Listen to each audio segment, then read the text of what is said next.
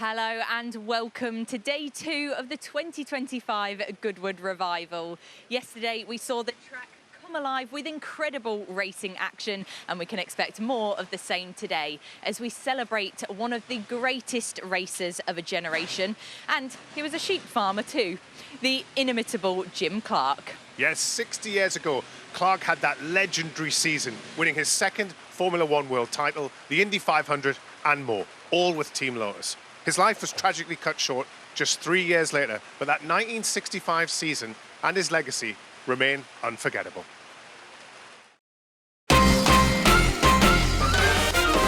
And of course, all eyes were on the start of the year, Jim Clark.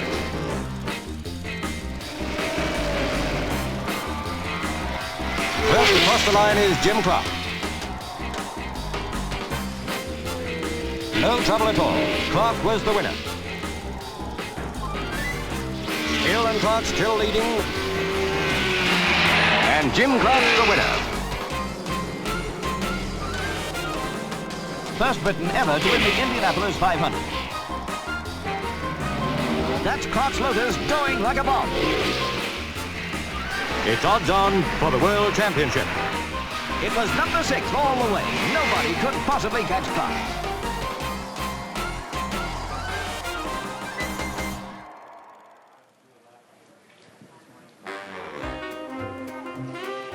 Brilliant footage there from the incredible Jim Clark. Well, let's take a look at what's on Saturday's schedule for Goodwood Revival 2025. We will once again kick off at 9 a.m. with a track parade from those colourful camper vans. This will be followed by the second race of the weekend, the Goodwood Trophy at 9:35. The motorbikes will be taken to the track at 11:05. Just before the children take to their Settrington Cup, that will be at 11:45. Yeah, great fun there in the Settrington Cup, and then afternoon takes us to that Jim Clark Trophy. We saw a bit of hint of that, 150. Ford Water Trophy at 3:25, followed by the Alfa Romeo Parade, and then the Whitsun Trophy at 4:40, and then the big one, the Sterling Moss Memorial Trophy at 5:35.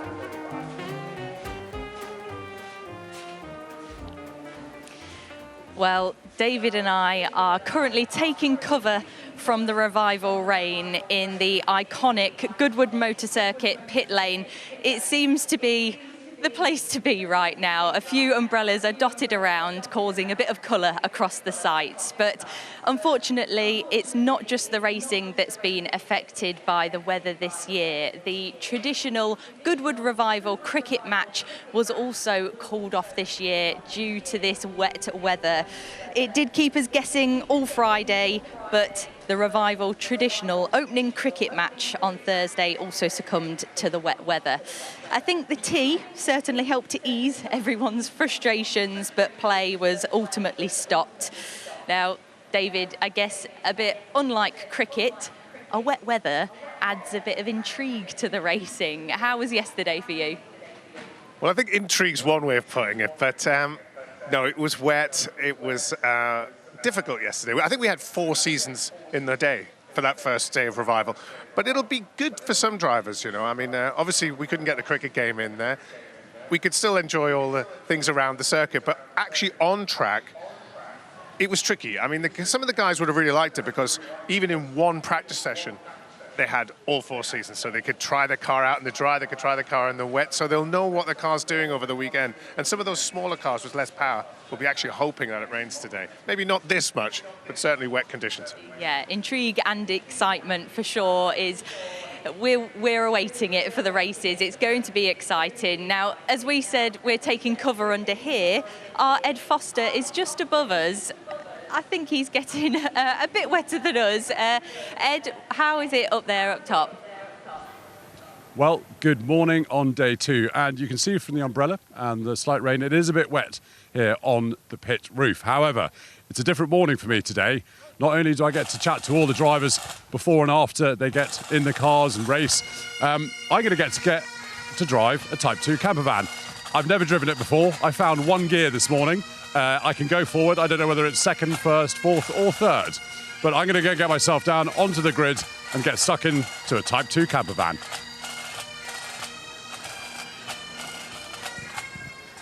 Oh, I'm a little bit envious that Ed gets to go in one of the camper vans. That looks like it's going to be so much fun. Well, enjoy it, Ed, and we'll catch up with you in a bit to see how that experience was. I'm sure it will be great. Now, we are also joined again by Rosie Turner, who has been over the road exploring all the Revive and Thrive area. You are looking a ray of sunshine in this wet weather. Well, it's definitely paid off. How are you, Rosie, and how was yesterday for you too? Yeah, it was brilliant yesterday. So much colour, so much effort put into all of the outfits. There's so many immersive experiences over the road as well, which is wonderful to see. We've got lots of shopping and it was so busy, which is wonderful. I'm trying to stay summery today, guys, because it's going... It doesn't look like it's going to cheer up, but I think it might, okay? It's not going to dampen our spirits over the road. We're still going to have a lot of fun, and I'm really looking forward to exploring a bit more of the rethink, repair, rewear, a little bit more of the vintage today. We're going to head to the workshop as well, probably into Betty's salon just to touch up, just in case we get caught in this rain. But listen, it is what it is. We carry on. We're going to have fun, whatever it happens. Yeah, I might join you later on for a bit of a touch-up as well. But yesterday, David, we were around the paddock and the assembly area enjoying all the racing over here. What was a highlight for you? I'd have to say it was probably the Goodwood Trophy, the first race of the Revival weekend. And, you know, true to the conditions this weekend, it gave us a bit of everything. You had Jenson Button go off in that gorgeous C-type Jaguar, established a good lead for his partner Alex Buncombe, and then the heavens came down, and my goodness, it was exciting. And what you got to remember about Revival, it's not like modern day F1 where, you know, there's almost like a constant conversation going on between the driver and his car. Here, the driver doesn't really know what he's doing. We saw Alex after the race saying, I didn't know if I was faster than slower than my opposition. Was I gaining time, losing time? In fact, he was over a minute ahead, but charging like an absolute man possessed, driving on the lock stops, left, right, sliding through tiny gaps. You can see Jenson really worried there because he really wanted this. Yeah. They came close to winning this race a couple of years ago, but they finally got there. So a big highlight. There's lots of smiles at the end. Fantastic racing. Yeah, it and I'm hoping we'll get more of that this weekend. I think so. A great way to finish the first day. And as we go into the second day of Goodwood Revival 2025, we're about to see another face get into a different vehicle. Our Ed Foster is hopping in one of those camper vans, so let's head over to him now. Well, thanks very much, Grace. I've been given the keys. It is a very wet track. I must admit I had a quick seat in this earlier today, and it is quite neat. So thankfully I have many staff, so we'll do that. It's very steamed up, and I also have to remove the battery pack. Hang on, let's get in there. You would have thought for a commercial vehicle it would be a bit bigger. We've got many keys. I think one of these will work. And I don't know where the demister is. I don't know where the headlights are. Is it running? I can't even tell. Let's hang on. It fires. It fires. I'm not in gear. No. Oh, I'm in gear. At least I can go forward. So I think we'll be leaving in about 2 minutes. This is my first time in a camper van. Lots of space in the back. So hopefully we can get a camera in there and you can see what this is like a little bit later in the day.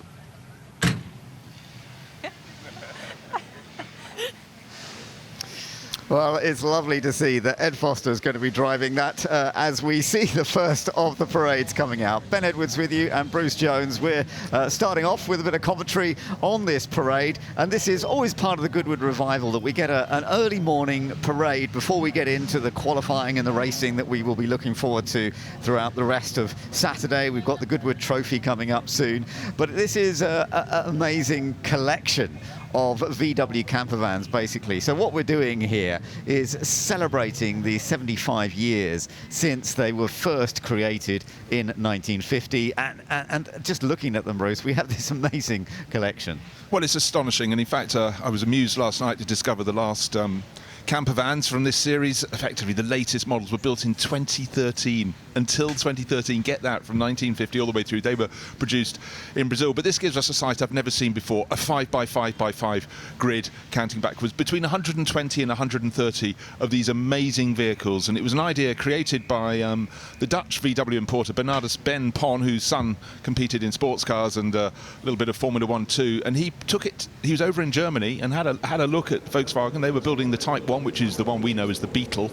And he suddenly thought this could have commercial purposes. And of course we had them made as pickup versions, minibus versions, so the fabled Combi, and many shapes in between. And yesterday a lot of the ones, the top of the range models, had the peel back roof, but today in the downpour we're not having people standing out of the top and waving. That's not surprising. But there's so many derivations. There's the one with Ed with the yellow front and the Goodwood livery. That doesn't have opening windscreens. A lot of them, they can jack those the split windscreens up from the bottom, but his is a rather smarter model, beautifully wrapped in Goodwood livery. Oh, well done. We do have some brave souls. That's so amazing. Clearly. Oh, that's impressive. I didn't think we'd see anybody standing up in the back of any of these vans today, but yeah, that is brave when we've got these rather damp conditions. We are expecting it to dry up a bit more later on, but yeah, this is lovely to see. Remember, and as you could see as Ed Foster was getting in, as a driver for this, you're right at the very front. Your engine is right at the very back, of course. It's a VW Beetle, basically. It's a VW Beetle engine at the back.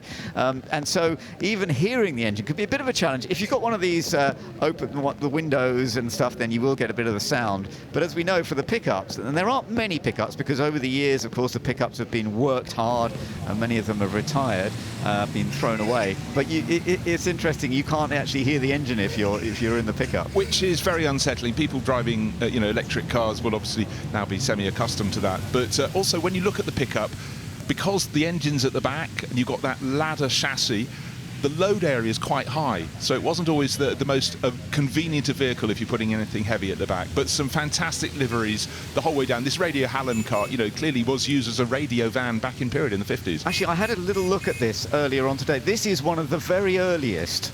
So this is, as you say, 1950, 1951, and it's incredibly original. And I was chatting to a guy who was telling me a little bit about it, because he actually owns a different one himself. He's always been a fan of these, and they go to various different events. It was a chap called Phil who was in a different machine, but this Samba is such an early one. As he says, notice at the front there's no perk over the front windows. The door sizes are slightly different. They were bigger doors then, but it is very original. It's rather lovely. It's been kept in its original form too.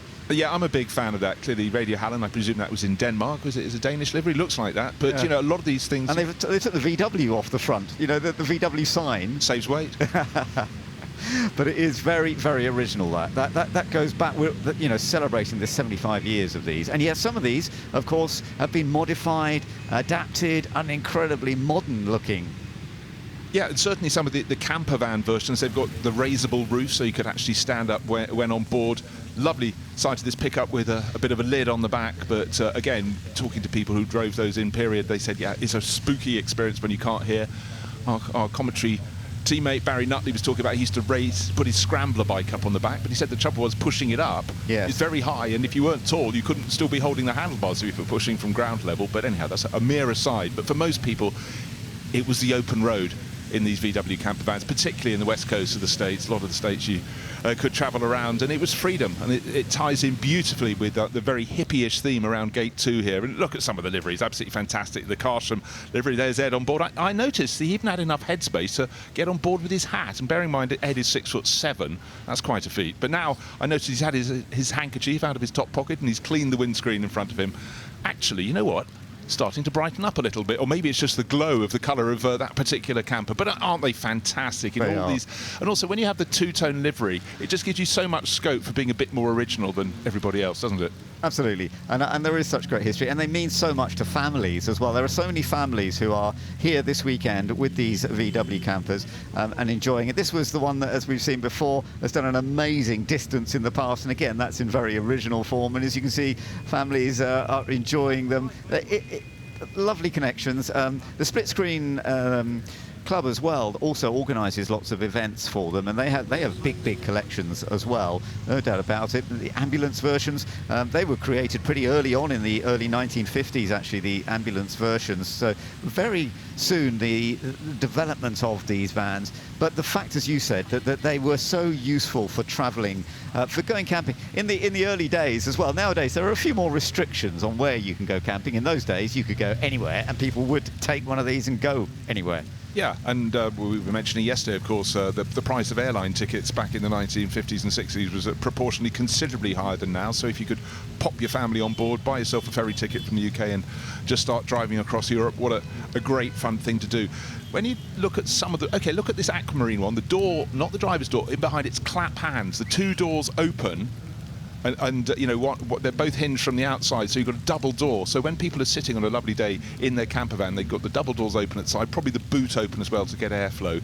And do take a look at them. They're built, they're all around the circuit. And any chance, go and have a look, because everyone's had a little bit of modification inside, a better table, comfier cushions. Yeah. No, some of look at that. That's great. They're in there, still standing up in the rain, but taking advantage of this opportunity to be there. That is really lovely to see. Just a quick reminder there. When they were first produced, they had the VW Beetle engine, of course, 1100cc. It was built up a little bit more. It's an air-cooled engine, for a flat four-cylinder boxer engine mounted in the rear. It was upgraded to 1200cc in 1953, and then they went up a little bit more, up to about 1500cc, just under 1500cc versions of them, but always air-cooled. And then some have actually been modified, especially in America.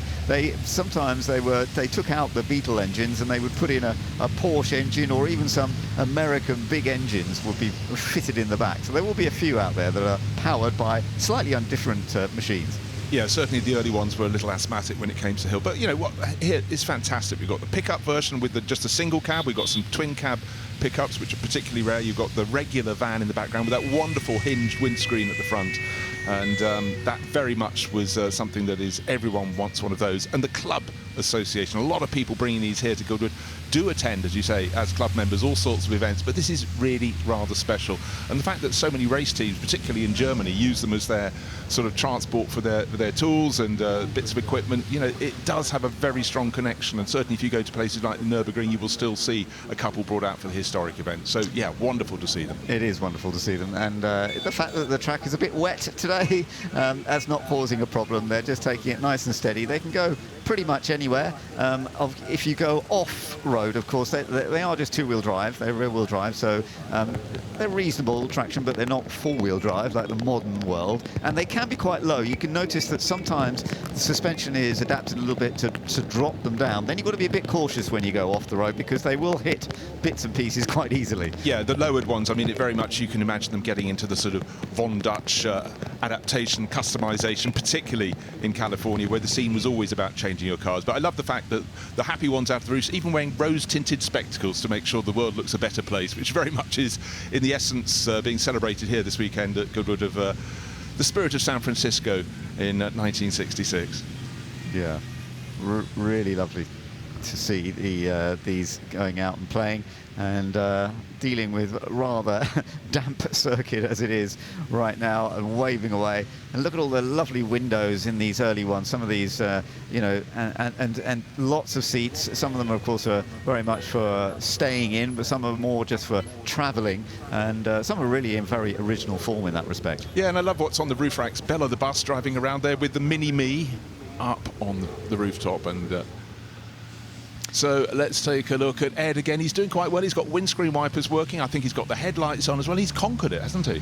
Yes, he has. I think he's enjoying himself now. Of course, we know that Ed is he's a great driver, actually, as well. He's a great racer. He's won here at Goodwood in the past. Not in a VW camper van, though, because it's the first time he's ever driven one. But it was lovely to see him get in there. And we will hear more from him later, I'm sure, all about the stories of driving one of these. You certainly think so, but clearly keeping the windscreen clear today has been a major issue. People in wet clothing jumping into a fairly small cockpit, as you particularly have on that single cab pickup version. But they're getting to know, but the sheer fun they bring and the appreciation everyone has for the entertainment, it really is the essence of this event.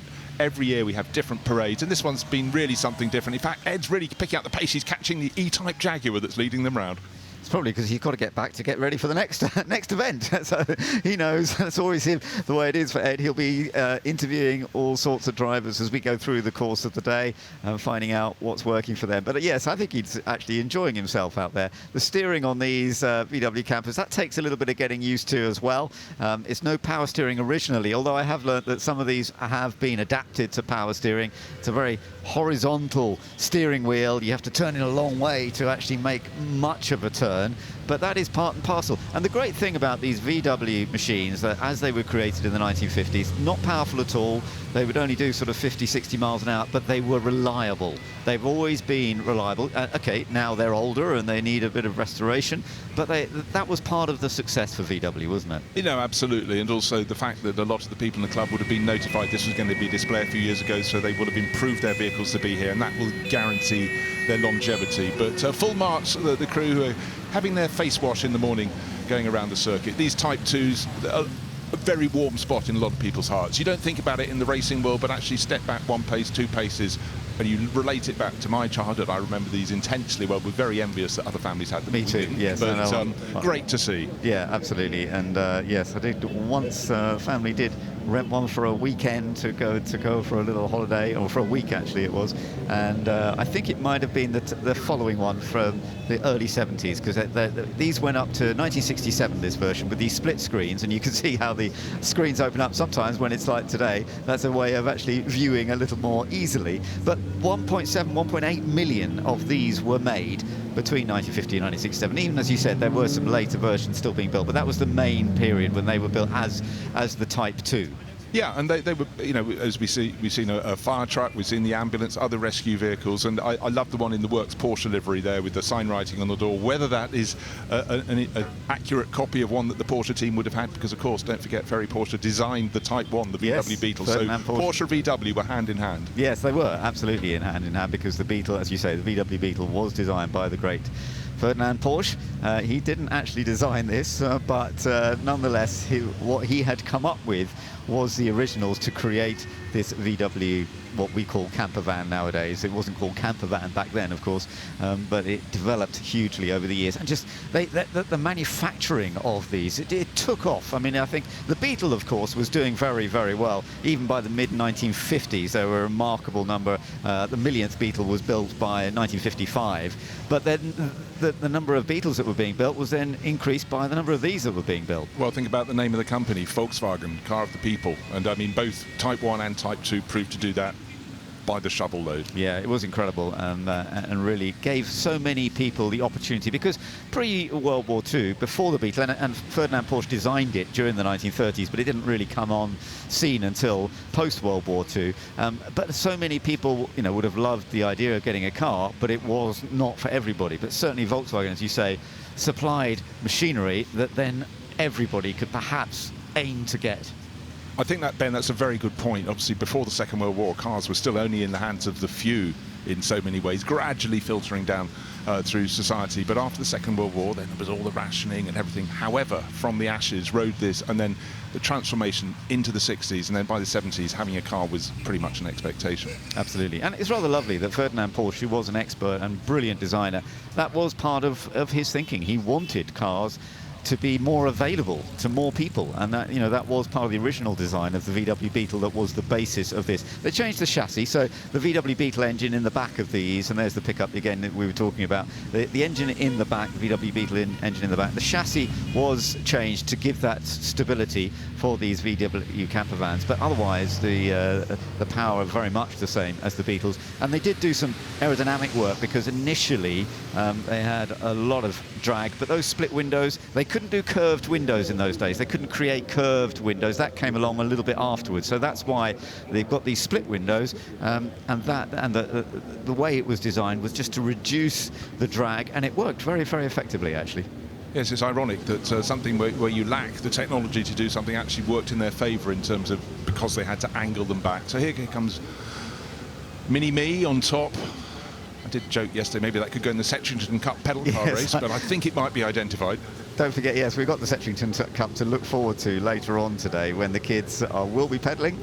Not in one of those, but that's going to be really good to look forward to. That's taking place quarter to midday today. And I do hope it's a little drier for the kids when they're out there pedalling away, but we shall see. Well, you certainly would. So the field splitting sort of 60 to the left, 60 to the right, so they peel off the track. Some onto the infield, and some will be going out towards Gate 2, which is where we have the real hippie central, the spirit of Haight and Asbury in San Francisco, and the whole culture that certainly an awful lot of people back then would have then, going through the 70s, had these split windows, and they became cult vehicles. And this group, I think it's fabulous the way they've been able to just stand out there and enjoy it and wave at the fans who are here at Goodwood as we build up to one of the remarkable revival days here. Day 2, we're going to be into lots more qualifying and racing coming up fairly soon. There's another beautiful machine, as you can see, absolutely superbly restored and in great condition. But as I say, we've got plenty to look forward to. We've got the Goodwood Trophy coming up soon. There's a look at that as well. That's a pretty original machine.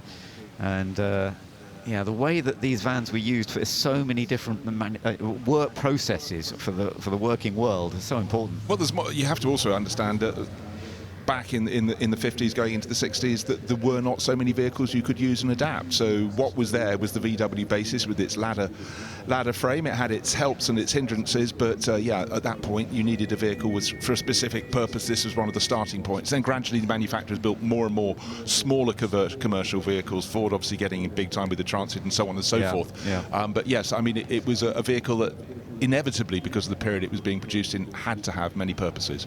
And don't forget also that actually a lot of these have come from all over this country, but also from other countries. We've had people coming in from all over Europe to come and do this display this weekend, which is lovely. And as I say, from various parts of the UK, some quite long distances have been done, and they're thoroughly enjoying this opportunity. And they will be back out again tomorrow morning for the final parade for the camper vans. As you say, they're bringing them back in. And I'm really impressed with the way they've just been able to find so many places to park them around Goodwood. So if you're here, do take a wander around and see how many you can find. Yeah, when you're adding 120 to 130 of these vehicles and you want them on display, the places are limited, but clearly an awful lot of planning goes in. No, you're not there. And there's some over by the refueling area behind the pad. Everywhere you go, you'll find them.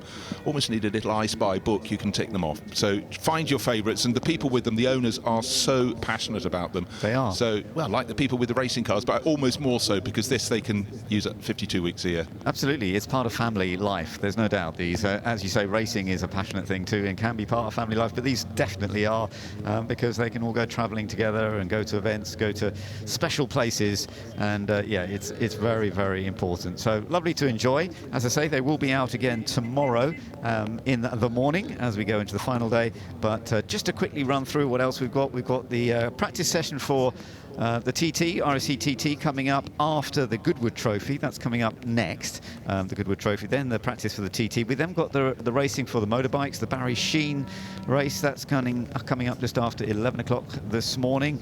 And then the Settrington Cup, as I mentioned, with the pedalling going on from the youngsters, from the kids. The Madgwick Cup. We've got the Jim Clark parade around lunchtime. That is going to be a very interesting one. We're celebrating one of the great heroes of Formula One history, a double world champion, and we're seeing so many of the cars that he raced, and it certainly wasn't just Formula One cars. His career at that time was involved in so many different forms of motorsport, and that's what we're going to be enjoying. And we're also going to be enjoying the aspect that he was a farmer. I'm not going to explain that fully just yet, but Jim Clark was a farmer, and it mattered to him hugely. Well, it did. It was a constant pull. Even when he was winning, he kept feeling, should I go back to the family farm up in the Scottish borders? We were the beneficiaries of the fact that he largely kept with racing. I mean, but what a superstar. We'll come to that. But again, a day where I come here looking for the racing, but some of the sideshows draw my eye. I've now decided I really want a combi. Yeah, help me, Ben. I can understand, mate. I can understand. But, you know, we were talking about it yesterday. You have to pay a bit of money now. Some of the cheapest ones are probably around £25,000, £30,000. But some of the most expensive ones are approaching up to £100,000. So, right, take me in have a different direction. But, I mean, the level of preparation and the fact, again, just echo the fact that these have been produced since 1950 to 1967, so a lot of age on the clock, but some of the presentation absolutely fantastic. Yeah, and it's lovely. It does take a little bit of time to get them back out because they've got to find all the areas to park. And actually, Guy was telling us earlier that some people are trying to take photographs all the time and things like that. Yeah, they are, and that's just the owners. Yeah, exactly. Hopping in and out. So great fun way, and they will all be corralled and moved off. Yeah, peace. We do with a bit of that at the moment around the planet. So let's hope that flag has its message. But we are going to be going racing very soon indeed. The Goodwood Trophy, which is the ERAs and the Maseratis, the sort of pre-war cars, if you will, that were still competing when this circuit opened in 1948. But let's take a look at the highlights, the Type 2 VW camper vans, and it started with the blessing on the track.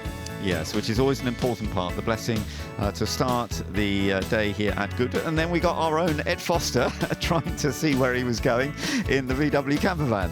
Well, it's a good thing he knows the circuit from having raced here, but yes, the screen was eventually cleaned, and then these incredible array of between 120 and 130 Type 2s, a vehicle that mattered enormously to people in period. It gave them a chance to get on the road, to transport their goods around, but just so much fun as well, right up to the hippie element.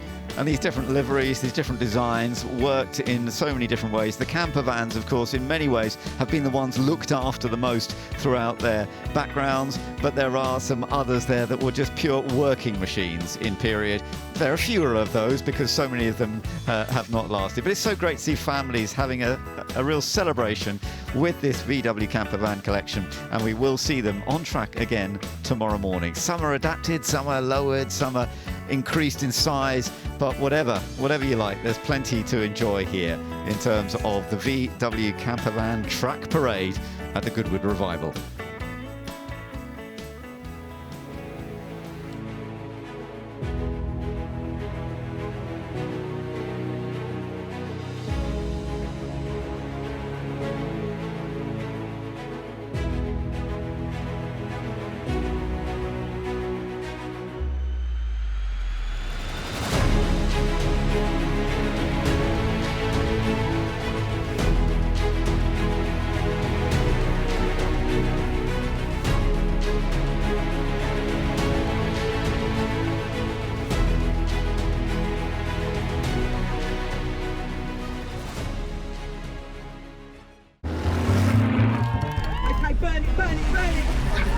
Everyone's in vintage clothes, and there's cars. If you're a petrol head, you're going to absolutely love it. The whole atmosphere is amazing, and people really do throw their heart and soul into dressing the part. Whether you like motorsport or not, you won't have a bad time. It is the best event in the world. Attention to detail is like nothing else. It's the shopping, it's the fanfare, it's the look, it's the period aspect, and that is what the Goodwood Revival is. It's just a fantastic day out.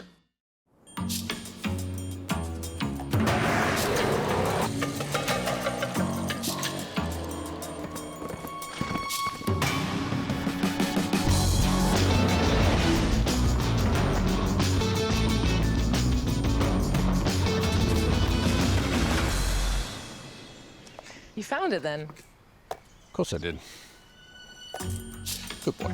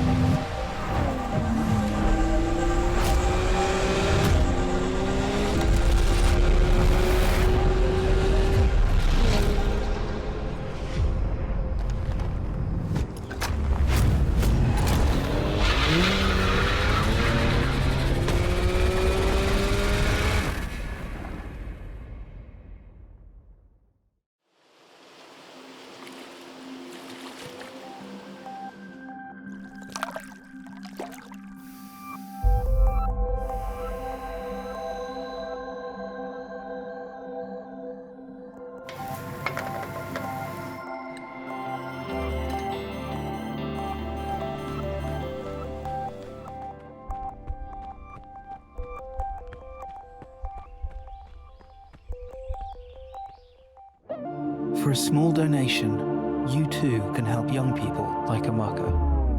I don't need donations.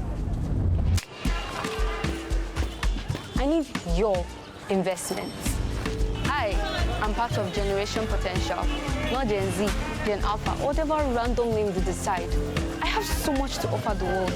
I could solve the climate crisis. I could cure disease. I could write a blockbuster movie. Because I'm going places.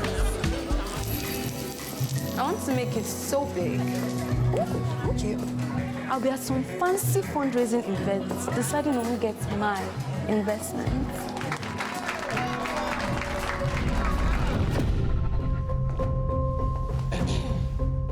Today, I am here looking for your investment into our future.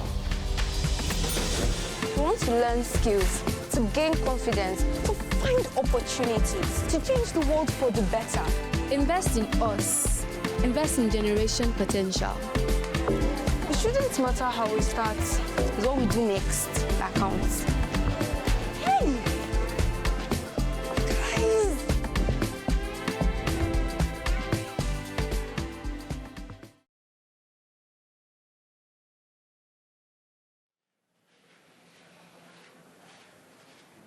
Those colourful campers looked like a rainbow going around the Goodwood Motor Circuit. It was so cheerful to see. And I think someone else that was quite cheerful was our Ed Foster, who looked like he really enjoyed that. Considering, David, he's won in a race car round here, I quite like that that's another story for him to tell. The first time he's been in a camper van was round Goodwood Motor Circuit. Not many people can say that. Well, I still think he'll probably tell us about winning the most, but I did notice he was at the front row there as well for this one, but he'll have had fun. And as you say, they've brightened up the gloom, and as if by magic, I'm starting to see some blue sky there. So those camper vans It's getting there, did the isn't trick. it? Yeah, they did.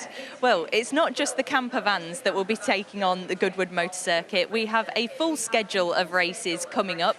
So let's take a look in a bit more detail at the track that they'll be taking on. Let's take a look at the Goodwood circuit, largely unchanged since its heyday back in the 1960s. 2.36 miles of an unforgiving circuit. The grass banks are close, the grass verges are even closer. Heading off the start, you head first towards Madgwick, an off-camber, tricky right-hander with a bump at the apex. It is so important to get the line right and get a good exit as you charge up towards Fordwater. A daunting right-hander, again off-camber, slightly dropping downhill at the exit as well. It is incredibly high speed. Up towards St. Mary's, it first goes right, then go left. Don't be too greedy with a curb on the left-hand side, and that'll put you offline. The track drops slightly downhill and then back up again towards a double right-hander of Lavin. Getting a good exit and traction out of here is hugely important because that leads you onto the fastest part of the track, through the little kink, heading towards Woodcote. A long right-hander with the apex seems to take an age to get to. The back of the car always edgy, and then you get hard on the brakes for the chicane. We've seen many an incident there with drivers getting just a bit too greedy with the curbs and the walls on the inside line. Get all of this right, and you will be the winner across the line. Well, if that wasn't tricky enough, they've also got the wet conditions to contend with. The rain is slowing up, but it's very wet on the ground, so that's going to add another element of excitement. We have got the Goodwood Trophy race coming up next, and this brings together some of the oldest machines at the event. What can we expect to see in this one, David? Well, I think the first thing you'll expect is it's stopped raining, so they won't be driving in a small paddling pool. But yeah, these cars were pre-war cars, really, Grand Prix cars that you would have seen, though, driving on this track just after it opened in the 40s. Fantastic cars, still very fast, lightweight. You see the guys are almost like sitting on the cars right at the back, and we're going to see some of the fantastic makes there. Julian Majoub, he's always good to watch in this race, but he's a bit at the back in his Alfa Romeo. Lots of ERA cars, but it's going to be Ian Baxter in the Alta on pole position, and Richard Bradley in the Maserati on the front row. So exciting race, not quite the sunshine they had yesterday. So different conditions that they may not used to, but those thin tyres will really help them in the rain, cut through that standing water, and maybe create a dry line by the Well, end of the still race. a bit of slipping and sliding in the dry, so I don't know what we're going to see in this one. We're looking forward to it. We saw some clips there from the practice yesterday. We are about to line up on the grid, but the Goodwood Trophy actually opened the very first Goodwood Revival in 1998. So it's made its appearance on the schedule at every event since then. So I guess that history that's attached to it makes the drivers want a good result even more in this one. Yeah, it's a fantastic way to open up the weekend and the Saturday morning, because it's exactly how it would have been at this track when it opened up just after the war. These sort of cars would have been racing around, you know, so as I say, the sun's creeping through there, and they'll be hoping for a good race to start the weekend. And I guess for this, like we say, the rain is slowing up, but the water on the ground is going to cause a lot of spray, aquaplaning, all of those things they've got to contend with, let alone those incredible machines.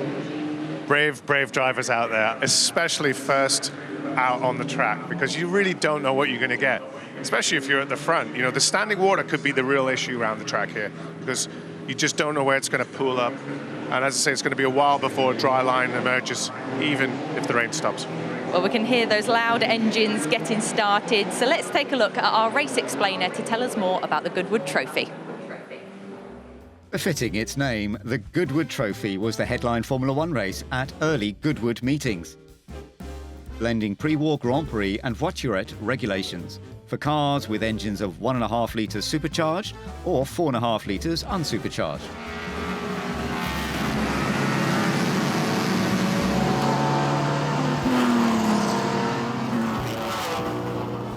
Grids were a mix of 1930s Maseratis and ERAs, brought back into service after the war, and then new models like the Maserati 4CLT, and from 1950, the great hope of British motor racing, the V16 BRM.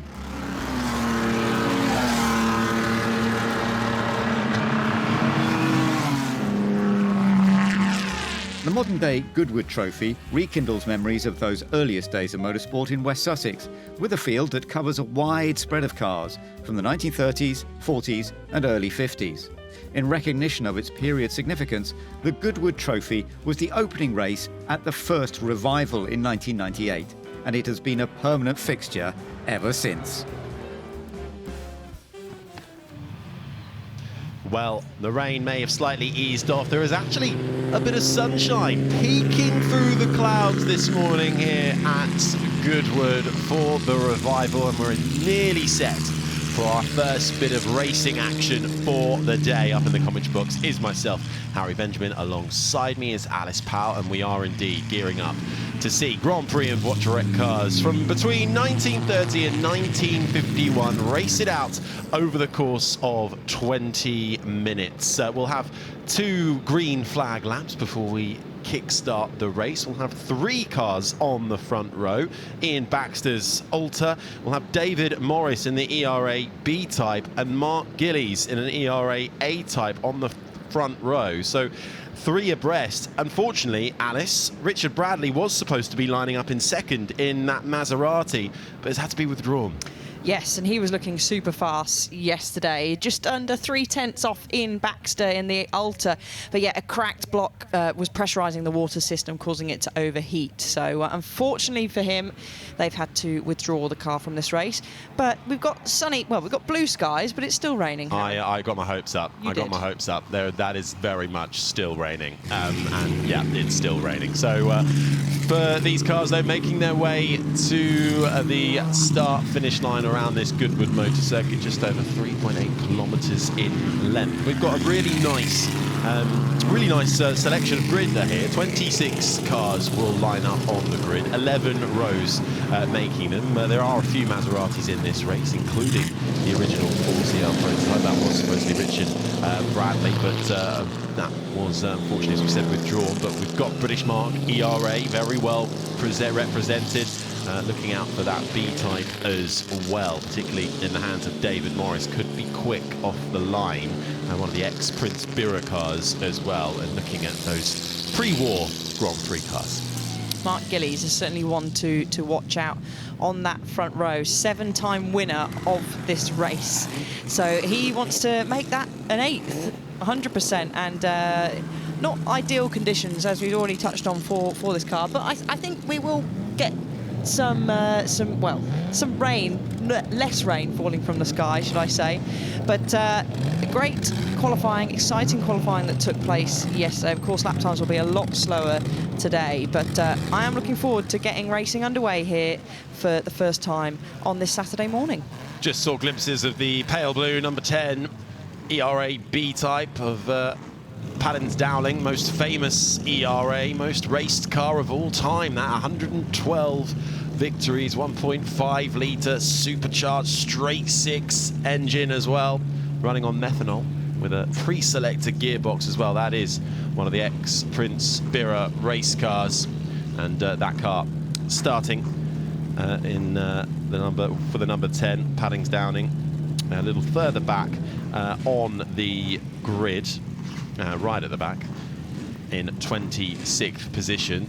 So a very full view in the rundown to Madgwick, the first right-hander. We'll see those three cars line up on the front row. On the far left, the dark green Alta 61 of Ian Baxter. In the middle, there in the grey, the ERA D-type, B-type, and then Mark Gillies in the slightly paler pea green ERA A-type on the far right, heading down there. So a bit of spray to contend with as well. This is going to be proper old school racing, isn't it, Alice? No cover. We've got no sports cars in this case, so no shielding, no windscreen wipers. You are one with the elements in here. You are right out there with the elements, as Marshall's still sorting out pushing these cars. They're not easy to drive forward and manoeuvre these cars, so that's why it looks a little bit more complicated down on the grid. But just checking out on the commentary box window, still cars moving into position. A couple of cars that seem to maybe have got a couple of issues, a few team members around, and the marshals are giving the signal now to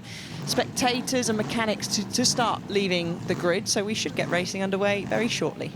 One to watch out for as well, if you are here trackside and indeed watching from wherever you are in the world, in sixth position on the third row on the far left, as we have the view at the moment. We Pat Blakeney-Edwards in the Fraser Nash, the Monoposto, named after that famous driver and war hero 1.5 litre engine, Maserati roots as well.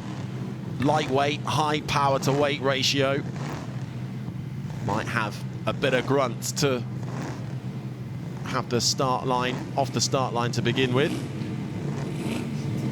As we get a bit closer look up at some of these magnificent Grand Prix and Voiturette cars. Historic racing specials in there too.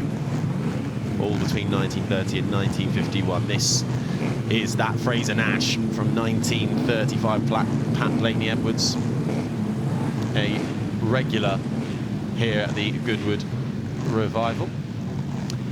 I was just having a look out of my commentary box window, and we're just getting a great shot of it there. Seems to be quite a few cars missing, quite a few gaps. So just in front of the number 26, we have the Retimer number 3 missing, I think. So, and a whole host of cars. So maybe they're just deciding that it's not worth taking the risk in these classics out there, because it is particularly wet at certain areas of the circuit. But wow, they have come prepared. Look at that. I wonder if we can voice down. If you can hear us, we'd love a bacon sarnie in the commentary box. Harry's already had 2 today, so no, 2? No more for him. I've had 1 and a bit of porridge, but I'm ready for my 3rd breakfast of the day. So I quite like my bacon extra crispy personally, so we'll have that ready in about 20 minutes. Would be perfect.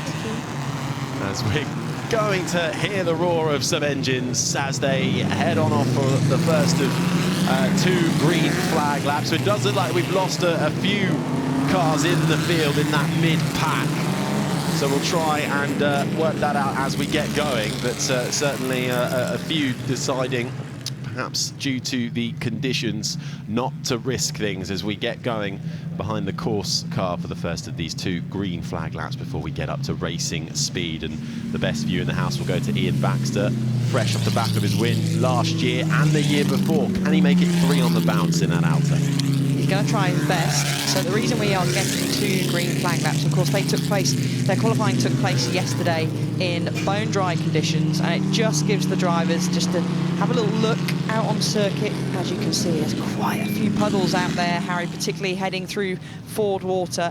And then up the hill, they'll go right and then left through St Mary's, and we saw particularly actually quite a big puddle on the exit of Woodcote, and I'm just trying to see if I can see that. It doesn't look like it's too bad, however there is a huge puddle on the exit of the chicane, so this just gives these drivers in these cars just a good sighter to have a look round for the next sort of couple of laps behind the safety car, and just make sure everything's up to temperature as well.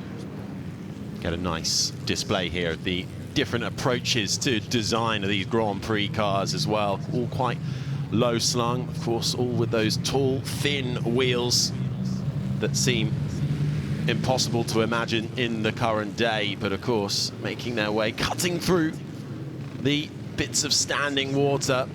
Of course, it does drain fairly well here, but at times, particularly through Ford Water, in the name, really, you can come a cropper so easy as well. One twitch on the rear and you can dip a wheel onto the grass and then find yourself sliding into the runoff area. So just getting a sense of the conditions as we head round in these green flag laps. We are, and I think we're going to be in for a great battle, I hope, at least between those 3 that are starting on the front row. Of course, don't rule out the ERAs that are behind. But Mark Gillies and Ian Baxter, they'll certainly be wanting to have a fantastic battle. We've seen great battles in this Goodwood Trophy in the past. Tell you what, there is the huge puddle on the exit of the final chicane. We'll get a shot of it in a second. But even with these cars, they are kicking up, and they're moving fairly slowly. Enough spray, and lots of the drivers deciding to stick with the old school goggles and open face helmet. I think I would probably be a wimp and do what the first several of our drivers are doing with the full face helmets. So there's that puddle that we were talking about on the exit of the chicane. You've even got one sort of in the middle as well. That lovely flower display had one incident yesterday. I really hope it's going to survive the entire day. So going on now for their second green flag lap before they will line up on the grid, and then of course there's no lights here to get underway. We use the traditional flag start, but we're going to go through the grid now, Harry. We will indeed, and on that front row, 3 line astern, it's Ian Baxter who set pole position in that Alta. Back-to-back winner here, trying to make it 3. Promoted now up into 2nd due to Richard Bradley having to pull out in that Maserati is the ERA B-type of David Morris, and Mark Gillies in the A-type alongside him. Then we head to Nick Topless in the A-type in 4th, just ahead of Ben Fiddler. And then row 3, the Fraser Nash of Pat Blakeney Edwards, followed by Michael Gantz's ERA. And the first now, the Maseratis, Andy Willis in the ACTF. Row 4 will have James Baxter in the Riley TT Sprite, and the Alfa Romeo 158 Alfretta, Peter Greenfield, starting in 10th position.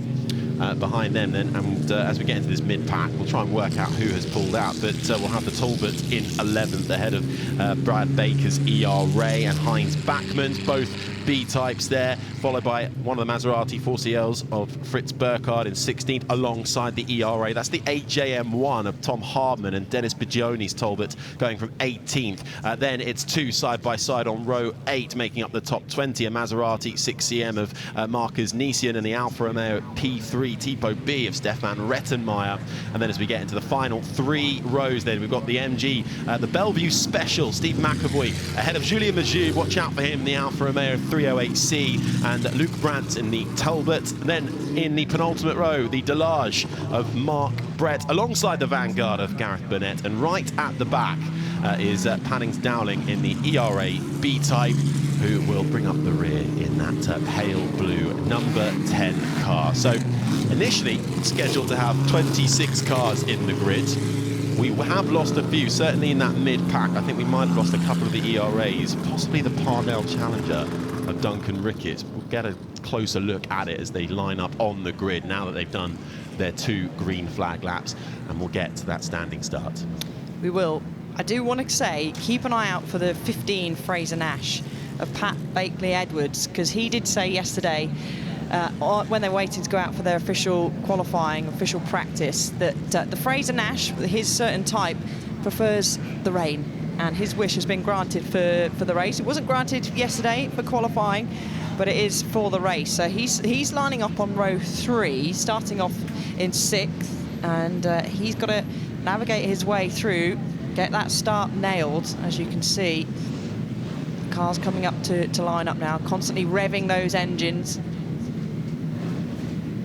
As they have their final thoughts ahead of starting on the grid. The first race then of the day here on the Saturday at the Goodwood Revival. The Goodwood Trophy just moments away, a 20-minute race. We've got Grand Prix and Voiturette cars, historic racing specials that race between 1930 and 1951. On that front row will be on the far left as we look at the Alta, then the ERA in the middle with an A-type on the far right. Ian Baxter, David Morris and Mark Gillies as we get underway for the first race of Saturday, and it's a poor start from Mark Gillies. A good start though from David Morris for the ERA in the middle, which has taken the lead. As a little bit of wheel spin from the Alta. Look out though for the Fraser Nash on the inside. Pat Blakely-Edwards having to take a little bit of grass but manages to hold it together, and you can just see how hard they're having to work the steering wheel in these tricky conditions. But a good start then from David Morris in the ERA B-type.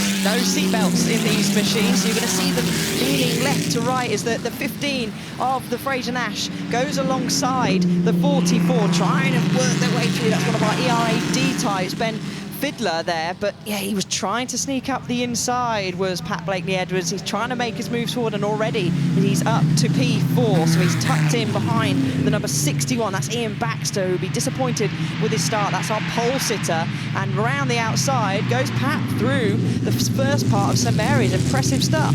And just see him really having to work the gear lever as well. He wants to get a move on, because actually after an initially poor getaway, Mark Gillies, the second car in shot here in the pea green, that's the ERA A-type, starting to gather it up now and chase down our leader off the line. Look at the slide on that as well. These brilliant Grand Prix cars from the pre-war era, putting on a great show. We're not even finished the first lap of the race. We haven't. You can see, it's a workout itself trying to stay in the machine, particularly in these tricky wet conditions.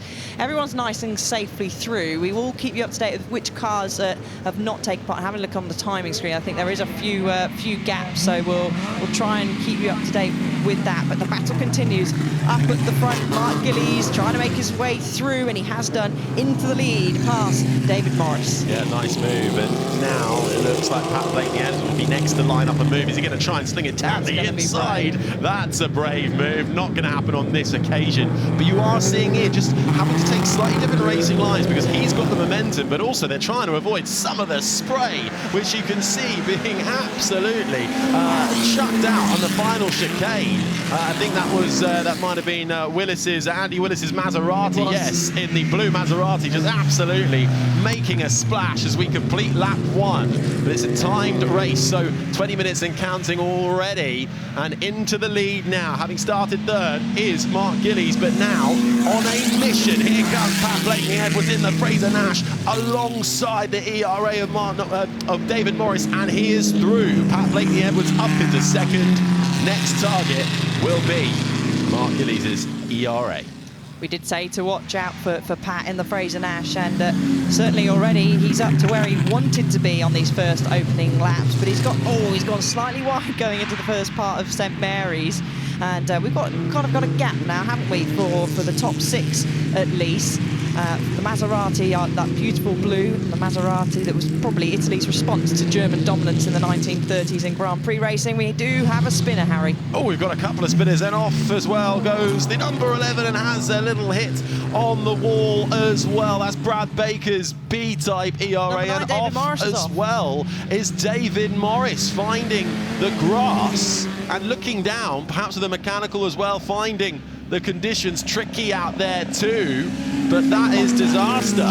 Yeah, that ERA B-type has got some damaged bodywork on the right-hand side. He's definitely made some contact, and that number 11, it looks like Brad is going to be out of the race. It's probably going to bring out a safety car, I would expect, because I'm trying to work out whereabouts on circuit the B-type ERA is.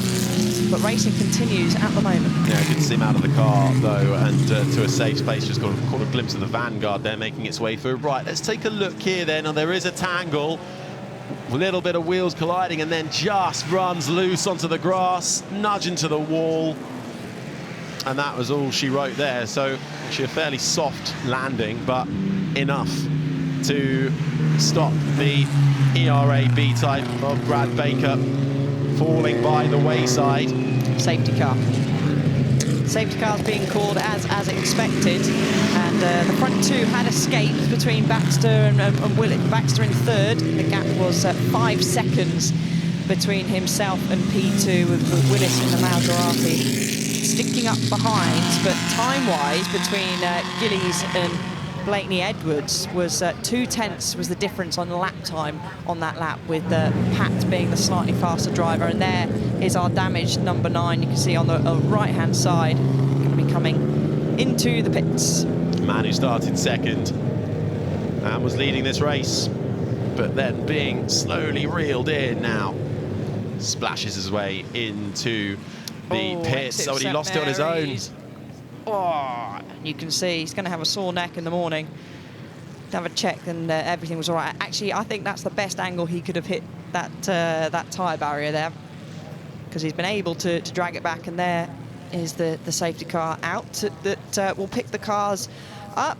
The safety car peels out from the exit of the chicane. So Mark Gillies is leading this race so far, and he's going to have a tricky restart, or because he's going to have a fast charging Blakeney Edwards, who's desperate to try and get past, desperate to get the win. And is he saying, can you go slightly faster, maybe? Was he encouraging him on?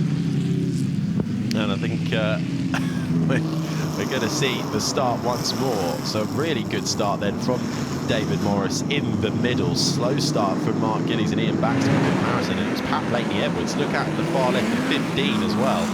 Kicking up a bit of smoke and nearly run onto the grass on the far left of picture. You can see here Pat Blakeney Edwards having to almost cut the corner, almost 4 wheels onto the grass, just tucked in behind Ben Fiddler's ERA. But it was that ERA B-type of David Morris that managed to get the jump and have a clear view going through Madgwick before it all came undone a lap or so later. The Maserati as well, just further back in the all blue, managing to get a decent start too. Andy Willis's ACTF currently now in 4th, but under safety car then after a couple of cars off, and it is Mark Gillies who leads the way in that ERA A-type, and we might well still see Brad Baker get back in this race, as he's getting a little bit of a helping hand from the marshals. Let's have a little look. Can he get it started again? He did have quite a hard hit on the front, so I'll be amazed if he is going to take the risk of outracing. It did look like contact with might just want to get it back to the pits. No. There we go. Yeah. Visor down. Good idea. And maybe, I would expect, he's probably going to come into the pits, but we couldn't see what contact with which car. We were unable to see which car was involved. And it's hard. They've got very small mirrors on these race cars, and certainly in these conditions, hard to see your surroundings. But I'm sure there'll be no hard feelings at all. And the 11 will come back to the pits. Now, this was the car that started right at the very back. Paddins Dowling in his ERA B-type, and I think courtesy of having a good start, staying clean, and of course a few cars that seem to fall by the wayside and not even make it to the grid, has had a great start and made his way all the way up into 9th spot. As you can see him coming through there in that number 10. 112 victories with that B-type R5B to Remus, ex-Prince Bira car. Won the first Goodwood Revival race back in 1998. This, and currently in 9th position as we head under this safety car. It is Mark Gillies who leads the way in the ERA 8-type, the R3A. As, oh, look at that. Isn't that a lovely sight? The dark grey clouds seem to have cleared. and we are enjoying a beautiful rainbow, blue skies. I think the rain has stopped on the whole by the looks of it. Bit of sunshine peeking through the clouds.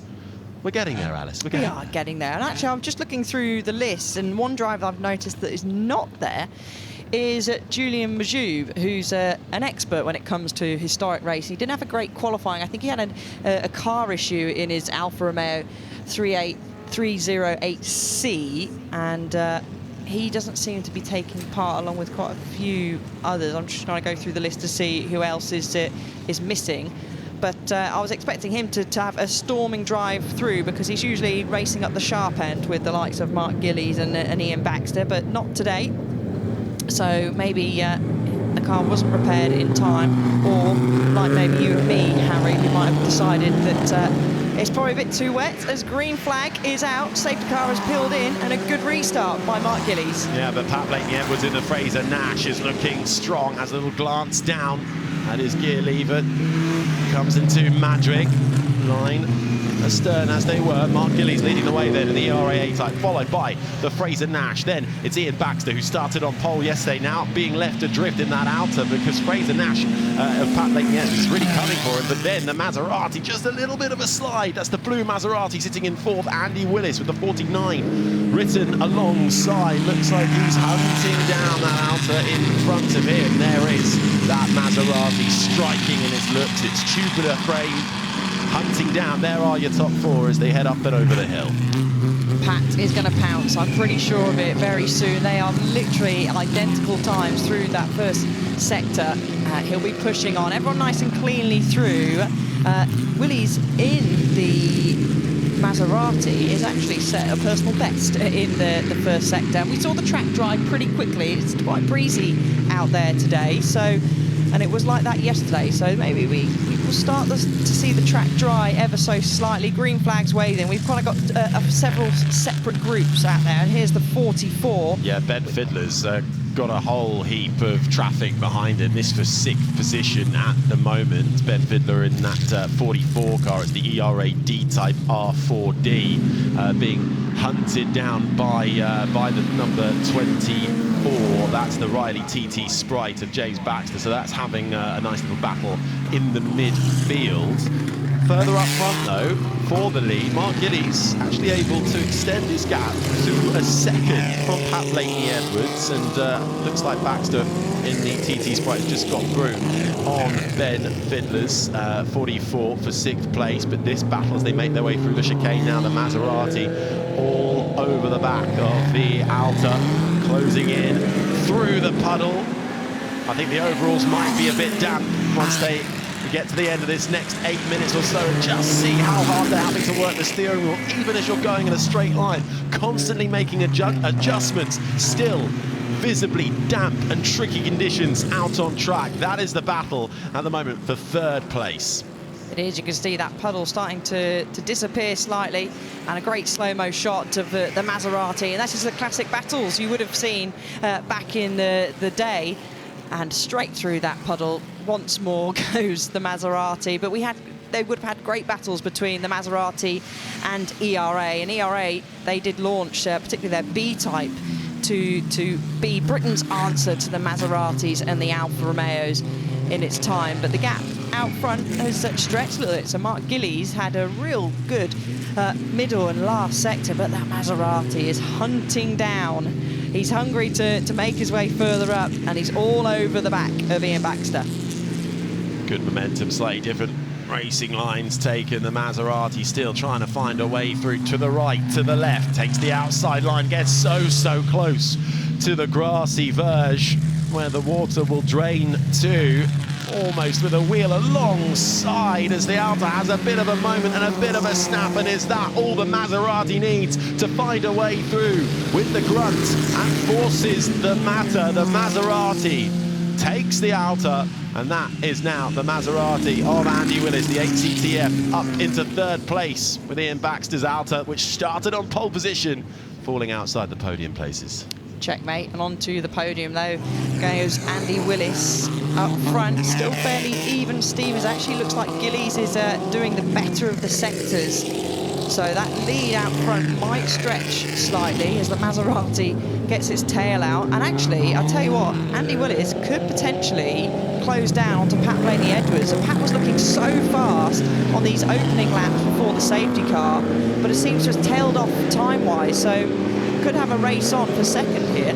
This one of the 3-litre twin supercharged cars in the field is also then making gains on the outer, and through goes the number 1. That is Michael Gans, makes his way through in his ERA B-type, just runs a little bit out wide, but manages to force the matter. So unfortunately, day goes from bad to worse. Rear backs his outer, falls down. One more position again, now into 5th. But that Maserati, as you say, Alice, certainly could now start to set its sights with just over 5.5 minutes remaining, now less than that, on our top 2. Mark Gillies, who leads in the ERA A-type, extending his lead though, feeling comfortable, over 2 seconds clear from Pat Blakeney-Edwards' Fraser Nash, which looks strong in the opening stages. And we know Pat really enjoys the Fraser Nash, especially when it's raining and it's damp and wet conditions. And he closed that up now with the Maserati, perhaps putting a bit of pressure on him in 3rd, coming through your screen now. That looks like that gap is coming down. I don't know whether my eyes are deceiving me, but Mike Gillies is all in control out front, looking to make it 8 wins here in the Goodwood Trophy. Fitted, of course, that ERA A-type with a 2-litre engine, which was really made for hill climbing. This specific car did plenty of record breaking back in the time at the Shelsley Walls, becoming the first car to break the 40-second barrier. Still very original, as plenty of cars still getting their tails out, tails wagging on the exit of Lavant Corner, coming up the long straight into the difficult braking zone. And it does look like to me, when I'm looking out the commentary box window to our left-hand side, that gap has come down at the front. So maybe there's been some kind of a mistake, possibly, for Mark Gillies. We'll have a look. There we go. And it certainly has come down. Or it's just the Fraser Nash of Pat just waiting for the perfect opportunity. He's only got 4 minutes left to do it. He is absolutely wringing the neck of that Fraser Nash, barely able to keep it in a straight line as he makes his way through Madrick. That gap is closing. It's back down now to 1.2 seconds. So the fight is not yet done here for the win of the first race of the day, the Goodwood Trophy. We're reimagining and the kind of competition that you would have seen headlining the early race meetings here at the motor circuit back in 1948. We're looking at Grand Prix and Voiturette cars from 1930 through to 1951, and a really intriguing battle up front. Mark Gillies, who started this race in 3rd in his ERA A-type, has just though managed to find a bit more pace and pull over 2 seconds on Pat Blakeney-Edwards' Fraser Nash. Now 3rd comes the Maserati of Andy Willis. Then comes Michael Gans' ERA. This battle we're looking at now is a little further down. It's for 7th at the moment. It's Nicholas Topless in the ERA A-type ahead of, I think that was the car that started last. Padding Dowling making his way up to 8th at the moment, and that could well become 7th imminently. Remus is storming through, and I think it will, Harry. He's going to do a good job to get past Topless, who's going to make his ERA as wide as possible, heading up the hill to Lavant. But no opportunity for Dowling to go down the inside. What a storming drive through. I know we've had several cars that have pulled out, but still, there was a lot of cars for him to overtake. So, fantastic bit of racing. As you can see, constant corrections for these drivers. We're going to see plenty of that throughout the day, particularly in these tricky conditions. As I look out and await that gap, I think potentially at the front has opened up again. It keeps ebbing and flowing. It was over 2 seconds a lap ago, and now it's back down to 1.6 seconds. Now 1.2. So is this Mark Gillies just managing his pace slightly? And we're going to see, though, some back markers come into play here. How quickly can you make your way through the traffic? Out in front, though, Gillies is being hunted down. 1.8 seconds now, the gap to the Fraser Nash. The Maserati sitting stable in 3rd. Andy Willis. Michael Gans in the ERA B-type in 4th. Ian Baxter's Alfa, which started on pole fallen down to 5th, and he's got a bit of a gap there as Mark Gillies makes his way through on a bit of traffic, gets nicely out of the way. So that shouldn't have balked him too much, with just over a minute remaining of this race. This could be the final lap. It will be tight. I think it will be potentially, but back markers will get Mark Gillies, and I'm sure Pat Blakely Edwards as well. The heart rate's rising. You can see that Fraser Nash still squirming as it comes up the hill into Lavant Corner, and I think there was some mistake for Willis somewhere along the lap in the middle sector last time round. He did lose a couple of seconds, so that's why he's really dropped back off this pack and actually struggling for pace as well in the first sector now. So 37 seconds remaining. The middle sector at the moment is around about 52 seconds. So they'll be breaking the beam now. They'll come into the final sector, which is over 30 seconds. So, yeah, this is likely going to be the last lap, Harry. Little bit of traffic as well, should be able to navigate that fairly easily. Gets out of the way, does the number 17 a little further back in the pack. That's the MG Bellevue Special, 10 seconds on the clock and approaching the final chicane now. This looks like it is going to be the final lap through the chicane for one last time for the Goodwood Trophy. Comes Mark Gillies in that beautiful pea green ERA A-type. The checkered flag will be waiting, and it is the ERA of Mark Gillies that takes the win of the Goodwood Trophy. Pat Blakely Edwards with a storming drive but couldn't quite close down those last couple of seconds in the Fraser Nash. Has to settle for second, and a great race for the Maserati of Andy Willis coming home in third. Michael Gans in the ERA B-type holds off the pulse into Ian Baxter.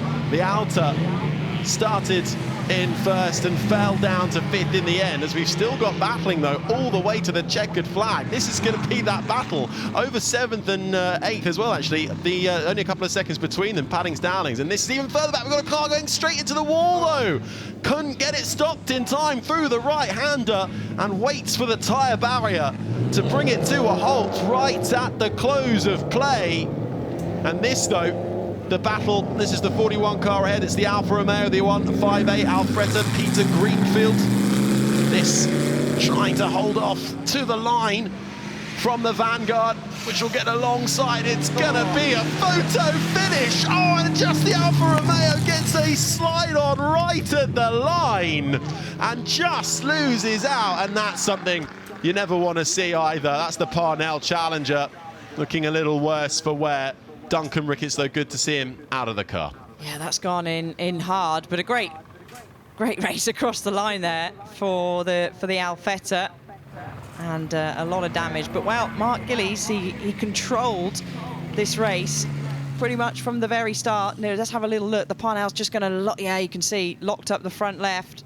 Oh, and that. He's going to feel that in the morning. That is some impact. So glad to see he's already up and out of the car. But that Alfetta was squirming all the way down the straight. So well done to Mr. Greenfield. But great racing from all cars here in the Goodwood Trophy, and congratulations to our podium finish. It's Gillies in the ERA from Pat Blakely Edwards in the Fraser Nash, and Willis in that beautiful Maserati 8CTF. Just saw Duncan Ricketts there out of that Parnell Challenger, so that is good to see, despite a bit of a heavy hit there. What a race that was to the line though, and it was only for 11th and 12th, but that didn't matter in the end. Burnett's Vanguard managing to pip Peter Greenfield's Alfa Romeo, that Alfetta, to the line. And there is the stricken Parnell Challenger. But, well, what a race to kick off proceedings here for the Saturday at the Goodwood Revival. We've just watched Grand Prix and Voiturette cars from between 1930 and 1951 racing it out in really quite tricky conditions over the course of 20 minutes. Started third, did this car, the pea green ERA 8-type R3A of Mark Gillies. Didn't get the best of starts, but then bided a bit of time and came through to take the lead. Had pressure though from Pat Blakely Edwards' Fraser Nash, but that Fraser Nash couldn't quite pip him in the end. No, and he controlled that race. 8 times winner of this race now is Mark Gillies, and in particular this car spent a lot of time in South Africa before returning to Europe in the late 1960s, and has great success here in Goodwood with Mark Gillies.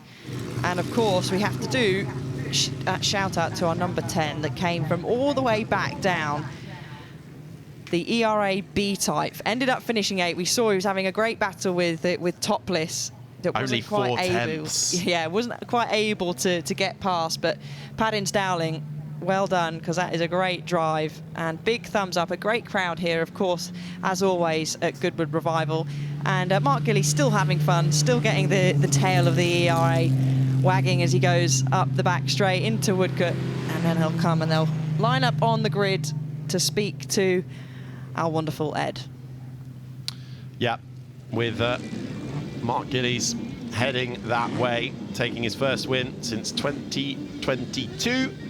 As the track will fall momentarily silent as we do the ceremony for our race winners. But that is the first race of the day done and dusted. We've still got loads more action to come, though. We'll have the RAC TT celebration once more following us shortly for those 1960s GT cars. Then we've got two-wheeled action on the way as well. From just after 11 o'clock, the Barry Sheene Memorial Trophy Part 1 of that getting going ahead of what could well be the highlight of the day as well, the Settrington Cup presented by Ralph Lauren. The pedal car race, always a highlight. It is always a highlight. So Mark Gillies is coming up now onto the grid. Last won this race back in 2022 in this very car, and the previous year actually in 2021. Great success, and then a whole host of wins back in the 2015, 2014, 2012. And he gets a big round of applause, and Pat Blakeney-Edwards in the Fraser-Nash bows down to him as Mark Gillies gets out, hugs all around, handshakes, and well done to everyone out there. And Ed is down waiting to speak to our winners. Well, thank you very much. Just let Mark get his helmet off. What an absolutely fantastic drive. He needed all the years of experience. Mark, an 8-time winner, but would I be right in saying that was one of the toughest ones? Oh, that was leery at best. And this place is actually nicer when it's wet.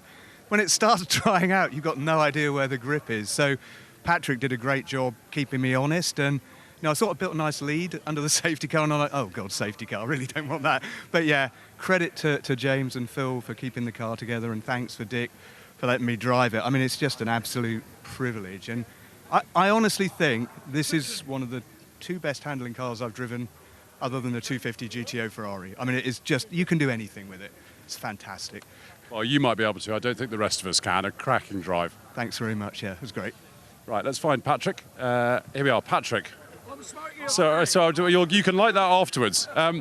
Patrick, I mean, you wanted rain, you got it, and here you are, podium. Yeah, I think I danced a little bit too much last night. The rain was biblical before we started. And annoyingly, I couldn't get enough temperature in the engine, so we had a sort of misfire.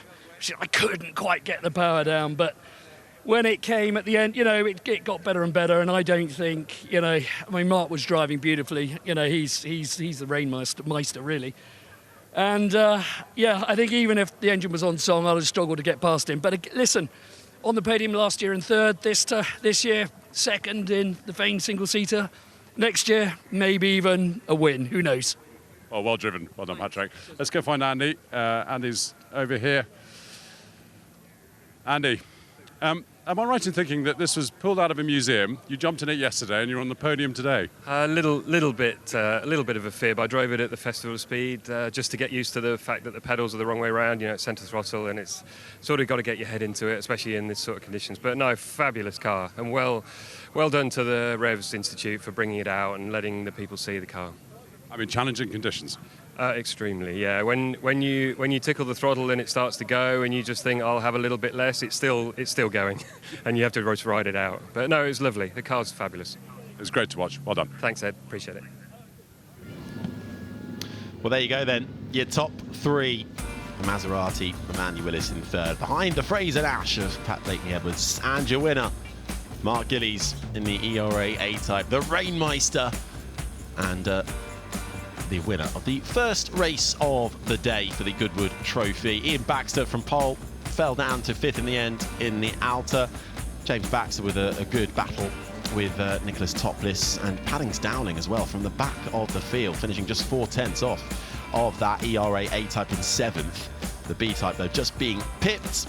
And the Talbots of Volker Hitcher as well started further back and managed to work his way up inside the top 10. And what about that finish between the Vanguard and the Alfa Alfretta? Gareth Burnett on the line, almost a photo finish, just pipped it, and you can see how close it was, literally a 1/10 of a second. The Alfa Romeo just getting a wiggle before it crossed the line to lose 11th spot there. Duncan Ricketts in the Parnell Challenger had a crash at the end, but it was good to see him get out of that fairly swiftly. And the MG Bellevue Special, Steve McAvoy piloting that to 16th. The Maserati 6TM down in 18th ahead of a couple of B-types. David Morris and Brad Baker had a few spins early doors for some of our drivers out there as well. David Morris, one of them, who started in second and in the end fell by the wayside and out of this one. But the Goodwood Trophy kick-starting proceedings here on the Saturday for the Goodwood Revival Grand Prix and Voiturette cars from the 30s through to the 50s, and it was a great start initially for that silver ERA B-Type of David Morris, but for Pat Blakeney-Edwards in the Fraser Nash it was an even better start, almost onto the grass, and then was very quickly cutting his way through the field. Mark Gillies made his way quite quickly into the lead after that poor start. They all kept it clean. That puddle through the chicane, some great shots, and that'll be the Maserati, of course, kicking up the puddle in the background there. Andy Willis, we saw that plenty of times. And then we did have a couple of spins. This is when they started to go, and this was the number 9 in the E-Type, which did have to come into the pits with damage, and then a little bit more contact further back for the number 11 as well. Yeah, it was second place David Morris that went round, followed by Brad Baker's ERA B-Type. That brought out the safety car as that closed things up, and it led to a little bit more racing action. The Maserati of Andy Willis starting to become a threat for Ian Baxter's Alta, and it eventually did, while Fraser Nash and Pat Blakeney-Edwards cruising up to the back of him. This is that battle, though, between the Maserati and the Alta. The Maserati eventually winning out on that one. And battles all the way throughout the field, getting oh so close to the final barrier, finding the huge puddles as well. Extra grip, I'm not quite sure, but the one man who managed to master the rain lap by lap over the course of 20 minutes, despite a slower start, despite pressure from the Fraser Nash of Pat Blakeney-Edwards, it was Mark Gillies in the ERA A-Type R3A from 1934 that managed to take the win of the Goodwood Trophy, his first win since 2022.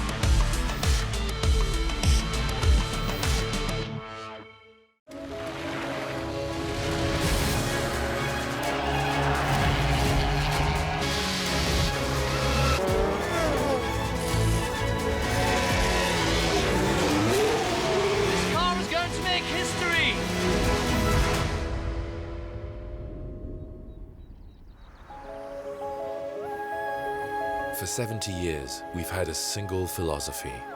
Lightness is a force.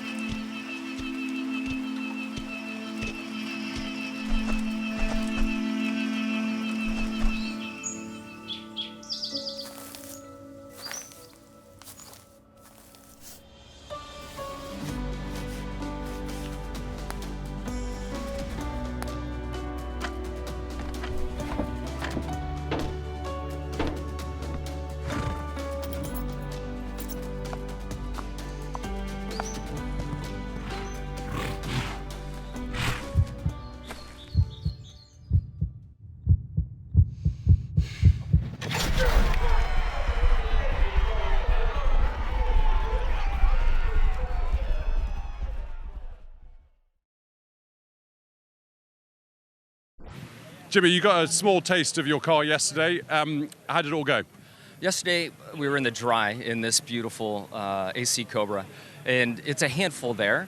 In the wet, it is just a beast. So with the wet track, I hope it's going to dry some and we're done with the rain, at least for today. This car has so much power. It's like driving a Formula car on slicks, cold slicks, in the rain. It's even worse than you could imagine. So everybody last year shared with me how difficult it is to get around here in the wet in a Cobra, and it was more challenging than I thought. So I'm a little nervous. And I've got to ask, your new FIA-approved racing boots, carefully chosen for the weekend. Yes, and if you look inside, that's not fur to keep my feet warm. That's actually Nomex. They are FIA approved. I wonder if JP can have a wee look at the wellies. There we go. Look at that, Nomex fur. Look, Jimmy. So I guess come the race, if it is wet, it's just a case of hanging on with these Cobras. It really is, and I don't have a lot of time in these cars in the wet, really in the wet, and the more I think about it. I've only had like 3 wet races my whole life. In NASCAR, when it rains, we go home. So it's a whole new experience, plus the history of this car and everything behind it. I just want to keep the fender straight on it. Well, look, enjoy it. Best of luck. Right, thank you. And here we are then getting all ready for the second qualifying to take place for the RAC TT, the big race that will be taking place on Sunday at 2:30 in the afternoon. And I'm very pleased to say that John Whitsun has joined me, a former Grand Prix racer and commentator. We've worked together many, many years, John. It's lovely to be here at the Revival, and here we are enjoying one of the last qualifying practice sessions of the weekend, actually, because we are going to be getting very much more into racing. We've just seen an entertaining race in the Goodwood Trophy, but this is the final qualifying session for the RAC TT, because they ran yesterday as well. Indeed, and very difficult conditions for these cars, very, very powerful GT cars, many of them such as the Cobras that Jimmy Johnson was talking about, and others, Jaguars that TVR just gone out of sight. The car that dominated last 1 year ago in the TT, but you can still see damp racetrack, standing water just to the left of pictures. They come out of Magic all the way down into Ford water, and then you get this double right-hand corner, the first part of St. Mary's here, where the TVR is entering, and all very much in control. But this is tippy-toe stuff. These are very powerful GT cars. In the case of the TVR, probably over 400 brake horsepower, and certainly the AC Cobras will be of a similar magnitude. It's great to see Tom Christensen out, as you say, in this car, the TVR Griffith, which has had success here last year when Tom Ingram was driving it. Mike Whitaker is the entrant and the other driver for this one. But right now, to see the superstar Le Mans racer Tom Christensen playing around in the way. And we've got quite a lot of drivers who obviously are just playing with the cars at this stage, just to get a bit of a feel for them. You're looking at the AC Cobra Le Mans Coupe version, actually, this one, the number 13. Sean Lynn and Ginny Johnson are sharing this one. Yes, this is the car Jimmy Johnson was talking to just a moment ago when Ed Foster was talking to him in the pits. And, well, the Cobras very quickly, Dario Franchitti and Andrew Smith in the number 79, and quickly trying to get a feel, first of all, for the track, because they haven't driven in these conditions until now. And one would hope that as the session progresses, principally, the track is going to get that little bit drier, and of course times as a result will improve. But it's a question of being on the circuit at the right time. Looking directly behind me right now, I have to say it's looking more grey. 5 minutes ago it was blue skies, yeah, but now it's getting more and more grey, and I fear we may get another tranche of heavy showers that have been coming in really since early hours of this morning. Well, the Franchitti car just gone fastest there. Dario Franchitti and Andrew Smith sharing the number 79 AC Cobra, and that has, briefly set the pace. But obviously we're seeing everybody just putting their first laps in. So we're getting changes all the time on the order currently, and we'll just see how this develops over the next few minutes. Right now, though, it's the Tetley Buncombe Shelby Cobra that has gone fastest. The number 24, that's Alex Buncombe and Jack Tetley. So that has gone quickest right now. So we're just seeing that they're over, they're 1 minute 55. So yesterday in the dry, they were doing 1 minute 24s at the top end.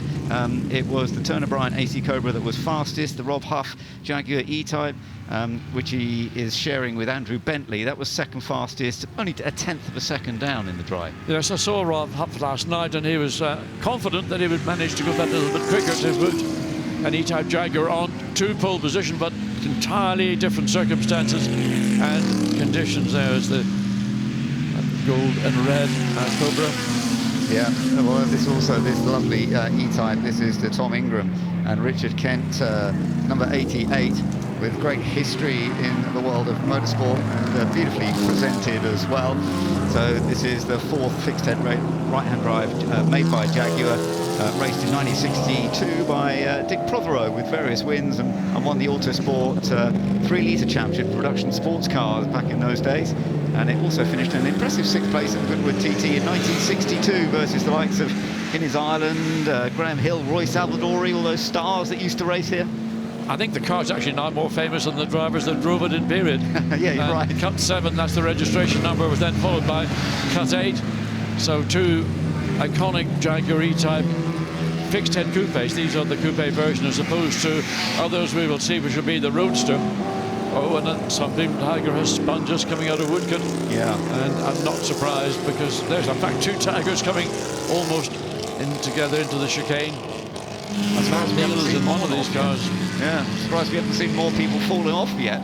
I suspect we may well do. So there's something Tigers, again, a Ford V8 power unit. I think it's the 260 cubic inch engine in that car. Saw them race at Le Mans 1964. It was an experience of my lifetime. I bet it was. Wow, that must have been amazing. So it is the Frank Healy. We've got more rain coming in. We are being confirmed that by our crew, who are perhaps having to cover up again a little bit, because as you can see, the rain is definitely. This weekend, with the way the wind's coming, it is always at Levant that we seem to see the rain coming in first, don't we? Well, the prevailing wind in this area, having lived here for 19 years, is predominantly southwesterly, and everything is coming in from the Atlantic. And just at the minute, we've just got rain falling again. It sort of cleared up literally about 10 minutes ago. There was blue skies all around, but that's how quickly these weather patterns are coming and going. Yeah, so it's going to be tricky to actually set any faster paces. So we'll just have to see how this goes. Tom Christensen still playing with the TVR Griffith at the moment. Just look at Tom Christensen. He's wearing a Bell helmet, which has got a bar in the middle of the driver's viewing area. And that's something Tom actually copied from a helmet design that I had back in the days when I was driving. Tom loved it, and he's had a recreation made, and that's the helmet he's wearing here right now. That's really good to know. Yeah, it's lovely that he uses that helmet. Now you're looking at one of the very few Porsches that are out, the 1966 Porsche 906. It's about to be caught by Tom Christensen, but it's lovely to see the Yukinori Suzuki Neil Yarni shared 906 2-litre flat 6-cylinder, and it was created for the 1966 World Sports Car Championship. Not quite as rapid as some of the others, and obviously taking a little bit easy at this stage. Yeah, I would say that this is an exploratory life. That's the first we've seen of this Porsche since the session got underway, and I think it's very sensible to go out and just feel what the racetrack is giving up, the level of grip. This is, of course, a mid-engined Porsche. The 906 was the car that followed on from the hugely successful Porsche 904. Absolutely. But the TVR probably got close to double the horsepower that Porsche would have. Yeah. Well, let's see. Everybody still getting in some useful distance at the moment, just to get a feel for the cars. Because remember, when they are going to be racing tomorrow, so this is a second qualifying session. We are thinking that hopefully tomorrow is looking a bit dry, but who knows? We may well get rain tomorrow, so it's well worth you getting out there in these conditions and just getting a feel for what the car's doing. Well, just watching this Cobra, currently second quickest, gone fastest in that middle sector of this existing lap. Now traffic coming up ahead of him. He's got cut 7, the Jaguar, so that's going to restrict what's going to be possible in terms of getting through Woodcote, this double right-hand corner that comes at the end of the long Lavin Straight, and then the short run down into the quick right-left at the chicane. And the chicane took a bit of a battering yesterday in one of the support events, practicing for that, and so maybe a little bit of loss of pace on that last lap for the 79 Cobra, which has got Franchitti and Andrew Smith. And in fact, it's gone quickest. In fact, having lost a little bit of time that last sector, he was able to balance that out with that purple middle sector. So that car has actually gone quickest overall. And having said that, the 34 has just now gone quickest, Tetley and Buncombe. So literally almost by the car coming through as they complete a lap, the times are changing. Yeah, and it's really close, as you say. It's only 0.2 of a second between them, and then we're within a second, the top three. Everybody just looking for opportunities. There are a few more coming into the pits now for drivers to swap around. With still some 14 minutes to go in this practice session, but obviously both drivers want to get a feel for the track layout in these rather slippery conditions. Just watching the Jaguar entering St Mary's, getting two wheels on the curb on the entry, and wouldn't want to be doing too much of that because the curbing generally is, in these wet conditions, offers up less grip than it does when you try it in the dry, and of course the grass on the inside is saturated. As we watch the 24 Cobra, this is the car currently quickest, Alex Buncombe and Jack Tetley.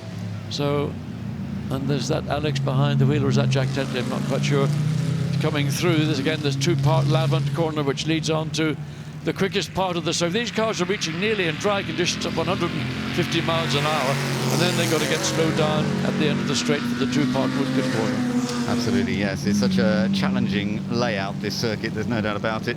But this Alex Buncombe, Jack Tetley, Shelby Cobra doing a good job. But it's great to see the some front runners actually on track together effectively. So the number 79 is now back down into second place. But as you can see from on board, it looks as though it may well now set a new pace with the fastest sector times going on. And yes, a 1:52.381. So it goes top again. Once it's going to be a battle between the two Cobras. One of the 24 was Alex Buncombe, who had been quickest, now demoted down to second. And Franchitti and Andrew Smith have taken away that provisional time, a 1:52.3, but that's indicative of, when you consider the times that they were doing in dry conditions, a long, long way off, and it's the track conditions right now are very difficult indeed for these extremely powerful AC Cobras. There's a Bizzarini just ahead of the Cobra, and the TBR following just behind the 79 provisional quickest car on track. Yeah, they're doing a great job with it at the moment, this AC Cobra. One of three original right-hand drives. You can see it is a right-hand drive AC Cobra. Or in 1964, it was raced at the Croft by Croft circuit owner Bruce Ropner. He was the owner of the Croft circuit at the time, and he raced it. But it was also driven by Jack Sears in its day, and went on to win the first what was called the UK drag race. Apparently, this car. So yeah, but also we've got plenty of others, lovely machines that we can keep an eye on here as well. And the number 94, we've seen this at Goodwood various times. It's being shared by Marino Franchitti and Bobby Verdon-Roe this weekend, another of the AC Cobras. It was from 1964, and Bobby Verdon-Roe's owned this for quite some time. Yellow snake eyes with that black on the silver bonnet, and it's been shared with others. It was raced extensively in the USA in the 1960s. Yeah, a lot of the Cobras remained in America. Of course, some came over to Europe and raced throughout the championships and ultimately going to Le Mans.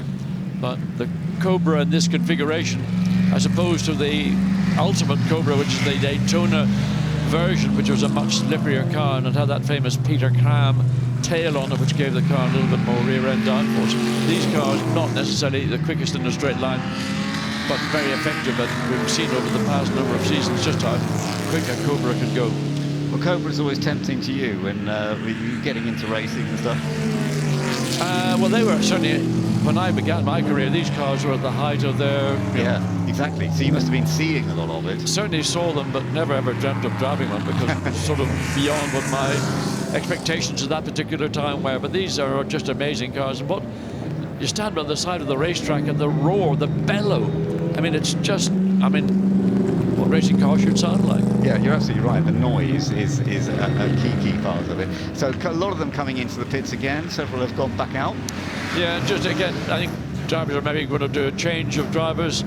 10 minutes remaining, and also because the rain is again coming in, so it's an opportunity just to, you complete your lap, then come in and do a driver change and let your co-driver go out and have his experience in these conditions. But you can see just the rain hammering down as the Cobra comes out of Patrick and then makes its way down through the very quick, which in these conditions would be a massive lift. I don't even know which gear they'll be in, but they might only still be in third gear in a 4-speed gearbox or fourth in a 5-speed gearbox. And this part of the racetrack coming into forward water, the track falls away from you. It's a positive camber as you enter. And then you come to, that's the first part of St. Mary's, then you've got to get back to the right-hand side, then make your entry into this part. This is the part that frequently catches drivers out. The track drops away, and then there's a small compression, then it climbs uphill again to come into Lavant. Absolutely. So we shall see. We think it's Gordon Shedden on board at the moment, and we shall see how this goes. At the moment, it's still the Frankie Smith car that is fastest, number 79. The Shedden Aston car is currently 4th fastest, ahead of the Christensen-Whitaker machine that we've been watching as well. I mean, I think right now the times that have been set by Franchitti and Smith are more than likely going to stand, with only 8.5 minutes remaining, because the rain is getting heavier and heavier. The track's getting wetter and wetter. But we're seeing, I mean, it's slightly strange. We're seeing, we assume this is Gordon Shedden behind the wheel. He's actually set a fastest overall time in that sector 2. Yeah. But again, being slightly delayed coming into the chicane on this lap. But keep an eye on this car currently in 4th place. So Gordon Shedden did find time in that middle sector, and yeah, it's going to stay. Looks like it's going to stay. Look how close it is. Yeah. Second, but by 0.059 of a second is the gap. Another time to watch is just in 7th place is Rob Huff. Has done the fastest times in sector 2, and so Rob Huff in the Jaguar, promising he was going to go quickly. There it is. So that's going to be a car to keep an eye on as well. Yeah, fastest, as you say, in the middle sector. Let's see, what can he do? Does Rob Huff now go right to the top? Yes, he does, by 1.1 seconds. Well, he said he was going to do it. He's now put his money where his mouth is, and that's an E-Type Jaguar now has trounced the performance of the Cobras, which had been the dominant brand all the way through. Look at Rob, he's loving this. The E-Type is probably a slightly more compliant race car for a race driver than the Cobras. It's a proper independent suspension. The Cobras all run a leaf spring front and rear, and Rob Huff, car control, unbelievable. And in the wet, the E-Type, I think, has a better balance often than the Cobras, doesn't it? And also, because it's got a straight 6 engine, it doesn't have quite that very punchy torque, so therefore the transition from off to on throttle is a more progressive one. You can see Rob coming through the exit of St. Mary's, power sliding the car all the way through over the top of the crest, and then on the brakes down into the first part of Lavant Corner.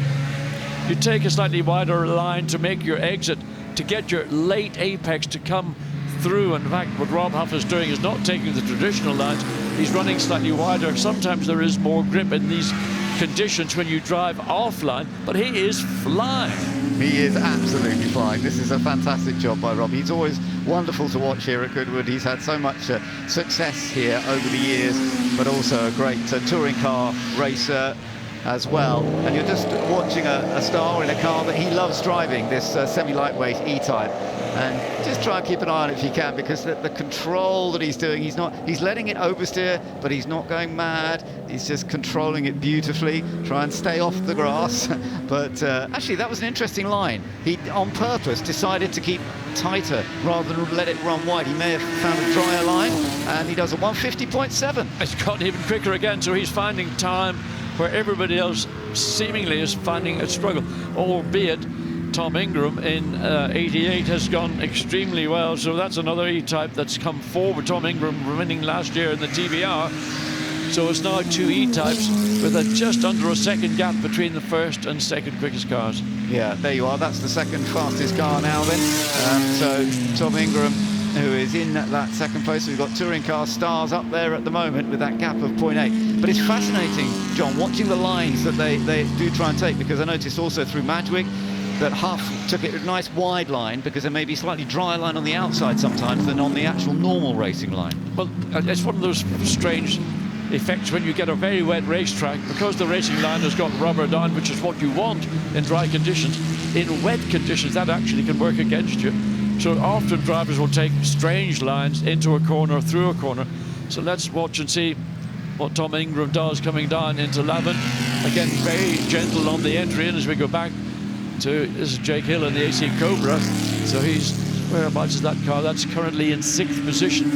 So they've got personal bests for the current sectors. So Jake Hill, and I think he might have backed out a bit here, coming down into Woodcote. I think there's a bit more rain falling too. It's hammering it down right now. But I have to say that Huff is still on a good lap. I mean, he's still doing a very impressive second sector. Whether the third sector is still going to be able to set the same pace as before, you can see a little bit of wobbly balance going on with the number 24 car. Yeah, that's going well across the line. Well, I'm going to wait and see, can Rob Huff actually break the 1 minute? Oh, he's done at 1 minute 49.885. So he has gone even quicker. He's now got a 1.7 second buffer, which has now dropped back to 1.1 as we speak.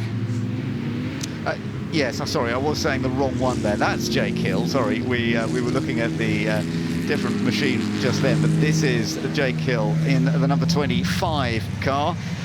So he's showing this with Carl Tilley, and this is the Tagera Buick EE Coupe. So this is pretty rare. It actually was a car raced by Sir Jackie Stewart at one point. It has Le Mans history. Let's see what Jake can do, because he's on a pretty good lap at the moment. Well, he's certainly got all the skill that's required to get the maximum out of it. As he comes up behind the sister car to cut 7, that is cut 8 in the Trajero Buick, a V8 American old alloy, I think it was at the point when it was initially installed. And coming down into Woodcote, and just takes a very conservative entry. He wants to keep the car pointing in a straight line. He doesn't want to get the car going too sideways. This is probably, again, a much more nimble car, but I would say maybe a little bit more tricky in certain circumstances. But Jake Hill doing an excellent job. And that car currently is down in 6th place. It is actually goes up to 5th place in that final lap. Yeah, he's still a little way off the actual pace that's been set by Rob Huff. He's about 3 seconds away. So in the wet, perhaps it's a little bit more nervous. It looks that little bit wobbly, doesn't it?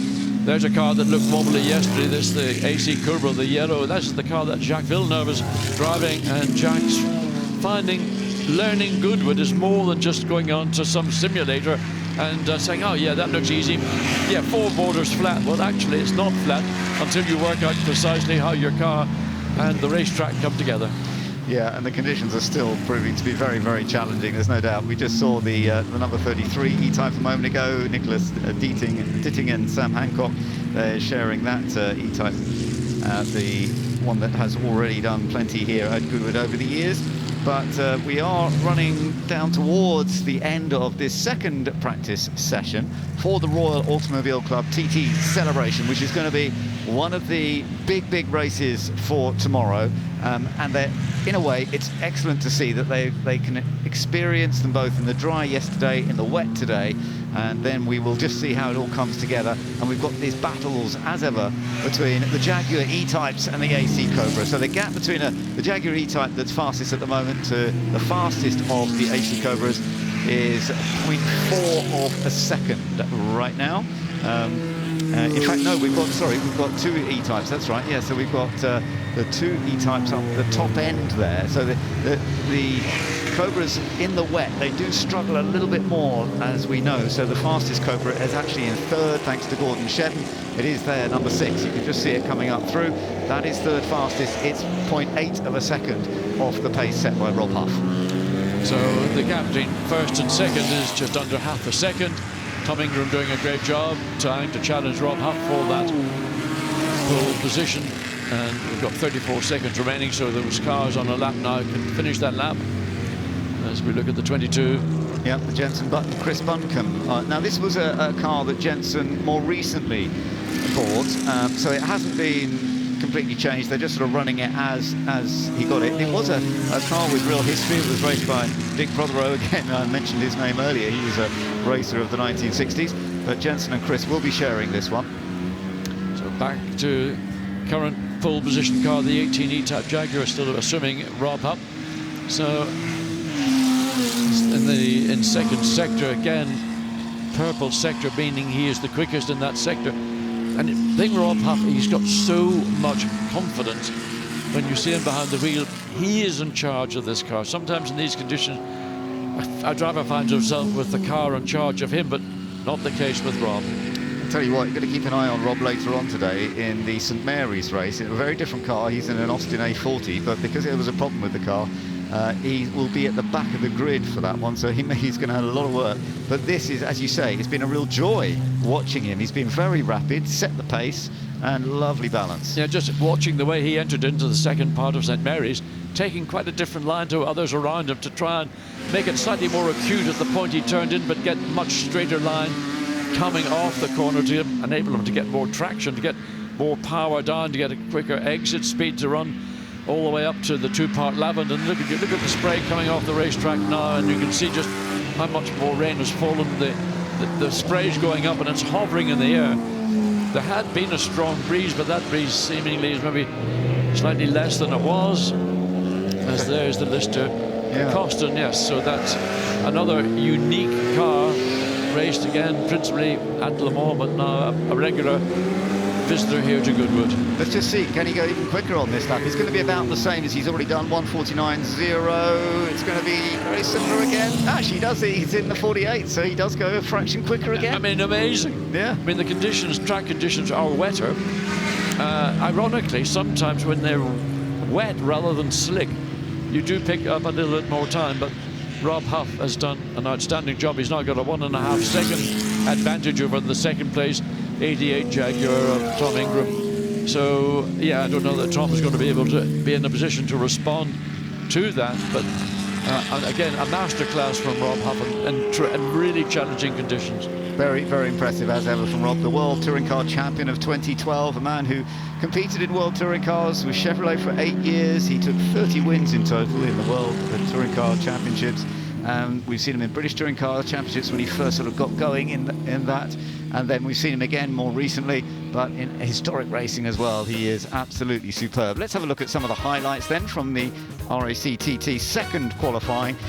We'll be looking at how the weather conditions have been changing throughout, and yet unbelievably, the times have got better and better. They were being cautious, obviously, when they first went out. Yes, and well, you see just caution, a little bit of trouble coming out of Woodcote for the Sunbeam Tiger. The conditions look to be much better. We thought we were going to see the session getting drier as it progressed, but then that big black cloud behind the racetrack drifted across. But ironically, as I was saying, sometimes when the track is actually wet and not slick, you do pick up more grip, and that's certainly what we're seeing Rob Huff particularly and Tom Ingram do. Absolutely. So great stuff.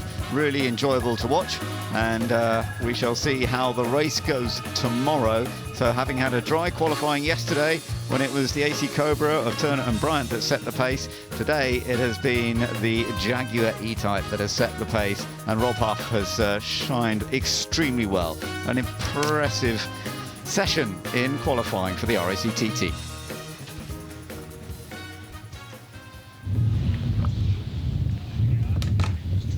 So, earlier on, we've got a chance to catch up with James Hayden because we'll be looking forward to the race coming up, which is for the motorbikes.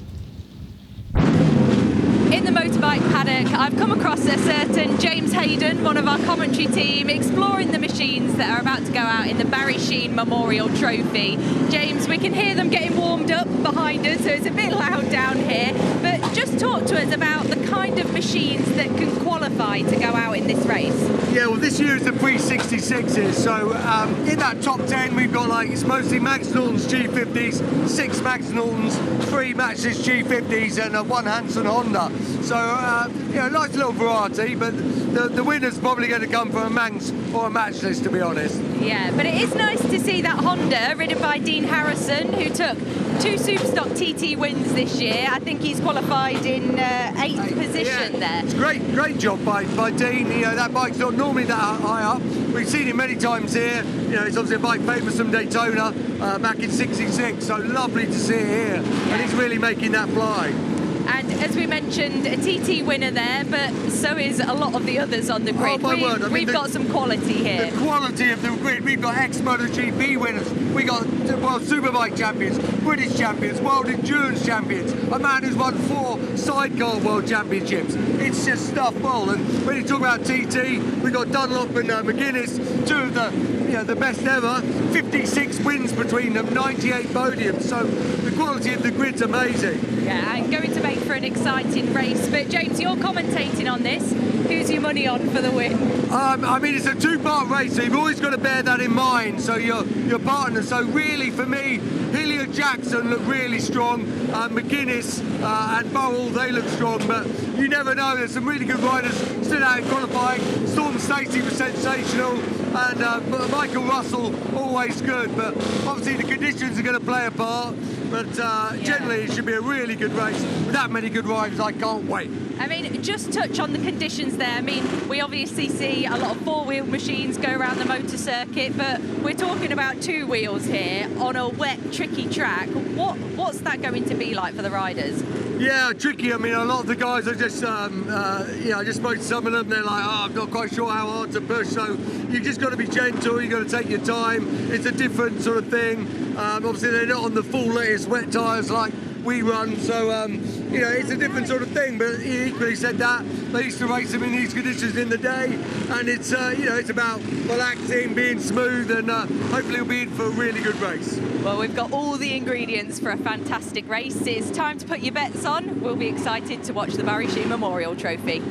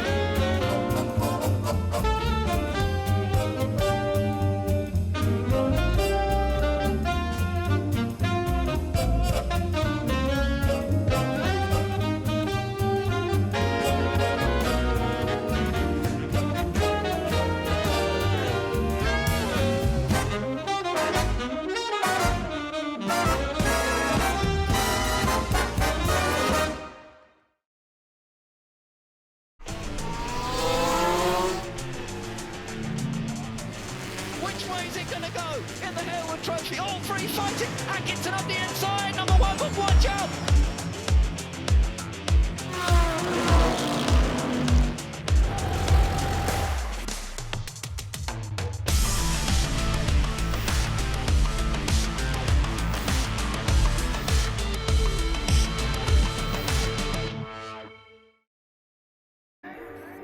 Goodwood is just absolutely fantastic, and if you guys have never been here, you've got to come here very soon. You can get close to the drivers, you can get close to the cars, you can really feel like you're involved in the action. Every form of motorsport here, from classic side all the way through to the most modern cars. You know, I see Goodwood just increasing and getting better each year. Lots of ideas spreading around, a lot of familiar faces. It's a fun fair, but with cars.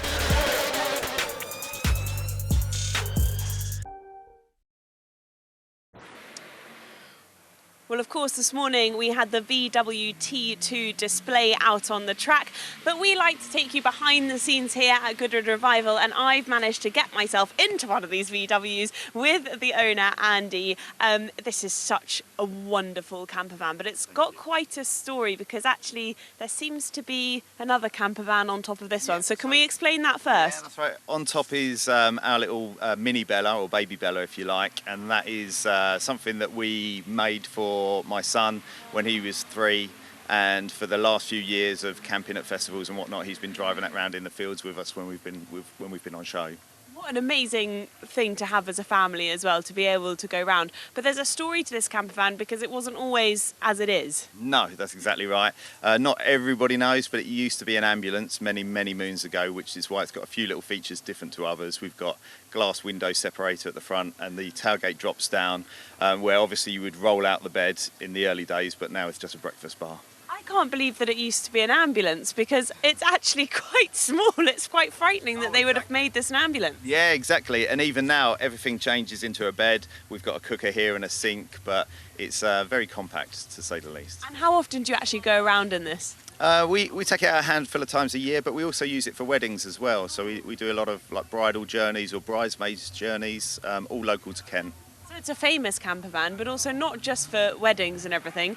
You've had it signed by a fair few famous people. Yes, we've had it signed by Dame Jessica Ennis-Hill and Cody Simpson, who were with us at the start of the Commonwealth Games. That was where Bella was hired by the Queen to take the baton from Buckingham Palace to Westminster Abbey. So we've been very fortunate. And actually, we can see that in this picture here. If I just bring this out, this is the moment. You can see the Queen standing just behind at Buckingham Palace. How surreal a moment was that for you, actually? Incredibly surreal. Yeah. I spent most of it worrying that I was going to stall it in front of thousands of people and on international TV. So I was lucky I didn't. No, I mean, you definitely can't in front of that, but it's a stunning picture. It's a wonderful, wonderful camper van. And to be a part of the display this morning, what does that mean to you and the family? It's just making memories. Once again, it's an incredible thing to be a part of. I mean, I've been coming to Revival and all the Goodwood events for a long time now, but to be actually out there on track and be a part of the show, it means so much more. Did you manage the chicane okay? Yeah, take it in second gear would be absolutely fine. Listen, thank you for letting us come and have a little seat in your camper van. It's really, really special and wonderful to see, so thank you. Thank you very much. Michael Emanuele, so Michael, I think you're starting. What's the plan? The plan is to not fall over when running across the track, and then I think steady away. Conditions are very different to yesterday, and then we'll see how the race evolves, but we'll stop around half-time to make sure this legend gets his good run. Emanuele, you've been doing this for a few years now. You must be absolutely loving it if you're still getting on the grid. No, it's a dream coming true. I'm doing something well above my possibilities, and this is why, for a sportsman who loves challenges, it's a very special feeling. I really would like to thank the Russell family, because without their support, their advices and their also, patting on the shoulder, sometimes it would be even more difficult. So all my thoughts, and believe me, my legs are shaking because these conditions are tricky, and I just have no track time at all. So my concern is to bring it home, and whatever happens, I will try to bring it home. And for me, I have so much respect for these riders, so much respect. People say the road racers are crazy. For me, this is disrespectful. The road racers are very brave and not crazy at all. So somehow to be accepted by their community is a great privilege for me. Michael, I see you've got a couple of bikes here. What's going on? I couldn't comment. No, there's a softer bike. It's wet and slippery, and it is just nice and much easier to ride. So I was thinking with the wet, to make sure we had the best chance of finishing, we'll go out on the slightly slower but softer bike. So that's all that is, just the weather. And then if one goes wrong, we've got to make sure this guy gets some laps. So even if I break down, we can jump him on the other bike and he can go round. I do hope you bought your wife Marlene a lovely present to apologise for racing a motorcycle. I think true love in Italy goes beyond presents. On that bombshell, the best of luck. Thank you very much. Great to see two of the riders who will be combining to see what they can do in the race that is coming up. Let's discover a little bit more about what we can expect from the Barry Sheene Trophy. Motorcycles only competed once at Goodwood Motor Circuit in period at the so-called Goodwood Saturday meeting on 14th of April 1951. But they have been an ever-present fixture at the Revival since 1998. Two-time 500cc world champion Barry Sheene was a star of the early bike races at the Revival, winning 5 times, including his last ever race in 2002. When he tragically died in 2003, the race, previously called the Lennox Cup after one of the family titles, was renamed in his honour.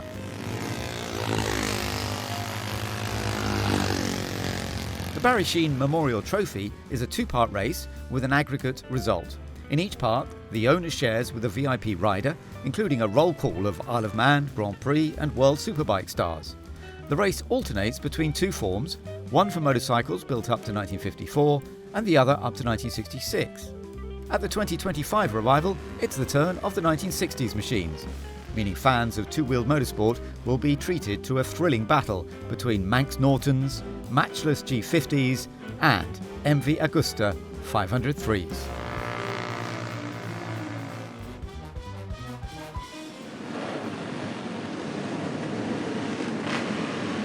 Myself and motorcycle legend Steve Parrish, we're stood on the balcony overlooking the bikes that are in the holding area, about to go out for the Barry Sheene Memorial Trophy, the first race.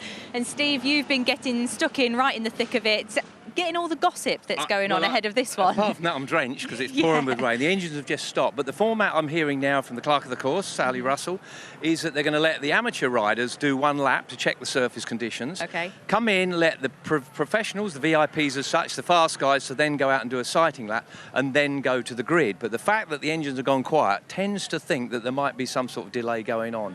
Another thing that's changed is Michael Dunlop, who had a nightmare of a qualifying at the back. He's changed bikes and numbers, so he's gone from number 6 to number 42.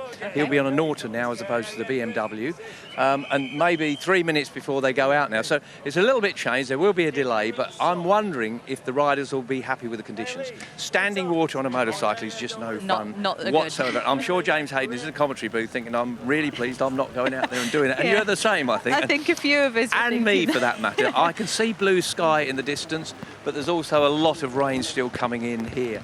It's going to be very, very awkward. The track is incredibly slippery, not because it was built slippery, it doesn't get used much. I mean, it's really only a couple of events a year that it gets used, so it'll be tricky out there. And I've spoken to many riders that really just want to go and have lunch, to be quite honest with you.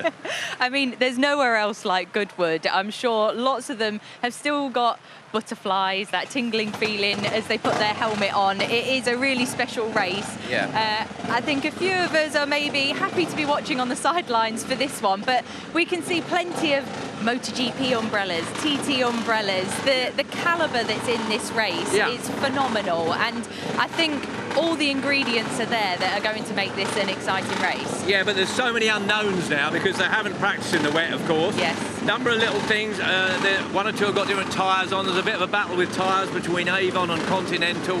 No one really knows which will be the best tyre to use around there.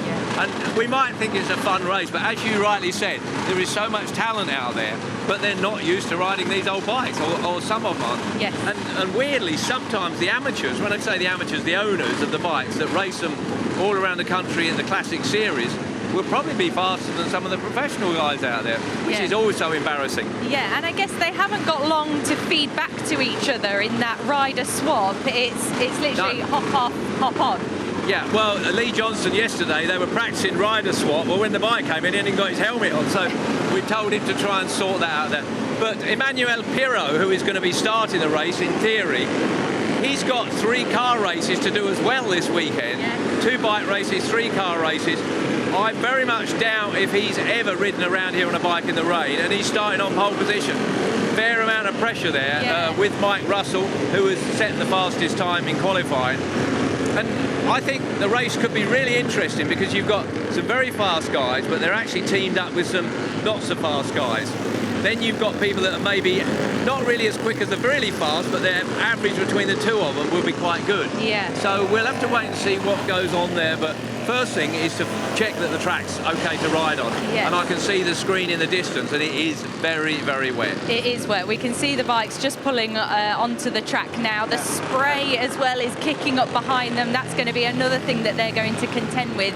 And like you say, these are really exclusive, unusual and rare machines that even though we have got such high caliber of riders, these are unique. I was speaking to Ben Birchall, who's a world sidecar champion, and he was sort of saying how different the controls are. He's used to having the gear change on the opposite foot, a road to a race shift, all of those things they're having to think about, which isn't normal for them, I guess. No, they are kind of peculiar machines. The other thing to think about is some of these old bikes, they won't really like all the wet weather. In the electrics, they're not modern electrics or anything else like that. They're very basic magnetos and things like that. And so there could be a number of people just stop on the sighting lap or on the first lap of the race with all the rain getting in there. But it was going to be fascinating in the dry, and let's hope it is tomorrow. But in the wet, it's really put a spanner in the works as to who is going to be good in the wet, whose bike runs well in the wet, whose tyres work well in the wet, and then we're going to find out at the end of that race. And of course, two-part race. If you break down in the first race, you can't win it overall. Yes, and last year at Goodwood Revival we did see a wet race as well, so I'd maybe say some riders have got used to those conditions riding around Goodwood Motor Circuit from last year, but we've also got some new riders as well. One I wanted to highlight in particular, his first time last year at Goodwood Revival was Storm Stacey, who we see go from 3rd position. This will be great for him to have last year in the bag, and this year clearly he's progressing a lot. One bike's already broken down, I can see over there. Oh no. What is that, 27 I think it is? Yes, it's already, we can see whether him that's stopped on the screen. But Storm, we know Storm, he's a crazy young lad, very, very fast. And he's teamed up with a Belgian guy who is not so fast, so that's going to be the other thing. What the tactics will be very important is a window between 8 and 16 minutes when you change riders. Now, if you've got a fast rider out there, you leave them out for as long as possible. But if you've got a slow rider out there, you bring them in as quick as possible. So it's, again, all about timing, counting how many laps each person has done, how much time you've got left. And sometimes that can go wrong, and the rider doesn't see the pit board because there's spray everywhere. So it's a lottery, simple as that today. It is. A lot of luck, but also a lot of strategy as well. I've just seen on my notes, actually, that number 27 we saw pull off there was Carlos Checa. Oh no, really? So that's really unfortunate for those. There's still a little bit of time. We might be able to see if he can get back round. So what will have happened now? They've switched bikes. They've done their lap. They're switching bikes, and now the VIPs as such are going out, and then they will be the ones that start the race. Of course, a Le Mans start, that's the other thing. You could quite easily fall over running into your bike. You need a bit of traction for that as well. Racing boots are not made for running in, I can assure you, as you well know. So you could easily trip over and not even make it to your bike. Some have start runners. And in fairness, the last time I raced here, I had a runner because my legs are old and not very fast. So you're allowed to sit on the bike, and you have someone else run across the track for you. The other rider can run across, and he's got to touch the bike before you're allowed to go. You even have to keep your hand up in the air, sat on the bike, to make sure you're not cheating. This is serious stuff, isn't it? And very something so unique that this is the only motorcycle fixture at Goodwood Revival, and you can see, even though it's raining, the crowds are drawing in because this is always an exciting one, and that Le Mans start really adds to that feeling. It's something we don't see at British Superbikes world level. It's only really world unusual. endurance racing is where they do Le Mans starts nowadays, and in fairness, and the riders are told this in the briefing, it is quite awkward and can be quite dangerous because if someone at the front doesn't get a good start, they're trying to feed into all the bikes that are coming past. So that is probably the critical part of the race, getting yourself away and stuff like that. So now it's this will be in theory the VIP riders, the top guys out there, James Hillier that's out there, and Storm Stacey. And then I believe they will come round and stop on the grid, and then we will see a start. So the best thing is, I think, that the professional riders are starting the race because they're used to odd conditions a little bit more. But who knows? I really can't wait. I think it's going to be absolutely brilliant. And let's hope Carlos Checa's got back. Yes, I hope so. I mean, what do you think the chances of that are? Very little, because trying to push stuff push start one of them is awkward. One of the other things is the spray. As you can see, there's an awful lot of spray up there. Misting visors, as you know, is another factor that goes on when you're out there in the elements like that. As I said, water in the electronics, lots and lots of things will be going on. But if you're not at the front, it'll be difficult to see where you are. I mean, what are these machines like off the line, Steve? Because, like you say, it's you want to get a good start, that could set you up for the whole race. But compared to a modern bike, what do you need to do? A bit of clutch slip, a lot of revs? What do you need? Yeah, most of them are 4 or 5 speed gearboxes, depending on which model you buy. And it's really Nortons and AJS's. There's a Cut 3 BMWs, I think, and a Honda or something like that. But they'll run quite high gearing, so slipping the clutch is imperative. The good news is they're only about 52 or 3 horsepower, so it's not like you've got 200 horsepower that you're trying to feed in on that little skinny tyre. So the start, it won't be too bad. You won't get a lot of wheel spin around here. It's just about hitting a puddle or something like that and losing the front and sliding off. And as I said a little bit earlier, offline is much better than online because it's got more grip, because it hasn't been used as much. And I know it sounds silly, but yeah, the tarmac, particularly with the cars, they wear the tarmac away, it gets smooth, you get rubber in it.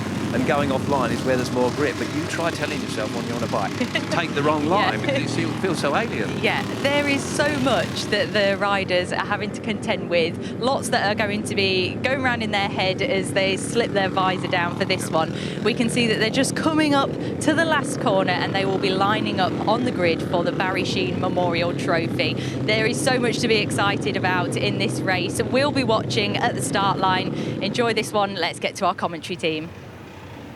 Thank you, Grace. Yes, we are really looking forward to this. And the bike's just being brought up, but we are concerned, obviously, about the number 27 bike of Jürgen Vogt-Rossinol and Carlos Checa. It'd be a great shame if the great star, Carlos Checa, is not going to be able to get the start of this race. Yeah, that would be disappointing, as you say. Ex-World Superbike champ, MotoGP race winner, and real class act. So we hope they get that bike fixed.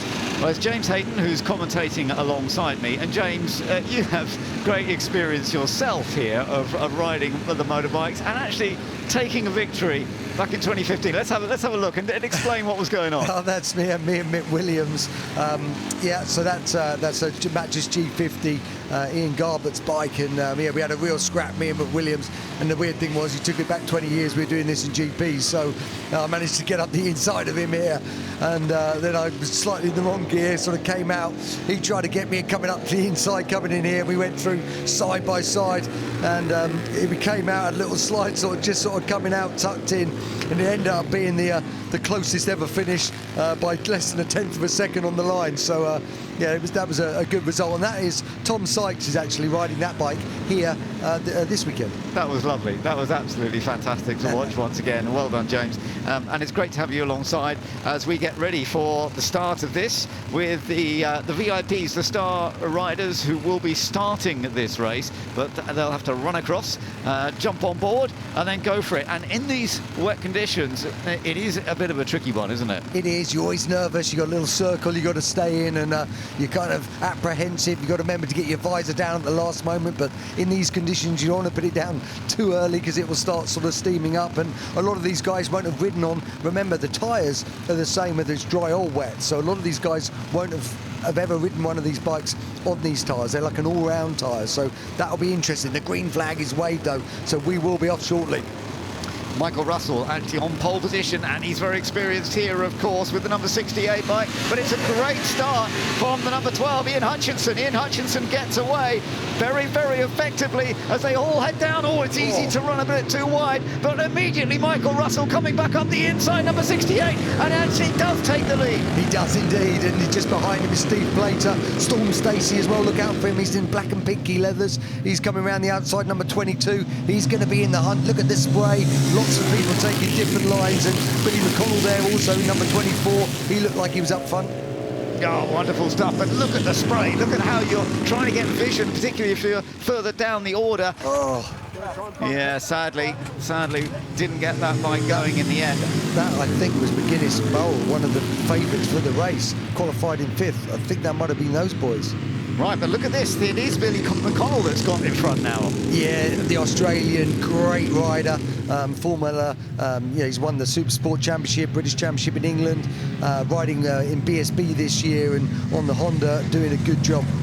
Yeah, we're doing a great job on the Norton Manx right now. We do have plenty of Norton Manx up against the matchless G50s. That is the game here, and it is early in the race, as you can see, and it's everybody trying to find where's the grip, where can I get the line right. But that is a good breakaway so far. Yeah, it is. There's Storm Stacey, so he's slipped past Plater. Looks like Plater might be coming back and coming down the straight. We'll see when they hit the braking area. Yeah, I think Plater's just got the inside line. Look like Johnson behind him. There's Leon Haslam, number 82. And then we've got to put them further back there. That's for Dave Johnson on the 62 Manx. He's got his hand up. Yeah, that's disappointing, but we did hear there could be several having problems. Now, in the meantime, this is a really, really good getaway by Billy McConnell, who is leading as they come over the line for the first proper lap. But also, great stuff going on by Michael Russell. There he is, 68. He's running in second place at the moment. The battle for third, fourth, fifth is all getting a bit more close. Yes, it is, and we're just having a little look at the water as they come through here. Watch the spray of number 8 as he goes through that puddle. It really is very, very thick as he sort of comes to the edge. You start to see it. It's part of it. Look at that. So luckily, as you say, these bikes with about 50 brake horsepower, they're not like the modern stuff with over 200 spinning like mad. But it's all about being smooth and soft, you know, opening the throttle nice and gently, just snuggling it in for grip. And but at the moment, Billy McConnell really stretching the pack. Michael Russell behind him, number 68. He's just feeling his way in, as all these riders are. Just want to get a little feel for the grip. Where's the line water? And actually, we've got a little bit of sunshine coming out now, which is superb, because the track does dry quick. It does, and actually, I think you're right. We're going to see the track just getting a little quicker and quicker. We might see faster times coming all the time. And I think we need to keep an eye on, you know, there might be a few coming up from quite a long way down, for example. Steve Plater is up into third place now with the number 7 bike that we can see in the background. That was actually a very good start anyway, because he was up there pretty much straight away. Started down in 10th position in theory, but of course it was how you ran across when you got on the bike that could make all the difference. Very much. Number 52, you can see. So that's number 52 is Davey Todd on the BMW. He's made up 20 places so far. He's in 9th. Obviously one of the real up-and-coming TT stars, and you can see on that boxer twin BMWs. Have a little look down though. So he's got a little problem there, but looking good. Then watch those cylinders as he kind of comes around in the exhaust as they come on. That's Leon Haslam. So Leon Haslam on the Norton Manx as well. He's going well. So we got 3 BMWs in the race. Just still having a little look at that right-hand side. So we'll keep an eye on that. But Davey Todd, you know, flying. So fastest lap of the race so far is a 1:43. So let's have a little look at them all sort of coming through. Look at that. You got most people. Look at Stacey's soaked everyone else. Most people are just avoiding that. They're just turning it a tad tighter to avoid going through that big patch of lying water. Yeah, it is very tricky out there, but they're dealing with it so well at this stage. Also, I just see Sylvain Barrier. He's got up to 4th as well. So Sylvain Barrier, number 8, he was a double world super stock champion, the Frenchman. So he's cracking on. You can see him now in a big dice with Storm Stacey. Yeah, that's number 8 you're talking about, isn't it? It is. Sylvain Barrier. Yeah. And doing a great job. Started down in 14th position. Exactly. So again, he's got a good feel for it, a natural sort of feel, and he's having a really good tussle with Storm Stacey, one of BSB's latest stars. And they're having a little look at each other down the straight. The fairing's probably going to just give him a little mile an hour or 2 on top compared to the bike without the fairing. And there's little Lee Johnson, number 66, so he's coming as well. And the advantage he's got is he's small and light, which is a real advantage on these motorcycles. Again, on the Manx, all these 3 on the Norton Manx. Yeah, all the Manx Nortons, aren't they? So we got plenty of the Manx Nortons on board. Oh, that's Davey Todd. We saw him looking at the right-hand side of the cylinder, and that's a shame because he was absolutely flying. And unfortunately, it's the bike's gone bang. It's one of these Caxor replica motorcycles. So Davey Todd just getting his way out there. So disappointing for him. Yeah. So, and just have a little look at lap times. Billy McConnell, a 1:41.4. There's no one else. The next fastest time is in the 45, so he's lapping 4 seconds quicker than everybody else. He's got an 8.5-second lead at the moment. Now, look at Lee Johnston. So, I don't know whether Barrier's made a mistake, but Barrier's dropped the Frenchman who just moved up to 4th. He's dropped a couple of seconds back from these guys, and Lee Johnston seems to be sort of going forward. But Storm Stacey, he's having none of it, and he's back through. And the lovely section of St Mary's. What a section this is on one of these. It is, but as you say, this is proving to be an excellent battle between these two, fighting for what is 4th place. Will it become a podium? It could be, depending on what happens just a little bit further ahead. There is a bit of a gap to the top 3 ahead, but as you say, for our leader at the moment, and remember, they will be swapping over to another rider a little bit further into this race, so that can change everything. But McConnell leading, but again, a little blast past by Johnson, so yeah, going very quickly. Now there is our leader then, and making that excellent getaway, Billy McConnell, and as you say, setting fastest laps. Looks like another good lap coming up. The gap 8.5 seconds, but it's going up more than that now. Yeah, it is. He's having a little look at his board and tucked in on the Max Norton. And sure, he just avoided that section a little bit, and again, it's a 1:41.4, so again, a bit quicker. Each lap has gone quicker and quicker. And as you say, it's a 2-part race in that you've got another rider to come in and swap with. They've got to do the second sort of part of it, and it's obviously the overall aggregate of today's and tomorrow's for the overall winner. But so it does make a difference to who your teammate is, and you know, so that's Billy's is Tony Perkin, who races the bike normally in the Lansdowne Classic British Championship, but at the moment you can see the Australian McConnell really committed, and he's found a groove. The other guys are improving their times. 45.0 for Russell on the last lap, but that's the next quickest lap. So again, he's just got that advantage. As we look at the journalist Adam Child there, and also James Ellison, number 51. James Ellison, a European Superstock champion, obviously an ex-BSB man. Duffers there coming through. He really is a who's who of names. Now that's Tom Sykes, ex-World Superbike champion. That's the bike I rode for about 10 years. Ian Garber's bike, fantastic machine, matchless G50. But we're looking back at that battle for 4th. It is. We got Stacey on the inside, 22, number 66, Lee Johnston, the absolute proper roads man, racing in Supersport, 600 this year on a Triumph in the UK.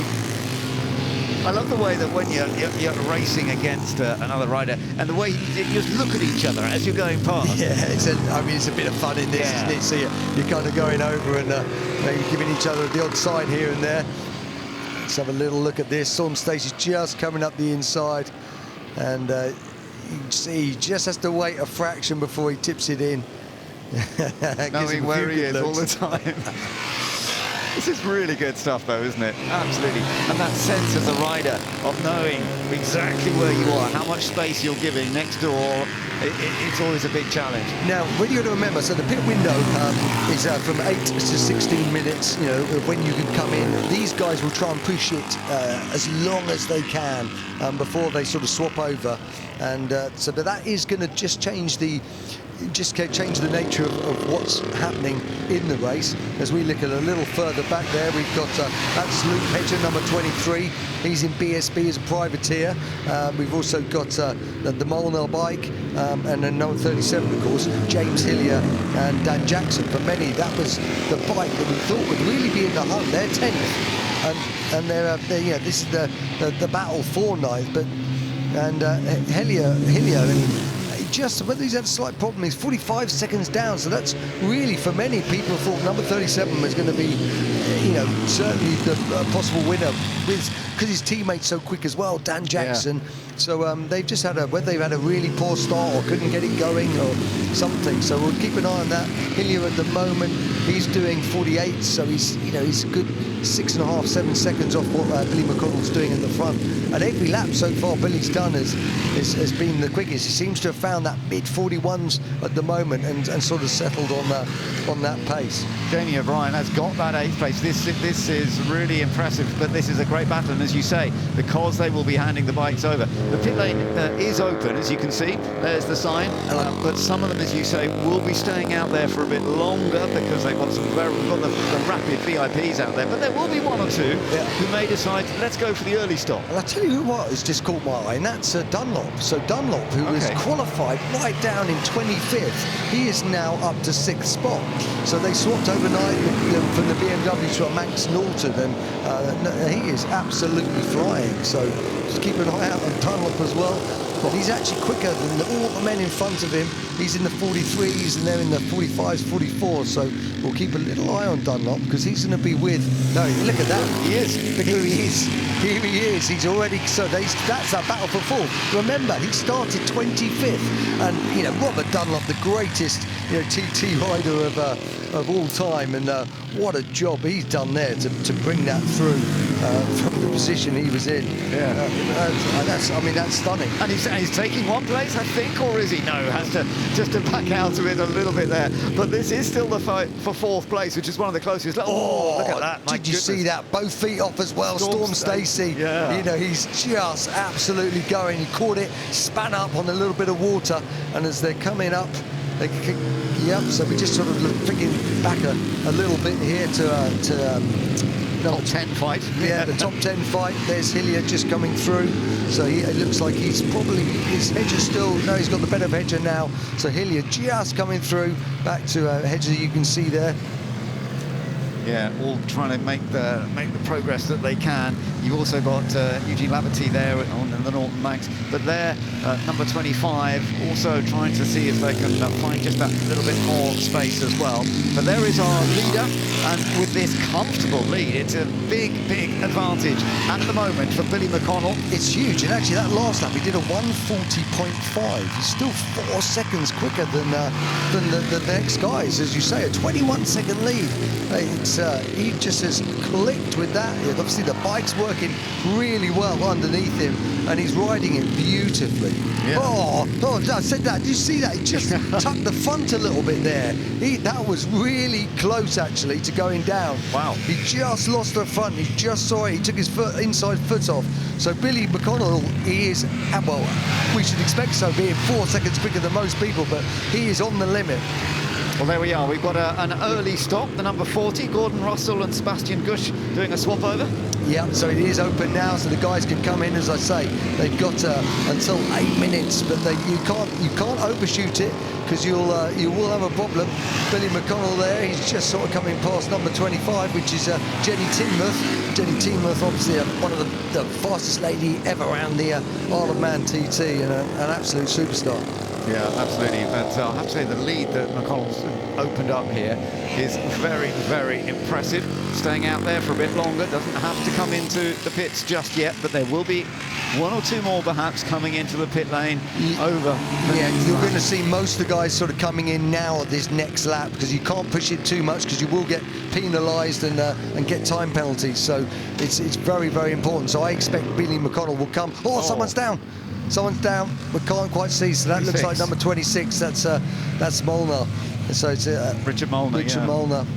Not one of the Norton Manxes. Looks as though he's okay, but obviously it was an instant. And now trying to get the bike out of the way, but maybe can't do that on his own. Let's have a look here. So this is where, just loses the, I tell you what, and who's that? Is that Josh Brooks? I think it might be Josh Brooks who was caught on the wrong side of him. So someone's on the grass, but it looks, and when you're on the grass, on these tyres, you do very well to get it back because it's so slippy.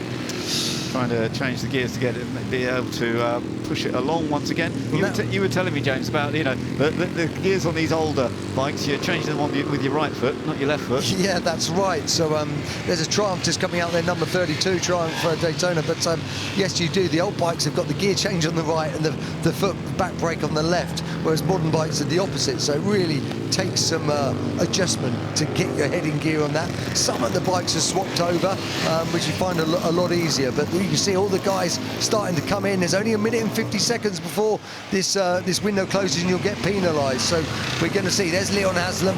So Leon Haslam just doing a nice little swap there. He's swapping to Mark Taylor. You can lose a lot of time in the pit, so you just really got to get going as quick as you can. Well, let's see how this goes because there's our race leader. McConnell's coming in. I tell you what, I think he's going to be close. He's going to be very close, McConnell. and that big lead that he's got, he might lose that. So that's Eugene Laverty. Yeah. Unfortunately, the Irishman, you know, star of World Superbike and World Super Sport. Unfortunately, his Max Norton has called it a day. There's the Hansen Honda. The Hansen Honda has done, you know, let's have a little look where they are at the moment. Should be, I mean, McCall's going to have to come in at the end of this lap, but with this very, very comfortable advantage over Michael Russell. And remember, Emanuele Pirro will be taking over from Michael Russell. I got to use all the track there, wow. Billy McConnell. Oh, he's still pushing. So amazing. Do you know what though? He's missed it. He's going to get a 30-second penalty. Really? So all this hard work he's done, he's got a 27-second lead, and he's missed it. So at the end of the day, you know, that pit window is closed, so he's going to come in and swap, but he will be penalised. So that lead has just vanished. Wow, that is amazing. Because I thought they would come in with 8 minutes, but he still won't make it. He's not going to make it, is he? No, because you can see the clock switching away. But it does say on our screen pit window closed on our. So 8 minutes. I thought it was 8 to 16 minutes. So. We'll keep you posted on that, but I think Billy might be a fraction late. He's got to come in this lap. But is he coming in? No. How strange. Why? Has he not got the message? And I think he's just got the message, but it's too late now. So anyway, let's go. So McConnell is in this massive lead out front, but we think he's going to be penalised. Second is Russell. Russell doing a great job. Plater in English third. Dunlop is up to fourth ahead of Barrier, Johnson and Stacey, but they're all coming in and swapping right now. So there's going to be a little bit of jiggling as they sort of come in. Well, this is a bit of a strange one to have developed a lead like that and then not come into the pits and then get a penalty when you do come in the pits. It's going to change the race completely. But then we do see this a change of race very often in the Barry Sheene Memorial Trophy. Several riders are still waiting, aren't they? And it's surprising that quite a few haven't come in. I think the visibility, of course, of getting a message from your crew, very difficult in wet weather. It is.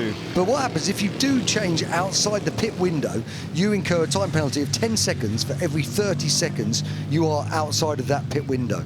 Yeah. So exactly. So the penalty will add in, although of course he has got a 30-second advantage. Yeah. So when they get the penalty, we won't get that completely added until after the race. But there you are. There's a lot of riders either missed it or sort of coming in. So they're looking frustrated. You can almost see the frustration for some of those riders. Yes. Where is my bike? I want it. Yeah, we can. So that's Sylvain Barrier's number 8. He's swapped over to Jimmy May, and they're just going to get this little reshuffling at the moment as the riders sort of come back out and rejiggle. You see there, number 100. That's another one of those Caxor BMW R50Ss. And Billy's in this time. He's going to put his hand up. So Billy comes in. Yeah, at last. That is your lead. As we say, it was a 29.4 second lead.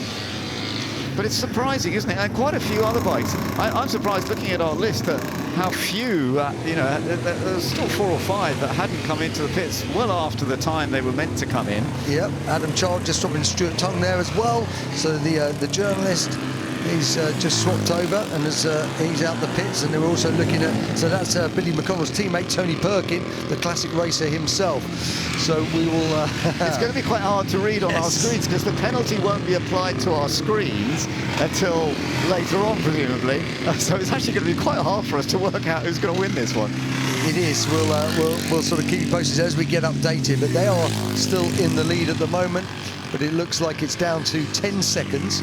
So he must have a minute over. So you had 2 10-second penalties, 20 seconds. So it's gone from a 30-second lead to a 10-second lead. But then, is Michael Russell still out there on the number 68 bike? Because I don't see a sign that it has been into the pits yet. So there you are. Yeah. So that is Russell's. So that is Emanuele Pirro. Oh no, it's still Russell, isn't it? Yeah. Well, why haven't they swapped? Because they're also going to get penalised. Do you know what? I actually think maybe we've never seen something quite like this, but I think they might have taken a calculated risk in taking the penalty to do an extra lap because they think they're going to be quicker to take a 10-second penalty per 30 seconds. So Well, we shall see. This is going to be fascinating to see how it works out with penalties and BARC crew are going to be quite busy putting in some penalties and then working out how this is all going to work out in the end. There is Emmanuel Pirot. There is Pirot, obviously a car superstar, and what a thing. He's actually sharing a Austin Healey with Michael Russell in the car race. That's right. They're sharing this bike in the bike race. How cool's that? There's a Glenn English, number 7, so obviously he's teammates with Steve Plater. They're looking good. They're in just 4th. It looks like Dunlop's got ahead of them in the in that sort of changeover. So we're just having this little rejuggle at the moment. Yeah, finished second, Plater and English in the 2023 combination. Let's see whether they're going to be able to get another chance to get a podium this time. This is really, really interesting to see how it works out. Are we still getting some other bikes coming in? I think we are, yeah. That's Russell. That's the man who obviously was in second. We know he's going to get some time penalties. So swaps over to Pirot. Where are they at the moment? So they're still just in second, I think, at the moment. Yeah, well, that is absolutely fascinating that he now heads out, Emmanuel Pirot, with just 3 minutes to go in this race. Also coming out late is the number 42 as well, just heading out onto the track. So, yeah, really funny to see how some of these are coming out so late.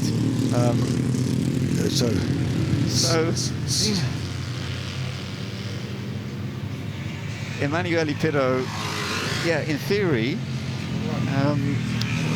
Well, we shall see. But of course, up front at the moment, it is, in theory, this one. Still the number 24, which is leading. And will they be able to hold it? Tony Perkin riding it at the moment. Yeah, and obviously with Billy McConnell doing 40s, 41s, obviously he's just got out and he's getting a feel for it. He's doing 54, so he's losing that sort of 12, 30 seconds in comparison to the professional rider. So it's really going to be on this second rider. And this is where a couple of the pairings we thought might stand out, like your Bowen McGuinness, your Jackson Hillier, and actually Jackson and Hillier now they're moving right up, so they're in 7th, right in the back of 6th. But this is Perkins just coming into the chicane, got that little tight line, don't use all the track because of the water just coming out, and he's got it perfect there, just avoiding it. Yeah, well, let's just see, because as he goes over the line now, he does a 1:53. As you say, they were doing 140s earlier on, but then I'm not seeing, as you say, even though we've got some competitive riders coming out this second batch, but nobody's showing a real... No, I mean, 53s looks like the best sort of times that people are doing.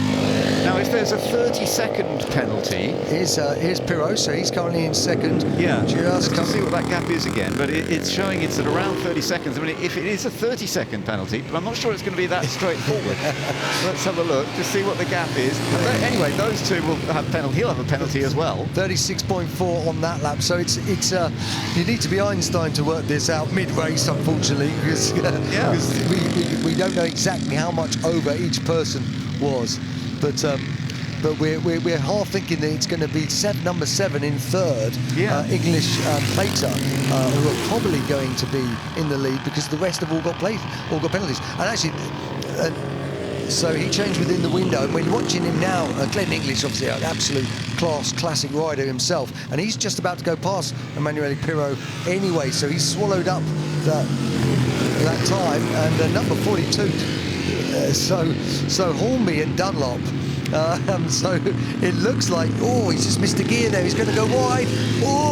I just saw him with the gear. He's got to be really, this is super, super slippy. So he just got up. It looked like he was probably on chance to make amends then, but I watched him miss a gear. He's just got to be slightly careful rejoining the track. He's had a look. There's nothing there, and he gets going again. He did well to keep that up, because as I say, you go off on these tyres at speed in the wet, and that grass becomes like ice. So again, it's a roll of the dice, but that almost certainly puts it back to Glenn English and Steve Plater, number 7. They should be the men as we watch Perkin come through, and there is number 7. So he's passed Emmanuel Pirot, who's doing a great job, and he's hardly done any bike racing. So absolute hats off to Pirot. I think he's been brilliant. Well, the checkered flag is out, as we can see, and the Perkin-McCall bike has crossed the line already, and in theory, you would think they'd have won, but no, because they've got penalty, but the gap, that's what's going to be interesting, how big the penalties they get. Is it going to be this one? It is. I mean, it sort of comes across on that Matches G50, and it really is obviously we knew it's a two-part race, two different riders, but with the penalties as well, it's made it quite a confusing outcome for us, and we're just seeing. So at the moment, it is Perkin, English, Russell is your top three, and with Dunlop there in fourth. So, but we'll wait and see for that to be confirmed. But as you say, also what's important is that whatever the result is here will not determine the result, because we've got a second race. We've got to put the two together. We've got a second race tomorrow. So I've just never seen, I've been coming here 15 years, I've never seen so many riders miss the window. I know, ever. I'm astonished. Ever, because it's the one thing you're always like, don't do that, because you know you just get heavily penalised for 10 seconds for every 30 seconds. So you know you're going to get at least a 30-second penalty if you do an extra lap. Yeah. You know, so that's yes.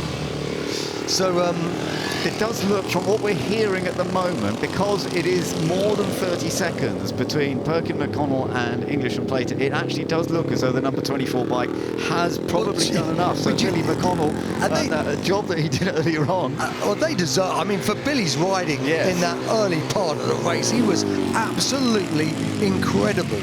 So he comes across, and you can see how happy he is. Tony Perkin, just absolutely fantastic. Yeah. And I mean, that should be the result, as in how they've ridden. We just, it's just been a little confusing because of the rules for the window. And actually, to be fair to Tony, he's just done a good lap on that last lap. 50-0. He's faster than quite a few of the others as they cross the line. So look, so we think, even if they've got a 30-second penalty, it depends if it's more than 40 seconds, because the gap was 42 seconds in the end, they wouldn't have won. But we do think that they probably, even though they didn't make the pit stop when they should have done, it's quite possible they've got it. He's got enough. So you know, with that 30 seconds, I mean, as we say, we've we need to. The timekeepers is going to be a lot of head scratching and scribbling down to work it out. But it does look like, and with good justice, because number 24 Perkin and McConnell, you know, they were flying, and number say so I mean, all the riders are confused, no one's quite sure where they are, but good ride from these guys as well. Glenn English, Steve Plater, that's a fine job on their matches G50, and behind them again is sort of Russell and Pirro.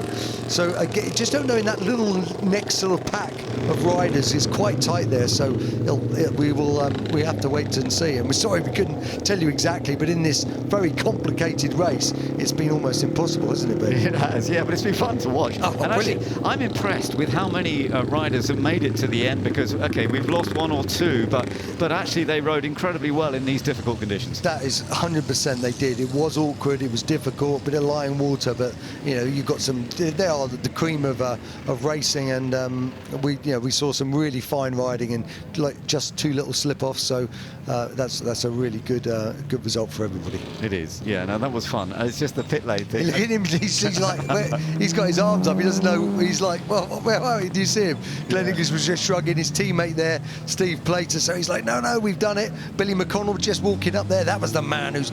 I mean, how impressive was he? I mean, his lap 140.5, and the next fastest laps were 44. You know, so he was 4 seconds quicker than everybody in that early part of the race, which is nearly unheard of. He just got his head down, found a groove, and it just seemed to really work for him. And his Manx Norton, 1962 Manx Norton, of course, the last of the Manx Nortons and the ultimate specimen of the breed. And his teammate Tony Perkin, you can see how happy he is. Yeah, you can see his smile from here. That is fantastic to see. It really is. Yeah. Really. I'll be interested to see what they say when they come round. Absolutely, to hear from them. What some interesting decisions being made there, and thankfully now the sun coming out after what was an extremely damp start, and the track is still a bit wet, there's no doubt, but they have dealt with it amazingly well. But particularly, as you say, Billy McConnell, what he did in that early stage, the Australian, the British Supersport champion of 2014. It's so impressive what he's done, and back into racing again actually after dealing with some injuries, but that really was remarkable by all these guys. Emanuele Pirro coming over to congratulate. That it does look as though they have taken that victory, because Tony Perkin also did a great job after the stop, and although they went for a late stop, and we'll see them getting a penalty, having won by 42 seconds. We will get confirmation soon, we hope, but it will be tomorrow's race that will, as we say, will determine it all. Let's go down and hear from these riders. Ed Foster is down there to talk to them. What a fantastic race, Billy. I'm going to come to you. They're going to start calling you Billy the Fish with a performance like that in the wet. I mean, incredible. Yeah, no, it was awesome. I didn't actually think it was going to dry out as quick as it did. You know, there's a few bits of standing water on the last corner and that, but yeah, Tony and the team put an awesome bike together, and yeah, we just got away and then got stuck in, and then yeah, we had no pit board to say how far we were in front of that, but just kept on going, and had one moment when I was trying to get Dave, when I was coming back around Dave, and then tried to get him on the outside to try to prove a point, and then almost lost the front. It was almost game over, so I pulled my head back in there, and then yeah, carried away. So big credit to Tony, mate, and the team. You know, he's looked forward to this all year, and it's good to repay him with a win. Well done, Tony. Come on in. You looked absolutely delighted. Oh, I don't know what to say. I am absolutely stoked. This is just fantastic. This is something you dream about. Billy, what a teammate. And yeah, we've got a real good rapport together on and off the track, and he pulled it out the bag today and he got away, and yeah, I was pleased to just carry it to the line. But to say I'm over the moon, oh dear.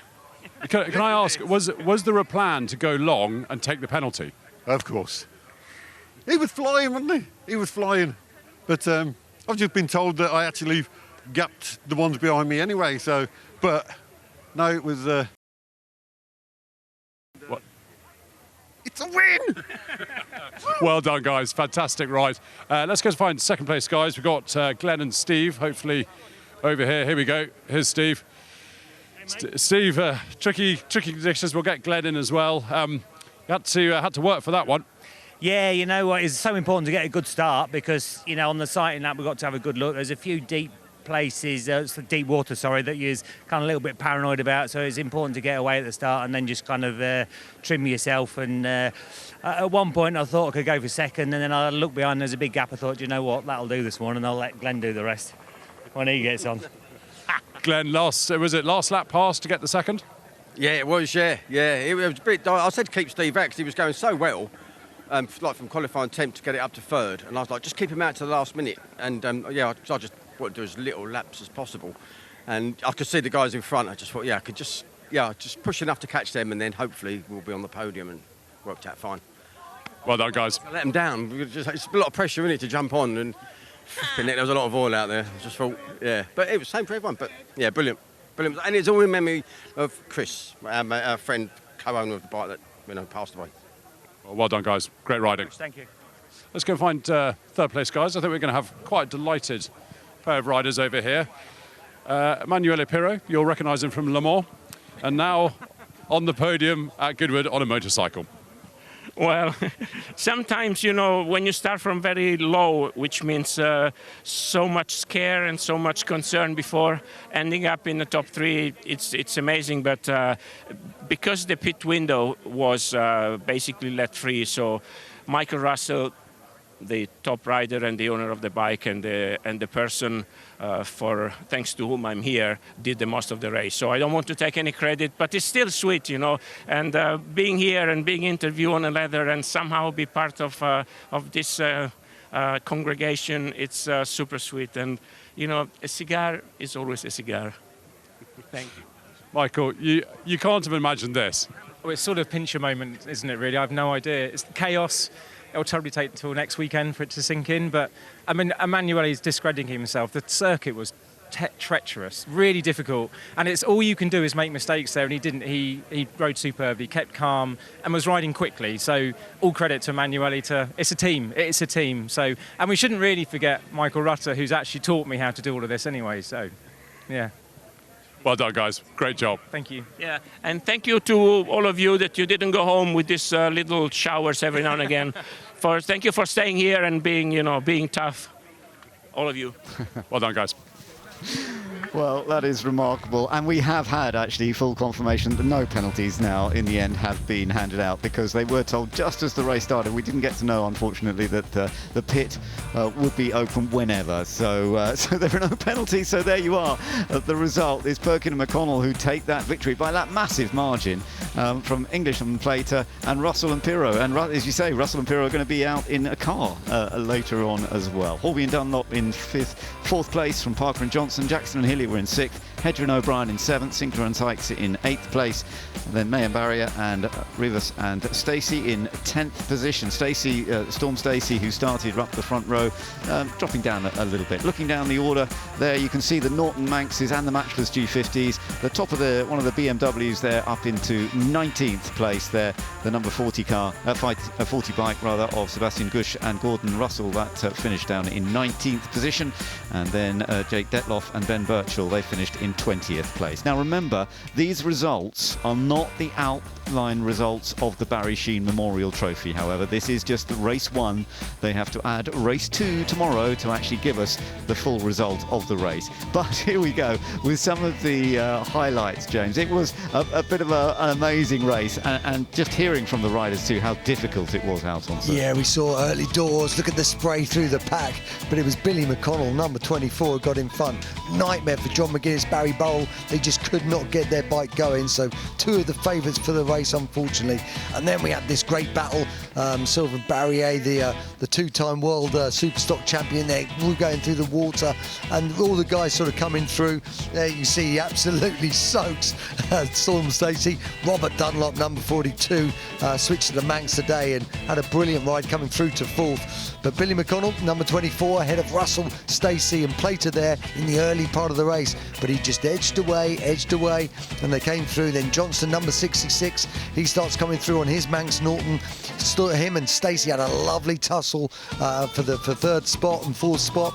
And really good guys looking at each other, having a play. But the Australian Billy McConnell just walking on water today. He was away with it. We had a couple of little slips. You can see someone goes down there, and unfortunately that pushes Josh Brooks wide. But Billy, or Skippy McConnell as they call him, just absolutely peerless. Just rode brilliantly. We saw him have one little moment, and in he comes. It was the first time ever in the race that they've ever done this, and you've been allowed to change any time. So that was an unexpected thing, but great for everybody on track. So that's brilliant. And then we watched Glenn English come out, and alongside Plater, he did the swap. And then what about this? Incredible. Emanuele Pirro, the Le Mans man and a winner. He's swapped. He's with Russell, and he gets on the podium. But as again we just see in this, Perkin, McConnell's teammate, he comes out, and then he missed a gear. This was Dunlop's teammate Hornby, did really well to keep it upright, and then we see the winner come across the line. A fantastic win for McConnell and Perkin on their beautiful Manx Norton. Great stuff. More to come tomorrow. The Settrington Cup is a highlight of the Goodwood Revival weekend, and this is a race for the younger generation to take to the Goodwood Motor Circuit. On board their fleet of these brilliant Austin J40 pedal cars. Now, I'm walking next to a little superstar, actually, Alyssa Thomas. Alyssa did a fantastic job earlier this year when she set the lap record in one of these machines around the Goodwood Motor Circuit. Alyssa, I wondered if I could just get a quick word with you on my microphone as we make our way to the grid. Can you tell me a bit more about what you got up to earlier in the year when you set that lap record? When I set the lap record, I was really shy to do it. It was more of a thing which we didn't expect to do. I didn't think I'd go that far driving this pedal car, but it turns out that suddenly I became the lap record holder. Right. You did it. How did you feel once you completed it? I felt so happy with myself. When I got home, I just You did a fantastic job raising money for charity, but this is a different kind of race, I guess. You're about to take on the Settrington Cup. How do you feel heading onto the grid for this one? A bit nervous because it's been quite a while since I've done a sprint race. I didn't get to race last year and the year before that, but at least I can race this year because of my Goodwood lap record. Yeah, well, you've got the best preparations for this one. We wish you lots of luck for it, Elisa. Good luck. Thank you. Oh, that was brilliant to speak to her. And I think just next door to me over here, David's got another little superstar. Yes, I've just found a fantastic looking black and gold car driven here by Kush. Kush, I believe you're a bit of a veteran for this. Yeah. You've done this before? How many times? 3. Well, this is my 3rd one. So you know exactly what to do for this race? Yeah. What's your plan? Well, just go fast, I guess. Well, that's a very good plan. And I believe your dad's done a bit of racing in the past as well. Mr. Chander. Hi, David. Yeah, can give your brother a wave in the grandstand, Kush. What's the tips for this race? Try not to crash at the chicane like his dad. Well, we all know they might have the RAC TT, we might have the Sterling Moss Memorial Trophy, but this is the most important race of the weekend, without doubt. Well, there's no other race that you get chocolate as a prize at the end of it. So, yeah, it is the most important race. What's the preparation been like this week? We went to a local leisure centre and had a little ride around the car park. So that was our testing. And now we're here. And, you know, main thing is hopefully everyone will have a nice time and just enjoy it. I'm so happy the sun's come out. Dietary preparations? I had a banana. Did you have a banana? Yeah. You had a banana? What's your favourite food for this race? What's your fuel for this race, for those fewest... What was that? Chocolate! Good answer. Good answer. And I love this car. How much... You've got all these quite famous autographs on the back. Tell us a little bit about those, Karun. Well, we've been very lucky that Alex Kinsman and his wife Susie have kindly let us use a car that belonged to them over 60, I think it's sort of been in their family for 50, 60 years. And it's had lots of drivers in it over the years. And yeah, it's a fantastic, unique bit of pedal cars, I guess. Yeah, it's just a unique car. Tyre pressures? I don't know, David. They're black and round. It'll be fine. I just like keep talking to you while you're pushing a heavy car up a hill. I know, my back is starting to hurt, so I will see you at the start line. Enjoy. Kush, best of luck, and I'll see you on the podium. Thanks. We're going to take it up to comms for this most exciting race of the weekend, the Settrington Cup. Thanks, David. Very good effort there. I'd like to see Karun Chandok race one of these. It's Harry Benjamin and Bruce Jones up with you for, as David says, quite possibly the most important race of the day of the weekend. Bruce, the Settrington Cup, moments away.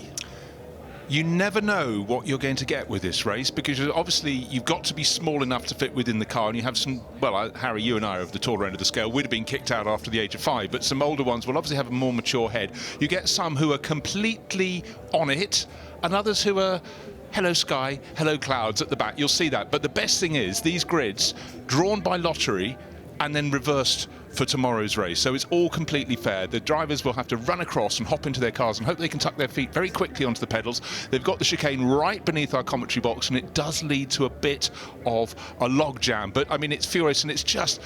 Well, we just heard there Kush being asked about what he's been eating before the race. Chocolate by the bag load, clearly. But he's starting very close to the front of the grid. Car number 13, he's effectively on the 3rd row of the grid. So has to have a good start, a good hope today.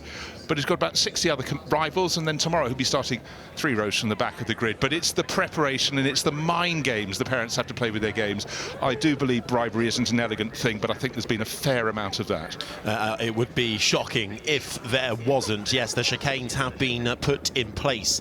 Down the start-finish straight will be a Le Mans style start, of course. Bit damp underfoot as well. That could affect things. A little bit of difficulty with the traction on foot to get to your pedal car. Well, exactly. Wet soles on shiny pedals, but very smart appearance this year. All their Ralph Lauren race overalls looking, and some fantastic little caps and goggles. I don't suppose you need the goggles. No, yeah, keep that seat nice and dry if possible. But this is the moment at which the parents lose control. It's now up to their children. Yeah, so this is the first of two-part contest for Austin J40 pedal cars, to be precise.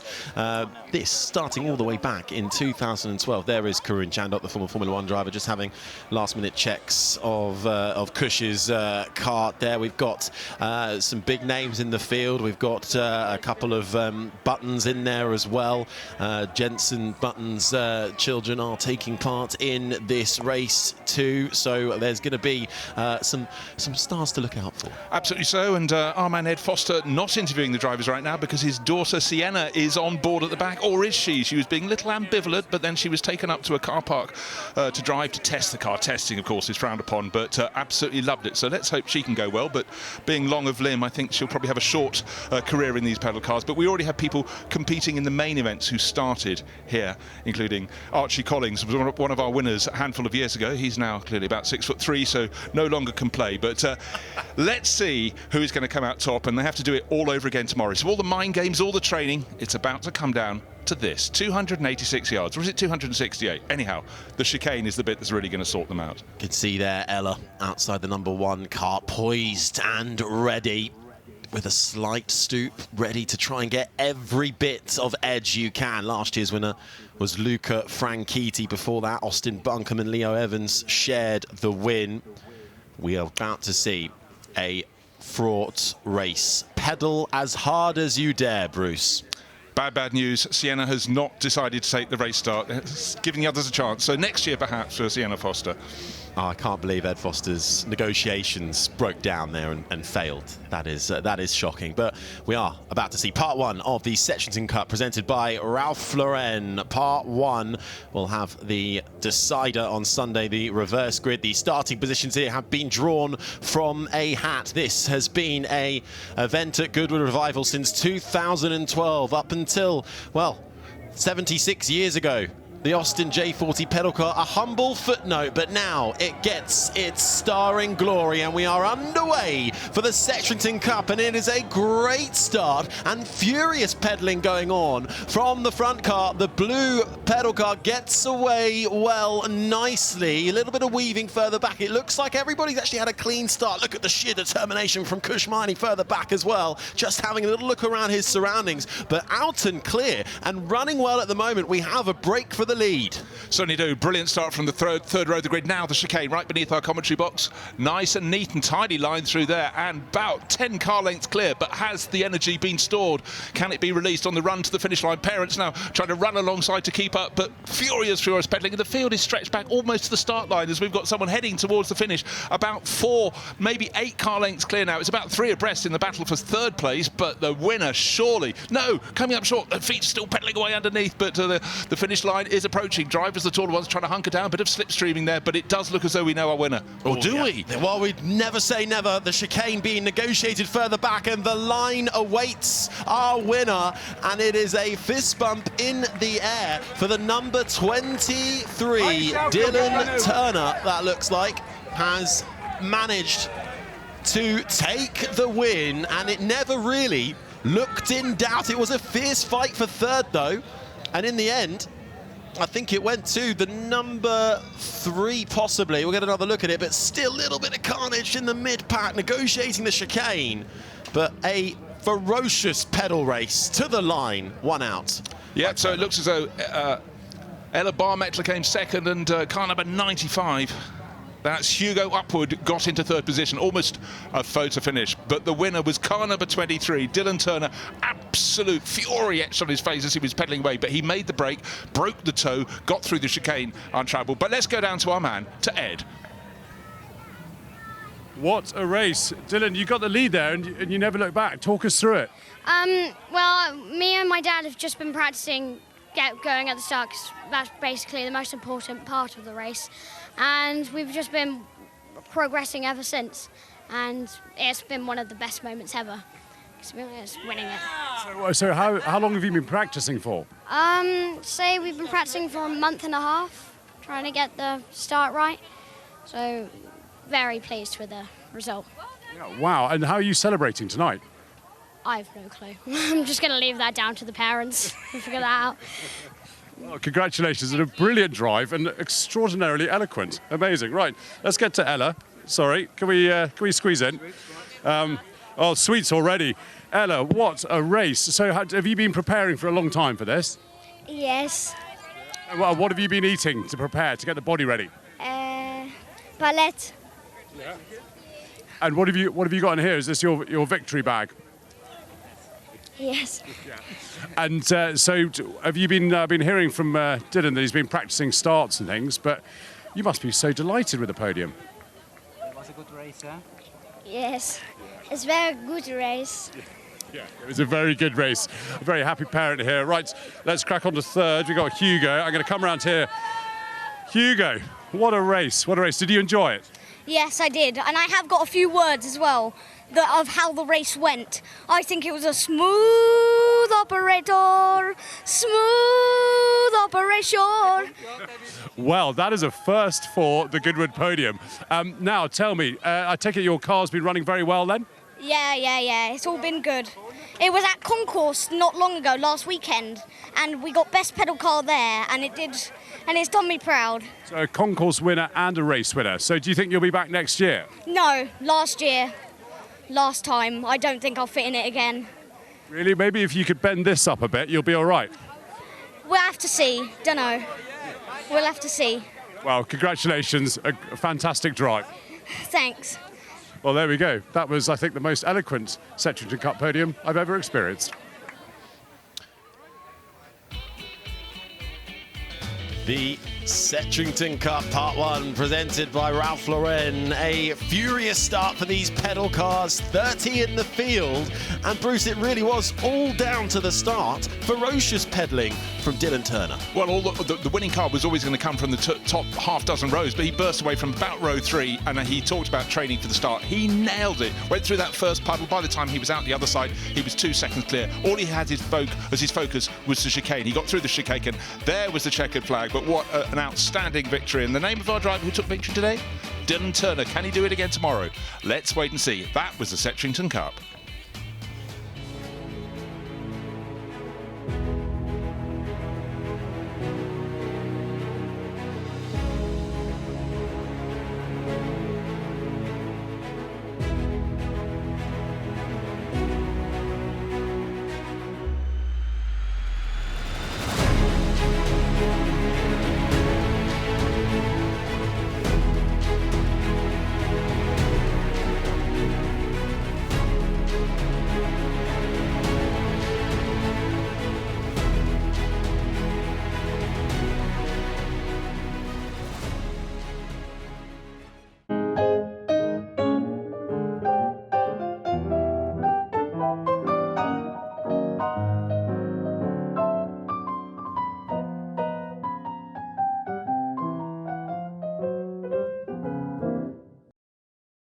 Unforgettable, that's what you are. That's why, darling, it's incredible that someone so unforgettable thinks that I am unforgettable too.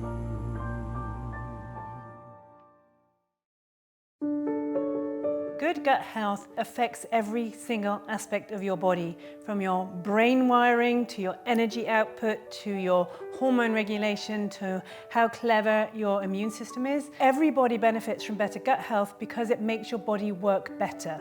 I would thoroughly recommend Goodwood Gut Health Programme. It's been quite life-changing, really.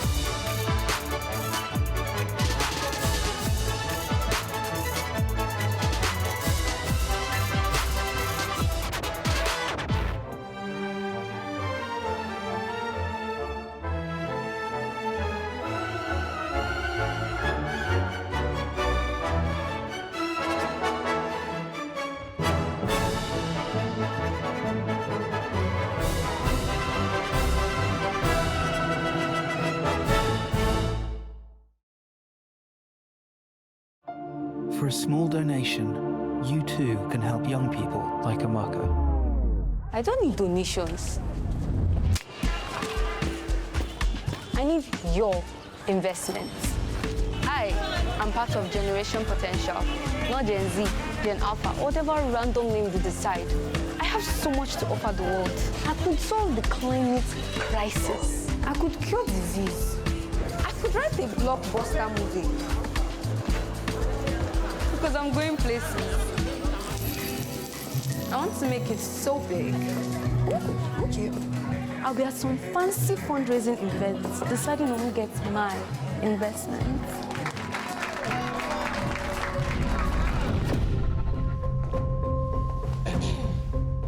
Today, I am here looking for your investment into our future. We want to learn skills, to gain confidence, to find opportunities, to change the world for the better. Invest in us. Invest in Generation Potential. It shouldn't matter how we start, it's what we do next that counts. Hey! Guys!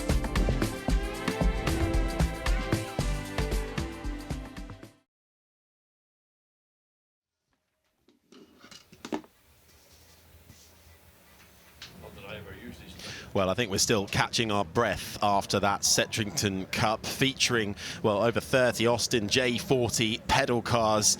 They are quick, but someone who actually set the lap record for a pedal car, well, Alyssa Thomas, and we caught up with her. My name is Elisa. So we're going to have the lap record in 2 weeks' time. So I'm looking forward to it, and it's going to be very exciting for me, so doing a lap of the Goodwood circuit.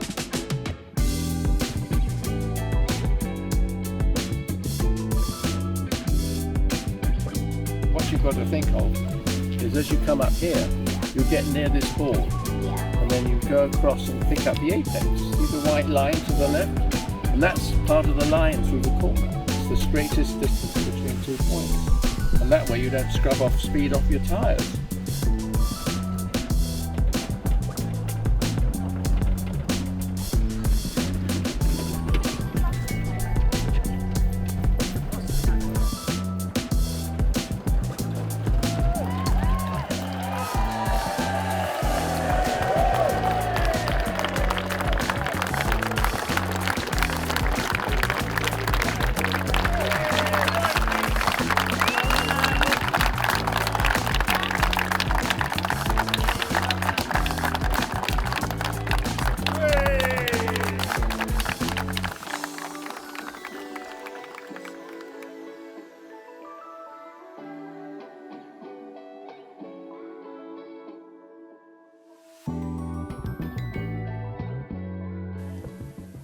Well, I've come down to the Goodwood shop, which I actually thought we might get a bit of room to walk into, but it's been so busy already, and Lucy Murphy, the general manager of retail here, is alongside me. It's been buzzing all morning.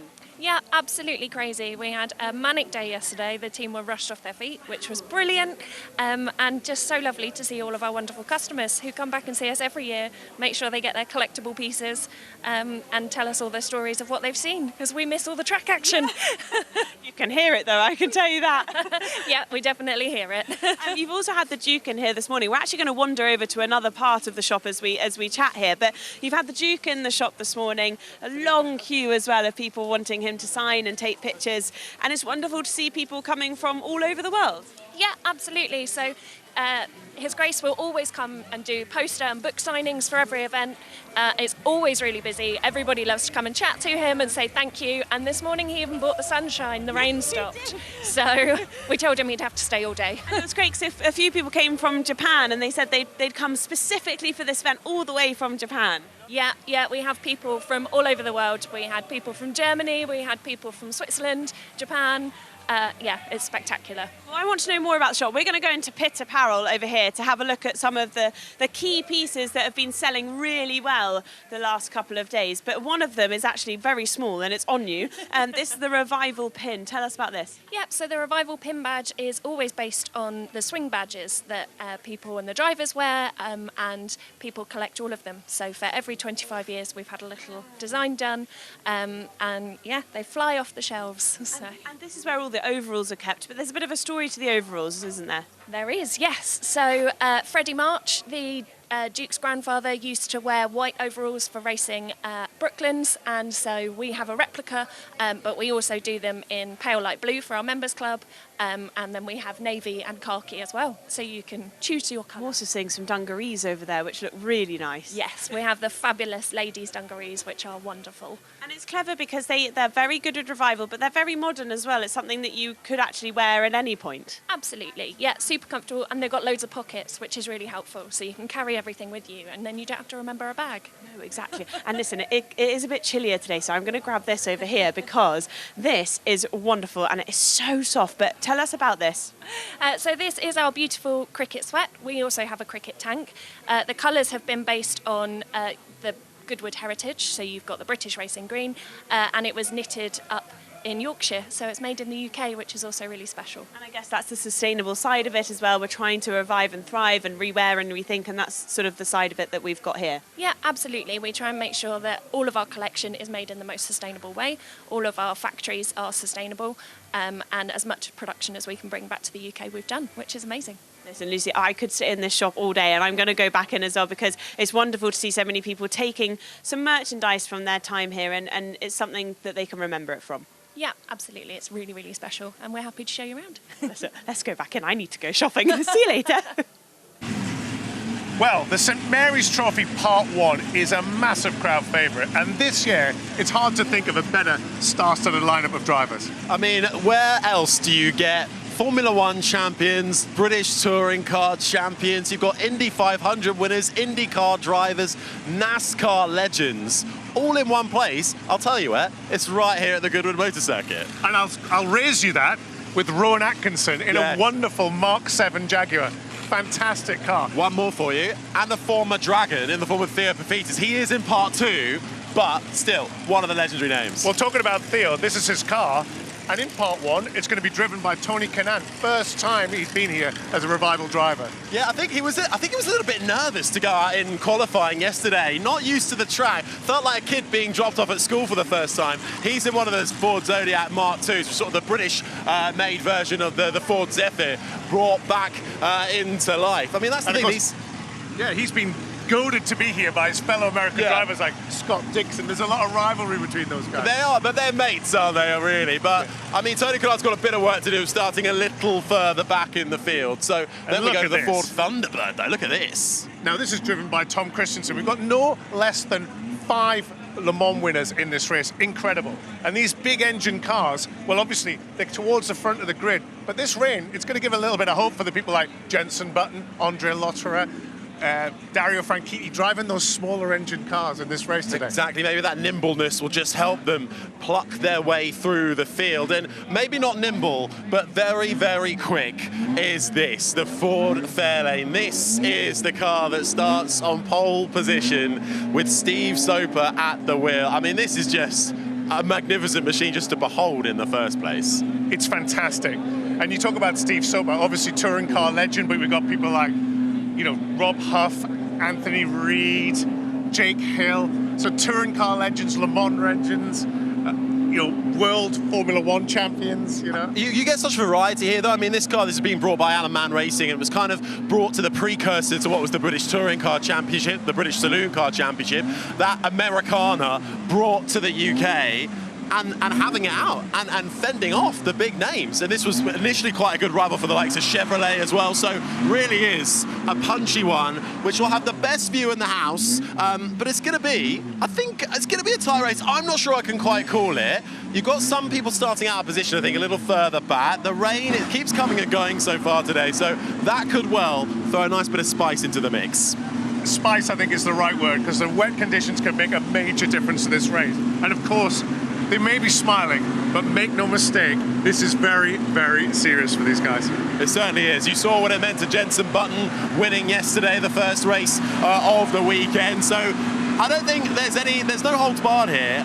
They're all friends, but they're absolutely rivals. There's going to be elbows out going into Madrid. So if you are lucky enough to be here, great race to watch, especially going down the Lavin Straight as well. That's going to be incredible. I'm really excited. I hope we've sold it. You do not want to miss the St Mary's Trophy Part 1.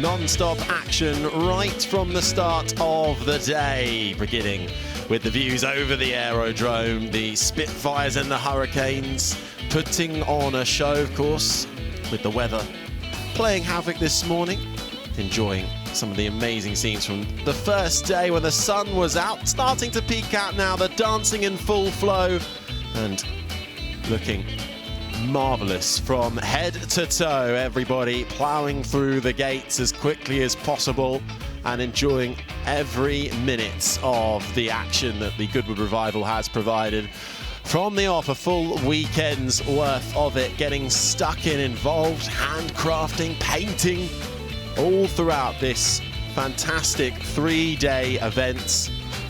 And it certainly was a brilliant way to start things off on Friday. And the action keeps on going. Now, it might not be as bright and sunny as it was on the Friday, but it's pretty mixed today. I think that's fair to say. And we're about to get, though, some interesting racing, I think, and the weather could be quite good for this one. We've got the Madrid Cup on the way, and here is what it's all about. The Madrid Cup takes its name from the motor circuit's high-speed first corner and from Madrid Lane, which runs along the south side of the circuit perimeter. It was first held as part of the September meeting in 1949 for racing cars up to 2000cc, with a predictably eclectic range of cars. In 1952, it became a Formula 2 race, and then from 1956, it settled into a regular format as a race for small-engine sports cars. It's this last iteration that is remembered in the Madgwick Cup at the Revival. To cover the broad range of performance of cars from 1948 to 1966, the modern Madgwick Cup is split into 3 versions: 1948 to 1955, 55 to 1960, and 1960 to 66.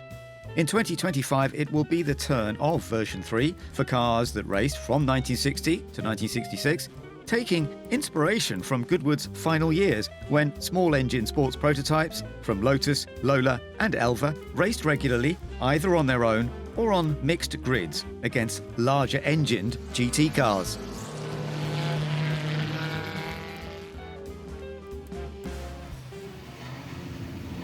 A 25-minute race awaits us then for the Madgwick Cup. It's Harry Benjamin up in the commentary box guiding you through this one, and alongside me is John Whitsun. Hello, John. Harry, I've just spied something I couldn't believe my eyes.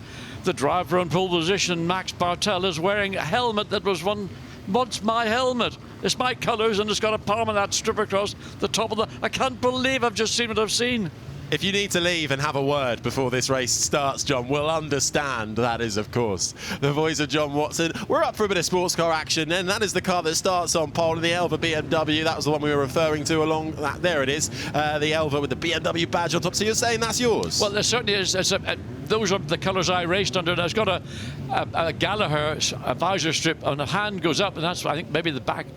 Looking at the rear of the Brabham BT5, so a problem for that car towards the tail of the field, which is going to be a problem. That's back on the 8th rub of the grid. Yeah, it might be Jeff Underwood there. Further back, got a stacked grid though, 26 cars. One car has been permitted to start from the back of the grid. That's Max Minsel's 62 Lotus 23, which would be right at the back. 3 cars along that front row. This though was the one that got the pole position yesterday in qualifying. Alongside will be Nick Carlton-Smith in the Lotus 23B, and there'll be another Alfa Mark 7S on the far right. That's Will Nuttall. Watch out for him as well. Experienced racer around this Goodwood Motor Circuit as we get the first of 2 green flag laps underway, and it's still going to be a bit tricky out there, damp on track, John. Yes, and you can see 2 cars are now stopped on the grid. There's a Lotus 23, that green and yellow. Well, it's got moving now, but it's the Brabham, I think, at the very back that is struggling now. His hand is up. I think he just needed a bump start. He may have stalled the motor. The track is drying. There's a breeze, which is going to help. The ambient temperature is rising, but there, a big puddle as they come out of Madgwick. And you don't want to hit that in one of these light up to 2-litre sports cars, and that'll cause aquaplaning. Looking behind us, I don't want to be negative, we've had these pulses of heavy rain showers coming through. I just hope we're not this. It looks black right now over Madgwick. The eggs. Anyway, whatever it is, these drivers will have to deal with it. Track conditions at present are, I would say, comfortable for the drivers, but if it pours as it has done, it's going to be much more difficult. Well, we shall see. We're looking at sports cars that raced between 1960 and 1966 with engines smaller than 3 litres. So throughout the field, a mix of Alfas. We've got the Alfa BMWs, the Lotus Fords as well, the Lotus 23. Further back, we've got things like a Piper as well, the Piper Ford GTS, Christopher Atkinson at the wheel of that. Further back on row 6, the Brabham BTS as well, as we saw getting, just need a little bit of a push, I think, as well to get things going. But getting up to speed, getting the tyres as much to temperature as you can. Yeah, the bulk of the field are made up of Alfa, mostly with BMW motors in it, and that was the Model 7S or the Model 8. And then the Lotus 23 and 23Bs, and these were the 2 dominant sports car rear or mid-rear engined sports cars of the day. BMW has maybe a little bit more power with that 2-litre BMW motor than others in the Lotus 23Bs, albeit there's a BMW engine in one of those Lotus 23Bs, something I've never seen before. No, this is what the Goodwood Revival really sort of brings up for us year on year. Combinations you never quite remembered or expected, and being able to show their might once more here on the Saturday for this year's 2025 Goodwood Revival. As they peel back past us on the start-finish straight, they'll go again for another green flag lap, so they'll continue on rounds. What's the key, John, in a first lap here around Goodwood? What do you want to focus on as a driver? Well, certainly in these 2 viewing laps is to try and get as much temperature as is possible into your race tire. And one way you can do that is by using your brakes, because the heat from the brake will go through the wheel rim into the tyre. So tyre temperature and brake temperature will be absolutely vital. But of course, they're not going at race speeds. They're going at maybe just about half race speed. To get that temperature for the opening lap, particularly in that double right-hand Madrick corner, a very critical corner indeed. And with all the field all sort of fighting for who can get into the corner and get out of that corner ahead of its opposition, is always a big, big challenge. Last year's winner, Miles Griffith, took the win in a Lotus Climax 11 LM150. This is the car that is starting right at the back of the grid, has been permitted to start. Max Minzel in the 62 Lotus 23. Let's take you through how the full grid looks, and that front row is made up of 2 Alfa BMWs in the Lotus 23B. In the middle, it is Max Bartel on pole, though. Behind them, Ollie Burkitt, followed by Ben Tilley's Lotus 23B. Then it's Andrew Hibbard, Martin Verdon Rowe. Look out for him as well, starting in the middle on row 3 in the Alfa Mark 7, alongside Chris Goodwin in the Garage 59, entered Lotus 23B. Then we have the Bobby Alfa, the Bobsy Alfa, followed by the Aurora BMC. The variety here, incredible. That's Seckel and Swift down in 9th and rounding out the top 10, as we then focus on that mid-pack where things can get a little dicey. Nick Fennell's Lotus 23B alongside the sister of Grant, Peter Kinn, and Andrew Owens' Elva. Then we've got the Piper Ford GTS, Christopher Atkinson. They'll be starting 14th alongside Charlie Best's Lotus 23C. Mark Gillies in action throughout today, this time in an Elva BMW Mark 7S. 16th, he's alongside the Pandora BMC. Really nice story around that car. Ben Colburn and Ken Dowling's Lotus 23B. Then the top 20 rounded out by Jeff Underwood's Brabham and Paddin's Dowling down in 20th. And the final 3 rows look like this, with a Merlin, a Lotus, and, well, make that 2 Lotus 23Bs. Charlie Cook, Ashley Hudson, and Marshall Bailey on row 9. The penultimate row is another of the Pipers, followed by Michael Hibbard's Elva, and permitted to start at the back. We saw a brief glimpse of it a few moments ago. Max Minzel's Lotus 23. Stacked field, 26 cars. One of the cars at the tail of the field, Harry, is a car that was made in Hollywood, but not in the US of A, but Hollywood, Northern Ireland. It's a Crosley, a wonderful little team, and Crosley C7S, manufactured in the middle 60s. Originally they had a BMW engine, this one's got a Ford motor behind it. Now we saw one of the Brabhams struggling initially, that was Jeff Underwood down in 19th scheduled. He will have to now start from the back. You can see his car's just been pulled over to the side, so dropping to the back, and will get to start this race though, but right from the rear of the field, so losing out on positions there with that inability to take up his grid spot. And there he goes to become the 26th car in the field. The wind's picking up, the grandstand seem packed. We're about to get the Madrick Cup underway, and we are racing, and it's a good start from our pole sitter in Max Bartel and the Alva. Slow start though for Nick Carton-Smith's Lotus 23B, the yellow with the black stripe in the middle, and barging his way through. Ollie Burkitt trying to get down the inside. Will Nuttall though is trying to keep it round the outside. Can he take the lead? Will Nuttall in the Elva round the outside, keeping his foot planted to the floor. He can. Lovely move from Will Nuttall to take the lead out of Madrick. The big commitment going into Madrick to go all the way around the outside, but he's made it stick. Pole sitter got the advantage into Madrick, but came out in 2nd place. Nice clean start, looks like, from everybody in the field, but we know how conditions are out there. It is tricky, it is damp underfoot. There are puddles waiting to catch you out as we get a nice glimpse of the Bobsy Alfa, Thomas Seckel, which is a little further down the field at the moment, currently occupying 9th spot. So making their way through St Mary's on the first flying lap. Everybody a little bit tentative, and a Lotus 23 gets sideways, but manages to keep the car pointing in the right direction. And already we're into the first part of the 2-part 11 corner that leads on to the fastest part of this Goodwood race circuit. And Lotus making progress. So the little Porsche, their number 60 car that was made in America and running an Alfa Romeo twin-cam motor. They're all sticking though with the leader at the moment, Will Nuttall. There he is, started in 3rd in that Elva.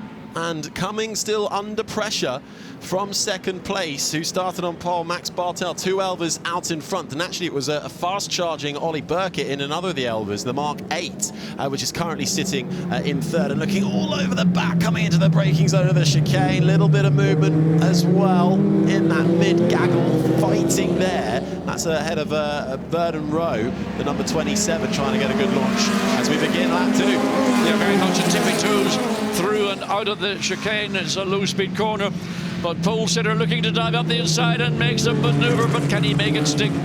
The long way around appears to be marginally the quicker, so the lead has been consolidated as they come out the exit, and in fact, having dived up the inside, you've compromised her, so the pole sitter looked like he was threatening to take the lead and might now lose that second place. And he has done, as Ollie Burkett in the Elva slides on through. He wants to stick with Will Nuttall, but can the man, the number 18, try and keep up?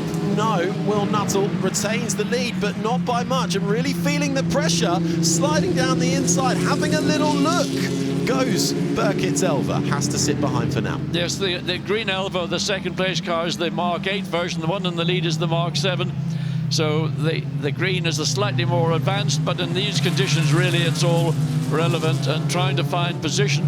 Use what advantages you have, particularly coming through this corner onto the straight.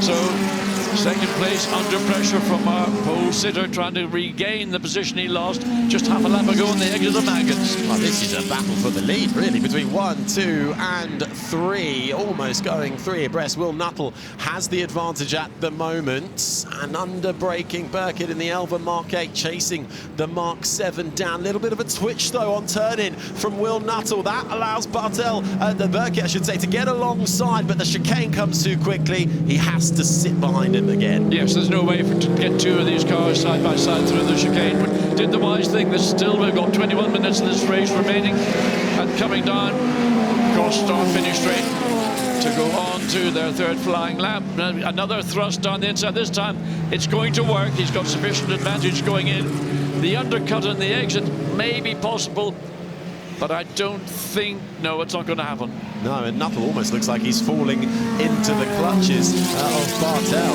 in that other Elva, which started on pole and has fallen back to third. Now, in the lead then, Ollie Burkett, who started at the second row in 4th place, the number 55, the dark green Elva Mark 8 now in the lead of this race, followed by the Mark 7 Elva of Will Nuttall. And then, I tell you, had a good start, actually. The Bobsy Alfa, the number 60, the yellow car, up into 5th spot now. Yeah, that car started on the 4th row of the grid. So in the melee going into Madrigal in the opening lap, he saw clear air, he saw clear racetrack, and he plonked that lovely little Bobsy Alfa Romeo up into 6th place. Nick Carton-Smith in the Lotus 23B started in 2nd, has now consolidated 4th place for now, trying to keep within touching distance, but you have to say now Ollie Burkett has got into the lead of this race, starting to pull a gap now, approaching a 2nd as they start to teeter out, and we've got a spin further around. There's contact there, looks like it's one of the Lotus 23Bs, Ashley Hudson finding himself into a spin. Well, there's 2 Lotus 23Bs got involved, and the Brabham also ran up. This is coming into the first or second part, no, just lost it under braking into the second part of St Mary's, and the 13 Lotus 20B had to take avoiding action, which meant going onto the grass. The Brabham, almost out of sympathy, decided to do the same thing to avoid any collision with the spinning car. Yeah, it was Ken Dowling in the second Brabham, then Jeff Underwood in the Brabham was the one that went off in sympathy. So a little bit of carnage further back in the pack. Out in front now, 0.8 of a second, the gap between our leaders, and they're actually leaving Max Bartel behind now in third. Bartel, the pole sitter in the Elva Mark 7. We've got a car facing backwards, and it's another Elva, and it's Andrew Owen. Yeah, coming out of the chicane, maybe just caught the curve at the exit. Curbing, of course, in wet conditions is stay away as much as possible. And a Lotus 23B struggling around, just coming through Ford water. And, well, has there been more action? There's certainly a Lotus 23B on the inside of the exit of St Mary's. There it is. Contact bodywork, you can see. So 2 cars have gotten together. And this is another Elva, number 27. Yeah, that's Martin Verdon Rowe, who started a little further back, and they're all going off at the moment. It hasn't started raining again, has it? Well, this is at the exit of the chicane, I think, and number 16. So what's happened there, that's the Crosley, the car I mentioned earlier, so that was running towards the tail of the field, and that car is sort of marooned right now. It is, so certainly a bit of carnage, and we've got the hands waving from Will Nuttall in second and Bartel in third. I wonder, is the rain falling, or we may see a safety car? Yeah, safety car is being deployed. That's why the hands were coming out of the cockpit. If a driver behind you might think, I'm going to take an opportunity to overtake, safety car is being deployed, so everybody has to hold station until the safety car has been returned to the pit lane. So they'll all slow their pace. It'll close the field back up again. So a bit of carnage in the last lap or so. A few cars finding themselves in the grass, in a spin, small bit of contact as well. Out in front, though, will be Ollie Burkett's Elva with the BMW engine, the Mark 8, followed by the Mark 7 of Will Nuttall. Then in third, Max Bartel's Elva, Mark 7. The Bob's the Alfa up into fourth. Then it's Andrew Hibbard's Lotus 23 in fifth position, followed by Tilly's 23B. Martin Verdon Rowe, who we saw having a little bit of a spin, currently in 8th spot in his Elva, so managed to turn that back around. The Piper of Atkinson is currently up making his way up, and actually now that the field is coming through again, Verdon Rowe is falling down the field, so that's put people up a spot. Ben Colburn's Pandora coming together and getting himself up inside the top 10, having started down in 17th position. But the safety car then out, catching up with Burkett, the race leader, as they all now slow their pace. Well, hopefully we'll get the safety car returned to the pit lane as soon as possible. Just to do a clear up around the circuit cars, some of them in a more precarious position, particularly coming through. This is the entry into the right-hand part of St. Mary's. The left-hand part you can't see through the corner, so you have to commit before you enter the corner. And of course, cars frequently there, we see the Lotus 23B on the inside, and the natural trajectory of a car spins in St. Mary's is to go to the left, to go to the inside, so that's part of the reason why we see the full course yellow and safety car deployed. With just under 16 minutes left to run in this race, the Madrid Cup, we're looking at sports cars that race between 1960 and 1966, all with engines smaller than 3 litres. These cars in period were a joy to race. Either the Lolas, well, not very many Lolas I should say, but either the Lotus 23Bs or the Elvas Mark 7s, Mark 8s, and other, when Crosley was another manufacturer that raced, they were about 180 brake horsepower in the case of the BMW motor. The twin-cam Ford engines in the Lotus 23s and 23Bs was about 150, a little bit more weight for the bigger the Elva, but they produced really great racing at a relatively affordable cost, and I think they're just superb to see these cars back out competing in the Madrid Cup. 4 cars in this period, just love it. Yeah, we're looking at third place man at the moment, Max Bartel in the Radio London liveried Elva, specially built 2-litre with that BMW M10 inline 4 engine, chassis modified to accommodate the engine at a 17-degree angle, and having started on pole position, fallen down to third, was a great start for Will Nuttall, and Ollie Burkett from the second row really putting that Elva Mark 8 on the map as they file through now. The Bob's the Alfa in yellow with Seckle at the wheel. A great start for him as well, up into fourth. The Bobsy was an American manufacturer. We raced a lot in SCCA events with an Alfa Romeo twin-cam motor in it. Never got to see very many of them raced in Europe in period, but great to see that car running. Started in the 4th row of the grid, is running now in 4th position overall. I think that's a superb result. Yeah, it certainly is. With hopefully the safety car not out for too much longer. We'll let you know as soon as we know. We're looking at one of the Lotus 23Bs there, Nick Carlton-Smith, yellow with the black stripe down the middle. Nick Carlton-Smith up in 7th at the moment, having started on the front row. Didn't get the best of starts, really bogged down and lost a heap of positions right then and there as they weave their way through the fields. And what a sight it is to see these sports cars racing it out. Many different forms this Madrid Cup has taken over the years. This year celebrating those early to mid-60s sports car titans, and obviously a bit of oil out on the surface as well, so just laying a bit of cement dust to try and dry that up ASAP. Yes, we don't know where that oil might have come from, but certainly the marshals doing their usual sterling job to make sure that the racetrack is in the best possible condition, so whether it's cement or sometimes called speedy dry, is laid over the oil, and then get the brushes out and brush it clear of the racetrack as we see the cars still following the safety car, weaving around, trying to keep as much of the tire temperature a red flag. Yeah, red flag is out. So they'll stop the clock. And they've decided that clearly there is more than meets the eye here, so a safety car is not going to do it. So a red flag then to hopefully only temporarily halt this race, as they'll come back into the pits. And still a little bit of a lap to do though, but that is a shame. But at the moment, the Ollie Burkett Elva Marque leading the field of cars. Looks like 24 remain in this one, having lost the number 25 Lotus 23 Andrew Hibbert. Looks like he is out of this one now. But red flag conditions then for the Madrid Cup, so that'll bring everything to a stop. Yes, the cars should actually all line up in the grid and they'll be brought to a standstill, and whether the reasons for the red flag are something that can be attended to quickly or whether it's something that needs a little bit longer time to address, so we have to wait and get that information from race control to advise us if or what might be the case. Will this race be allowed to continue or will it be restarted? Well, the clock stopped with just under 13 minutes on, but it will be up to race control ultimately to what we do.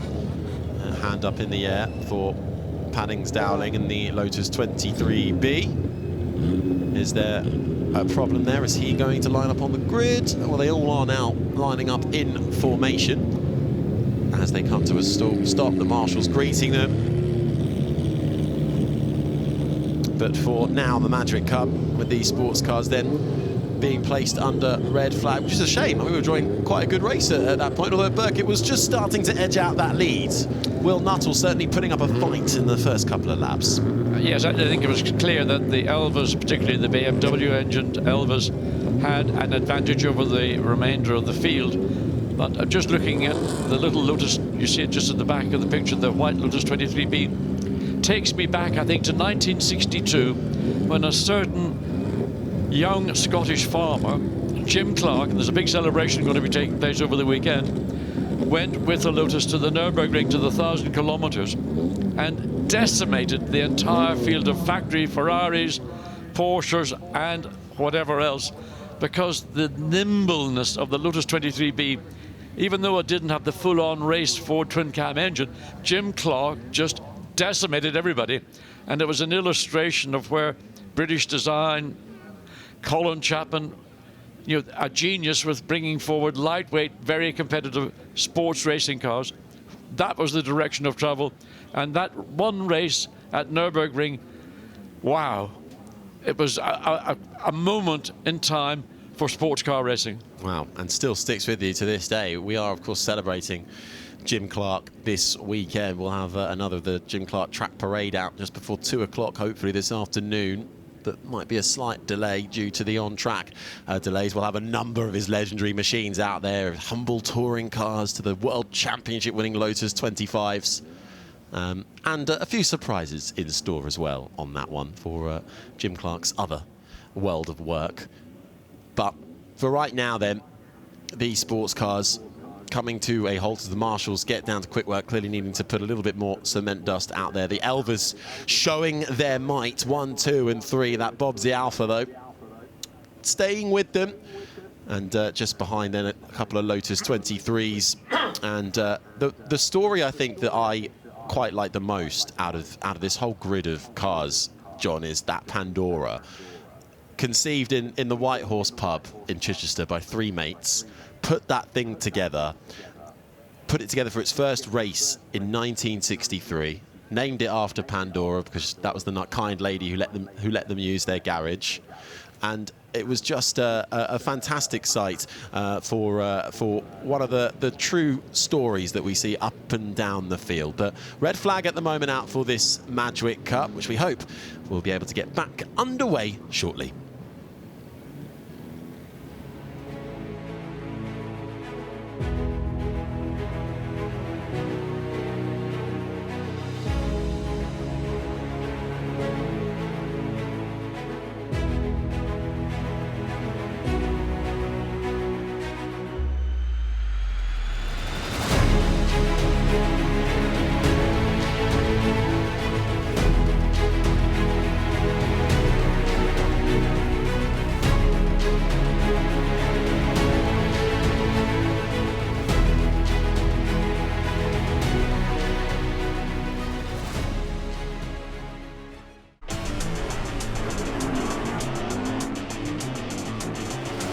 Which way is it going to go in the Goodwood Trophy? All three fighting. Atkinson on the inside, number one, but watch out!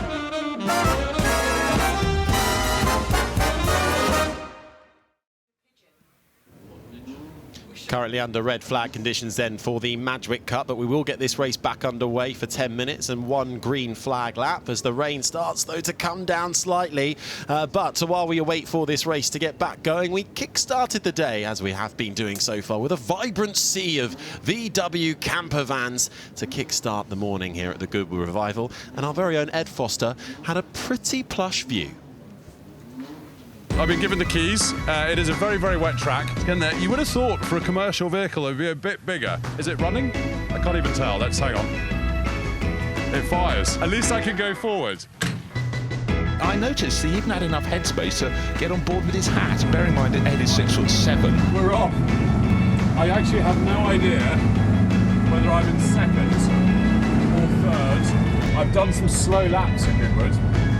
This is, without a doubt, the slowest I've ever done. We are surrounded by Type 2 camper vans. I think we've got 120, 130 on the grid.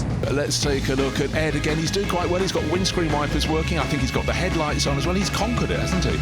Yes, he has. I think he's enjoying himself now. I quite want to go for an overtake. You know what? I've got this guy. I've absolutely got him. There we go. Right. I'm P4. I'm P4. I'm going to cruise on a bit faster. Look at us, we're going to get into the leads! We're in the leads! Into top.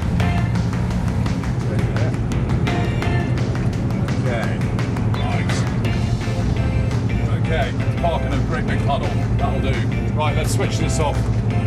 We survived. It's in gear. And we're done. Sorted. Ed Foster embracing a bit of peace and love in one of the most diverse vehicles on offer here at Goodwood this weekend, the Volkswagen Type 2, 120 of them opening up the circuit. Welcome back. You're looking at live pictures, and unfortunately it has just started pouring with rain once more. It's really coming and going, but we should be looking to get this Madrid Cup race back underway. 10 minutes with another green flag lap as they head on their way, and it's Elva's at the moment, the order of the day. Yes, and they should, when they follow the safety car, they should line up line astern as they would have been if they'd completed a flying lap. Or are they going to go and have a standing start? Okay, that's the decision. So they're going to restart this, and this could be a complete reset of what we saw at the beginning of this race, what, 15, 20 minutes ago. We could get a nice 10-minute sprint then, and now having on the original grid, Ollie Burkett in the Alfa Mark 8 was on the second row in fourth. This time he's going to start in that pole position mark. He's going to have the best view in the house. Nick Carlton-Smith was second, but he's fallen by the wayside. So we'll have Will Nuttall, who will once again be on that front row. He's in the middle in that white with the blue stripes Elva, and then Max Bartel in the other Elva Mark 7 alongside. I have a funny feeling that Max Bartel, because he's on the right of your screen, the left on the racetrack going into Madrid, he has got a better sweep angle, and the traditional thing, everybody will dive to go up the inside, but if you can find your way around and you can get grip around the outside, just keep an eye on that blue with the white flash Elva on the right of your picture when this restart takes place, because that's a very good starting position. Yeah, we'll get one green flag lap though before they go full pelt into Madrid, and getting a last minute, cover from the rain, and maybe a few bits of chat from heading into Madrid. We'll get this Madrid Cup race restarted in the wet, but a little earlier on, Rosie was out and about and catching up with people, but it was a bit drier then. Well, as always, we love to chat to everyone who is coming to Goodwood Revival, and I bumped into this lovely family. Not only did I think they looked amazing, but you've actually just got your hat signed by His Grace, haven't you? Yes. How was that? It was very exciting. Yeah. I don't think you realised he was in the shop, did you? No. Let's see the signature on your hat. This is going to be something you can keep forever and ever, and as such a memory of today. You've been coming here for a number of years. What keeps you coming back? Every year there's just exciting racing. It's good to see the cars. It's proper action on track. You're never let down by what's going on. No, and obviously it's a little wetter today, but is that going to make it more exciting? Well, memorable maybe. Memorable. It'll be fine. You just embrace it, and there is blue sky now, so hopefully it'll be nice for the rest of the day. Yeah. I need to talk about your outfit because you look stunning. Please tell me where this is from, because you've unmatched your umbrella and your wellies and everything. 50s Estee Lauder umbrella, which I was very excited to find. My dress was a vintage 1940s, 50s handmade job, which I found and had to take in because it was far too big, which is unusual for vintage clothing. But yeah, and I've teamed it with my wellies today. I think we're all going to be in our wellies today, but like you said, the sun is coming out. For you though, what's your favourite part about Goodwood Revival? I would say all the cars. Yeah. What's your favourite car? Probably the Lotuses and the McLarens. Yeah. Do you have a favourite race that you're looking forward to today?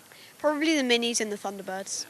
And I hope you managed to catch the amazing camper van this morning. We've just got one of the VWs behind us. It's so lovely to see a family coming here. You've got your hat signed by His Grace as well. Enjoy your day. Thank you so much. Thank you. Something on offer for everybody here at the Goodwood Revival, on track and off it. If you get time, do head over the road. You can check out the Revival Style Village as well. I believe the best dressed competition is happening at 3 o'clock. John, are you up for that? Well, I've made an effort. I know, Harry, you criticise me high up and low down, but for my generation, I think I'm pretty cool. I know, I would agree, absolutely. No, you're wearing a very dapper get-up. Looking forward to your best-dressed entry. Nice tie as well. No, my nice tie, actually, I think it's a Goodwood nice tie. Yes, it is Goodwood branded. Yes. Green on the front, blue on the inside. Absolutely, you've got two tones.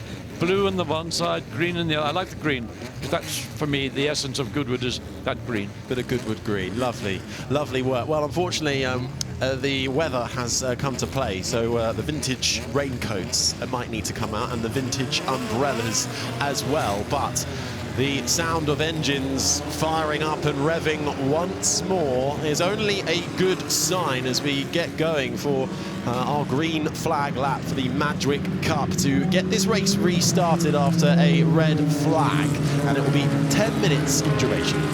Yes, everybody will do this. Our lap come back onto the grid and we'll have a standing start, but of course the grid is going to be, I think, a little bit damper than when this race originally got underway. So that's another factor everybody's got to consider. How many RPM will I get before I dump my clutch in first gear and try and get a good bite, good traction from that start grid? Everybody's got the same problem.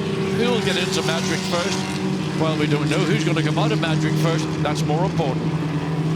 It certainly is. Lost a couple of cars from the original starting line, but the front three will be and feature Elvas in their entirety. The Mark 8 of Ollie Burkett coming through now. Downhill, will lose it slightly, just seeing the roll hoop, and then up again over the hill, being hunted down by second place man Will Nuttall in the white with the blue stripes. Elva Mark 7, followed by its sister Max Bartel, who started initially on pole position, but on this restart have now start on the outside line as you're approaching Madgwick, the right hand of the first turn. Could that give him a little bit of an advantage? Now that we've had a bit of a downpour, the track was already damp, it's going to be a little slippy as well. The drivers losing their rhythm that they built up, very quickly having to get their heads around this again for 10 minutes. Yes, it's always very difficult for a driver.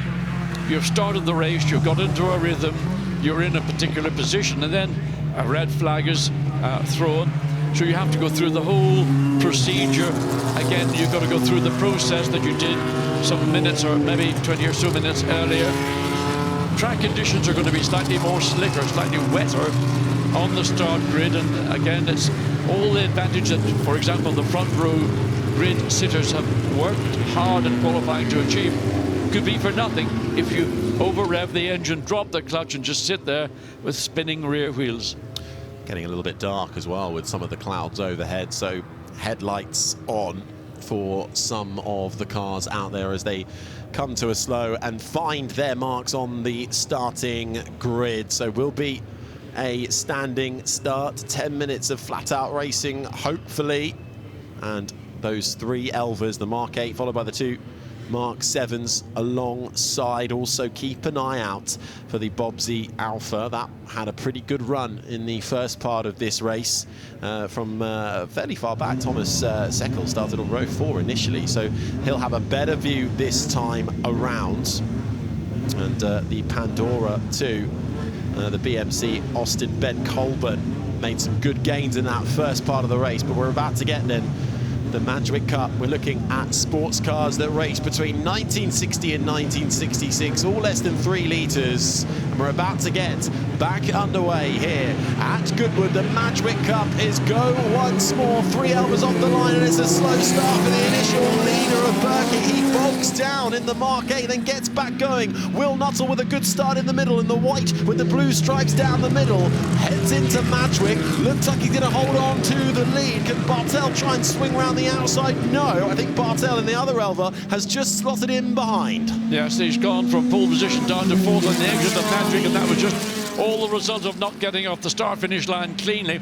And now it's a battle for the 2 Mark 7S BMW Elvas with the 25 Lotus 23B in, that's Michael Hibbert in 3rd position. But look, the BMW, sorry, the Elva Mark 8 trying to find a way around, but he's going to find it difficult coming into St Mary's.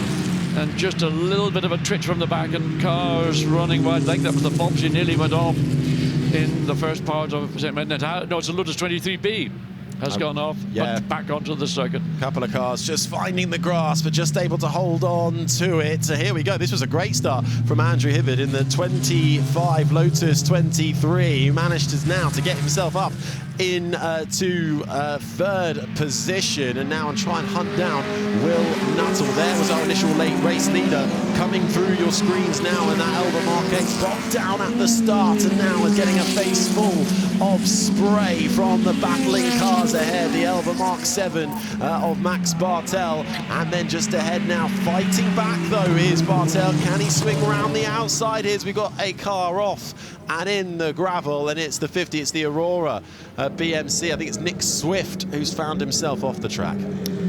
So into the chicane. Surely Elva, not. Oh, side by side. Wow, how did he pull that one off? That is not in the book of regulations. He managed to squeeze through the chicane, but got done and a clean overtake. What a move from the Elva of Ollie Burkett. That move was not on, but he made it happen, and he didn't even knock a flower pot over. Lining it up here. Now, I just wonder, the 18 getting slightly balked by the 25. Was that just a little bit of advantage he needed? Yes, that was well read. And the opportunity arose. I mean, it was a high-risk maneuver, but it worked. As we see the tail of the field making their way. There's the Aurora getting wide, and that's just on the entry into 11th. The first part of the corner just was too far to the left. Caught a white line, painted white line, and then once the rotation begins, you're sitting there, and of course, hopefully the car might get out of the gravel trap on its own. And wow, here we go again, up the inside, contact at St Mary's, and both cars now go off. Hibbert to the grass. But they're going rallycross at this stage right now. It almost looked like Burkett couldn't get it stopped at that point, and both of them off into the grass, but rejoining this race with a bit of minor contact then. So Hibbert and Burkett come together, second and third, fighting they were. That's allowing Will Nuttall to escape up the field. Well, Tommy Erdos, great Brazilian race driver, is the race, if you like, the driver's steward, and he might look at that and think, well, I'm not particularly happy with this. I might want to have those two drivers in and have a little discussion, but that's for later. Battle for the lead, though. Max Bartel has gained nicely up into second now. We've seen those last two cars fall by the wayside. He's putting pressure on Will Nuttall. Slightly wider line for the Elva in front, being chased down by the Elva Mark 7 behind as well. So the initial pole sitter coming back here with just over 6 minutes left to go. So trying to get traction out of the chicane, and both drivers one side of the circuit, the other on the other side. And again, looks to make, I mean, we could see what was going on. The 23 keeping an eye on the mirror to see whether the Bartel car is going to slide up the inside, chose not to. So now the battle will continue on the exit of Madrick, and there is a pretty impressive oversteer slide, but just losing ground in the process. And tell you what though, the longer they fight, the more they bring back Ollie Burkett into the battle for the race win, having recovered from his little off. I wonder if he may well get a penalty for that, but we'll let you know when we know.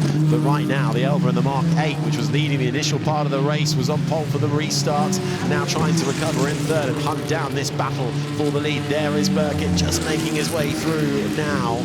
And tell you what, good start as well for the Lotus 23C of Henseler up into fourth spot. Now, how did you read that again, John, now we've had the replay? Over-aspirational. I think to try and sneak down the inside so tight to the apex of the corner with a car committed to taking that apex, it was never going to happen. But, you know, it was an overtaking maneuver. They were virtually alongside, but it was aspirational in terms of was it going to work. Well, he has recovered into third. Andrew Hibbert now down into sixth. So I'm sure he'll be feeling rather aggrieved with his Lotus getting biffed off into the grass. But both in to fight another day on that one. Actually, Hibbert has just managed to get himself up into fifth spot. We once again, though, are looking at this battle for the lead. Less than 0.2 of a second separating. Will Nuttall coming through the chicane now, being chased by the other Elva behind of Max Bartel. Both Elva Mark 7s here. The Mark 8 of Ollie Burkett still lurks in the background as they will come across the line with over 4 minutes remaining. So a little bit further through the field again into Woodcote. Very tippy toe stuff from the 29. Lotus, that's Nick Fennell, just being very cautious indeed, not trying to overdrive, and every input being done with great gentleness. The Elva a little bit more aggressive on the exit, just trying to counter, but here's a manoeuvre into Ford water again, and a sniff up the inside, but not sufficiently alongside to make it stick. Just trying to find a way through, forced knuckle into some kind of mistake, these two Elvas, but behind though, lurking, nearly having a big swap on the front, the third car coming through the picture. Ollie Burkett in the Mark 8, closing in, fastest lap last time around. This fight for the win is not over yet. We have only 3 minutes to go, so it'll be the conclusion of this lap and then one final lap. So that any one of these top 3 Elvas could actually stand on the winner's podium. At the minute, Will Nuttall has marginal advantage because he's in the lead, he's got no distractions, and Bartel in the second place, Lola, Max Bartel, I don't think has got enough gas in the tank right now as they come down into Woodcombe. Onto the brakes as they make their way through the right-hander. Will Nuttall though going slightly wide as Max Bartel takes the tighter line. Can he get better drive on the exit? Shake from the Elva as it comes into the final chicane. And now, right there with them, is Ollie Burkett in the Mark 8, just lurking, waiting for his chance to try and steal second and steal the race win. 3 Elvas fighting it out here in the closing stages of the Madrick Cup. Sports cars from 1960 to 1966, all with engines smaller than 3 litres. And we've got a fight for the win on our hands. Well, Max Bartel, he's very clear. And look, both Elvas coming out of Madrick, trying to get the power on, snaking. Now Bartel sticks his nose up the inside into Ford water and forces his way through to take the lead. And this is what we've got, 1 minute 50. We might get one more racing lap. I thought maybe it might be marginal. So a good clean overtake by Max Bartel into the lead. The pole sitter, man. Elva's gone off on the left. And that is a fairly big shunt as well for the Elva Mark 8, which was looking so strong. It had a few wobbles on that last lap. Lost a little bit of time, even though it was closing. And that leaves us with 2 as he's out of the car straight away, which is great to see, and over the fence to safety. Yeah, look, he's distraught, absolutely distraught. It looks as if we didn't quite catch the beginning of it. Maybe he got a little bit of a tank slapper as he came through Ford water, and then the car snapped back to the left. And once it was going 90 degrees to the bank, it was not much that we're going to see Ollie Burkett manage to handle to do. This fight, though, is still not over, with less than a minute to go now, and that actually crash has brought out the red flag. So is that fight over for the race win? And I'm not sure they're aware of the red flag. I think they'll need to just slow down. I think Will Nuttall is now aware, hand up in the air. Yes. And you can see the frustration actually from Will Nuttall in the car behind the 2 Elvas. Now, interestingly though, should they go 1 lap back? No, well, they could do, actually. You might well be right. That could be a take when a red flag concludes a race. It sometimes is the case within rules and regulations that the result is based on the previous lap, not the lap that the red flag that is stopped the race. Well, for that crash at the end with Ollie Burkett in the Elva Mark 8, denying us of perhaps a final fight between the 2 Elvas out in front. It's registering as Will Nuttall taking, that is a bit of a big hit, isn't it, for the Mark 8, so get a closer look at it, but it's registering as Will Nuttall as the winner of the Madrick Cup, beating Max Bartel in the sister Elva, and the stricken Elva that we're looking at the moment, the Mark 8, taking 3rd. As we get another look at what happened. So we had this great battle happening out in front, and then this is what he got, a little oversteer, and then he steered into it. But there's precious little space between the edge of the racetrack and the bank, and there you can see. And once on the grass, he's just simply a passenger, and a big impact on the left front, and a lot of bodywork damage, suspension damage. I hope no chassis damage is done to that magnificent little Elva BMW Mark 8. Well, they really put on a show for us, didn't they? Over the course of a bit longer than 25 minutes in the end. No chance for a nap mid-race, was there? No, you don't get that here. You don't get that here, but the Elvas putting on a show for us in the Madrick Cup. pushing hard all the way to the end, and you can see what it means as well. Ollie Burkett looking at his stricken elbow. He was putting in a magnificent performance, actually, but had a couple of offs earlier on, but head in his hands is the last thing you want to see, these beautiful cars finding the wall. But, you know, with the enjoyment of these amazing machines comes those risks as the top two hug it out at the starting grid. And we'll have the podium ceremony, but unfortunately for Ollie Burkett, I'm sure that'll be small crumbs. Well, certainly Ollie Burkett was pushing in what we thought might be the final lap, certainly penultimate lap, to regain ground on the two leading Elvas. And he had run that gap down, but just coming through that final bit of forward water, I captured just a little snap of oversteer, not a lot, not a big one, but then the correction saw the car then veer directly off the racetrack, and once onto the grass, these cars were traveling over 100 miles an hour at that point. The grass is sodden, and there's more chance of being struck by lightning than stopping a car in conditions like that. Well, the Madrid Cup race we had, I think, just over a minute or less than a minute to go before the red flag came out. It will not be restarted. We have had the checkered flag. Will Nuttall registering the race win in his Elva BMW powered Mark 7, followed by the other Mark 7 of Max Bartel, who I think will be a little bit gutted by that one, having taken the lead just before the red flag came out. Ollie Burkett, who caused the red flag, crashing his Elva Mark 8, chasing down the top two, in the end third, ahead of a really good run for the Lotus 23C in Henseler's hands, finishing in fourth with Andrew Hibbard, despite having a couple of offs and finding himself biffed off the track at one point, managing to finish inside the top 5 in the other Lotus 23. That initial race start, though, the Bobsy Alfa faded away, sadly, once the rain came. Managing Seckel faded away down to 12th, outside of the top 10. But there you can see a family affair, and one that I'm sure I'll be very satisfied with after a tricky race, tricky conditions, and now it looks like the blue sky has come back to play again. Yes, I think that was the conditions at the start of the race were relatively acceptable, easy-ish, but once that little rainstorm came through, plus we had a stoppage, first red flag, then I think the conditions were that little bit more tricky, and it was evident when drivers actually started to push that little bit more than they would have maybe wished to do, basically to either to defend or to attack.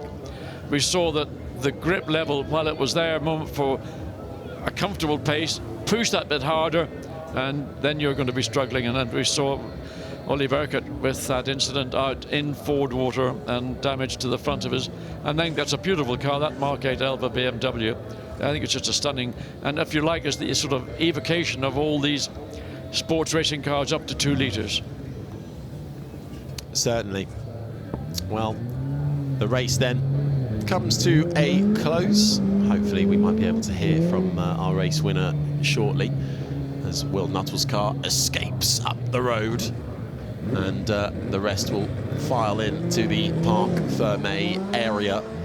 Still plenty to come throughout the rest of today. A couple of good parades to look forward to. We'll be celebrating some of Alfa Romeo's most successful race cars from the 20s through to the 70s a little later on this afternoon, and following this we'll get the Jim Clark track parade underway. But first, our top 3 line up at the start-finish line. Let's check in with them and Ed Foster. Well, that's had something for everyone, that race. Might as well stay here. Will, we'll start with you. He just got you on the last lap, but count back, Goodwood winner again. Yeah. Well, I was so much going on in my head. I didn't know what was going on. Max Newt thinks that I won anyway, so I don't think he crossed the line first any lap. But there was one more lap at the end, so I thought I was going to give him a good go. I'd like to thank Wolf, who's watching at home in Germany, who owns the car. It's a beautiful little car. Oh, look, great drive. Well done. Thank you very much. So close, so close. I mean, it's a great, cracking drive, especially after that restart. It was. It's challenging. Those conditions are difficult to get off the start, and then to go through that process once and be in a relatively good position, to then see a red flag, I was thinking, no, not again. But actually being on the outside line into the first corner seemed pretty decent as well. But then myself and Will had an unbelievable battle throughout. We definitely work out that being in front's the hardest because everyone knows where you're braking, so you can gain a couple of yards. But fantastic. Shame about the red flag. Next time. Well done, Max. Thanks so much. Now we have got a third place man here. Let's come. Oh, sorry, we got some photos. Well done, everyone. Well, it was pretty action-packed that. But did you know you're on the podium until you stopped down there? Not really. So it's the first time I'm here in Goodwood. I never raced here before. The car is new. I never sat in the car. And then you sent me that lovely weather. So it was a good opportunity to race. Heaven knows how fast you're going to be in 2 years' time. Oh, yeah. Tell the others then. Yeah, I hope they will re-invite me again. Well, look, a great drive. Well done. Thank you so much. It's such a glorious event. I'm really happy. Thank you so much. Like a snake. Me and Ben have to give him a push. It's really asking for it, isn't she? Well, the Madrick Cup got going in dry conditions. These sports racing cars from between the early 60s with engines smaller than 3 litres. And it was a good start from Max Bartel initially on the pole position. Second place, Nick Cotton-Smith's 23B, falling by the wayside. But it was that Alfa Mark 8 of Ollie Burkett sliding down the inside of Will Nuttall, applying pressure early on. Fantastic fight we were treated to the top 3 in the early stages. Battles actually all the way through the field as well, and a couple of spinners too. Ashley Hudson in another of the 23Bs finding himself backwards, along with Martin Verdon Rose. Elva a little further back, and also a few cars finding the grass on their own. Nick Cotton-Smith losing out early doors, but then we had the safety car, bit of oil out onto the circuit, so we had to deal with that. So the marshals straight to work, and we were back underway, and it was a slow start for the Elva, the Mark 8, and a couple of slower starts in the field, but we were treated to such a magnificent battle once more between the 2 Elva Mark 7s, Will Nuttall and Max Bartel straight out in front, while others found the gravel and came to an end early doors. The Aurora there finding it and getting beached, and what a move was this, flying high for Ollie Burkett. There was no stopping him, quite literally. Went into the grass and biffed off Andrew Hibbard, who wasn't too happy about that. Further spin back in the field for the number 13 Lotus BMW 23B of Ken Dowling. But then the fight was on with the last couple of minutes to go between the 2 Elvas. Max Bartel with the initial lead, Will Nuttall chasing him, and in the end we have Seckel in the Bobsy Alfa that was also having a good run.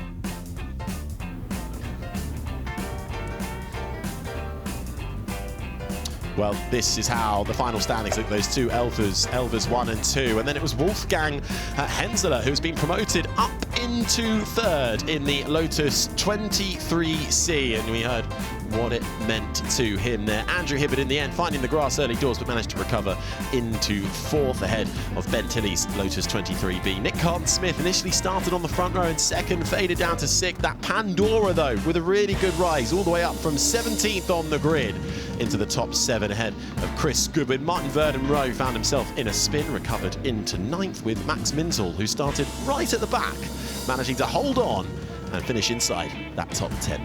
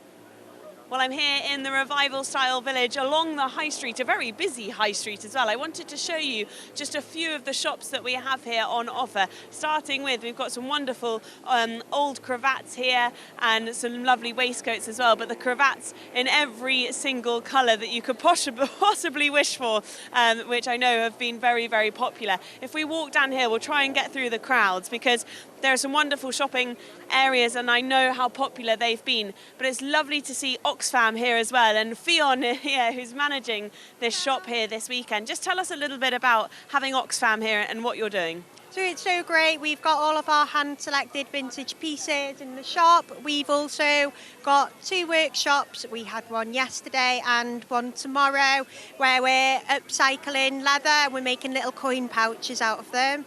And how busy has it been here this last few days? Really busy. It's been great. Last year we just did the workshops and trialled one rail and that was really successful. So we've got the shop this year and everything's going great. And obviously incredibly important to keep the promotion of Oxfam going and making sure people donate and buy as well. Yeah, and it's really good that we're raising money for a good cause. Well, listen, I will leave you to it because I know it's very busy. Thank you very much, Fionn, as we go in here because, as we said, we talked a lot about clothes, but actually accessories is a really big thing as well. And Zoe in here is going to just talk us through a few of the accessories that we've got in here because they are vintage style, aren't they? And it's lovely to see. Yeah, they are, Rosie. If I can just show you, we're Augustine Jewels, and here we're really labouring on our New York collection, where we've got a lovely Art Deco style, the Moissanite there, and also obviously some diamonds. And here's a Baroque pearl, so totally vintage, so popular. And of course, I want to show you, Rosie, the filigree here, where we've used a garnet and a citrine with this lovely ornate design, timeless but so vintage. We've had so much response in a couple of days. People love our jewellery, and it's really a piece for everybody. But yeah, a real focus on and people just love our jewellery, so I hope you do too. Yeah, well, it is stunning, it is beautiful, and as you said, it's keeping in with the Goodwood Revival theme, so thank you very much. We're going to move on, but there are the accessories and there's the jewellery. If we then head over to Hannah George Vintage as well, I think probably the most colourful shop that I have seen, and we'll try and see if Hannah George is actually in this shop, although I can see her. Here she is. Hannah, I'm going to grab you very quickly. I know how hard you have worked on this incredibly amazing store, but it's so colourful. Oh, thank you so much. I mean, colour is really like what I try and focus on. Print, texture, I love all the eras, but this has been a lot of work. I mean, you stopped by before we were even open and my God, I think you saw the chaos we were in, but it's worth it. It's definitely worth it. I mean, I stopped by for a very good reason that you actually have helped me out with my outfits this weekend as well. But you really do have everything in here. You've got belts, shoes, you've got accessories, you've got all the outfits as well. We even have hosiery and underwear. You can kit yourselves out head to toe in all the eras. Listen, if you want to go that far, you can go that far at Goodwood Revival in all the eras. As I said, here in the high street, it is so busy. Lovely to see it so vibrant. We've got a little bit of sunshine for now, but it is lovely. And as Hannah said, if you want to kit yourself out top to toe, you can do that here.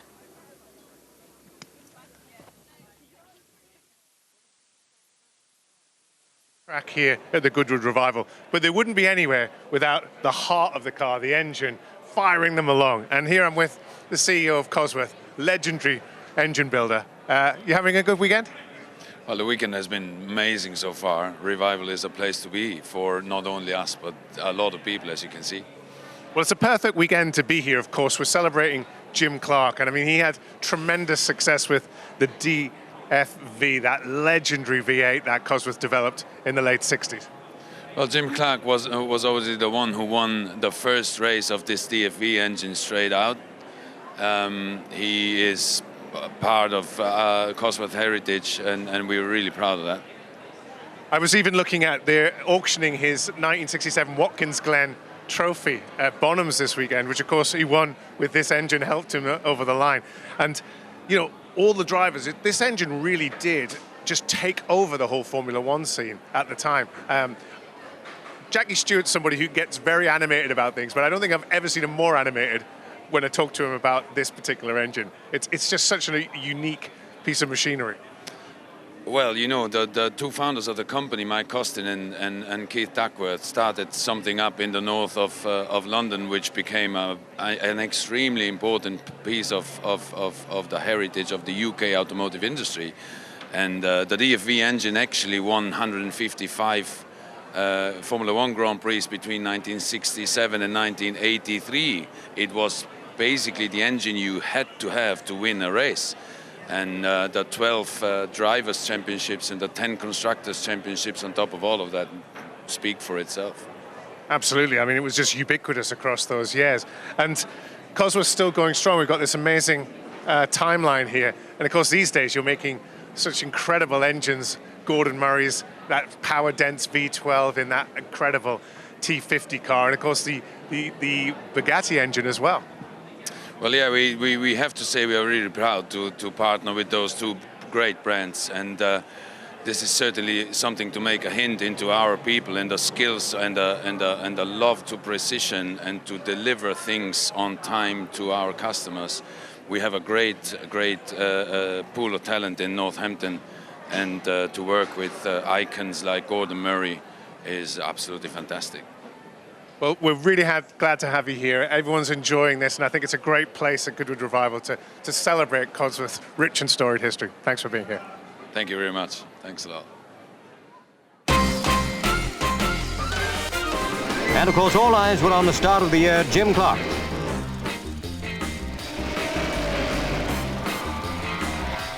First across the line is Jim Clark. No trouble at all. Clark was the winner. Hill and Clark still leading. And Jim Clark's the winner. First Briton ever to win the Indianapolis 500. That's Clark's Lotus going like a bomb. It's odds on for the World Championship. It was number 6 all the way. Nobody could possibly catch Clark.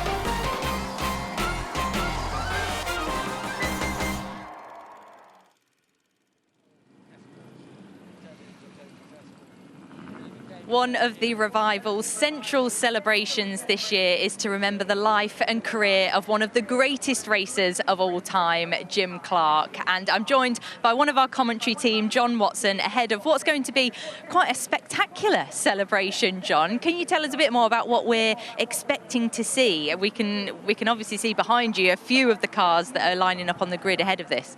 Well, Jim Clark was a very special racing driver, but he came from a farming background in Scotland. Not what you would imagine would be a pathway into Formula One or motor racing, but through a colleague of his, Ian Scott Watson, who did race. He persuaded Jim to jump into one of his cars, and eventually, little Porsche, which is here in the grid, that little white Porsche.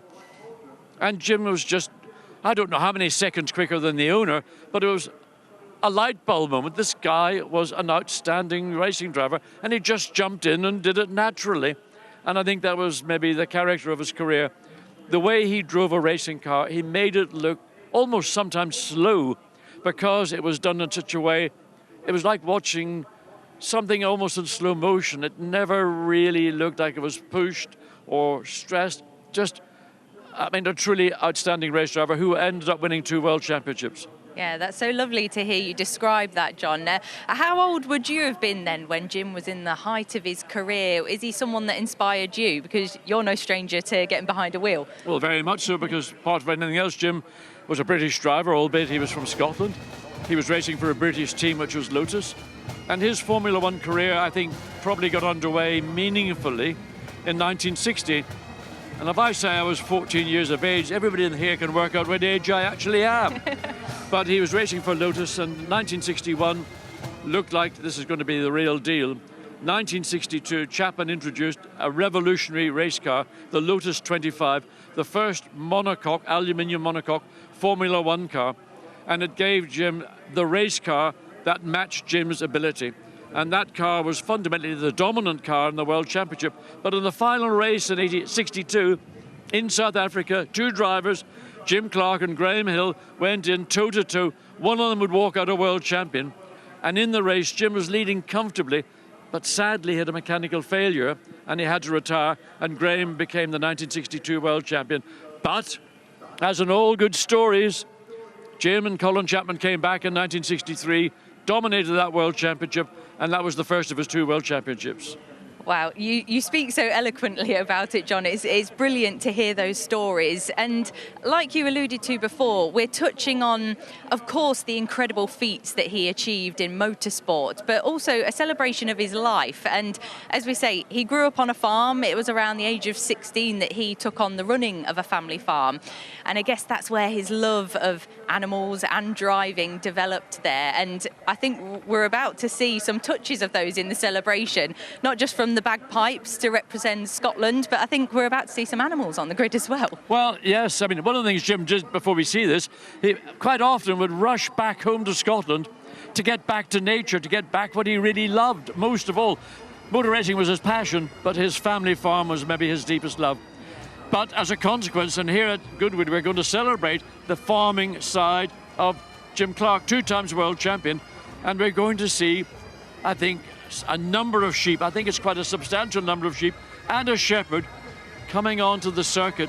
Just another little sort of caveat of the life of a great 2-time world champion, a man taken way before his time. Yeah, and Goodwood's own shepherd as well. So all the ties come together. It's going to be a really lovely celebration.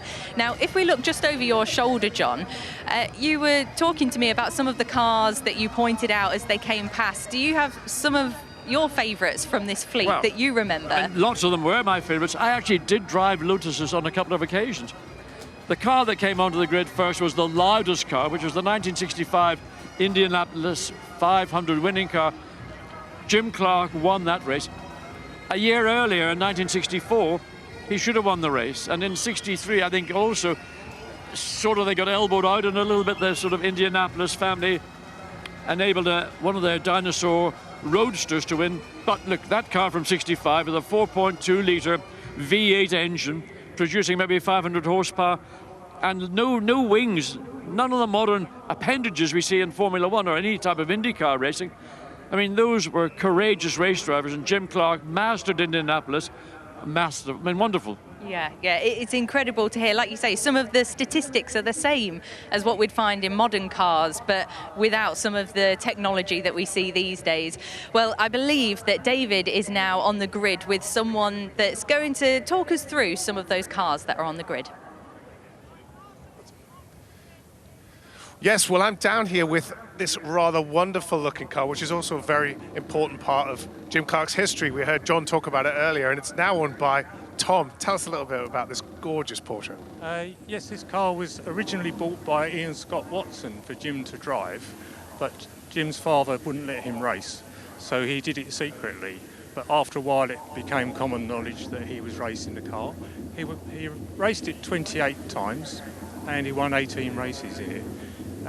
Including the class for this type of car at Spa, which was his first foreign race.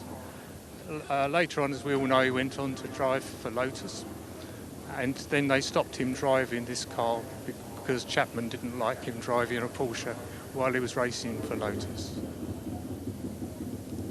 Well, we are loving having it here. It's such a fantastic looking car. Thank you for keeping it here. I know you've raced it here a few times at Goodwood, and we'll see it out on the track again today. But I think it's time to head back up to the commentary box. And that's because we're seeing something very, very unique.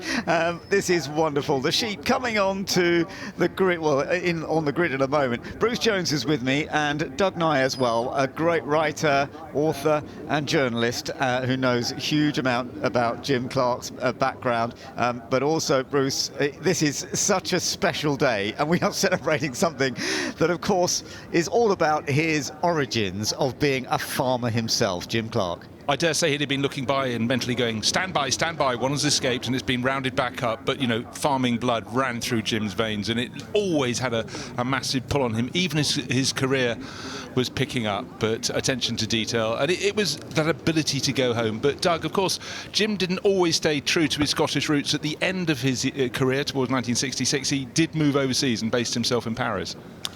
Yes, we can thank the contemporary Chancellor of the Exchequer for that, I'm afraid.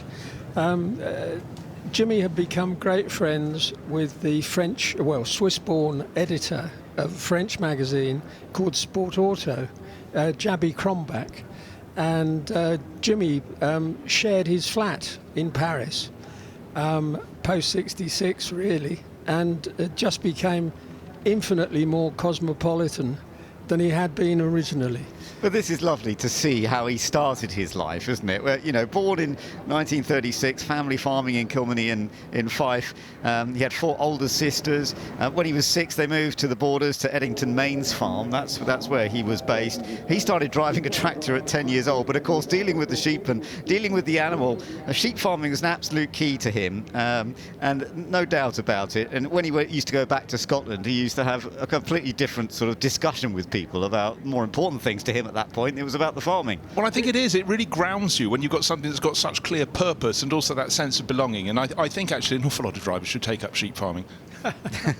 Well, sheep farming and the current price of sheep in the local market was infinitely more riveting for Jimmy than anything about racing for quite a time early on, until he really committed himself to the sport rather than the family business. This is great. Shepherd's doing the great job of moving them around and just entertaining us with these sheep to celebrate Jim Clark. So just to remind you, of course, we are celebrating 60 years since Jim Clark's second and final title in 1965, and we've already been talking a little bit. We will be talking more, of course, about his racing career and how much he achieved, particularly in that 1965 season. But this is lovely. This is a unique view that we just don't see here at Goodwood very often, but Goodwood always comes up with something a bit different, doesn't it? It's part of the ethos here, actually, as different as you can make it, if we can get away with it. So cross our fingers that we can get away with running all these sheep onto the grid. Doug, you've been a part of the Goodwood, coming back to motor racing from so many years. It was the competition here between 1948 and 1966, and then it was a test track for many years. But then it has come back to being a race circuit, of course, and the Festival of Speed came back. But you've been a part of some of the decisions about what's been going on here, and I don't know whether you were involved in this one or not, but there's so many things that go on. It's great fun. I claim the Fifth Amendment. Okay. It has been extraordinary, and it's all down really to the enthusiasm of the current Duke and some of the people that are around him. Well, all of the people that have been around him, many of us, for so many years. But it's immensely gratifying when we see this today, and particularly, on this anniversary of Jimmy's 65 World Championship. And I think one of the loveliest things, Doug, is if people, the much younger people who are watching all around the world and here at the circuit, is to understand the diversity of Jimmy's career and the fact that back in the 50s and 60s, all drivers would do as many races as they possibly could for that lovely thing called prize money. Well, that's right. But to exceed, and the 65 season was extraordinary. Winning the Indy 500, he'd already shown enough skill to do that the previous few years. Waltzing away with the Formula 1 World Championship. And also the Formula 2 Championship. British Salute, he won in everything. Yeah, and just as you say that, look, the sheep are going past all the cars you're talking about that Jim used to race. This is a wonderful shot, because you are looking at his mix of touring cars, of his early years in Lotuses, sports cars, and then, of course, Formula 1 cars, Indy cars. And the sheep are getting a good view. They're checking these cars out. And well, absolutely. Look at that. I wonder how many sheep power that Gemini Formula Junior is. Isn't that wonderful? And the little Gemini there, of course, was the first single-seater that Jimmy really experienced. This is lovely. I mean, the way they're investigating all these machines. Aston Martin, at one point, he could have been an Aston Martin Formula 1 driver. It didn't happen because Aston pulled out of Formula 1 then. Well, they had their glory when they finally won the Le Mans 24 Hours in 1959, but already they sort of decided to go Formula 1. But the engine was at the front, which was what people were not doing much anymore in terms of Cooper and Lotus. So it was a big swerve around that one. But at the time, to have a manufacturer like Aston Martin wanting to get you on their books would have been tempting. And he was testing here at Goodwood, wasn't he, for Aston Martin? He was. He tested here for Aston Martin under their great former King of Goodwood, Reg Parnell, right, who had become Aston's team manager. and he was. I'm sorry, this is an extraordinary sight. It's lovely. I'm really enjoying this. I never see. I think I would see so many abreast running into Madgewick. It's extraordinary. This is stunning. This is a wonderful view, and this is to celebrate Jim Clark being the farmer who went on to become a double world champion, but winning in all sorts of other forms of motorsport, which we'll be talking about in a little while. But that is just brilliant. It is absolutely, and the way they're managed by the dogs and by the shepherds, really, really great. No, they're very well rehearsed. Yes, clearly. No, it was a wonderful thing. When Jimmy first tested here for Aston Martin, he was absolutely intent upon not looking untidy. And so coming round Woodcote in sight of the pits and the chicane in sight of the pits, he was driving as smoothly as he could. Fantastic. And then to make up his lap time, he was going hell for leather around the rest of the lap. I can imagine. They're carrying a camera as well, so there are going to be some more amazing pictures of this one day when it's all been put together. I think there'll be a lot of camera operators out of a job shortly. This is getting in among the heart of the action, but I mean just sublime and surreal moments, and for that celebration, but really when we get a chance to look back at the cars on the grid, it is just the most incredible assembly of cars, but also wonderful. How much was achieved in such a short space of time. But yeah, something different from Goodwood and these sheep. I think they have earned a nice grassy verge to go and chew. Who's your money on? The one in the middle, actually, the black-faced one. Wonderful, really wonderful to see, and I do hope you've enjoyed this, whether you're here at Goodwood or watching with us online. We're sitting in our commentary box over the top of the grids, so we'll be talking about those cars, as you said, in a moment, Bruce, but these pictures of seeing the sheep running around, absolutely lovely. And we've been quite lucky with the weather now, because the sun has come back out. We've had some rain this morning, but this has worked perfectly, and yeah, having a lovely leap. Great stuff. So that's from the sheep. That's part of the celebration of the farming history of Jim Clark. But the history of Jim Clark as a racer, of course, absolutely crucial. And we have another Formula One world champion here who wants to look back and talk about him. Damon Hill is with Ed Foster. Well, thank you, Ben. Not only do I have Damon, I also have Clive Chapman. Now, Damon's father obviously raced against Jim. Clive, your father ran Jim. I'll start with you. I mean, how do you sum up Jim Clark? The greatest driver. He had the greatest season ever. He's got 8 Grand Slams. His win rate was unbeaten, and just a great man. Damon, your father had so many titanic battles with Jim. What an extraordinary collection of cars and sheep, of course. Well, I don't know about that, but I'm not now. They're not cheap, but I mean, you know, Clive was just telling me this car. Now, this is the Lotus. What year was that? 1965. So my dad raced that one, but I actually sat in it. So there's a picture of me sitting in it when I was a lad, being pushed. But I've got, you know, Jim was so much involved in my dad's life, and I think they got on really well as teammates. That was the thing, that they had, was kind of a lot of respect. He knew that Jim was almost unbeatable, but I think my dad's approach was a little bit methodical and a little bit more determination maybe, but whatever, they got on really well as teammates, and Jim was a complete legend. Thank you, Damon. Here today, as we come together to celebrate the life of a man who for so many remains the very embodiment of artistry behind the wheel. Jim Clark. Jim was a man who earned not just respect, bordering on awe, for his extraordinary achievements behind the wheel, but a deep and enduring affection for the quiet dignity and sportsmanship with which he carried himself on and off the track. Jim's career stands as a testament to pure instinctive brilliance. He wasn't just a champion, he was the absolute very representation of grace at speed. A driver whose innate feel for a car seemed not just God-given, but positively supernatural. In single-seaters, touring cars and sports cars alike on 5 continents, Jim made it all look deceptively easy. His true greatness, however, was not in trophies or records. It was in the quiet humility with which he achieved them. even as he was garnering records and global acclaim, he was, first and foremost, a sheep farmer from the borders of Scotland. You may have just noticed our subtle nod to that on the track a moment ago. It is perhaps that grounding, that deep connection to the land and to the rhythms of ordinary life that made him such an extraordinary racing driver. Here at Goodwood, Jim's story is woven into the fabric of our circuit's golden years. He raced here often and he won here frequently.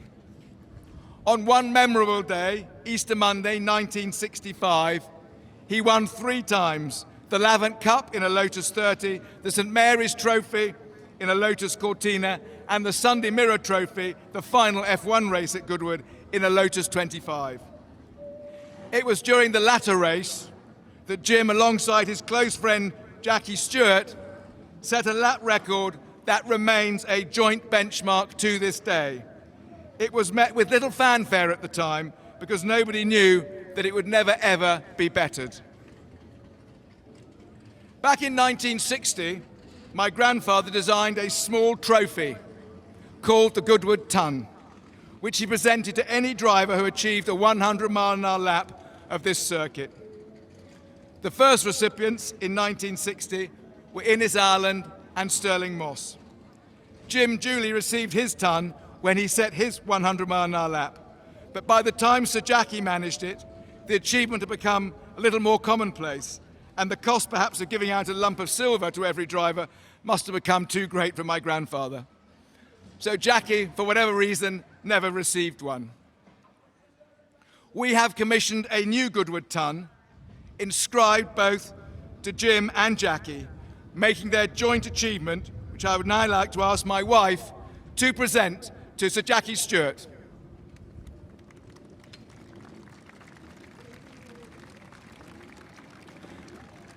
And this is very much to right the historic wrong that Jackie never received this trophy in period, and something I hope he will be able to add to his unbelievably full trophy cabinet. We would also like to make him an honorary member of our new Ton Club, which we created in 2021.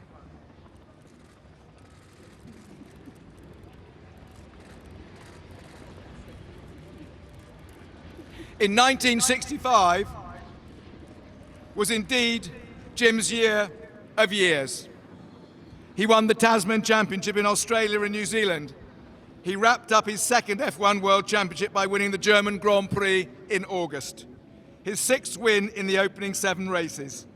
He actually maintained a 100% record, having missed Monaco in order to win the Indy 500 on the same day, becoming the first driver to win the race in a rear-engine car and the first to do so at an average speed of over 150 miles an hour. For good measure, he also wrapped up the British and French F2 championships. By the end of the year, the shy sheep farmer from the borders was on the cover of Time magazine. And Jim was not a man to seek the spotlight. He let his driving speak for him, and what it said was unforgettable. To watch him was to watch perfection in motion, precise, fluid, almost serene. Even today, drivers and fans alike revere him as perhaps the purest example of what a racing driver can be. Jim's legacy is also more than statistics or trophies, much more. It's the quiet courage and sportsmanship that endeared him to teammates, mechanics, and fans the world over.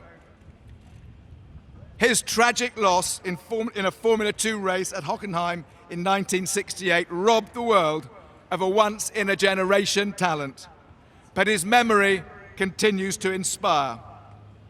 In celebrating Jim, we are reminded that greatness can be worn lightly, that humility and humanity need never be sacrificed in the pursuit of excellence, and that sometimes the quietest voices leave the loudest echoes.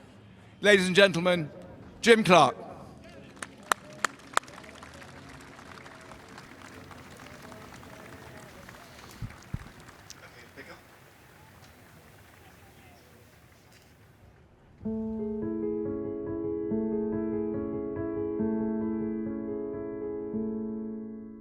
From the quiet fields of the Scottish borders came a man who changed the world of motor racing forever. Jim Clark never sought the limelight, never strived for fame or fortune. To him, he was a farmer first, and only then the fastest driver on earth. He was gentle, modest, almost shy. In the paddock, he could vanish into the crowd. But in a car, any car, Jim Clark became something else entirely. A natural, effortless master of speed.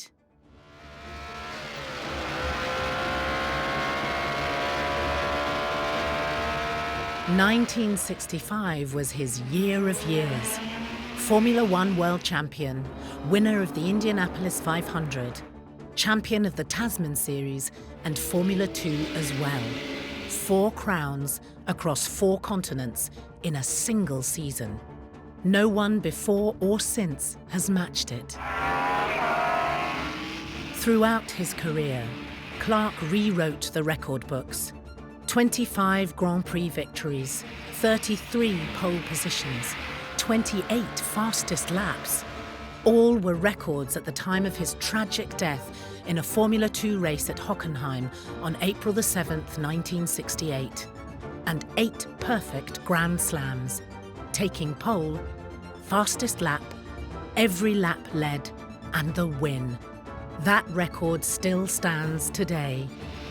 And it wasn't only in Formula One. Whatever he drove, wherever he raced, Clark could do things in a car that were beyond the reach of mere mortals. In single-seaters, sports cars, saloons, even rally cars, he made the impossible feel almost routine. In anything on 4 wheels, he could win.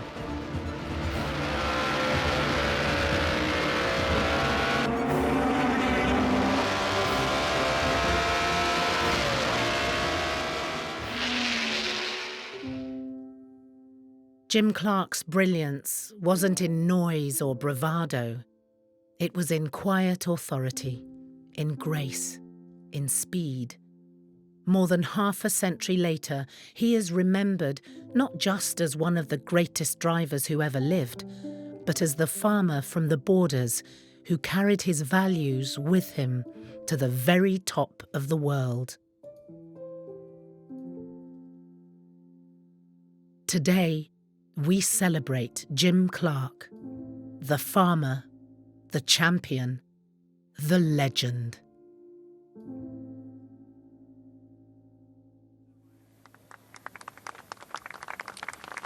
Well, what a man, what a career, and what a season that 1965 season was. I'm going to attempt the impossible. Sir Jackie Stewart is in here, so I'm going to squeeze in. Sorry, everyone. Sorry, Drew. Thank you. Come on through. Sir Jackie, I'm sorry to interrupt. What an amazing man he was, and what a pleasure it must be to share that record with him here at Goodwood. Yes, he was a wonderful friend. As 2 Scots, of course, to participate in Formula One at that time was something new. But Jim was a very, very good friend of Helen and I. Throughout his career, he was the cleanest, best driver that I had ever been playing part of, and we shared each other in London in an apartment together. John Whitmer gave it to us, and Jim and I spent a lot of time there. So even now I feel sensitive about the whole thing. Well, Sir Jackie, it's wonderful that you've been awarded with this. Thank you so much for the kind words. I'll leave you in peace. Let's try and squeeze through. Sir Jackie, thank you. What I'd love to do is, sorry everyone, try and squeeze through, because there is a Dario Franchitti on the grid. Here we go. We even have a cameraman. Brilliant. Excuse me, everyone. Thank you. Dario, I'm sorry to interrupt. A Scot driving Jim Clark's Lotus 38 past the bagpipes. It's a moment, isn't it?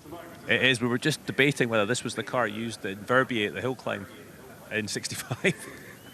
With proper anorak stuff. No, pulling alongside the pipe band, I shut the engine off just to hear And I hope somebody over here got pictures of that, because the car alongside the pipe band was really good. And then the sheep, and standing next to Jackie and watching this tribute to his friend was, yeah, God, it's just Goodwood, isn't it? How special is it? And the sun is now shining. Wonderful. You talked about it yesterday, but obviously a lot of people here today weren't listening at the time. Please tell us about these overalls, because they're not just a replica, are they? No, so I had these built 2010, I think. I was going to drive the car at Indianapolis, fresh out of its restoration. The time it was before that, it was running 1965 at the Indy 500, and then I went away into hibernation for 40 plus years. So I had Hinchman in Indianapolis make an exact replica using the same machines that they did at the time of Jim's suit from that day in 1965. So I think if you're going to do it, you've got the gloves and got the tribute helmet, you might as well do it properly. You certainly have. Dario, thank you. Let's go back to the commentary box. Thank you very much. Well, fascinating to hear from some of the great stars, of course, and in celebration of Jim Clark and celebrating that 1965 season, where 60 years since he took that second and final title in Formula One. But well, I've got Doug Nye and Bruce Jones alongside me. So much to talk about. You know, it's such history. We're hearing some lovely stories about Jim. He really was, Doug, a fantastic racer, wasn't he? Quite a quiet man out of the car, but as was being said, but in the car, such talent. He was extraordinary. He was straight out of Moss's mould, basically, in that people watching him would see him take unusual lines and look relatively slow. But in fact, when the lap time came up at the end of the lap, you go, wow, he's on pole. And that's just an extraordinary ability. But it was typical of Jimmy. And he was much loved by his mechanics. He was very, very humble and gentle. And whereas some other drivers would shout and yell and scream if something went wrong, there are only very few instances where Jimmy did that. This car, Bruce, is funny. When we saw that the ERA, this is an ERA from the 1930s, and I wasn't quite sure originally, but he did test drive this car in the 1960s, didn't he? He did. 1964 French Grand Prix at Rouen. They had a historic support race, and Sir Patrick Lindsay was here with this fabulous car, actually, incidentally, built in the year of Jimmy's birth, and offered Jimmy a go. And he hopped in, never sat in it before, thrashed around at least 4 seconds a lap faster, came in, made some set-up tips for them, but I mean, it just dropped people's jaws that he could go into something that was so alien. And let's face it, Rowan was quite a tricky circuit as well. But, yes. But when you're as pure and smooth as Jimmy was, you know, everything would be taken in his stride. But it does seem like an anomaly. We think his competition career started in cars from the mid-50s onwards. However, it's lovely that that's here. It is great. And the fact, I mean, this whole lineup, Doug, in a way that sort of shows such different kinds of cars. You don't see this with Formula One drivers nowadays, although I have to say it's fun to see Jenson Button in older cars here at Goodwood. But normally, of course, now Formula One drivers just focus on Formula One. But he drove so many different cars and was always fast in everything. Well, we can only ever be an animal of the age in yes. which we live, and that was absolutely true of Jimmy and of course of Damon's father Graham. Every race they could drive in, after all, was an earnings opportunity. You know, Moss famously used to say, it was 50 quid, boy, 50 quid. And that's what it was all about to some extent. But Jimmy had an extraordinary curiosity, and he was curious to know what different types of cars were like. And that was the great attraction for him of trying the ARA that he'd heard so much about. And he got into it, first time ever trying a pre-selector gearbox. And it worked. Fantastic. Well, there's more to learn. Let's go down to David, who's with Chris Evans. Well, you find all sorts of things on the grid here. We had sheep and now found Mr. Chris Evans admiring this rather gorgeous car. Oh my gosh, I mean, they're all great, aren't they? The sheep, that was a moment. That's already gone viral on Instagram. I think it's trending. They're barring, it's trending. And we're all salivating over this car here. It doesn't get much better than this, does it? No, DB4 GT Zagato, 1 of 19. I think this is like, is this Willie Loughran's car? I think it might be. One very famous car, beautiful. Who doesn't want one of these? Well, you got rather close, haven't you? Well, so to having one of these, I actually used to have one, and I stupidly sold it because I'm a very stupid man. Did you say you had a DB4 though as well, or just a standard one? No, we've got a lovely DB6 in Bahama yellow. So in the rain clouds this morning, we were sort of providing our own sunshine coming over the hill. It was gorgeous. Well, rain or shine, you're always here, and it's lovely to come and celebrate the great Jim Clark with fantastic cars like this, isn't it? Happy Christmas, because this is our Christmas. Well, lovely to see you here. I think we've got a little crowd around this fantastic car, and I'm just waiting for the dog cam. Yeah, I heard you were. Have fun. Oh, that's rather fun. And it's so lovely that so many people are still so attached to what Jim Clark achieved, and, of course, so many of the cars that he did race. Yeah, sorry, go ahead, Doug. No, I was just going to say that isn't that Zagato, that Zagato Aston Martin, a svelte shape? I would call it wholly attractive. But in period, at the TT in '63, Jimmy came out of the pits to rejoin the race, moved over in the first corner here, Madgwick, to let John Surtees by in the leading 250 GTO 62 TT, and promptly lost it. Really? Because he moved onto marbles, fresh out of the pits, and he spun, and he took them both into the bank. Oh dear. And that was a source of huge embarrassment to him. But fortunately, you know, the cars weren't that badly damaged until another driver, Chris Kerrison, spun at the same spot and went into the two parked cars. Oh, I can imagine. We're just looking back at some of the highlights of the sheep coming out earlier to celebrate the farming background of Jim Clark. Jim didn't make many mistakes, Bruce. There were the odd ones, weren't there? Where I mean, in those days, cars were always more unpredictable as well, and of course tracks were always a bit dodgy. Yeah, and also tyre technology, what was considerably less on offer for the drivers, but in fact, notably, some fantastic photos of Jimmy driving 2 WEV, super sideways but super smooth. And then, of course, that got transferred when he started racing the Lotus Cortinas. I mean, at Brands Hatch, he was often 3 wheels, sometimes almost 2 wheels on the ground, because he'd worked out how to get that car to handle. And it doesn't handle anything like, of course, contemporary racing cars, but it was about that ability to be comfortable with the balance at any given point of turning a corner. And Doug, he had his own style, but he was super smooth. And you look through history, who else has been super smooth, who's been quick? Someone like Alain Prost. You never see the speed until you see it on the stopwatch. No, exactly. And except in his extremis, that was certainly true of Moss and definitely true of Fangio. Yeah. Definitely true of Fangio. But all of them could show Tiger when it was needed. But they also had that ability, as you say, Fangio is similar. If the car wasn't running too well, getting towards the end of the race, and we were hearing about that earlier, that Jim could do as well, he could back things off and look after the car, because they were not as reliable then as they are nowadays. And that was a key part. Alain Prost would actually sometimes, once he got in front, would just ease off and just win by a small margin. But Jim was brilliant at that too, wasn't he? His natural feel for a car was extraordinary, and several times he would stop a car, say during testing. The mechanics would go out and ask him why he'd stopped, because they couldn't see anything wrong with it. And he'd say, there's something wrong at the back. And then they would find that a drive shaft joint was on the verge of collapse. Wow. It was almost a sense of sort of prescience. You're going to hear some lovely sounds coming up now, particularly with these ex-Indy 500 racing machines. But you've got all these other cars coming up.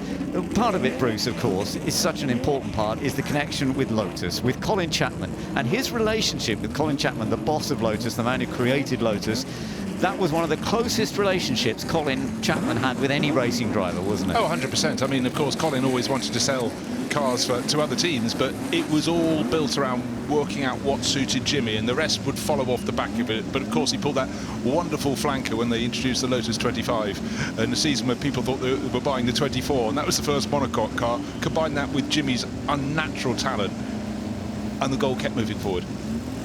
Yeah, absolutely. Isn't it wonderful to see Damon Hill about to head out as well?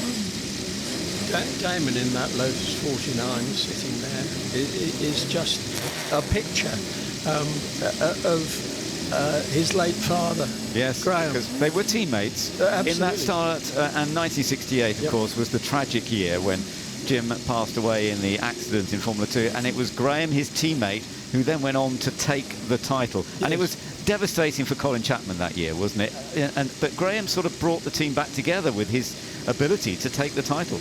Graham was an extraordinary showman, but he was a showman of tremendous substance. And he literally picked the team up after Jimmy's accident and took them on to the World Championship. And the strangest thing of all, Doug, was the fact that then Damon had to perform exactly the same task with Williams after Ayrton Senna was killed. The team was absolutely distraught, and he had to do what Graham had done in 1968 and put that team, give them their focus and keep going. Like father, like son, and Damon I have endless admiration for. That's very true, actually. That's a very good point, that Damon had to do the same, being teammate with Ayrton Senna and then losing Senna. And what he achieved was remarkable. It's lovely to be riding on board with him in this racing car that was such an important part of Lotus, went on to be such a successful car. And Jim Clark, he was very happy with the Cosworth V8 power, wasn't he? That suited him very well, even though he'd been running Formula 1 cars that were a much smaller engine initially.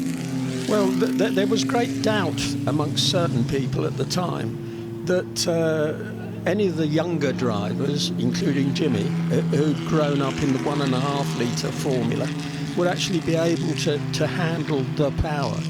But they overlooked the fact that Jimmy had been here and had won in the Lotus 30. Yeah. He'd won Indianapolis. I mean, how much power do you want? Sorry? Absolutely. Yeah, the Indy 500 car's always very powerful. And that Cosworth V8, when it was, I mean, it's been hugely successful, as we know, across so many years in Formula 1. But I do gather in that first year, it was actually a bit of a challenge. It had revs, certain revs, where it didn't do much and then suddenly kicked in. That's right. It was a very, very peaky torque curve, as they call it. The thing was that it was just the new thing. It was so far in advance of the other engines that were running, either in terms of horsepower or in terms of its promised reliability. One other element, of course, Doug, was the fact that the Cosworth DFV was a stressed member. You could mount the suspension directly onto it, so you weren't having the engine sitting in a frame and all the loss of performance and rigidity going into a space frame around it. And so that was massive. You combine it with Jim's talent. First race, Dutch Grand Prix 67, victory. Graham Hill getting on the battle as well. So it was an engine of the epoch, but of course now we have the other cars he raced in, period. Look at these. I mean, this is such a lovely mix. The Porsche that was mentioned earlier on, down towards the back there, and there's an Alfa Romeo, which he didn't actually race, but he did test. One of the very many different machines that he did have a play in, and that was the thing, you know, so many cars that he contested. That's a slightly different one, though. The Lister Jaguar there, 736, is the flat iron car that he drove so successfully for his friend Jock McBain's Border Reivers team. And Jimmy learned a lot of the ropes on that. He described it as an absolute beast. Really? In period, with its Jaguar engine. But he was very, very, very successful in it, in club racing. And they did an extraordinary number of races per year. He did over 50 races. I know. I was looking back, even early on, but in 1965, as you say, I was amazed. I was looking at the list of races that he did in that 1965, and of course it started on the 1st of the year, because the 1st of January was when he went and won the first Grand Prix. In those days, the first Grand Prix of the year was actually on the 1st of January. Yes, he'd have also done some non-championship races in South Africa just before, and so on. He would have done the Tasman Series, then became something at the start of the season. So it was almost 12 months a year. Yes, but then, as you say, Bruce, he did the Tasman Series. He won the Tasman Series. Yeah. Then you come home. In New Zealand and Australia, that was, wasn't it? Yeah, exactly. And you come home and oh, look at that wonderful little car, the little Gogglebmobile that he drove in driving tests. We have some wonderful photographs of that car with the front jacked up and jacked over as Jimmy's wheeling it hard left.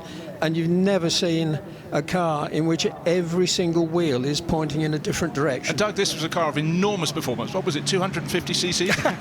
Absolutely.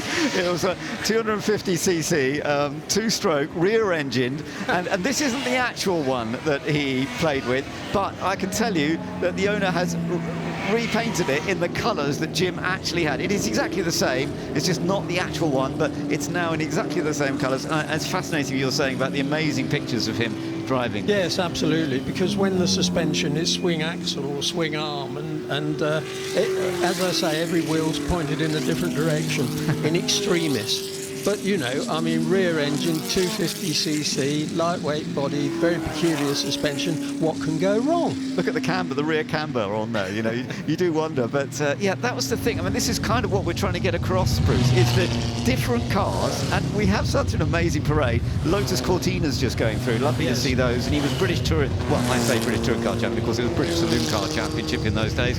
But he was champion in that as well, thanks to those cars. Yeah.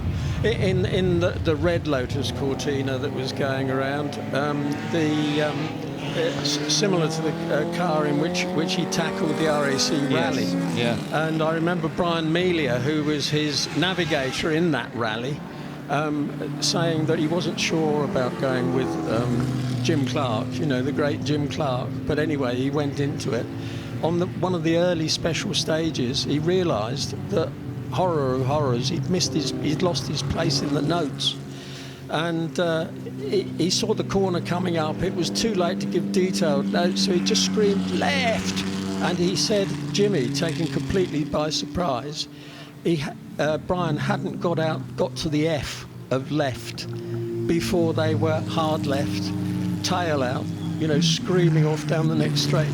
And he said the reaction time, the reflex time, was just a complete revelation to him. That's lovely to hear. That Jimmy driving a rally car had that reaction and response. Fantastic. It's also the laser focus, the sort of ability to see almost 360 degrees and as you say, to react in the blink of a nano. Yeah, the best of these blokes can think just so quickly.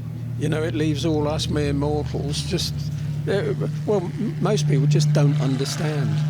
But the racing Lotus Cortina, they're so characteristic of Jimmy's great career. The 49, so characteristic. This is a wonderful group of cars to commemorate him. And of course, very much in the Lotus colours then, because it was just before sponsorship really came into Formula One for Lotus. So he was always in this sort of the green and yellow livery, wasn't he? Yes, the yellow stripe was added by Team Lotus for the British Grand Prix in '63. Right. And which Jimmy won. And the Lotus 49 continued the tradition, as it were. And then early in '68, actually in New Zealand, the Gold Leaf Team Lotus sponsorship was introduced. Hello. Oh, yep, they're taking the cars back in that way. I thought for one horrible moment he'd gone off. No, it's fine. They are being stored in different areas around the Goodwood circuit. So I do hope if you're here, you can walk around and have a look at these amazing cars in different places. If you're watching online, we will be seeing more of them over the course of the weekend. There will be another parade tomorrow as well. Yeah, so quite a lot of them being stored halfway down the Lavant Straight, alongside some of the cars we've got in another celebration for later today. 100 years since Alfa Romeo landed. Can I just add just one more thing? Of course. One day I was with Colin Chapman at Ketteringham Hall at Lotus, and I showed him some pictures of Jimmy, and he was the one who broke the spell because of a long period of silence. And then he glanced up and he caught my eye, and he blinked as if he'd been startled awake from a brief daydream. And he wasn't a man to betray private emotion, but he spoke instantly, crisply. And he said he was the finest man I ever knew. As a driver, he was a complete genius. And you know, I doubt if he ever fully realised it. That's a lovely, lovely story. Thank you, Doug. We're just looking back at some of the highlights of this parade of Jim Clark, and it started with the sheep, and again, it's all because of his starting in farming, and farming was still absolutely crucial to him throughout his career, but he'd gone into motor racing. He was a friend of Sir Jackie Stewart. They were good friends. Jackie came into Formula One a little bit later. It's been great to hear the words celebrating Jim Clark's career, and to see the cars out there, to see Damon Hill in the car that his father raced and went on to take the title in that 1968 season. And some of the cars that were very original to Jim Clark's career. It has been a very wonderful celebration.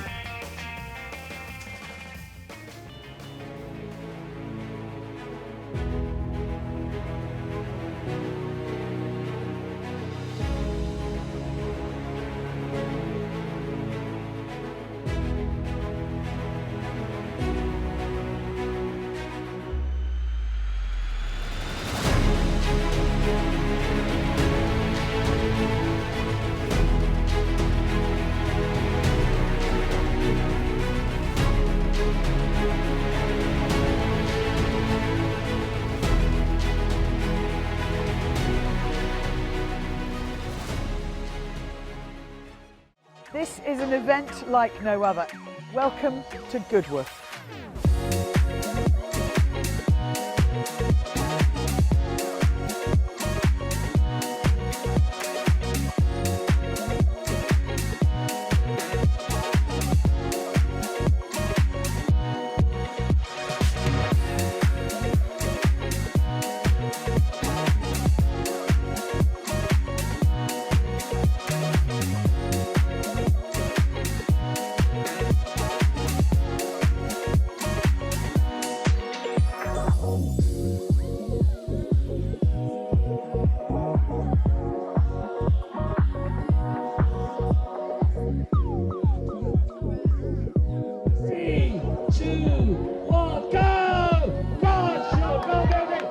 That is it from Goodwood. It's been amazing, hasn't it? Wonderful time.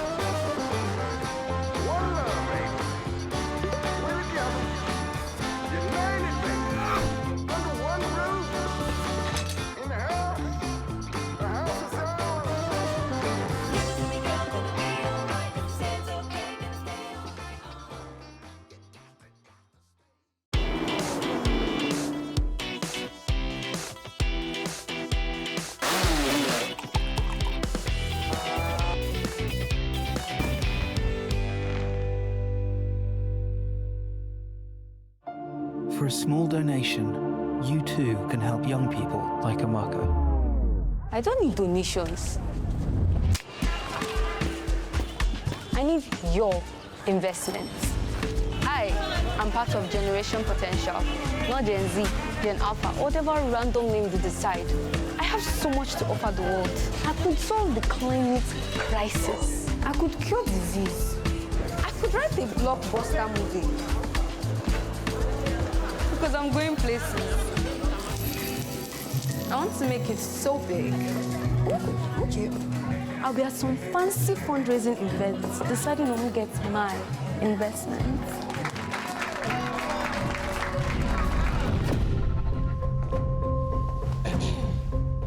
Today, I am here looking for your investment into our future. We want to learn skills, to gain confidence, to find opportunities, to change the world for the better. Invest in us. Invest in Generation Potential. It shouldn't matter how we start. It's what we do next that counts. Hey! Guys!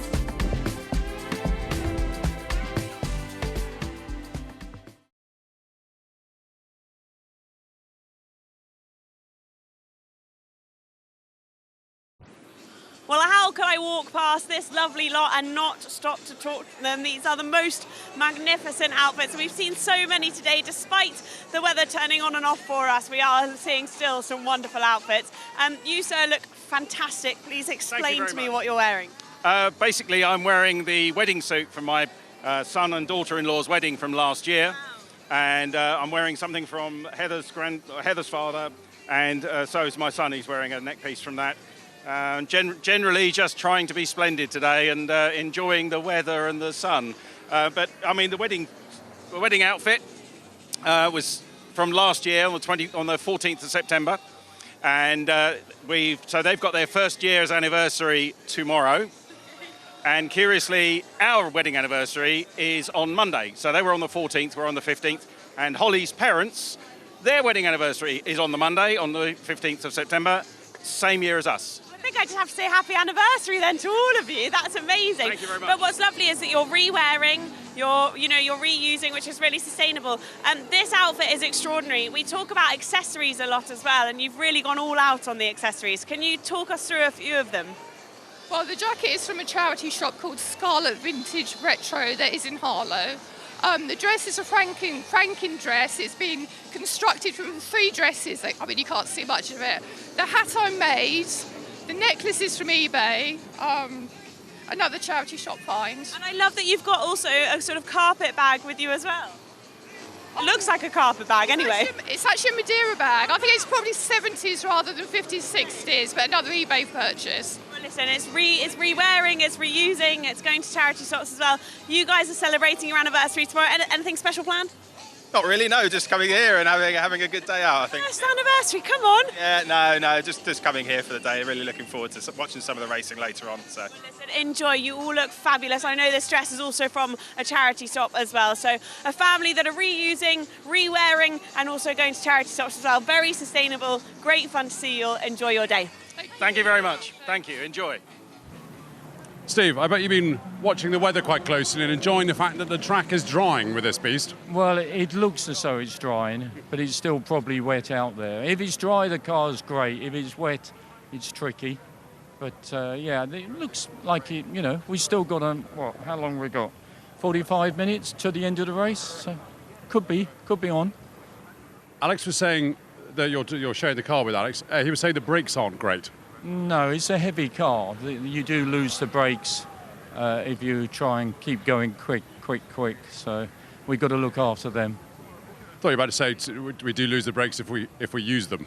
But I can assure you we use them. It's a bit desperate. You press so hard, you think it's not going to stop, but it just about pulls up for the first 10-15 minutes. I'm not sure for 25 minutes. Well, we'll see. The best of luck. Thank you. Best of luck indeed to our pole sitter for the next race, which is coming your way, the St Mary's Trophy Part 1, and this is what to expect.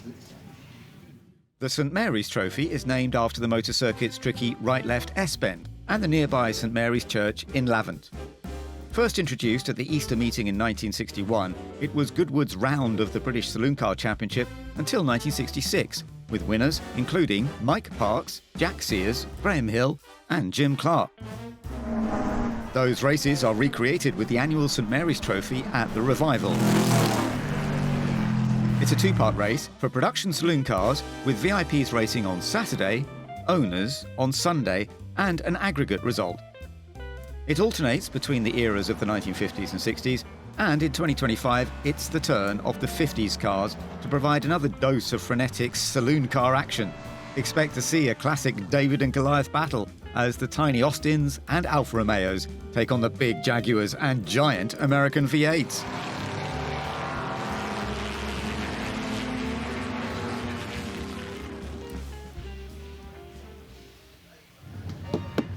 Where else in the world right now would you find British touring car champions, IndyCar aces, Formula One veterans, and Mr. Bean? Alice Powell alongside me, Harry Benjamin in the commentary box. We've got the St Mary's Trophy Part 1 coming up, and it is going to be, I think, an out-and-out fantastic race. it could possibly be one of the races of the day. As you said, we've got such a great lineup. We've got Jimmy Johnson, the 7-time NASCAR Cup champion, Jenson Button, who got a taste of victory for the first time here at the Goodwood Revival yesterday, Darren Turner, Dario Franchitti, Alex Brundle, and the list goes on and on and on. Gordon Shedden's going to be lining up alongside Steve Soper on the front row, as well as Andrew Jordan. So we've got, this is going to be a cracker, basically. No sheep. As I'm looking at the commentary box window, they were fantastic, but we're going to have some fantastic racing on track to follow. Yes, the sheep have been cleared. There is Rowan Atkinson on the left in the Jaguar Mark 7. Rowan Atkinson, who also has a lorry license, but this car with huge success in the US, the only survivor of the 2 Works Racing Mark 6s, 7s, I should say, unique with a magnesium alloy body as well. So Rowan Atkinson lining up towards the back, not quite at the back, he's ahead of the likes of Anthony Reid and Rob Huff, alongside Matt Neal just behind Tony Jardine. Looks like we might have one of the Alfas in the pits as well, potentially with maybe some last-minute issues. We shall see. But there is Andrew Jordan's Austin A40, sitting pretty on the front row in 3rd. So we'll be on the far right as we'll get a look at it when they scream down to Madgwick. So Andrew Jordan then, another one of the stars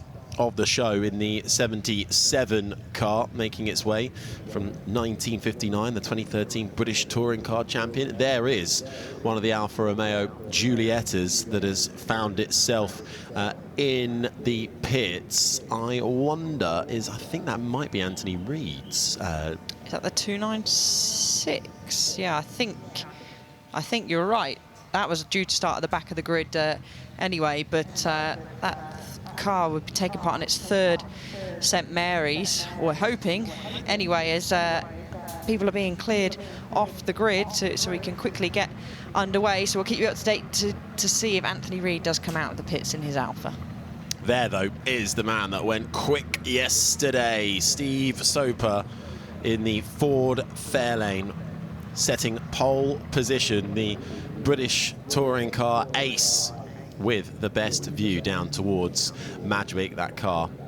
Although, we heard Steve talking to Ed just before, saying, well, if we do get a bit of rain, if it is not quite fully dry on the track, maybe there'll come a crop up. It is tricky in the wet, and those brakes as well will need to be managed in such a heavy car throughout the course of this race. 25 minutes of racing. We are about to get underway for the St Mary's Trophy. That is the car that sits in the middle of the front row with Gordon Shedden. That's the 102 Jaguar Mark 1 with the 3-time British Touring Car Champion at the helm.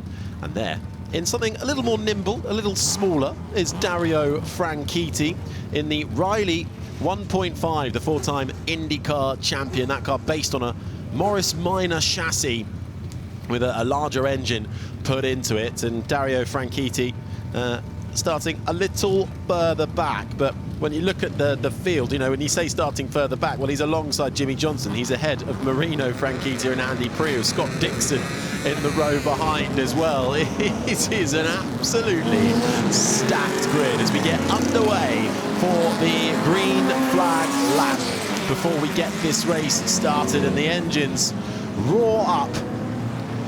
And look at that for a sight. Alfa Romeos, Austins, Ford Zodiacs in there, the Jaguar Mark 1s. Quite a variety actually of Austins we have in there as well. The A105 Westminster is what Jimmy Johnson is piloting, the 7-time NASCAR champ. There is in that number 7, Rowan Atkinson in the Jaguar Mark 7.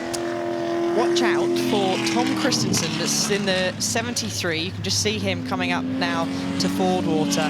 He's in one of our Ford Thunderbirds, and we saw yesterday, didn't we, that Bill Shepherd got an awesome start with the V8, but he has got another Ford V8, the Fairline, in front of him. So I wonder if we could have 2 Fords leading the way into turn 1 with that front they've got. Leading the way, though, in pole is Steve Soper's Ford Fairlane, followed by Gordon Shedden, Jaguar Mark 1 and the Austin A40. Andrew Jordan. Look behind, though, at that Ford Thunderbird for Tom Christensen. Tom Ingram as well, the mighty Austin A40. The third row, Marcel Fassler in the Austin A40. Next to him will be Jenson Button, the 2009 F1 World Champion, and the reigning British Touring Car Champion, Jake Hill, sits alongside him. David Brabham is in 9th alongside Max Chilton, rounding out the top 10 in one of the other Alfas in the field. Andre Lotterer goes from 11th. He'll be alongside Romain Dumas. 2 Austins alongside each other, one an A35, one an A95 Westminster, and then Charles Rainford there in the Riley 1.5 in 13th. The top 15 rounded out by Karun Chandok and Josh Cook, with Neil Jarney in the first of the Jaguar Mark 1s alongside Emanuele Pirro, with Darren Turner in 18th. The top 20 is Jimmy Johnson and Dario Franchitti, 2 friends alongside each other too. Scott Dixon tucked in just behind in the Ford Zodiac Mark 2. Marino Franchitti's piloting a Vanguard 6. Andy Priou in an Austin with Tony Kanaan and Tony Jardine. It's an all-Tony row 10, 24th and 25th, with Alex Brundle, Matt Neal and Rowan Atkinson on the penultimate row, a Lister Jag Mark 1, followed by Rowan Atkinson's Mark 7, and it's the Alfa Romeo. We think of Anthony Reid at the back and Rob Huff as well in the Austin A40. So Rob Huff, I think, will be the last car on the grid. Looks like Anthony Reid is going to start from the pit lane in that Alfa Romeo Giulietta. So 30 cars in the field. And let's have a look at this then. Already kicking up the smoke. And is that a little issue on the board? Early doors. I think it's the Riley 1.5, isn't it? It's Charles Rainford's. So yeah, he's racing in touring cars this year with BMW, and trying to desperately warm up the tyres on that Riley 1.5. The 1.5 standing for the 1.5 litre engine. It's got underneath the bonnet, and that car is actually ran by the Oxford engineering students, and doing a fantastic job, and are hugely grateful for all the enthusiastic support that they get from plenty of top companies around the industry. So a great way for them to come as well to the track and learn. And also, actually interesting, that most recently raced in the St Mary's by the late great Jochen Mass back in 2021 and 2023. The first of the St Mary's races about to get underway. 25 minutes ahead of us, this one for the professional drivers. We'll see the owners racing it out at the end of play on Sunday before we take an aggregate result. These ordinary saloon cars plucked from retirement, and here to give us a show, Rob Huff, the 2012 World Touring Car Champion, coming and lining up at the back in the Austin A40 then. All right, we are about to see a field of Austin's, Alfa Romeos and the Ford Fairline, which is on pole position alongside a Jaguar. We are underway here for the St Mary's Trophy Part 1. It's a slow start for the Ford Fairlane. A great start for the Austin A40, the mighty and nimble Austin going side by side with the Jaguar Mark 1 of Gordon Shedden, which will have Madrick coming through the first corner now. 25 minutes and counting for the St Mary's Trophy Part 1 underway, and it's Gordon Shedden who leads the way from Andrew Jordan. Plenty of door banging. We know we've got some touring car drivers on there. They're going through Ford walls. We're about 4 or 5 abreast maybe going through there. Those Fords didn't get the start that we were expecting, but Gordon Shedden, he's already made a gap. Andrew Jordan's tucked in behind in the Austin A40, and everyone's just trying to sort themselves out. All different types of cars, different types of engines, power and abilities around this circuit. Yeah, and they are not giving an inch, are they, further back in the field? Tom Christensen is proving a little bit of a cork in the bottle at the moment, in 4th in his Ford Thunderbird, as it all gets a little bit tight and they try and sort themselves off. That Riley 1.5, Charles Rainford still smoking away at the back of the exhaust. Saw that before on the way to the grid, but still running out there in 2. Look at one of the Jaguars eyeing up a position as they all filter through and try and settle into a rhythm. The Ford Fairlane, we're looking at Steve Soper, started on pole, lost positions, now trying to catch back up, and he's now into 3rd place. But as we come through the chicane for the first time to end lap 1, it will be the Jaguar of Gordon Shedden that leads the field of 30. You can can see a great shot there of how much more nimble the A40 is compared to the Jag through that chicane, and actually Andrew Jordan was able to take quite a chunk of time out of Shedden, but then we hit the straights, and that's where the Jaguar can really stretch his legs, and the little A40 is going to be under all sorts of pressure from the Ford of Steve Soper. Battles continuing throughout the field. We've got Jenson Button just there in the Alfa number 34, and we're riding on board with Tony Kanaan, who's out there racing here at Goodwood for the very first time. Yeah, and getting up to grips nicely as well. This battle a little further in the pack. I think he's behind Dario Franchitti at the moment, who's lost positions. Not the best of starts for Dario Franchitti. He's got Tony Kanaan and Rowan Atkinson for company, along with Anthony Reid. Talk about that at the rear of the field. And still fighting tooth and nail.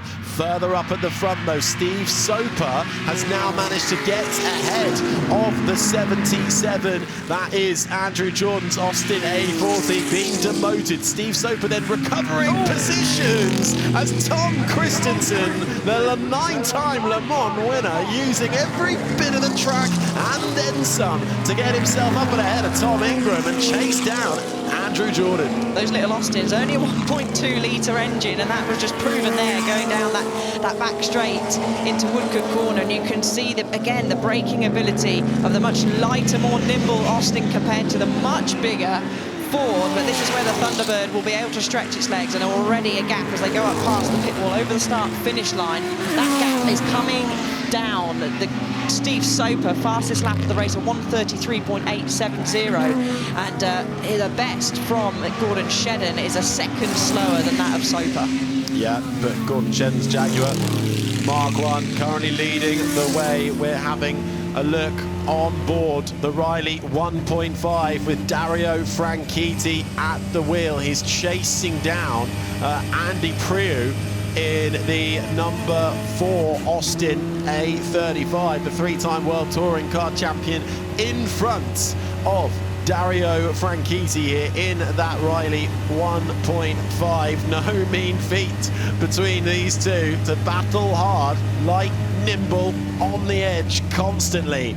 And this, the fight for 26th position. Yeah, not a great start, was it, at all by Dario, but you can see how much work goes on behind the wheel as he takes maybe a bit too much curb on the exit of St Mary's, and there is that gap is coming down and down and down, and Steve Soper has the legs on Gordon Shedden in that middle sector. They're about the same last time round in the first, so drifting through Woodcote Corner, stamping on the brakes into the final chicane, using all the road on the exit, I'm sure, and maybe a little bit more if they're feeling brave on the wet grass.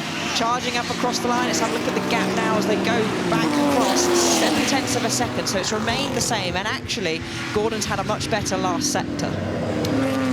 Gordon Shedden, multiple touring car championship wins. It's leading the way, but under pressure here, sliding out of the left-hander. Steve Soper is all over the back of him, all to the side of him. No, not enough room through there. They both have to avoid the puddle as well. We know that fourth fairlane doesn't like the damp stuff, and also Steve Soper will have to think about managing the brakes as well. That heavy car, when it's going fast, the brakes can take a beating. He'll have to bear that in mind, but he is so close, he can sniff the lead of this race. He can. Treaded tyres and sustainable fuel for all cars taking part this weekend, and particularly in the St Mary's Trophy. So gaps are sort of spread out a little bit. This is probably actually I would say our closest fight out on track at the moment. There's still battles raging on. Brundle and Rainford are very close together as well. But have a look. You've got to make that Jaguar as wide as possible, Gordon. Almost being pushed down the straight, side by side. Make that a move for Steve Soper to take the lead of the St Mary's Trophy. Been coming for a little while, was waiting for the prime opportunity to do so into the final chicane. Can Gordon Shedden try anything, get a good run out on the exit? Heading down the start-finish straight towards Madrick. Steve Soper leading in the fourth fairlane. Gordon Shedden now down to second in the Jaguar Mark 1. It's as they started this race. with less than 18.5 minutes now. Tom Christensen has worked his way up into third, and we've got a slow-moving number 8. It almost looks like a bit of a puncture. It's Roman Dumas in the Austin A95 Westminster. Looks like that front left very much punctured, and he will fall all the way to the back of the field. Let's see if he can get that back safely, so we don't have to worry about any kind of safety car or red flag, but we'll keep an eye on that as he falls to the back of the field. And last at the moment, Tony Kanaan, who has fallen back and was actually a few seconds off the back of the pack. So Kanaan bringing up the rear of the field, but as Roman Dumas slides down to the bottom, that'll be a long afternoon for him. It will, and we saw that move. Easy move down the straight. That was the V8 5-litre grunt of the Ford storming past the Mark 1 3.4-litre engine. Just has the legs on it down the straight. And Steve Soper is opening that gap up front. A very decent first sector, and not so much a great middle one. But actually, Shedden's lost a little bit of time, and that could bring Tom Christensen in, who has got past the 77 of Andrew Jordan. Currently looking at Karun Chandok getting chased down a few moments ago. Now we cut to on board the Ford Zodiac with Scott Dixon at the wheel. Dixon currently down in 22nd position in the number 26 car, the 6-time IndyCar World Champion.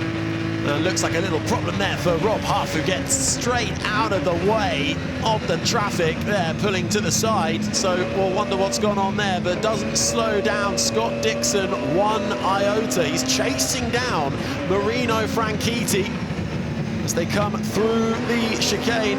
Marino Franchitti currently occupying that 21st position in the number 6, the Vanguard 6. The Sebring 12-hour winner. And now we cut to an even closer battle. The Alfa Romeo of Max Chilton still chasing down that Riley 1.5. And you can still see it's got smoke coming out of the back of it. Charles Rainford on board, and that's been smoking away. He was battling in amongst the top 10, and I wonder if he's going to get the mechanical flag to come in at some point, but he has dropped further down the order, down to 12th now. He's got Chilton, as you said, weaving left to right, and he's going to bring in Andre Lotterer as well, but that is a lot of smoke that's coming out the back there, and he have caught up to the back of Brabham, our listed Jaguar as well. Yeah, Max Chilton, the former Formula 1 driver, desperately trying to get past in that Alfa owned by the Chilton family, recently purchasing that beautiful Alfa Romeo Giulietta, as I think we're going to get a slow, and that will leave Charles Rainford with some work to do now.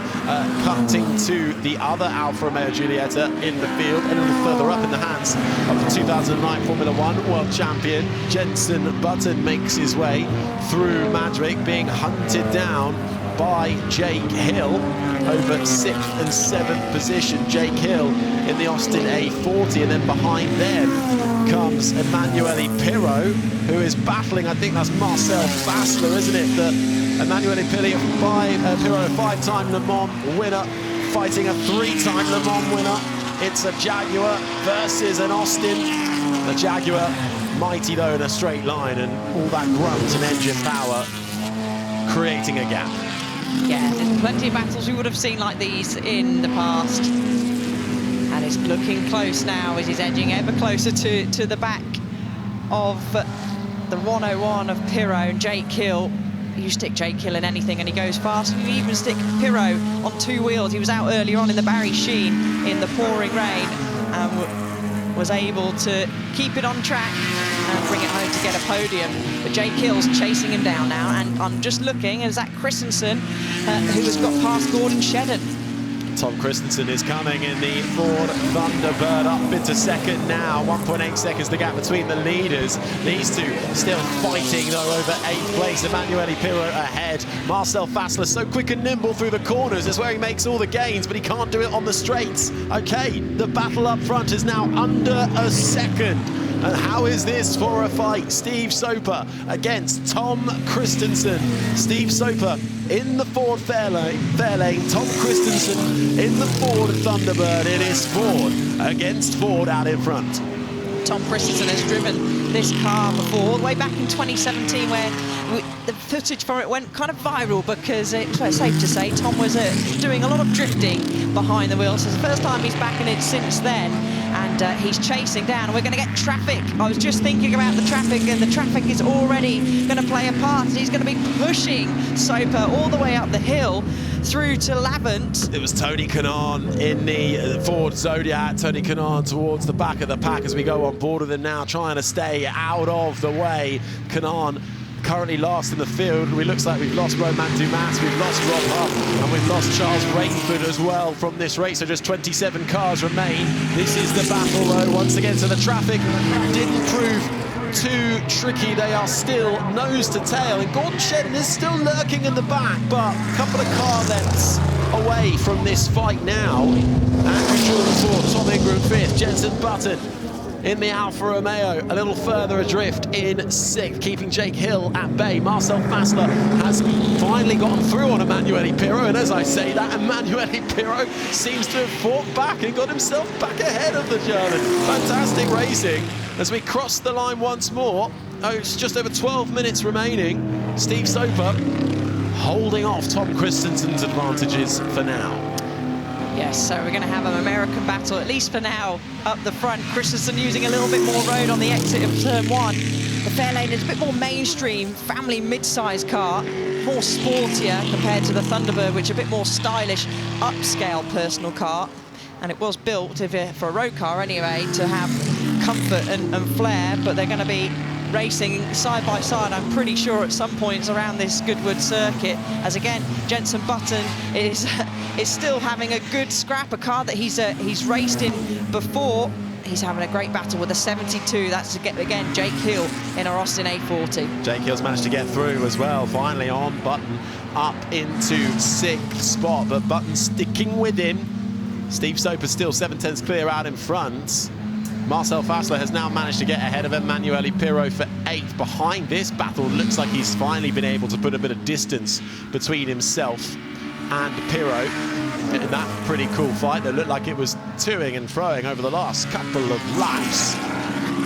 Josh Cook's lost the place in the last few This Jack's going to get in the way. Sopers goes, thank you very much. Please shut the door behind. No, he doesn't. And through they go. So that is Rowan Atkinson in the Mark 7 as we go across the line. Just over 10.5 minutes remaining of this race, and having a look in the background, Gordon Shedden's dropping off the back, and actually he's probably going to fall into the clutches once again of Andrew Jordan.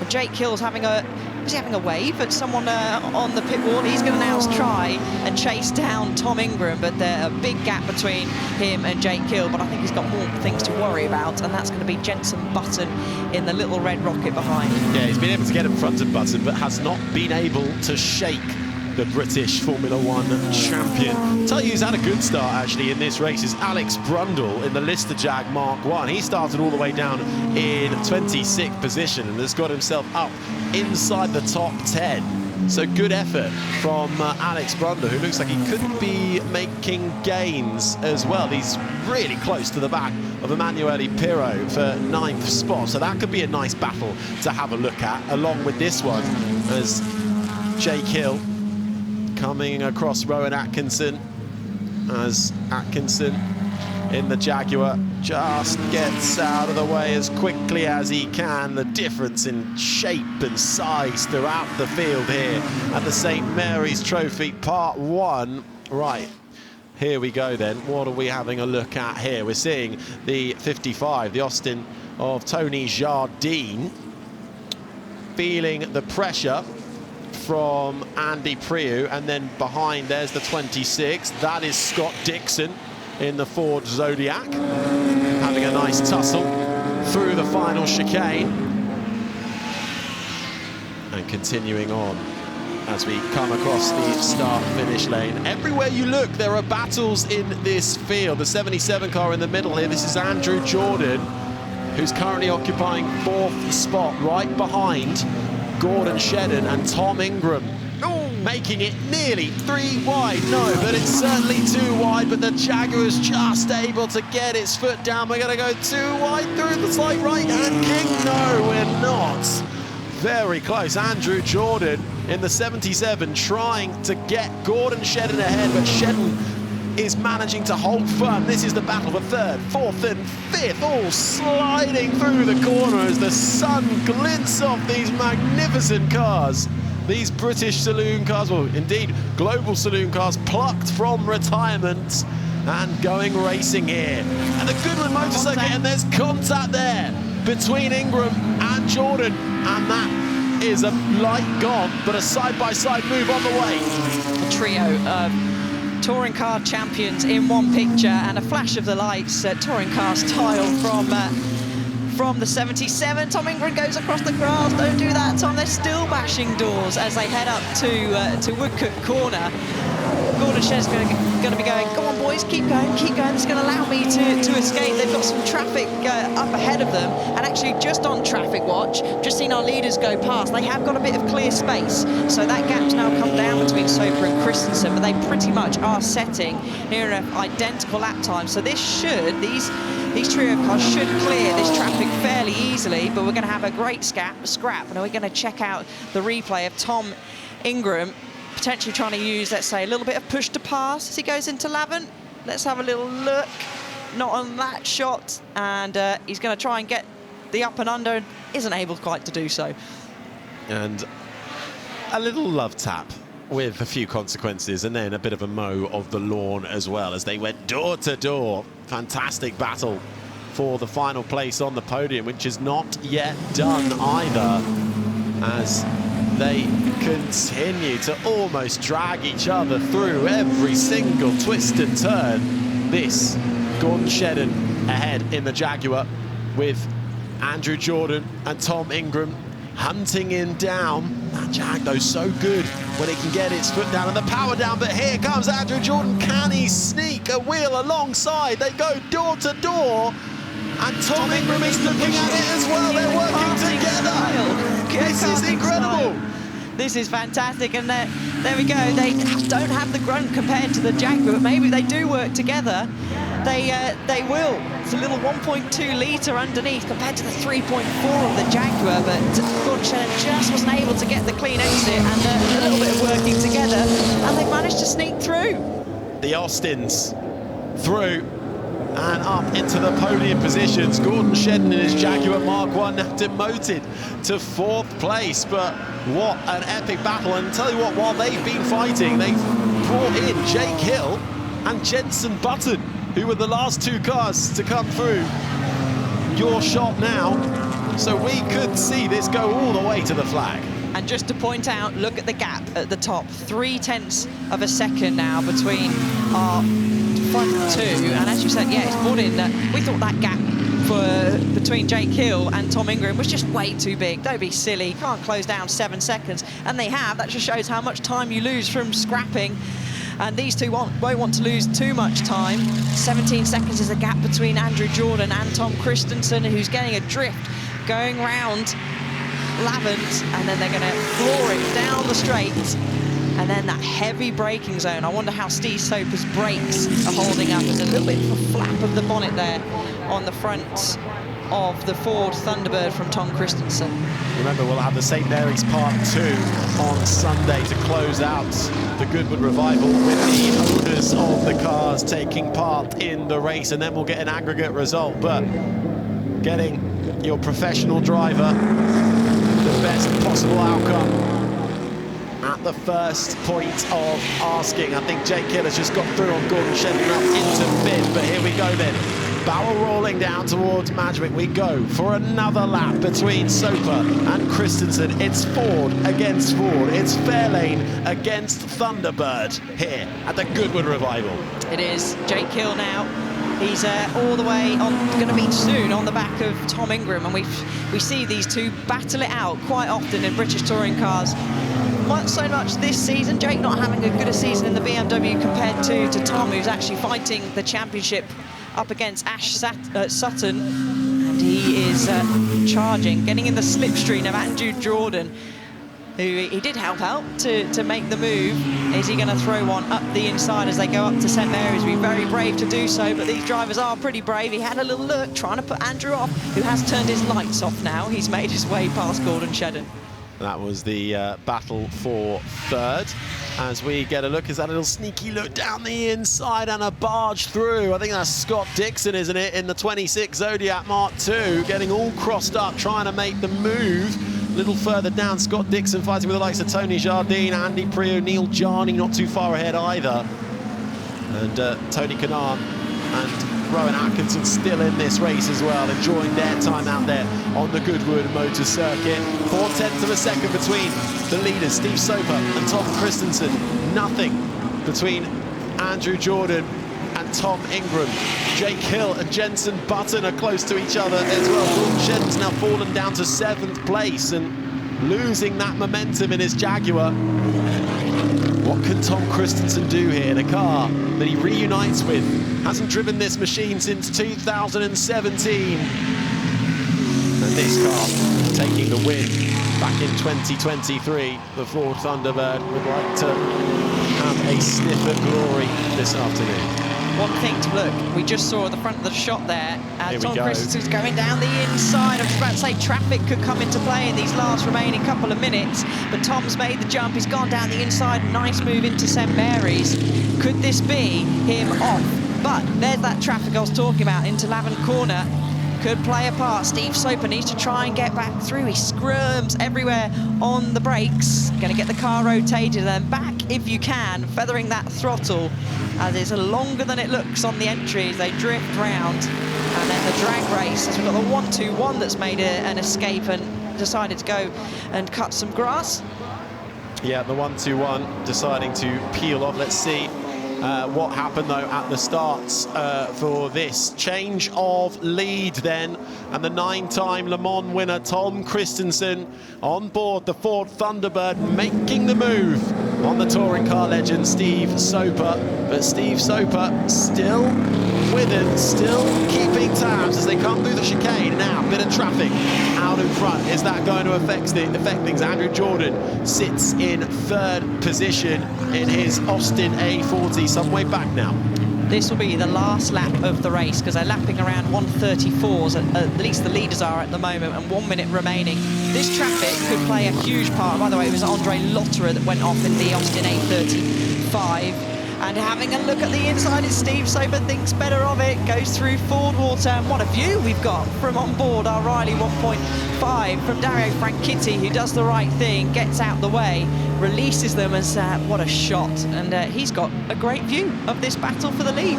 Yeah, Dario Franchetti's down in 23rd at the moment, just behind his mate Scott Dixon, and ahead by a couple of laps actually Andre Lotterer, as we saw that Lotterer car heading off into the grass, with Rowan Atkinson still in this one. Looks like Tony Kanaan might well have called it a day early. I think he's had to come into the pits, but we should be getting this final lap then, and where is it going to go? He bided his time, did Tom Christensen. He's got the advantage now of being the lead driver, but look at that for a bit of a traffic jam. Do they all play nicely and get out of the way? They do. One of the Riley 1.5's going to get nicely out of the way. He's looking in his mirrors.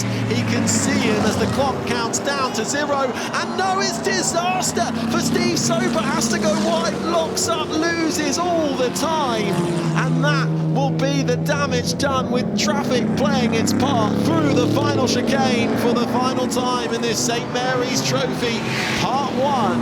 And the spoils go to Tom Christensen in the Ford Thunderbird. A magnificent race, a magnificent win, and it's the Ford Fairlane in 2nd of Steve Soper. But who is going to finish in 3rd? The two Austins have been door to door for nearly 16 laps of racing. It's going to go the way of Andrew Jordan, who just beats Tom Ingram to 4th. Jake Hill bests Jenson Button.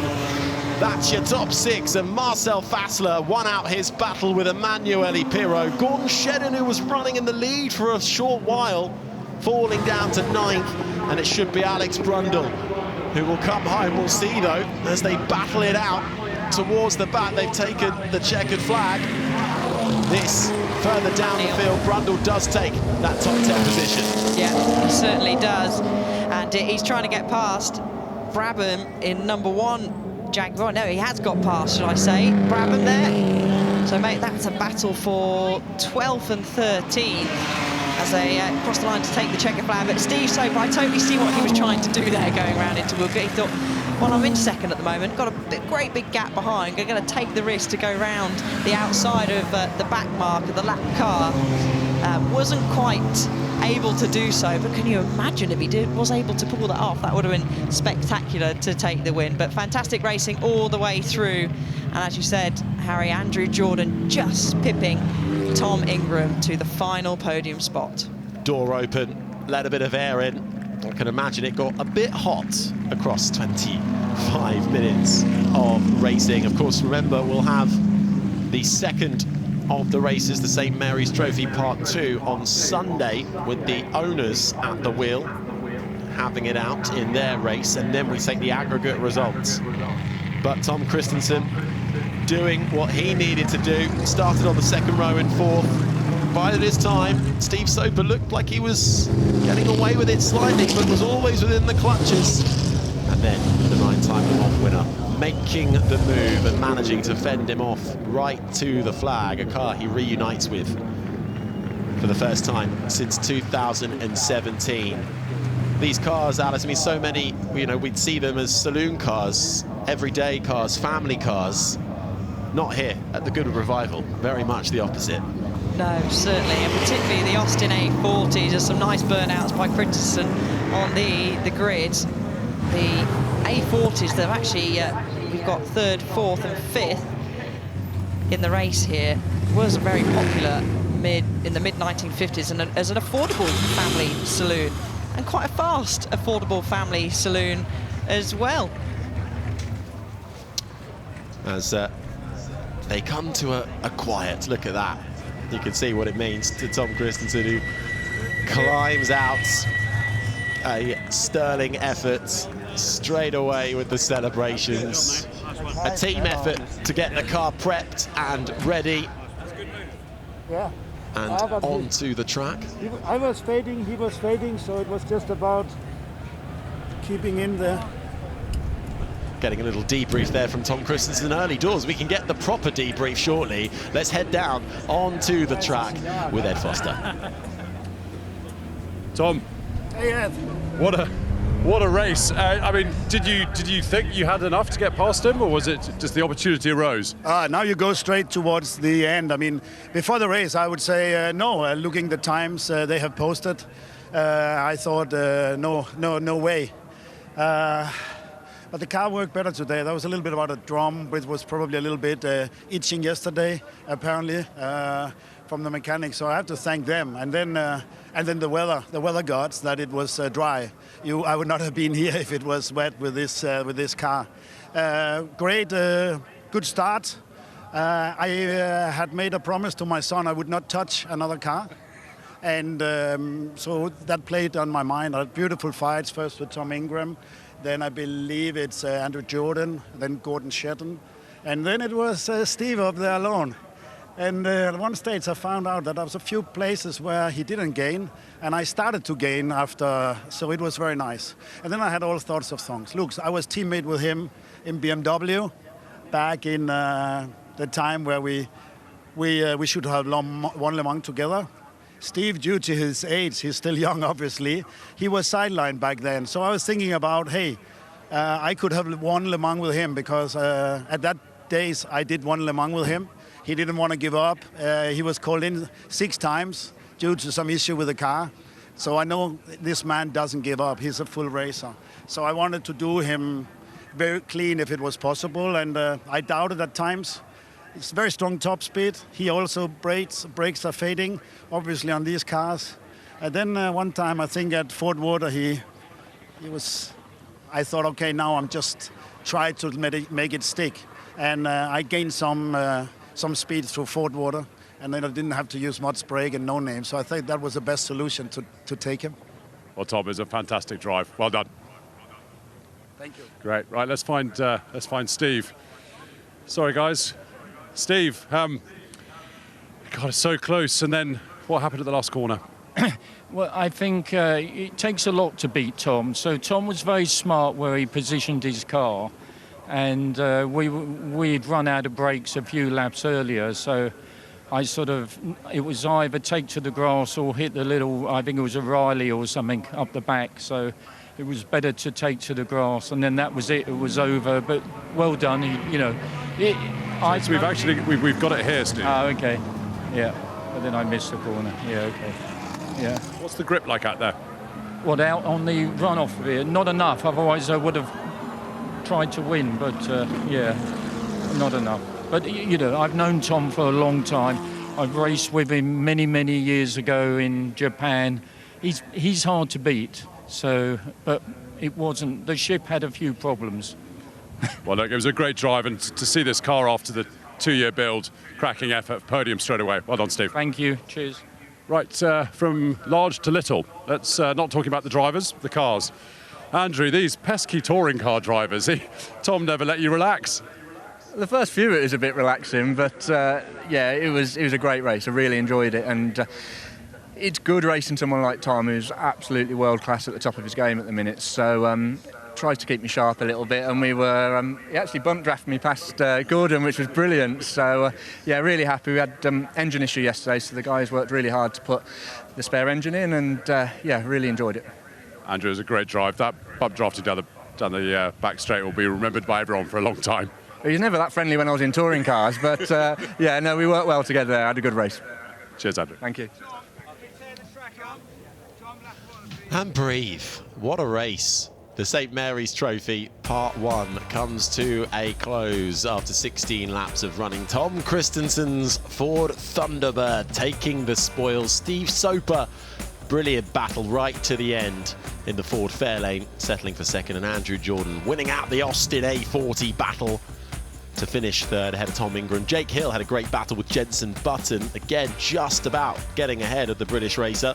5th and 6th in the end. Marcel Fassler, he had another great battle with Emanuele Pirro. Everywhere you looked, there were battles up and down this field. Different cars, different shapes and sizes, and different drivers from across the eras, all fighting tooth and nail. Alex Brundle with a great rise up from the back of the pack to get himself inside the top 10, ahead of Matt Chilton. Matt Neal and David Brabham were fighting right to the checkered flag in their Jaguar Mark 1s, ending 12th and 13th, ahead of Tom Ingram. Karun Chandok rounding out the top 15. Marino Franchitti in the vanguard, 17th, ahead of Neil Jarni. Tony Jardine down in 20th in the Austin A105 Westminster, just behind Darren Turner by a lap.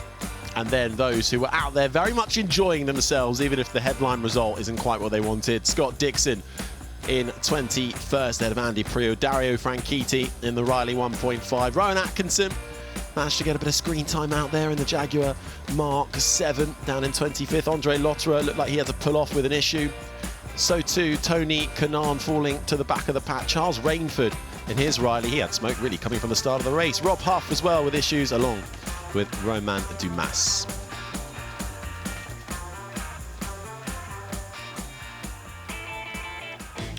The St Mary's Trophy production-based saloon cars from the 1950s, Part 1, getting underway, really drawing in a crowd, and it was Steve Soper's Ford Fairlane alongside the Jaguar Mark 1 and the Austin A40, which had the best views in the house, and it was that small, light, nimble Austin A40, which was quick off the start, but the Jaguar Mark 1 so strong in a straight line with that grunt really rising up through the field, and action everywhere you looked. Certainly was action as the fours were trying to charge back through after not getting a great start. Jenson Button in the red rocket there, and then it was 1, 2, 3, 4, nearly 5 abreast as they were heading down through the first part of Ford Water, and a bit of banging of doors, wheels, bump drafting nearly as well, but some great racing all the way through the pack.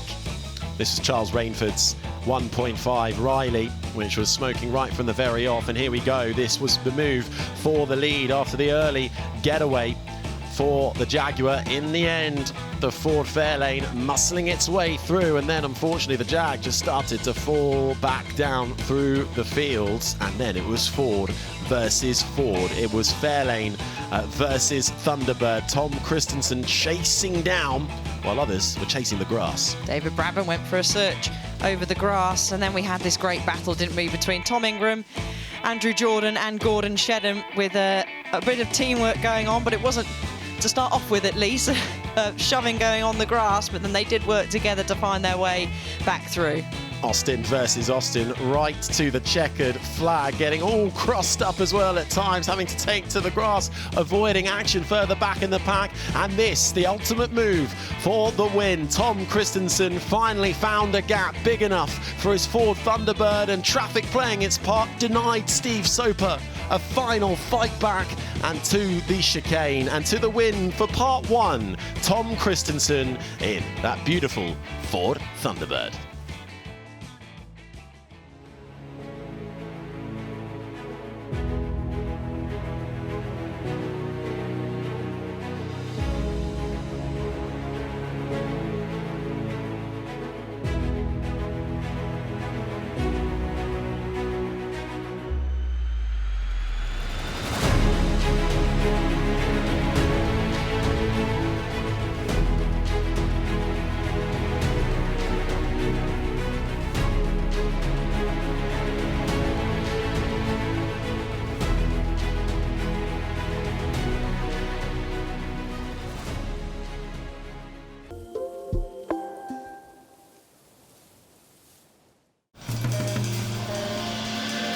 Every day, the city offers up a million beautiful moments just waiting to be captured.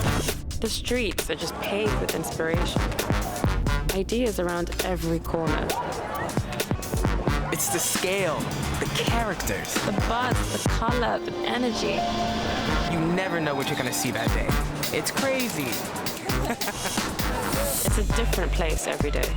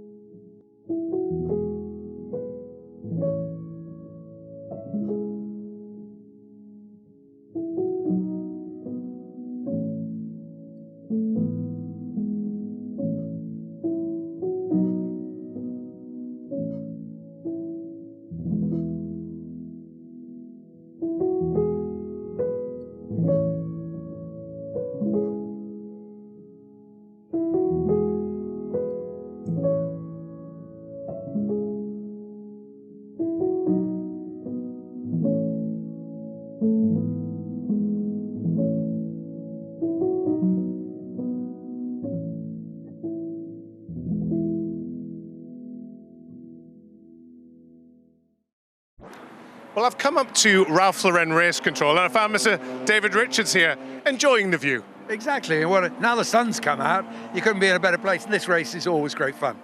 I know I feel sort of bad to drag you away from the St Mary's, but it's a hell of a race, isn't it? Always is. We've got so many friends driving in it, so it's, for me, it's a bit of a busman's holiday. But I go along the pit lane and go along the meet everybody, and great fun to catch up with people.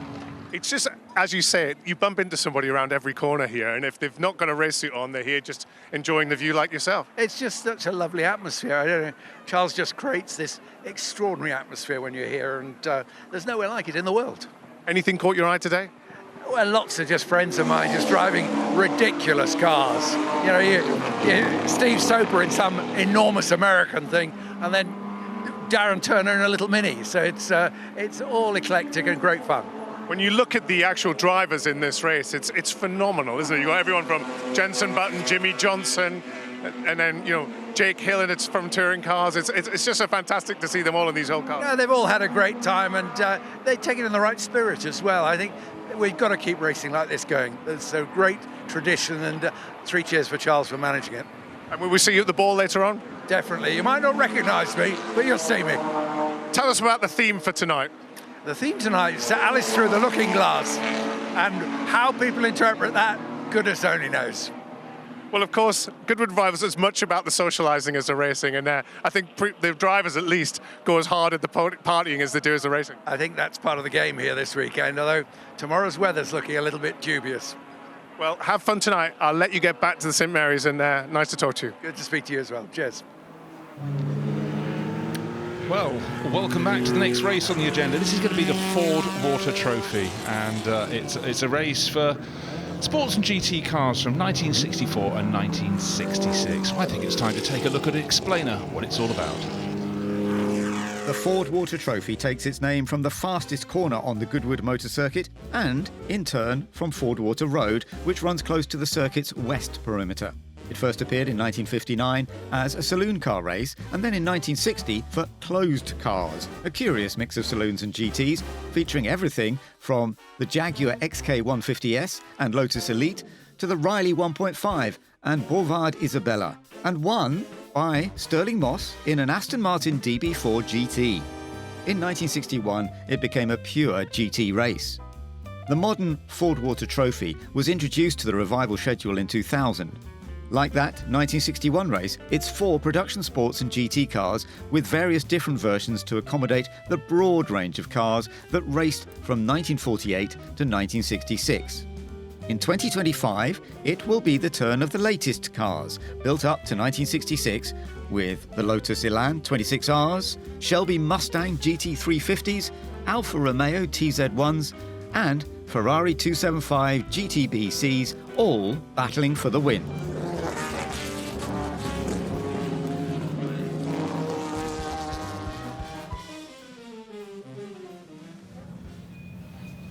Also, 25 minutes of racing, and if you like your Lotus Elans, you're in for a massive treat. We have various shapes of them, but a great number of them, filling the top 10 pretty much, except Alice Powell, as you join me ahead of the Ford Water Trophy. We do have a Porsche Carrera on pole position. We do, but then we have a whole host of Elans in 2nd, 3rd, 4th, 5th. We've got 9 Elans, the 26Rs on the grid, and all 6 of them at least are in the top 10. And then we've got a couple of Ginetta G4Rs and then 2 Porsche 904s, so they make our top 10. Small, nimble, and that very much the essence of sport and GT racing. But on pole position, we've got car 47, Andrew Smith. He's driven the great, the large, the small, and he's going to be setting off. Car 47, Porsche 904 Carrera GTS. But then lots of several gold and green liveried Lotus Elan. The 26R was the racing model of the Elan, but Ian Walker Racing, he had those colours, the gold bugs they were called, and we got them in a couple of shapes up on the grid. Martin Stretton will be starting the better place of those, number 62 in the middle of the front row, and inside of the second row, John Davison. Fantastic array of cars down at the back behind those 2 white Ford Mustangs with the blue stripes, the GT350s, the Shelby GT350. We've got some short-tailed Alfa Romeos at the back of the grid. We've got in the middle of the grid the unusual Morgan Plus 4 SLR.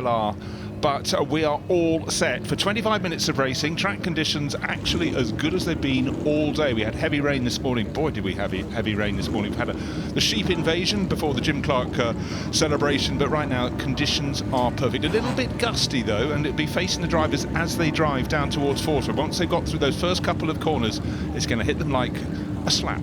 It is, and I keep looking left and right in our commentary box here, Bruce, just checking out the rain. I don't think we're expecting any, at least for this race now, which I'm sure the drivers will be quite pleased. But we have got a fantastic front row, and it was tight in qualifying, wasn't it? Andrew Smith was only just over a 1/10 of a second ahead of Martin Stretton in our first of our plenty Lotus Elan 26Rs, and then Michael O'Brien, he was then 3.5 tenths further back. So it's going to be a close race. Very, very tight indeed. So that front row, blink and you miss it. And it really was decided in practice. That's what we call qualifying, right at the death. But this amazing mix of cars, so evocative of the mid-1960s. These were the cars that raced right up to the point in which the Goodwood circuit was closed in 1966. What an array. Ginetta G4s in there, some more Carrera. So, the JCT 600 Elan Santor Oscar in the middle of the pack. This is the formation lap. 25 minutes of racing coming up, and that glorious, super elegant Ferrari 275 GTB in the middle of the pack. So they'll go away, and it was dry for them in qualifying yesterday, so it's not really like track conditions are too different for them, so they won't need an extra sighting lap. We've seen some of the racers that have had today. There's the number 40 at the back, one of our Alfa Romeo, Julius. Magnus is behind the wheel of that car, and they're all filtering through, so I'm not really doing too much weaving, are they, Bruce? Maybe they're just waiting a little bit. And you can see on one of our Soul, I think it is our Soul Mustang, James Alexander will be starting in 21st, but we still have that puddle heading into Ford water that's taking a while to dry. Yeah, it's on the left-hand side of the circuit, so the drivers will probably still be jockeying for position, having coming out of the first 2 corners. Maverick is effectively 2 corners, and then they want to be tight down where that puddle is. So Ford water, not really a corner, it's a curve in the track. Drivers try not to treat it as a corner. Let's take a look at the grid. Andrew Smith on pole, number 47 Porsche 904 Carrera GTS. Alongside in middle of the front row, Martin Stretton. So much success here over the years. Lotus Elan 26R, and the Shapecraft, the fastback version, Michael O'Brien, outside of the front row. His is blue, that'll help identify. Row number 2, John Davison, another Elan alongside Maxwell Lynn. And yet another Elan, Charlie Hart, just alongside his father, Ross, sitting in the Ginetta in 7th place on the grid. Emanuele Pirro, 4 wheels, 2 wheels, he doesn't care, but he'll be at the front end of the grid. Roger Wills, again, a driver with a huge amount of success. He's driving a Shapecraft fastback Lotus, and alongside another Ginetta, that's Neil Armstrong in car number 122. In Michael Gantz, we've got a pair of Abarth Simca 2000 Corsas. His is starting 11th alongside a second Porsche, that's Carlos de Quesada. Billy Benninger in the Springsall Lawrence Racing, that's the effectively the streamlined version of the Morgus Plus 4. And then Vincent Gay, super elegant, his Ferrari 275 GTB Competition, alongside John Tordoff in a Lotus 26R. Andrew Lawley in yet another Ginetta, Nigel Winchester. Joe Kodosako, look out for that glorious bright yellow Giulia TZ Alfa Romeo. Then we get to the first of the Mustangs. Nick Sleep in 19th on the grid, alongside the second of the Abarth Simcas with Gunnar Jeanette. What a great American racer he is to have on the programme here. And going towards the tail of the grid, the second of the Mustang GT 350s, James Alexander. Jason Barron in the third of the Porsche Carreras. Another SLR, this time the Triumph, that's Richard Hall Griffin. Then Ginetta G4 of Will Arif. Second of the Alfa Romeo Giulia TZ's Magnus Alkvist. And at the back, it should be Rick Haythornthwaite in Lotus number 42. Actually, I have a sneaking feeling he may not be there. But the front row, is it going to be Porsche power? Is it going to be the nimbleness of the Lotuses? We've got the different body shapes, the Shapecraft with that fastback tail, but the normal up and down and over shape of the regular Elan. Super successful when you get to handling the twisty bits. But don't forget, down the middle of the pack, those powerful Ford Mustangs, they'll put their power down. They might be embarrassed in the corners, but that was the essence, Alice, of racing in the mid-60s. It was the difference between all the cars. And you can see the size of them. They're definitely going to try and weave their way through the mixture of cars we have there, but they're all lined up on the grid and ready to go, Bruce. Absolutely so, and in fact, Rick Haythornthwaite is there at the back, waiting for the flag to be dropped. Looks like a brilliant start from Martin Stretton in the middle of the front row. Porsche will have a little more horsepower, but he really got it hooked up in that 26R, the Ian Walker Racing 1 car number 62, but no, a little more power comes through from the Porsche. First 3 cars in grid positions as they get through the first part of Maverick. Brilliant shot from the rear of the field, seeing how these cars have to work their tyres. And looking for changes in behind. No, it's very much happening. The one on the move, though, Maxwell Lynn, I think, has moved up. Yes, the white Elan with the green stripe over the middle. He's gained a position or two. And the field, 1, 2, 3, 4, 5. In fact, they've all gone past the puzzle. So down to Ford Water they go, bringing the Alfa. The rear is Magnus Alkvist, but who's going to lead into St Mary's? Well, it looks as though it's still in grid position. Absolutely is Maxwell Lynn gaining, and the one who seems to have lost out, well, I can't tell you right now.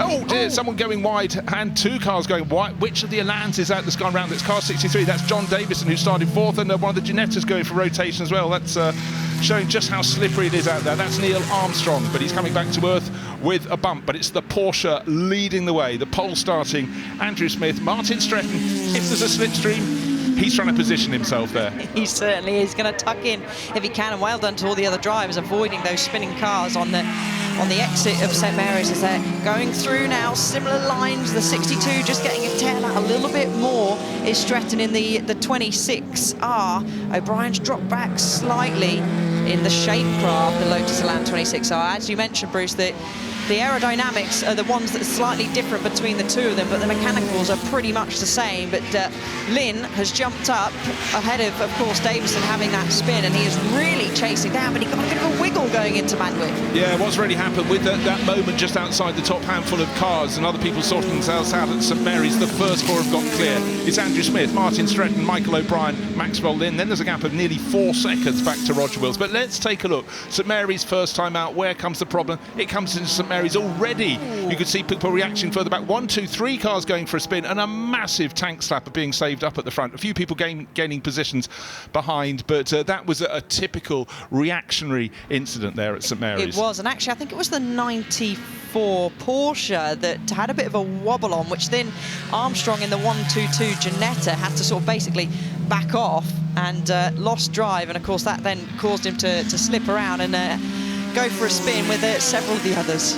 Yeah, indeed, it was Carlos de Quesada, the 194, and he'd already gained. He had a brilliant start. He gained about 6 positions, but alas, I think ambition just outstripped the ability to get the car around St Mary's. Such a tricky corner. So, still the order. Smith, brackets, locking up, just out of shot. Did he kept it on the black stuff, but only just. Those tyres will be a little bit lumpy from here on in. Martin Stretton in second place, closing up a little bit, but Andrew Smith in that lead Porsche is just starting to settle into his mix. This was the car that raced and rallied in France, including on the banking at Montnery, and you know, one of the cars with an illustrious history, but still those first 4 well clear of the rest. This is the gap. The next car, the one in 5th place, is still Roger Wills. He's got Emanuele Pirret. No, Quesada has hooked it up. JC, oh dear, that's the John Tordorf car is being parked up. And so that didn't quite make it to the chicane. Was that mechanical failure or off to the edge? Well, there was a puff of smoke, so I wonder if it's had decided to do a little bit of a spin down at Woodcote, which is one of the trickiest braking zones on the track, as you're turning and braking at the same time. As we've got our sole Ferrari 275 having to put up a real defence from behind about another one of our Lotus Elans. Fastest lap of the race so far. No surprise, it's the race leader. It's Andrew Smith. Those GT350 Mustangs, loads of horsepower, but just not quite as nimble. Let's look at the pair of them as they corner. This is right down towards the end of the lap, and this is the departure point for John Tordorf, who saw that tyre wall getting larger and larger. Good evasion. Yeah, I think a mechanical issue there, because it wasn't a spin. We saw the smoke. He's able to climb out and to safety. Will that trigger a safety car? Yes, it does. Yeah, unfortunately it's to the point where people have still got a fair loading on their cars as they've come down the fastest part of the circuit, down the Lamont Straight. Right, so the safety car will come up, and it's actually the Jaguar E-Type is already waiting on the start-finish straight as the field, led around by Andrew Smith, comes into the chicane. They'll have seen the flags, they'll have seen the boards held out, SC, and they'll see, most notably, that there wasn't an E-Type on the grid, but there is now. So the light's on board, and it's picked up the first 4. Let's just go through the order. Andrew Smith in his Porsche, and then it's Lotus. It's Martin Stretton, Michael O'Brien, and Maxwell Lynn. But it does mean all those behind will be able to close him. Interesting little car, just spotting the number 67, Abart Simca, Gunnar Jeanette, a driver who in his day was the youngest racer at Le Mans in the 24 hours, but a family versed in competition machinery, and he's driving one of the many cars here this weekend from the Revs Institute at Naples in Florida, again showing the global draw. So, right, settle down everybody. Let's take a look at what was going on down into one of the trickiest corners on the circuit. Car 129, that is Charlie Hyatt, and in behind is... Ooh. Okay, well, we've got a car parked side. I'm not entirely sure the Ginetta should have gone through there, because I would have thought there were yellow flags out there. Anyhow, more of that anon, perhaps. But, of course, all drivers have to pay attention to flags at all times. But certainly the safety car was just being triggered, I would suggest, around about that time. I couldn't pinpoint it to the second. Interesting car in the pack, Alice, is this one with the Ikazawa name on the side. Tetsu Ikazawa came over from Japan in the 1960s, raced Formula 3, and his daughter has been deeply involved with a race livery on this 904 Carrera GTS with Daniel Arsham, so an art car among the pack. But let's look back at the start of the race, if we could, because it was a brilliant start from the middle of the front row.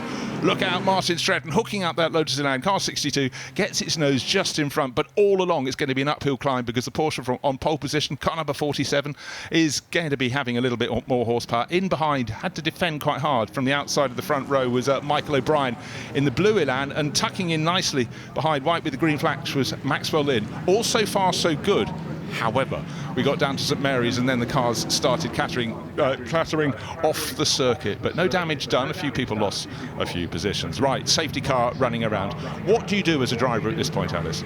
Well, of course, you're trying to keep temperature in your tyres. You can see the number 8 of Emanuele Pirro, wise to that, weaving left to right and some further down the order as well. Some may feel, though, because these are treaded tyres, that they might, depending on pressures and how the car is handling, they might want to just not weave, let the tap pressure in the tyre drop, give them that extra bit of grip potentially that they haven't got at the moment when safety car peels into the pits and racing resumes. But that car's still being recovered down the exit of Woodcote, and actually, there we go. It wasn't a lock-up, it was the tyre wanted it to remove itself from our little Lotus by the looks of it. So I think it's actually more than the tyre. It looks like the entire wheel is at what we like to call a jaunty angle, but come what may, no wonder John Tordoff couldn't get that to be turned in down there. And he's actually lucky, really, here that he didn't make contact with the wall. So that car, I'm guessing, is going to have to be lifted. Well, that's my fear, because if that front wheel is indeed at 45 degrees, it's going to be a flatbed rescue job. So safety car leading the field around. However, the clock continues to count down. This race, the Ford Water Trophy, good for 25 minutes, but let's find out how long the rescue attempt takes. But it does mean the drivers will have to just keep on focusing on the lights on the roof of the safety car. Good to see people protecting the ears of the young ones. I was just about to say, I wonder if they're going to bring out a red flag, because I can't see any movement of the recovery trucks.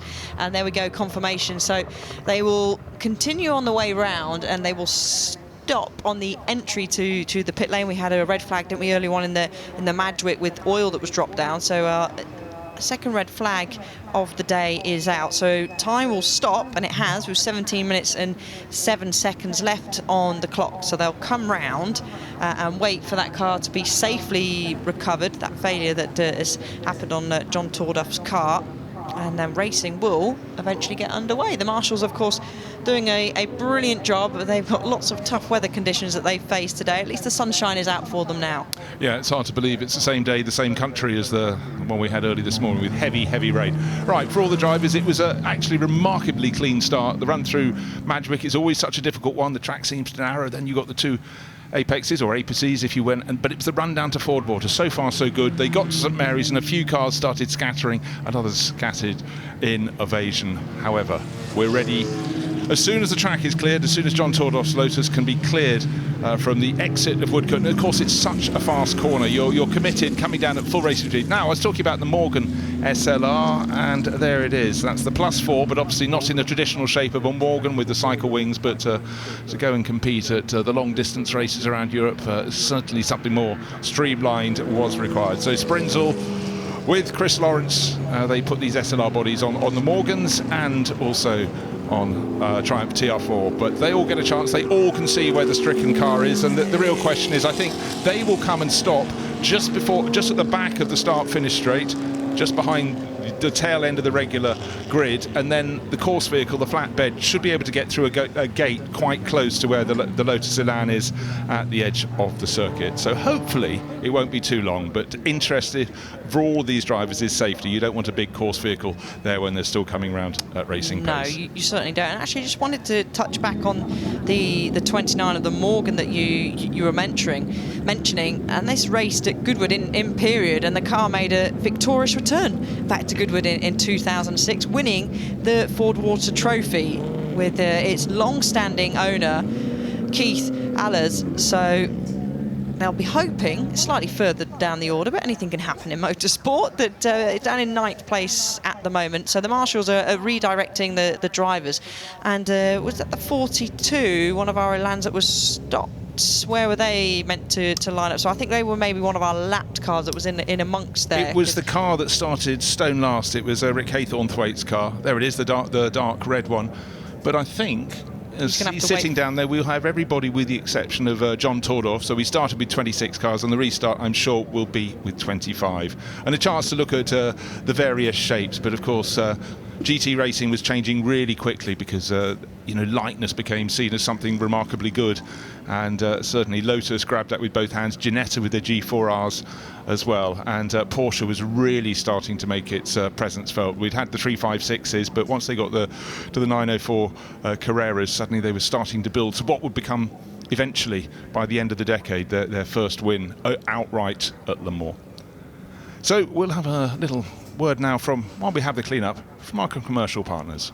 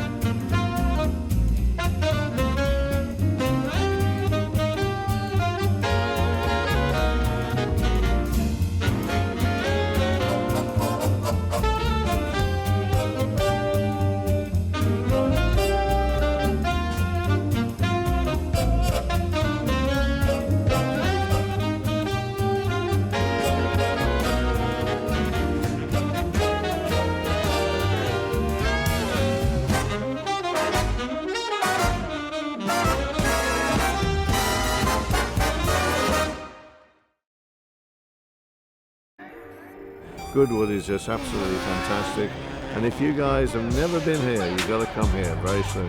You can get close to the drivers, you can get close to the cars, you can really feel like you're involved in the action. Every form of motorsport here, from classic side all the way through to the most modern cars. I see Goodwood just increasing and getting better each year. Lots of ideas spreading around, a lot of familiar faces. It's a fun fair, but with cars.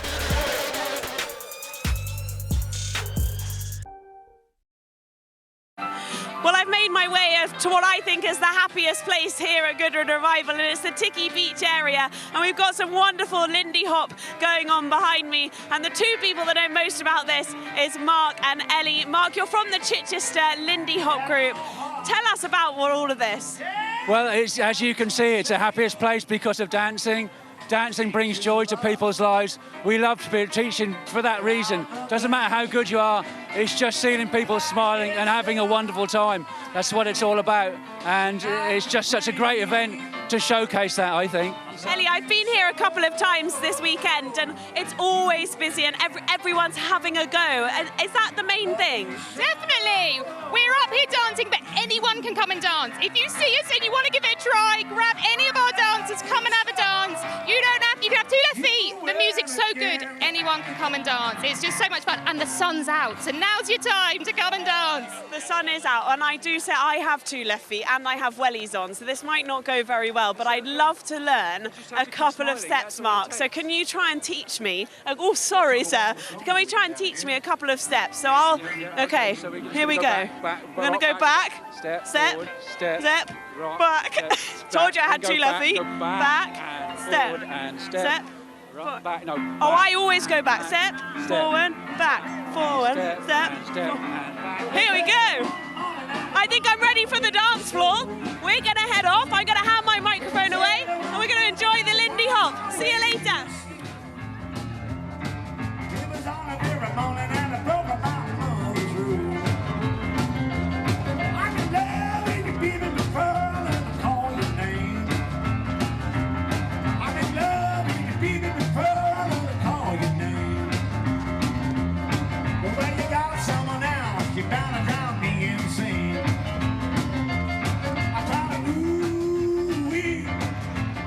Well, I've stepped away from the racetrack to the Freddie March Spirit of Aviation presented by Bonhams to check out some of the incredible planes we get to see here at Revival every year. And we've got a 1945 Republic Thunderbolt. Now, I don't think there's too much trouble at Revival, but we need some guards for these planes to make sure people don't get out of hand and maybe jump on them. And I found a couple of cadet volunteers. Can you tell me your names, chaps?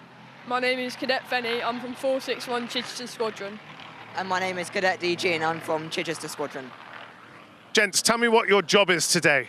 Our job is just to make sure no one's touching the aircraft and, yeah, just look after them. Is it your first time at Revival? No, it's actually my second. But, yeah, it's been a pretty good day, aside from the weather.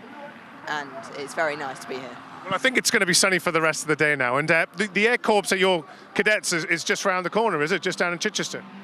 Yeah, we're at the old barracks, so not too far away from here. So you're quite familiar with this airfield in this event? Yes, yeah, quite familiar, yeah.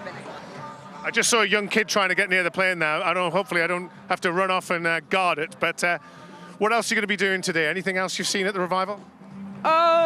We've gone over, we've had a look at all the, we've gone into the paddocks and everything. That was quite good fun. And yeah, we just had quite a chilled out day today. Do you like your cars?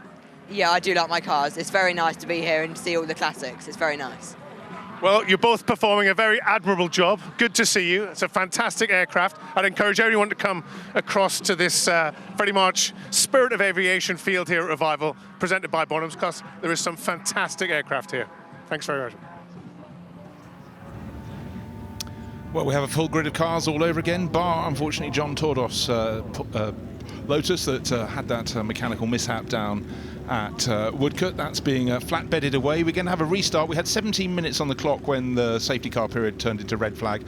We're having a restart. We've got to stay close to programme. We'll have a 10-minute race. We've got one further green flag lap, so don't worry.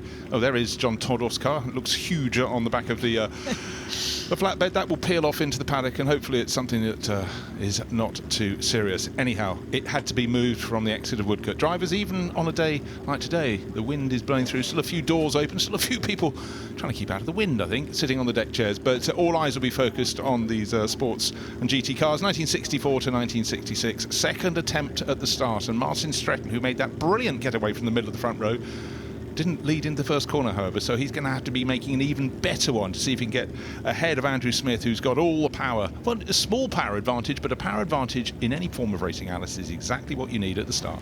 Exactly that. It a 2-litre engine in that up in the Porsche up against 1.6 litres. So that is just why that Lotus just wasn't able to make a gain around the outside or prior to entering Madgwicks, but he's going to give it another go. That will give him confidence. Obviously, Martin getting that start. Andrew Smith, what can he learn from the start? Maybe a better clutch release as they draw away. They'll have one green flag lap.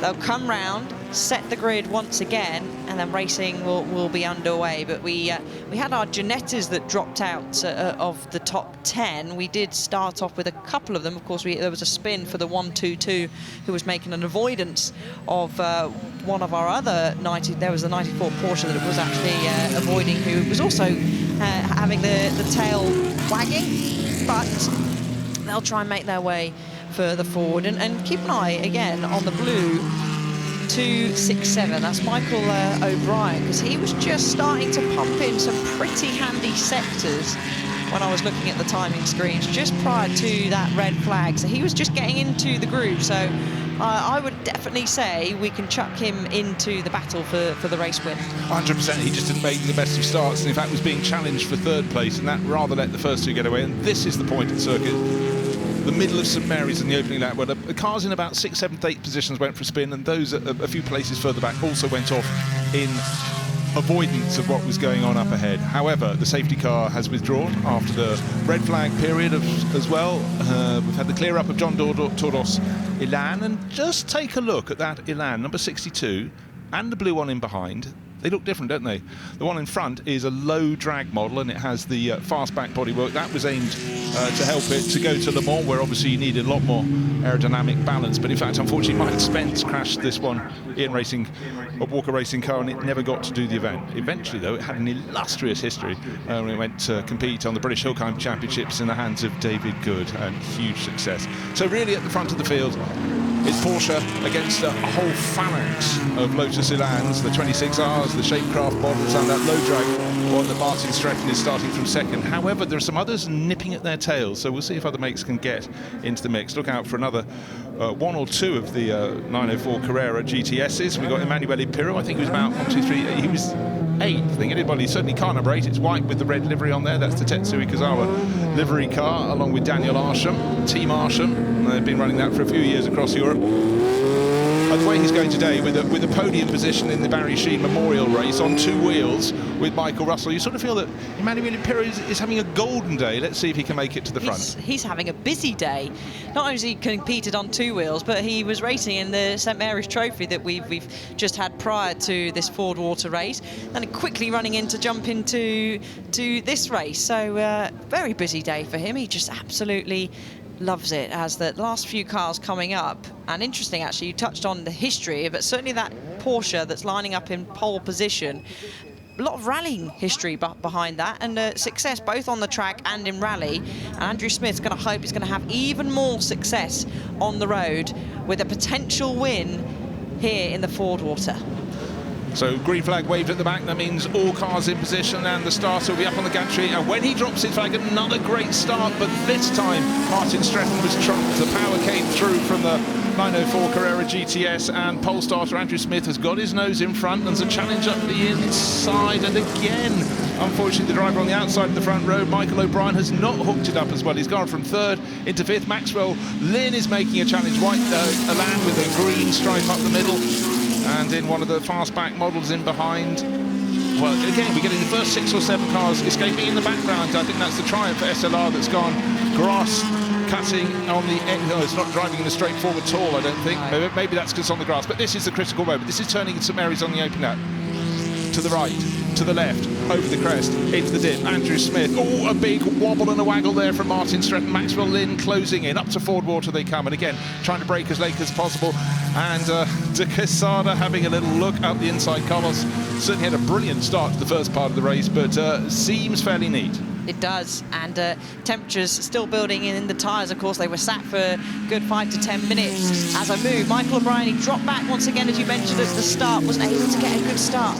He's trying to charge his way back up the order, and he does so he slots in, back in nicely into 3rd place ahead of the number 16. Lynn adds a lock-up as Quesada's going to save it. Yes, he is in the Porsche, the 194, does he? Gets a wobble, nice save, great bit of demonstration of driving, and then off goes one of our Alfas as well to join him.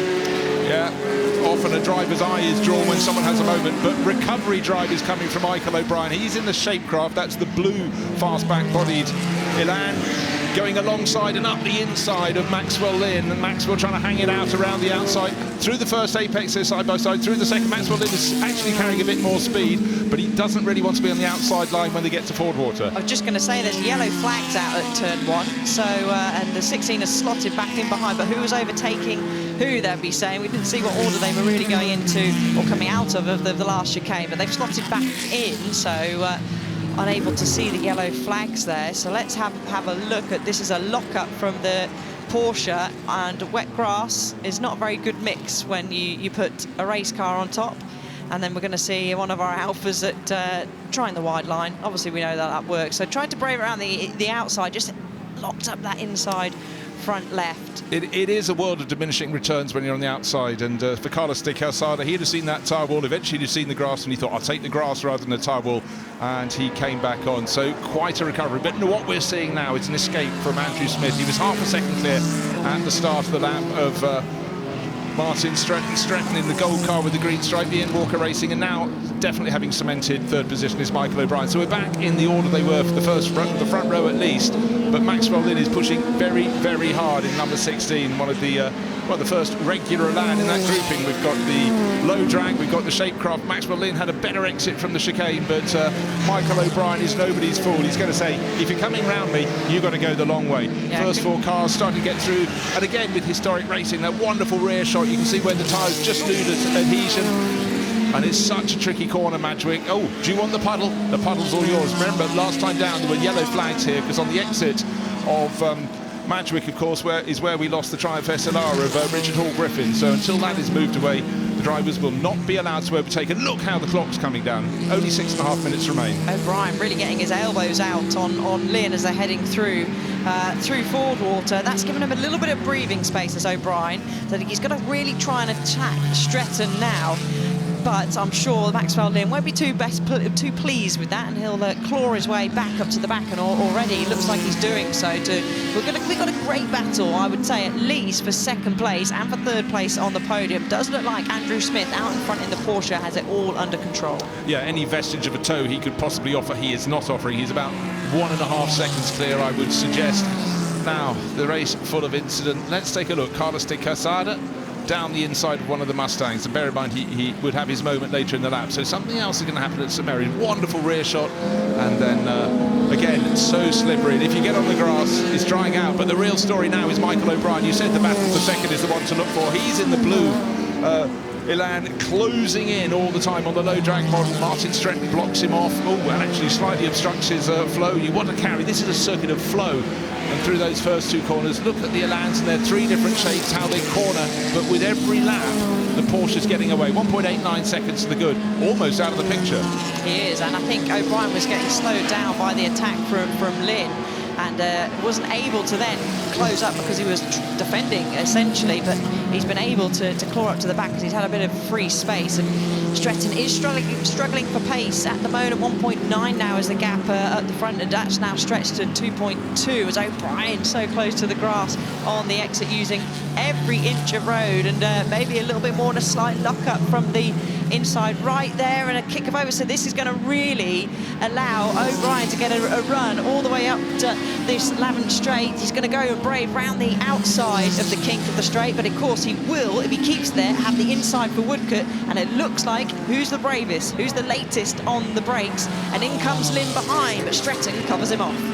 Just noticing that the bonnet on the front of Maxwell Lynn's car is slightly ajar. Bear in mind, it was all about trying to find increased aerodynamic performance. I know it's only a tiny difference. He's got the 2 sleeker models in front of him, but Michael O'Brien, good move. Martin Stretton just didn't have the answer. It was all down to how you exit the second of the Lavant corners. Now Maxwell Lynn, who seems to have plenty of grunt, is trying to get right onto the tail of Martin Stretton. Martin looks in his mirror as he now realises the attack is from behind. He's not attacking Michael O'Brien, but as always, the people with the experience of Goodwood, they say, if you're coming after me at Madgwick, you've got to go round me. But again, boy, Martin Stretton, that low drag, struggling for grip, and there we are, he's lost. He just went slightly too deep, to my eye, into the first part of Madgwick, and being able to hunt him down, a bit more momentum in the corner. Maxwell Lynn made that one stick. We had 4 drivers fighting for the 3 positions on the podium. The order has been shuffled, but they're about to start lapping some of their rivals. I just spotted a car up ahead, and that is trying to stay out of the way. Not an easy thing to do in St Mary's. No, and it looks like actually Lynn takes the approach slightly slower and faster out compared to Stretton and O'Brien at first corner. Here comes Casada coming back through in the 194. He's up against the number 7. That's our Sol Ferrari 275. This is for 8th place. He's through, but is he going to make it stick? He's close to the grass on the exit. I think just about the Porsche stays ahead of the Ferrari. Well, Ferrari against Porsche, there's a story that's travelled across the decades, but Carlos de Casada, he's written a book full of adventure just in this race that was scheduled 25 minutes. Gunnar Jeanette trying to go around the outside in that really rare and beautiful Abarth Simca 2000 Corsa, but there is plenty of company around him. And John Davison, he was the one who started very close to the front of the grid. He started 4th. He lost out in that first lap sort out. He spent the rest of the time since the safety car period, the red flag, fighting his way back, but great little scrap. Up front, however, Andrew Smith pulls another second clear. Oh dear, Ross Hyatt has gone for a rotation, and he was in the best place of the Ginettas, and he's sitting in the gravel. 2.5 minutes remaining. I fear that's somewhere that could lead to another safety car and possibly even an early conclusion to this race. Marshall's running to his help, but unfortunately that one is properly bogged down. Yeah, it is. Let's hope that maybe it just remains as a yellow flag out there, but he was running Hyatt in 14th place, but of course going to be out of the race now. So this is going to be Lavitz. He's got the 71. Slightly distracted maybe by the 71, has a little of a lock-up. Rear comes round, and you can see how low that Ginetta has sunk into the gravel. He's going to try and give it a go. Marshals have given the signal, say no. I think the game over, and out he will hop. But yeah, it's a great drive back through for Davison. Lights ablaze. He's going to be attacking the number 7 of Gay now. He will. He knows he's faster. He knows his car is more nimble, but Vincent's got plenty of grunt in that super elegant Ferrari. Almost seems out of place in this race, being so much larger, looking more like a Boulevardier. But however, it's the competition version, so it has got plenty of grunt. But John Davison, he's got the handling. Oh yes, quite right. Don't overtake, because 1, 2, 3 into shot will come. There's Ross Hyatt climbing out of the car. It was such an illustrious historic racer. He'll be frustrated there, but he simply, the corner was turning right and his car wasn't. No, and they were overtaking a back marker there, so the back marker was trying to stay best out of the way and going slowly, so I didn't really have much choice to go down the inside. So our leaders, they would have gone on to the final lap now, so these cars, this battle slightly further down the order, will be going on to the final lap when they've navigated the chicane. But out front, Andrew Smith has it all under control, but he has had some tough luck with the back markers on that last lap. He was leading by over 2 seconds. That's now down to 1.3. So swings and roundabouts, and there you go. You can just see the flash of blue of O'Brien in the background. I don't think he's going to have enough time, though, to make any sort of challenge for the win. No, he won't, but a wonderful rear shot. You can see how they go about their cornering differently. The Lotus moving around a lot more. Andrew Smith is having to place that 904 Carrera GTS and be super smooth, whereas the drivers in the lighter Lotus Elans, the Shape Craft, the low drag, they're able to throw them around a little bit more. They just look that little bit smaller, which conversely makes the track just seem that little bit larger. But I think Andrew Smith's got this under control. Down the Labyrinth Straight, there we are. We've reached the end of the time, and that means the next car to the start-finish line. The race leader will be seeing the checkered flag, but Michael O'Brien has far from backed off. He's really keeping Andrew Smith very, very honest. But you have to think, with just the chicane to go, surely it's going to be a Porsche conquering all those lands that started around it. So it's going to be Porsche from a Lotus in this battle. So Andrew Smith, yet another win for him here at Goodwood. Looks like it's going to be just over a second between first and second. 1.3 seconds. A good drive from Michael O'Brien. Remember, he dropped down from 3rd on the grid to 5th at the second time advancing. Will John Davison in another of the lands, the one that fell right down the order, another Ian Walker Racing version, be able to gain another position over the Ferrari of Vincent Gay. Gay's car is always so beautifully prepared, but here he goes. If it's going to happen, it's going to happen here, and it was blocked off perfectly politely, I'd say, from Vincent Gay. And in fact, Gunnar Jeanette in the A-bar is going to have a little look. That's car number 67. He's got to watch out, because tucked under his rear wing is Billy Bellinger, but it's a drag race to the line. We know the identity of the victor. And Vincent Gay just wins that battle for 9th place. John Davison back into the top 10, so he did a good recovery drive, a couple more laps, and I think he had a couple more places, but it was a little stop and a little start, but 2 decent getaways from Martin Stretton, but he didn't come up even with a top 3 finish. Martin ending up in 4th overall. The top 4 cars well clear of Roger Wills and the rest of the gang, but there we are. Andrew Smith, our race winner, and he'll be enjoying this cool-down lap, and I'd say very neat and tidy at the front. And then for the battle of the Lotuses, it was Michael O'Brien coming ahead of Maxwell Lynn and Martin Stretton. All subtly different, those 3 shapes of Elans, but an enjoyable race, a little bit frustrating, but there was nothing we could do with John Tordos's car off at the exit of Woodcote. That had to be removed, but all of these drivers drove beautifully, and you can see actually particularly Michael O'Brien seems to have enjoyed that. You know, contemporary racer, also racing in historic racing. So Michael, son of Mike, you know, that was a great drive, but Andrew Smith, well, that was super smooth. You can ask no more. No, he got the start nailed at that restart. Didn't quite get it right at the first attempt, but was able to nail it and could easily breeze into the first corner, and then he never looked back. A little bit of worrying times with the traffic, losing a lot of pace in that first sector, but I would say he certainly had it all under control, and Porsche is back on top at Goodwood once again. Yeah, and I think when you're coming up across back markers, if you have a lead of a second or more, which Andrew did, you can afford just have a little bit of caution to be entirely sure they've seen you and they've seen where you're going. But really the recovery drive was Michael O'Brien picking off Maxwell Lynn, Martin Stretton, and then Lynn going past Stretton.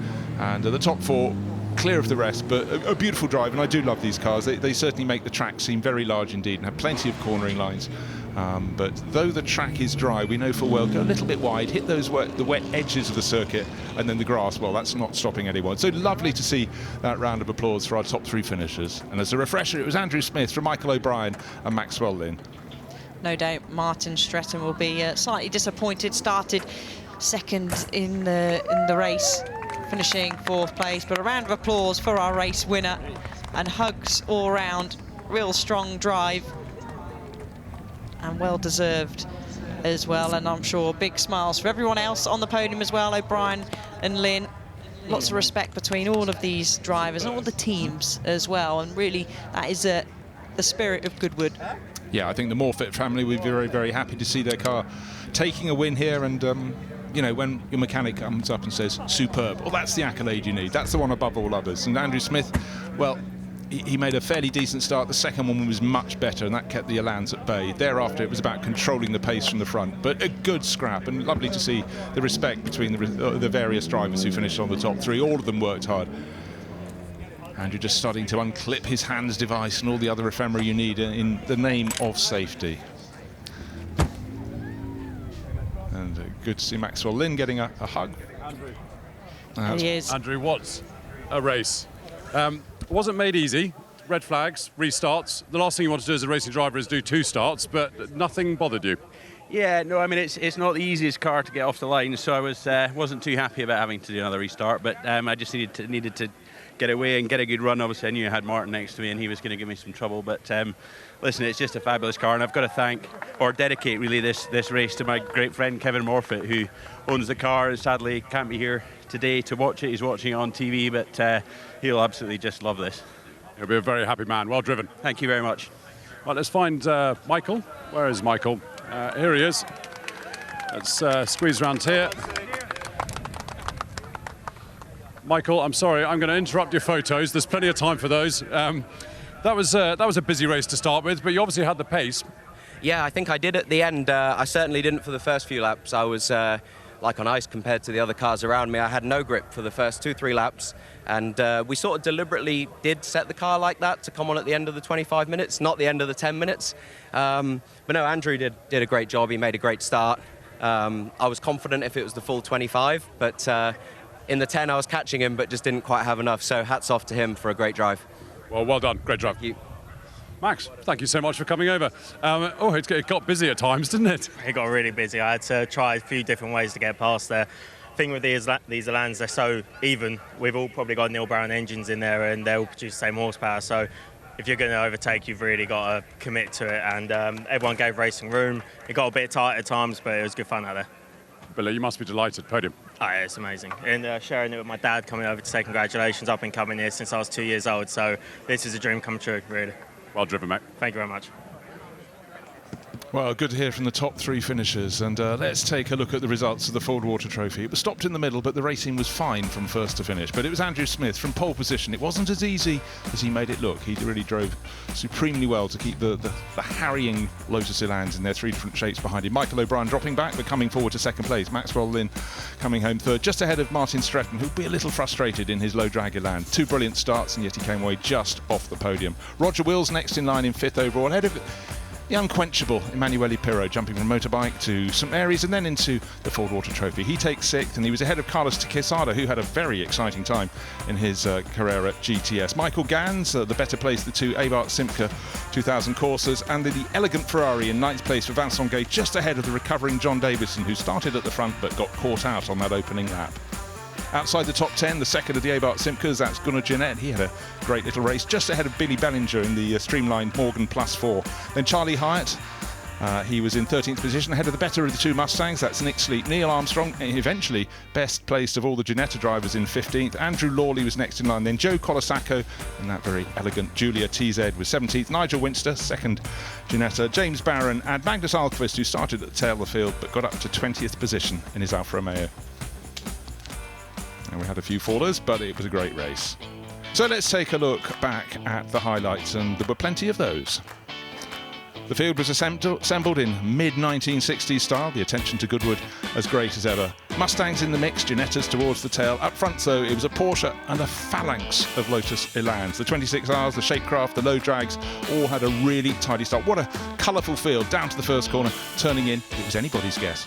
It certainly was. The Elans were giving the Porsche plenty of pressure out front, but it was a good start. And this is where it started to get a little bit mixed up. We saw the 194 just going through the puddle there, and this is where some spins and then maybe some sympathy spins as a good catch by the 194, and then our Ginetta was slightly put off and goes spinning across the wet car, the grass, but good avoidance by all of those behind. It was, and that was where John Davison's days went downhill, and then the chase was on. Martin Stretton in the low drag Ian Walker Racing Elan chasing against Andrew Smith. But hold on a second, this brought out the red flag because John pulled off at the side, and his Elan needed recovery. So the cars formed up on the grid for a 10-minute restart.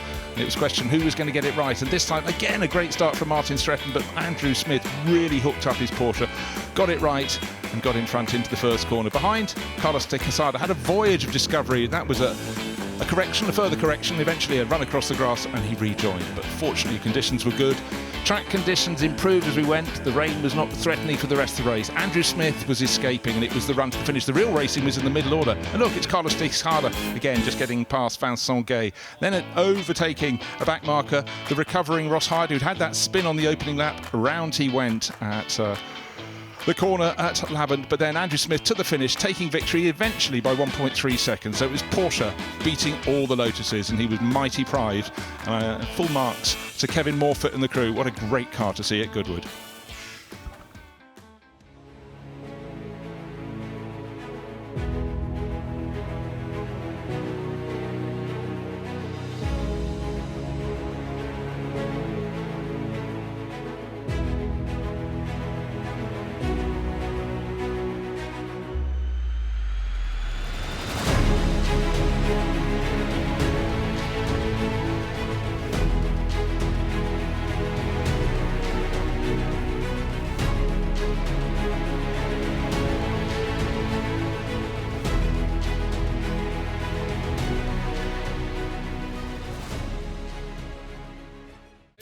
Easter handicap for sports cars, and Duke, driving car number 70, soon showed he was as much at home in the seat as in the saddle.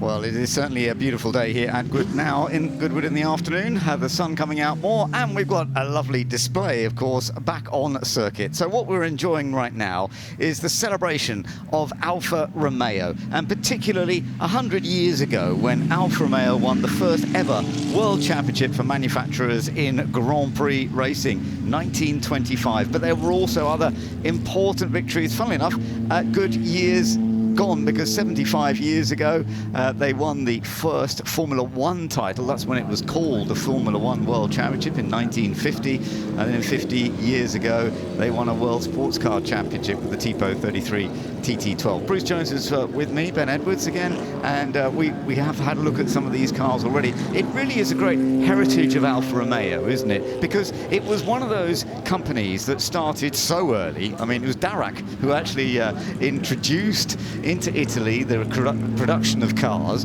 but it then became Alfa and became Alfa Romeo, and then getting into racing was such an important part not only of success, but then selling road cars too. Yeah, it was. I mean, you think how many manufacturers there were, probably as many as there are now, but many of them were absolutely tiny. They were literally hand to mouth. But for Alfa Romeo, they worked out very early on that racing necessarily does improve the breed, but it also gives you publicity. And again, and it became very much, it fitted in with the sort of nature of Italians in sport. They very soon became absolutely passionate about motorsport, and Alfa Romeo were the standard bearers. They were, absolutely. And you're looking, actually, just coming up onto the grid from those early 1930s, when they really did do a fantastic job.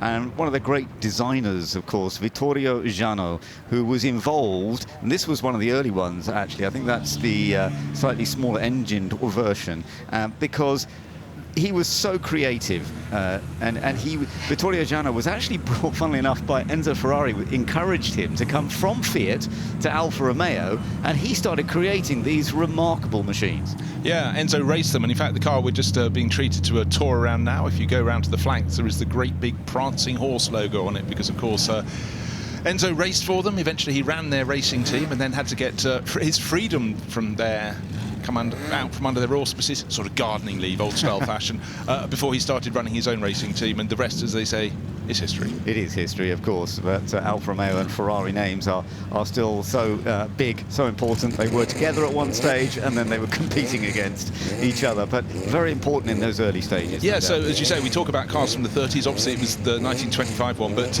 you go across to the 50 years later, yeah, and these glorious 33 TT 12 sports cars, and in 1975 they had the year of years, Henri Pescarello and Graham Hill, you know, taking them to the very top, but they would be tackling Ferrari at the time.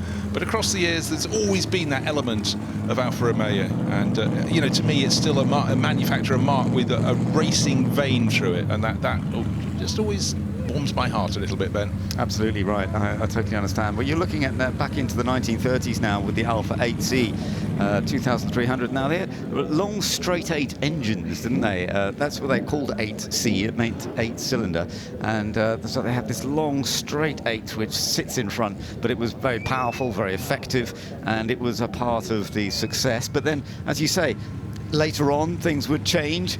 This was the much later version, a sports car, coming up in the late 60s and early 70s, and that started to develop as well. They went to a 3-litre engine. That's when it started to become more successful. This one slightly just before the time they won, in fact, in 1975. Yeah, this is, I think, a 1972 model. There are a couple of them in the wonderful Monza pit lane, which is just behind the pit entry in the paddock, and it always is sort of the place where the ultimate cars at any Goodwood Revival are kept. So they've got a wonderful array, including a couple of P3s, the Tipo B, which really was the car. Didn't put them on the map, but it was what really cemented their place, and raced all around the world. Don't think racing in the 1920s and 30s was only in Europe. A lot of these cars were exported to race, particularly in South America, and then later in life other countries would take them sort of, so the bit out of date in Europe will have them.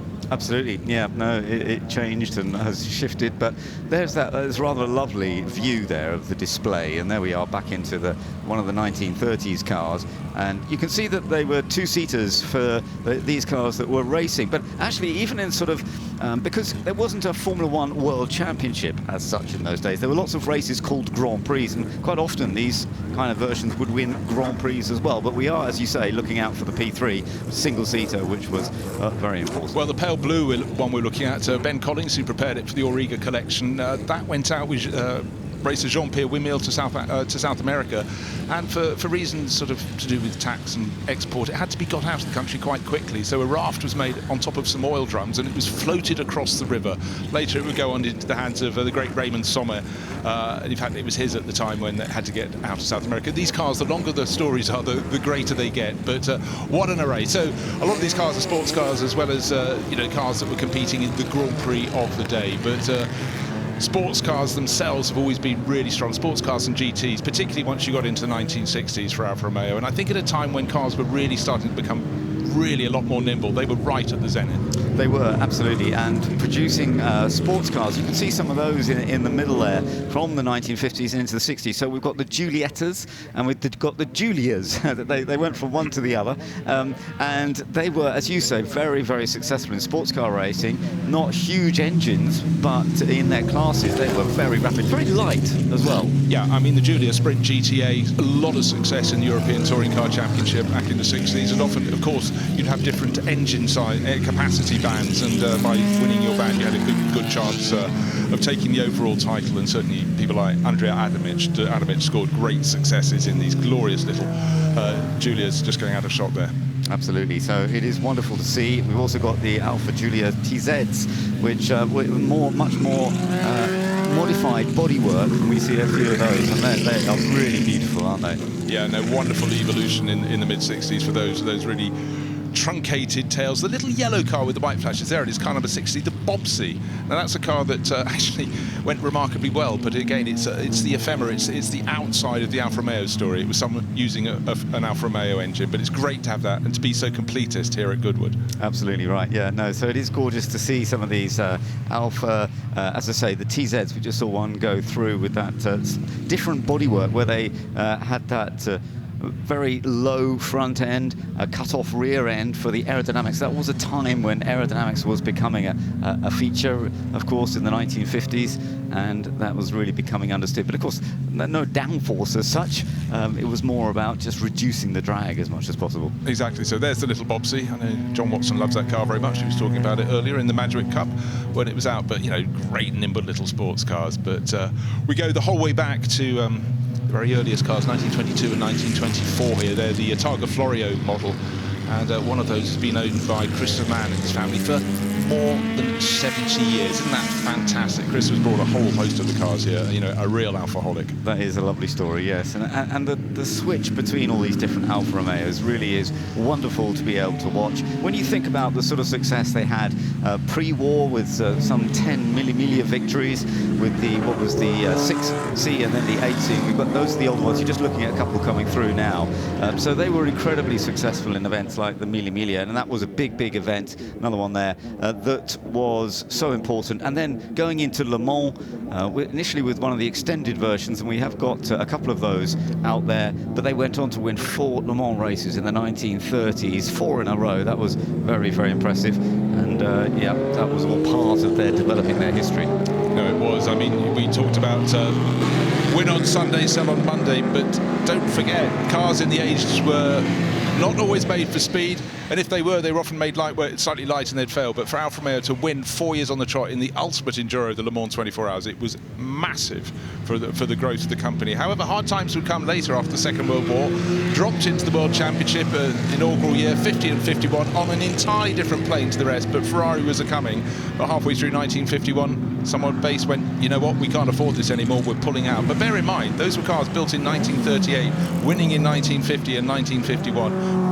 But once the money was starting to spend after the Second World War, then progress came very quickly and Ferrari went straight to the top.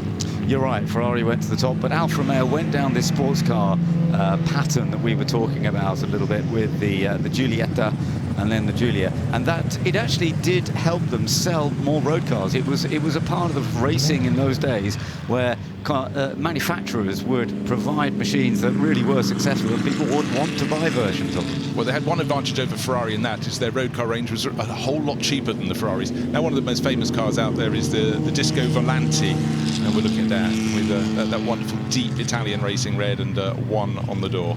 Yeah, that's great to see as well, and it is another great looking machine, isn't it? Certainly not much drag from that one, and we've seen that one competing here as well. Yeah, we have it's from 1953, again from Christopher Mann's collection. It's created, lots of cars are created when the rules change in racing, and this was the start of the 3-litre sports racing formula in the mid-1950s. This one was crashed by Consalvo Sanesi at Monza, but it actually remained. It then had an interesting story. It went down to the Roberto Lee Museum in Sao Paulo in Brazil, but Roberto was shot and killed in a crime of passion before the car was liberated by Colin Crabb, who was a man who spent his latter life just finding cars all over the world, but, you know, beautiful in its own right. The story afterwards a little bit too illustrious, I'd suggest. It is lovely that on a parade like this, it's somewhat different, of course, to doing a race. You're just pottering around at a nice, gentle speed, and there's no doubt that family members can sort of join into this when sometimes they don't get the chance very often on a racetrack. On the road, yes, but on a racetrack.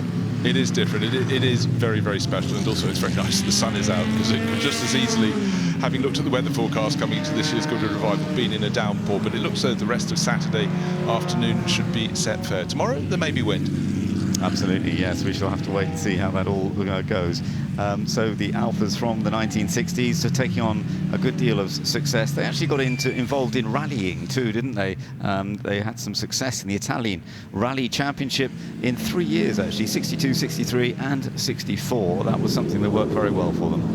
Little Giulietta Spider, very, very elegant. I mean, one of the most wonderful things I'd say in the 50s and 60s, you could pretty much pick out which country cars came from. There was a very clear Italian bloodline. They tended to be smaller. The Germans had a different way of doing things, and actually the British cars at the time did seem considerably larger. Yeah, absolutely. No, so a real wonderful mixture of Alfa Romeos that we've got here this weekend, and as you said, some of them are racing, but many of them are purely here for the display to celebrate such great heritage of the Alfa Romeo team that all started out, as I said, in the early 1900s with developing the whole thing. It was then taken on by the Italians, creating the Societe Anonima Lombarda Fabbrica Automobili, and they just took the letters and it meant Alfa. But the Romeo name didn't start until a little bit later, but that was a key person involved, Nicola Romeo coming in, and Romeo becoming part of the Alfa Romeo name. And at many points through their history, well, you can see it precisely now, the 1920s Targa Florio model, you had the white triangle with the four-leaf clover. That was the badge sort of in the very early days. And then, of course, you got the iconic badge that remains to this day. And look at those Sprint GTA Julias. There we are, right in the middle of the grid. Small, discreet, but classical. Yeah, absolutely. And they brought, I mean, some of these early cars, they were starting to bring in, for example, that one hasn't, but they started to bring independent suspension, more used in racing as part of road cars as well. These machines went up to the 2.3 six-cylinder 6C initially, and then the 8C, as I said, the 8-cylinder versions, the 2900. They were supercharged, so they were producing good power for the time, no doubt about it. And it was interesting, they did actually try and create a mid-engined car. We haven't got it here, but they did try and create a mid-engined Grand Prix car just pre-war. We have seen it. It's called the 512. It never raced. It was built, but never actually happened. Again, that is very Goodwood to find the ones that you don't really know about, the ones that were in the background but had a role to play. And for the company, it was all about development. For all companies, the interruption of the Second World War really stymied the progress that companies, particularly like Alfa Romeo, were racing. So in some ways, it's wonderful those Alfettas from before the war, the 158s, the 159s, did get their days in the sun. 1950, 1951, nailed those first two World Championships, built on the illustrious history of those 4 wins in a row at Le Mans in the 1930s. And then they've been searching for success ever since. We've talked about 50 years since they won the World Championship of Makes, but they've always been in the mix. Yeah. A little dabble at Formula One a few years ago when they sort of rebranded the Sauber team, but we knew in our heart of hearts that wasn't really Alfa Romeo. No, it wasn't really. It was more the sort of sponsorship move, wasn't it? But yeah, as you say, it was fantastic what they did in the early part of Formula One when it all began. And of course, this year we're celebrating 75 years of Formula One. And for Giuseppe, or Nino Farina, as he was called, taking that first title in 1950, and then Juan Manuel Fangio taking the title with Alfa Romeo in the second year. Yeah, and one thing that was so weird, in the first 4 seasons of the World Championship, you had Giuseppe Farina winning in 52 and 53, so 3 of the first 4 World Championships were Italian drivers. Yeah. There hasn't been an Italian world champion ever since. It's extraordinary. That is strange. Yes, I agree. That is strange that we haven't had an Italian champion since, because racing in Italy has always been very, very competitive and always wonderful to be involved in.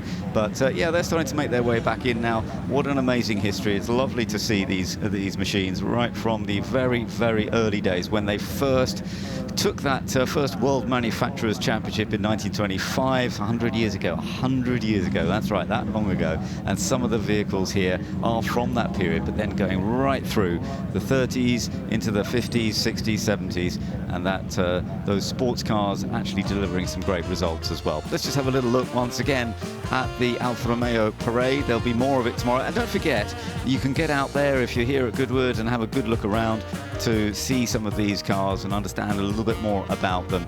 These front-engined early 1930s cars, they had so much success, I tell you, in the sort of victories that they were doing in sports car racing, some of the most classic events. We did mention some of the famous names now, like Le Mans, but there were other races in those days all over Europe that they were winning in. And of course, a lot of them were just on road circuits, not on circuits. So Yes. Targelfori, Mille Miglia, and circuits that have long since gone, but they could be competing almost every weekend. Motor racing was huge in the 1920s and 30s, but fantastic. And we have to thank the owners who brought some amazing collections. Christopher Mann deserves special accolade because, as I said, more than 70 years in his family with some of these cars. It is lovely to really soak up the atmosphere of Alfa Romeo and the changes there have been all over the years, the wonderful style and shaping of them, the way that some of these have been restored, others have actually been looked after for so many years, but real fun to see the Alfa Romeo parade.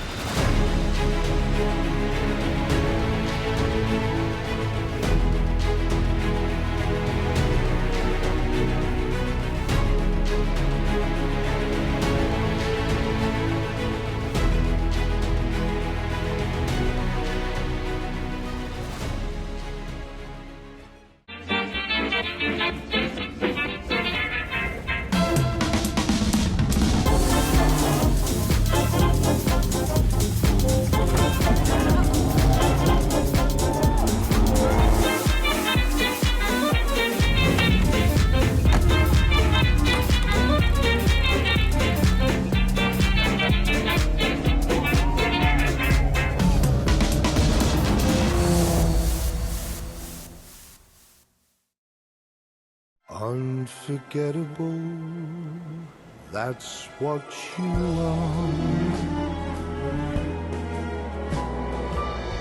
That's why, darling, it's incredible that someone so unforgettable thinks that I am unforgettable too.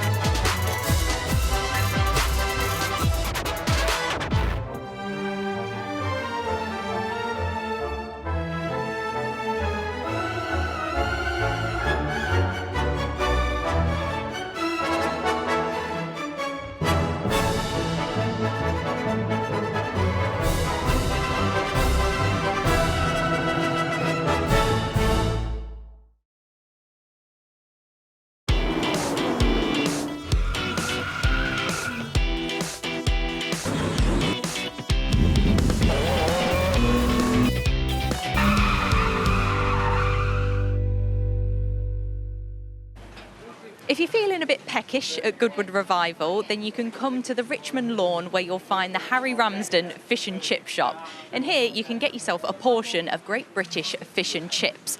But not only that, this fish and chip shop has something quite special about it, and I'm here to meet someone that's going to explain a bit more about it, who is the local fishmonger. Harry, lovely to see you. Can you tell us a bit more about what makes your fish and chip shop special? Well, you see, we are a very established fishmonger here, and we pride ourselves on the best stock here at Goodwood, and we have got a delightful freezer full of quality wares for you from the local markets. Please, can we take a look at your produce? Yeah, by all means, maybe. Where would it be kept? Well, it'll be in the freezer, won't it? Come with me, let me show you what we've got. Right, mind your step, of course. Okay, through the door. Oh, yes, feeling a bit chilly in here straight away. It absolutely is, Cheese. But you're packed in here. We absolutely are. We have got a nice selection of salmon. We have got rainbow trout, we got bream, we got mackerel, we got cod, a bit of sole, and even some sturgeon there at the end as well. And if you like to turn yourself around, we've got a lovely selection of pickles, we got vegetables, all sorts of things, and even Harry's own famous batter right there for the fish. It is delightful. Okay, and I guess you pride yourself on quality here as well. Absolutely, yeah. We're well established. People love our stock. They keep coming back for more. The queue out there is going down the road. Incredible.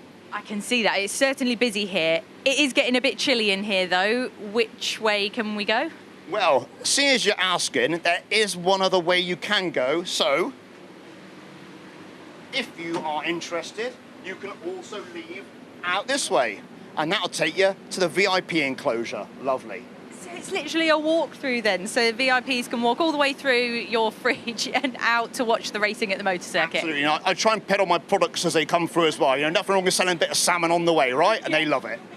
Good plan. Well, you definitely need to get down here, explore it for yourself. It's definitely a one-of-a-kind place.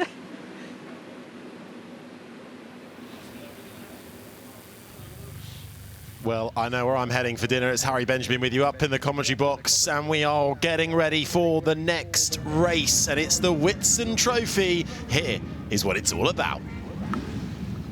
The Whitsun name has been a feature at Goodwood since the inaugural Whit Saturday meeting in 1950. The first Whitsun Trophy race was a Formula Libra event in 1954, which saw Peter Collins take victory in the Thinwall Special, defeating a pair of V16 BRMs and Roy Salvadori in a Maserati 250F. From 1958, it switched to large sports prototypes and latterly became a race for sports and GT cars, which was a common makeup for grids in the mid-1960s.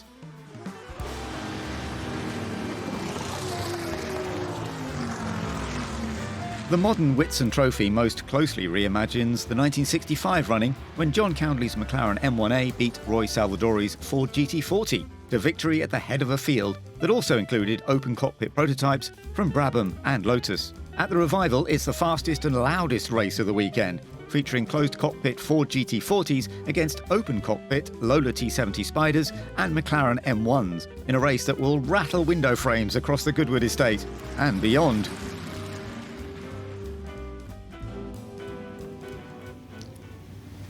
Really looking forward to this one. A riot of noise, colour and speed about to come your way with the fastest cars of the weekend lined up and ready on the grid. As Ben was explaining there, we have got a lovely selection of cars on the grid. Bruce Jones up alongside me. We've got, what, a couple of T70s on the front row and a McLaren. Sets things up nicely. No, it really does.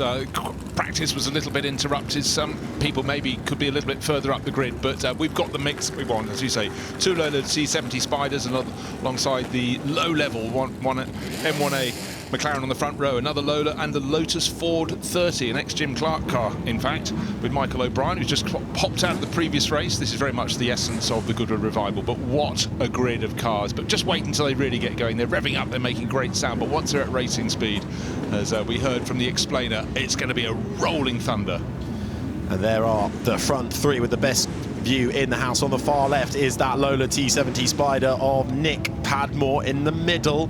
The white with the red stripe, T70, Ollie Bryant, last year's winner in that car. And on the far right, Miles Griffith in the McLaren M1A. Look out as well on the second row on the left-hand side for Alex Brundle as well, poised to try and make gains on the way down to Madrick. Michael O'Brien right next to him too in the Lotus 30s. We get going for the green flag lap. Little bit slow from the GT40 Roadster, one of the rarer cars in the field. Hand up in the air. Has he managed to get it going? No, he's going to have to peel off into the pit lane. Oh, hey, no, he's managed to get it going again. Yeah, threatened a driver with no start in the Whitsun Trophy, and they pull out all the stops. So great to have Pedro Mercedes Silva, the one of only a handful of roadster versions of the Ford GT40.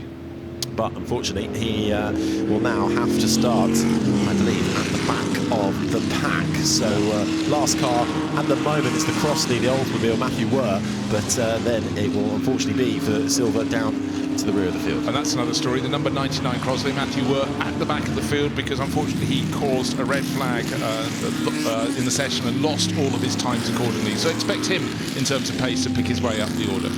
A couple of things to look out for. We've got one of Porsches in the field, the Porsche 910. Phil Keane starting right in the middle of the third row, looking to try and make gains in that Porsche. That's the number 56 emblazoned on the side of it, evolved really from the Porsche 906. So that'll be one of the German manufacturers to watch out for in this Whitsun Trophy as we gear up for 25 minutes of racing. And this is how the full grid looks. It is a sea of T70 Spiders, particularly on that front row. Nick Padmore alongside Ollie Bryant with the McLaren M1A of Miles Griffiths in third. Then comes Alex Brundle and Michael O'Brien, the Lotus 30 in fifth. Row 3 sees Julian Draper's Attila in sixth, alongside that Porsche of Keane, and then John Spears in the McLaren M1B.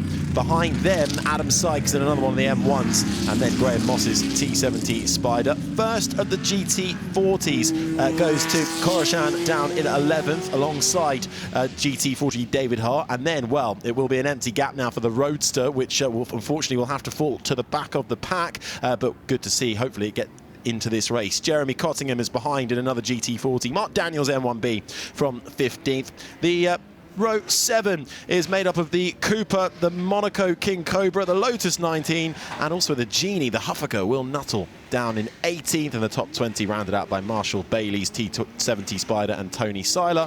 With that Crossley, now the penultimate car in the field, the Oldsmobile, the Mark V, down a little later in the pack, and then right at the rear of the field will be that GT40 Roadster.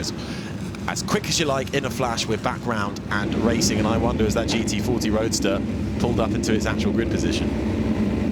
We'll have to see what that does to the start, but we look for the green flag and the racing flag to get going and fall on this Whitsun Trophy. We're looking at sports racing prototypes that race between 1960 and 1966. T70 Spiders on the front row alongside that McLaren, and we are underway for the Whitsun Trophy. Good start from Nick Padmore. Ollie Bryant bogging down slightly. The GT40 Roadster left at the back of the pack and clearing away though. A nice flight heading into Madrick now as they all try and find their own piece of tarmac, but it is a great start for Miles Griffiths, who's come back in the McLaren M1A to take the lead as they run out through the right-hander next. Yeah, the best start of all was from fourth on the grid. Alex Brundle, he's got up into second place, but the outside the front row, Miles Griffiths in that M1A absolutely got it nailed. Everyone else behind behaving very nicely indeed. There's the Attila low with the racing colours of Guernsey on it, turning through the second part of St Mary's. There it is right now, just turning in alongside one of the M1B McLarens. Down into the dip they go, but I expect when we see the field at Lambert, we'll have Miles Griffiths still in front.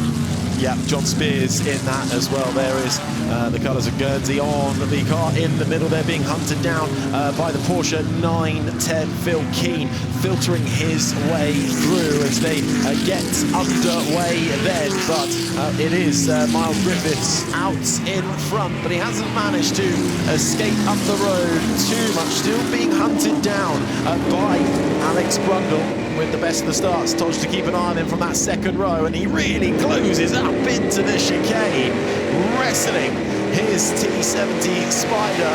Great traction on the exit. It's going to be wheel to wheel, and he is going to breeze past as they head into Madgwick.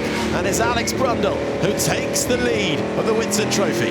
Well, that was a heck of a start to take the lead from Miles Griffiths. He just doesn't seem to have the grunt in that McLaren. That's number 44. A loader in front, a loader behind with their big Chevrolet V8s. They're starting to box in, but look who's coming through into third place now. Car number 29, the white Oliver Bryan-driven Lola, started on the middle of the front rows, had success here in 2022 and 2024, but the order getting very busy with Nick Padmore hanging on, and he's just picked up a place from Miles Griffiths, so it's really been shuffled around the pack. Riding on board now with Ollie Bryant, the fantastic stretch of circuit. St Mary's, tick that off, down to Lavin. Is there a chance to go up the inside of Miles Griffiths? Not yet. We've got two APCs here, though. It looks like they're going to run in line astern, but then, of course, Harry, it's how good an exit you can get from the second part of Lavin and then get the power down for this kink straight.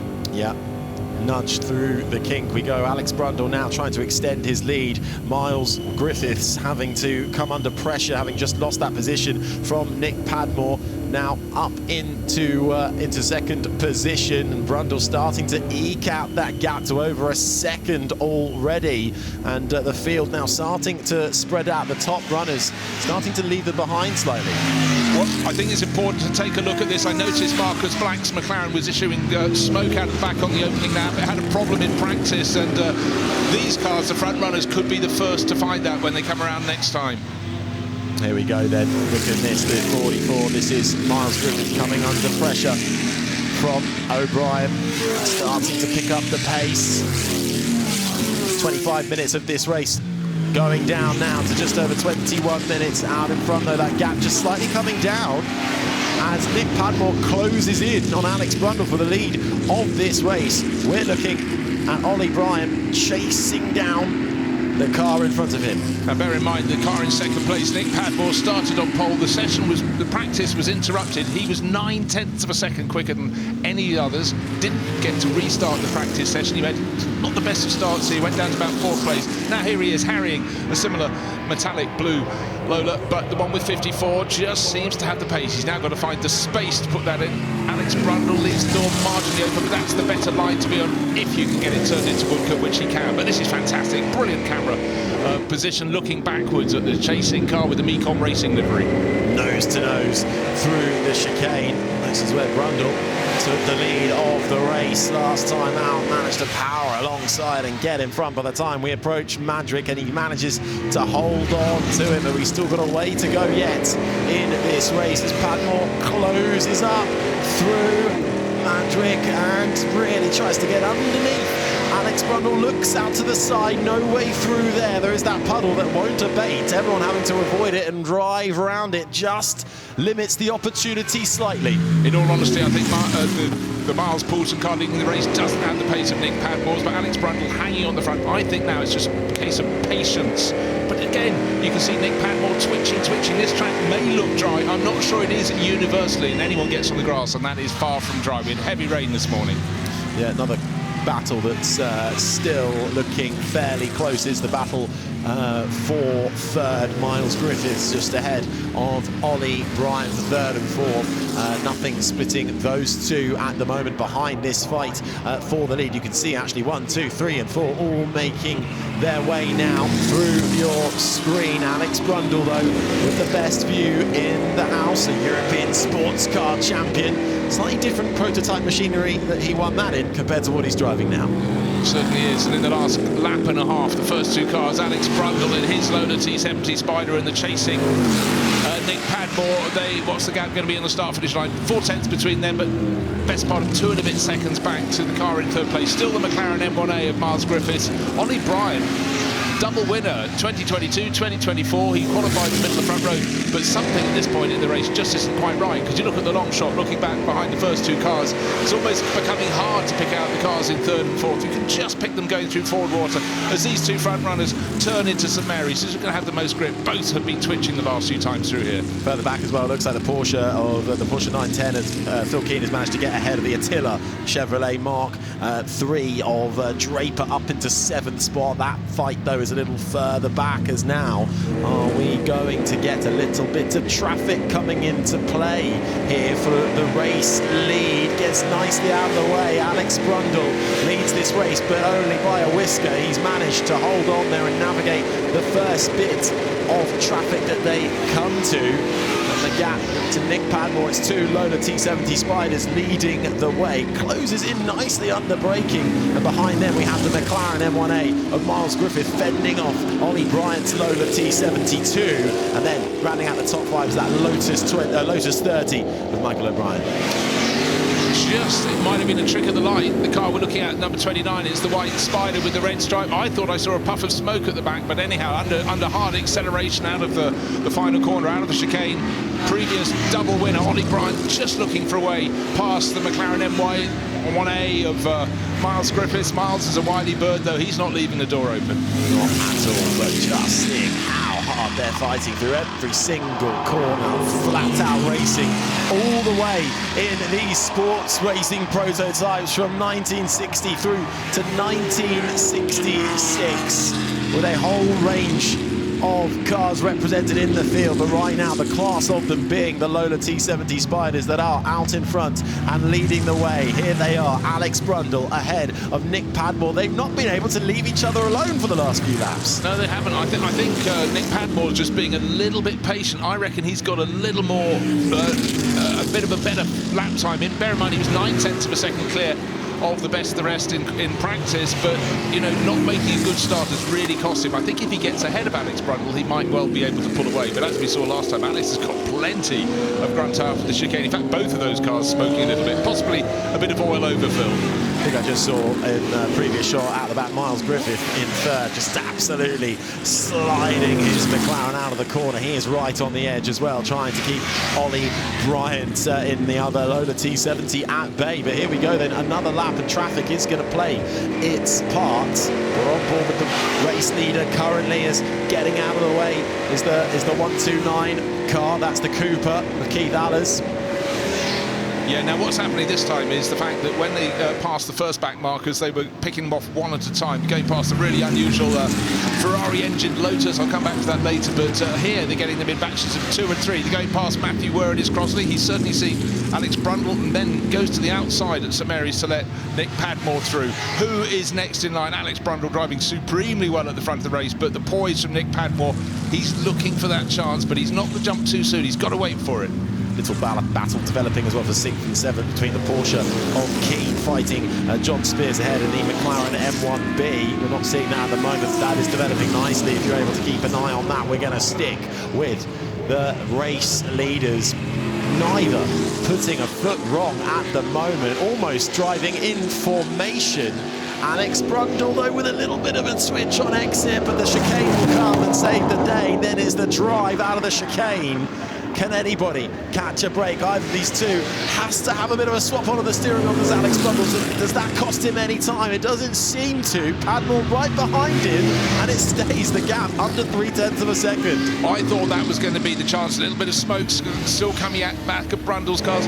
Look at that, balancing, trying to control the sheer power of these cars. I thought the exit, which was a bit wide and wily from Alex Brundle, would cost him momentum, but once he got it straight, that car has got some serious grunt. So, right, Nick Padmore's got to work out where to make the move. Into St Mary's, I wouldn't do that. He isn't between the first and second parts. He's closing in. Don't hit the curbs too hard on the inside because they've been really quite greasy today, but not close enough to get up to have a look into the first part of lap or the second. But what we can't see as we look back from Brundle's race-leading car is what's up ahead. There's going to be traffic soon. There is less than 15 minutes already remaining of this race as we have a look at third place. This is the McLaren M1A of Miles Griffiths, who's put a little bit of daylight in between himself and Ollie Bryant, but not much. Still there fighting, waiting for the smallest of mistakes to happen. Yeah, when looking at the car in third place, that M1A, this was a car that probably facilitated modern-day Formula One McLaren team, because, of course, they started selling them big times in the States, selling them through Carl Haas. And then in 1966, the following year, of course, we had the Can-Am series, and McLaren cleared up in that. As We're coming out through the chicane. This is what we wanted, picture in picture. This is the man who is in the number 29 car, Ollie Bryant. See how fiercely he is operating those pedals as he tries to fight and keep up with third place man Miles Griffiths. That is absolutely fantastic. It is, you know, these cars actually have something you don't think about too much in racing. They've got an embarrassment of power, and it's a real case of trying to harness it, trying to keep it in check while keeping the cars as straight as possible. We've seen almost all of the front runners getting the tail out a little bit. It's really quite concerning for them, but they are so good. They bring it back on steering and on the throttle. Right, this is the battle for the lead, and now this is... Hold on, have we got Padmore ahead? Because we've got 22 behind, so Alex Yes, Brundle. the move has been made. Well, it's been shaping up. We just look for confirmation of that, but certainly looking forward from Brundle's car rather than back. And I think the move may have been made at Smerries. Let's find out how, looking at the replay. Traffic was always going to have a role to play. And that was what did it. And coming through the left-hander, then Brundle losing all kinds of grip. It was one of the GT40s and the Roadster as well. They were trying to get through. And that was all the invitation Nick Padmore needed. He was right there. Let's have a look at it again. Coming through the left-hander, uses a bit of curb for good measure. And there's the snap. Yeah, David Hart, you know, couldn't get out of the way, and Nick Padmore, we just saw them enter the first part of St Mary's, then we cut away, then when we came back we could see what happened next, and Nick Padmore could sense that David Hart's sort of orangey GT40 was going to stay on the outside, and unfortunately Alex Brundle was committed to a wider line. He then had to abate his pace, and that was the moment, and I really did say before, I think Nick Padmore, if he could get clear, will pull clear, and I'm afraid that's what's happening. He has exactly put his foot to the floor, and he has gone a second already pulled over Brundle now, who can do nothing but watch him race off into the distance. Miles Griffith still holding that McLaren M1A in third. Let's have a look here. This is Alex Brundle with a light brush against the chicane. The bill's in the post. Just joking, Alex. It's all fine. But you've got to cut the eye, thread the eye of the needle. But now, again, every time we look at the rear shot of these cars, they tend to be smoking a little bit. Actually, Brundle's is not, so that's at least good news for him. Another GT40 picked off by Nick Padmore as he's broken clear. Car 54, 2.5 seconds clear. It's a question of how quickly Alex Brundle can get past. I think it's probably Marcus Black's McLaren. It was only a flash as it went past, but now Nick Padmore pulling clear. Further back, Phil Keen's Porsche 910 has worked its way up into 6th after a bit of a rough start. Started in 7th and fell back through the field, but is now catching up again. The gap out in front, though, that Padmore has been able to unleash his Lola T70 Spider, 2.5 seconds almost over Alex Brundle. And just to clarify things, the black GT40, it wasn't a McLaren they passed, and that was Joaquin Brooksinold's car that actually back in period was victorious in the Barcelona 6 hours with Brian Muir driving it, but completely outclassed by the Lola T70 Spiders in this level of competition. Here's the Porsche I mentioned, and right on the back of the 42 or Lotus 30, this is the battle for 5th now. So Phil Keen in the Porsche looking to make the move. This racer in things like the Targa Florio with less than 10.5 minutes. Porsche versus Lotus. Michael O'Brien, who started in 5th and looks like he might well lose it, as here comes the Porsche. Lovely move down the inside, and away he goes. Again, just Porsche doing things very differently there to Lotus at the time. The Lotus in the background, the 30, was actually sort of a lot of the ideas from the Lotus Elan went into it with the sort of the backbone chassis, but it was never the greatest. Even in the hands of Jim Clark, it was always a real struggle. But the Lola T70 seems almost more popular now than it was in period in terms of historic racing. It's seen as a very benign chassis to drive, which seems a bizarre thing to say when they were tackling so much power. But Lola, of course, went on and sold thousands of competition cars. Nice moves happening further back in the pack. This looks like the Genie Huffaker Will Nuttall at the wheel. A little further back though, Nuttall. He's currently down in 17th. So battles up and down the field in this Whitsun Trophy. This making its way through that number 29, Ollie Bryant. Currently in 4th spot, is now just faded away from Miles Griffiths now, who is rather cemented that third position. The car in the middle of that batch is the unusual one I want to talk about. It's the Lotus Ferrari. You don't get that combination terribly often, but it was raced normally in Europe and the States, and then it was crashed, and someone decided to need another engine, so they found a V12 3-litre Ferrari engine. So Jacob Viggo-Holstein, great to see that car, and it's looking incredibly original and completely unrestored if you look at the bodywork.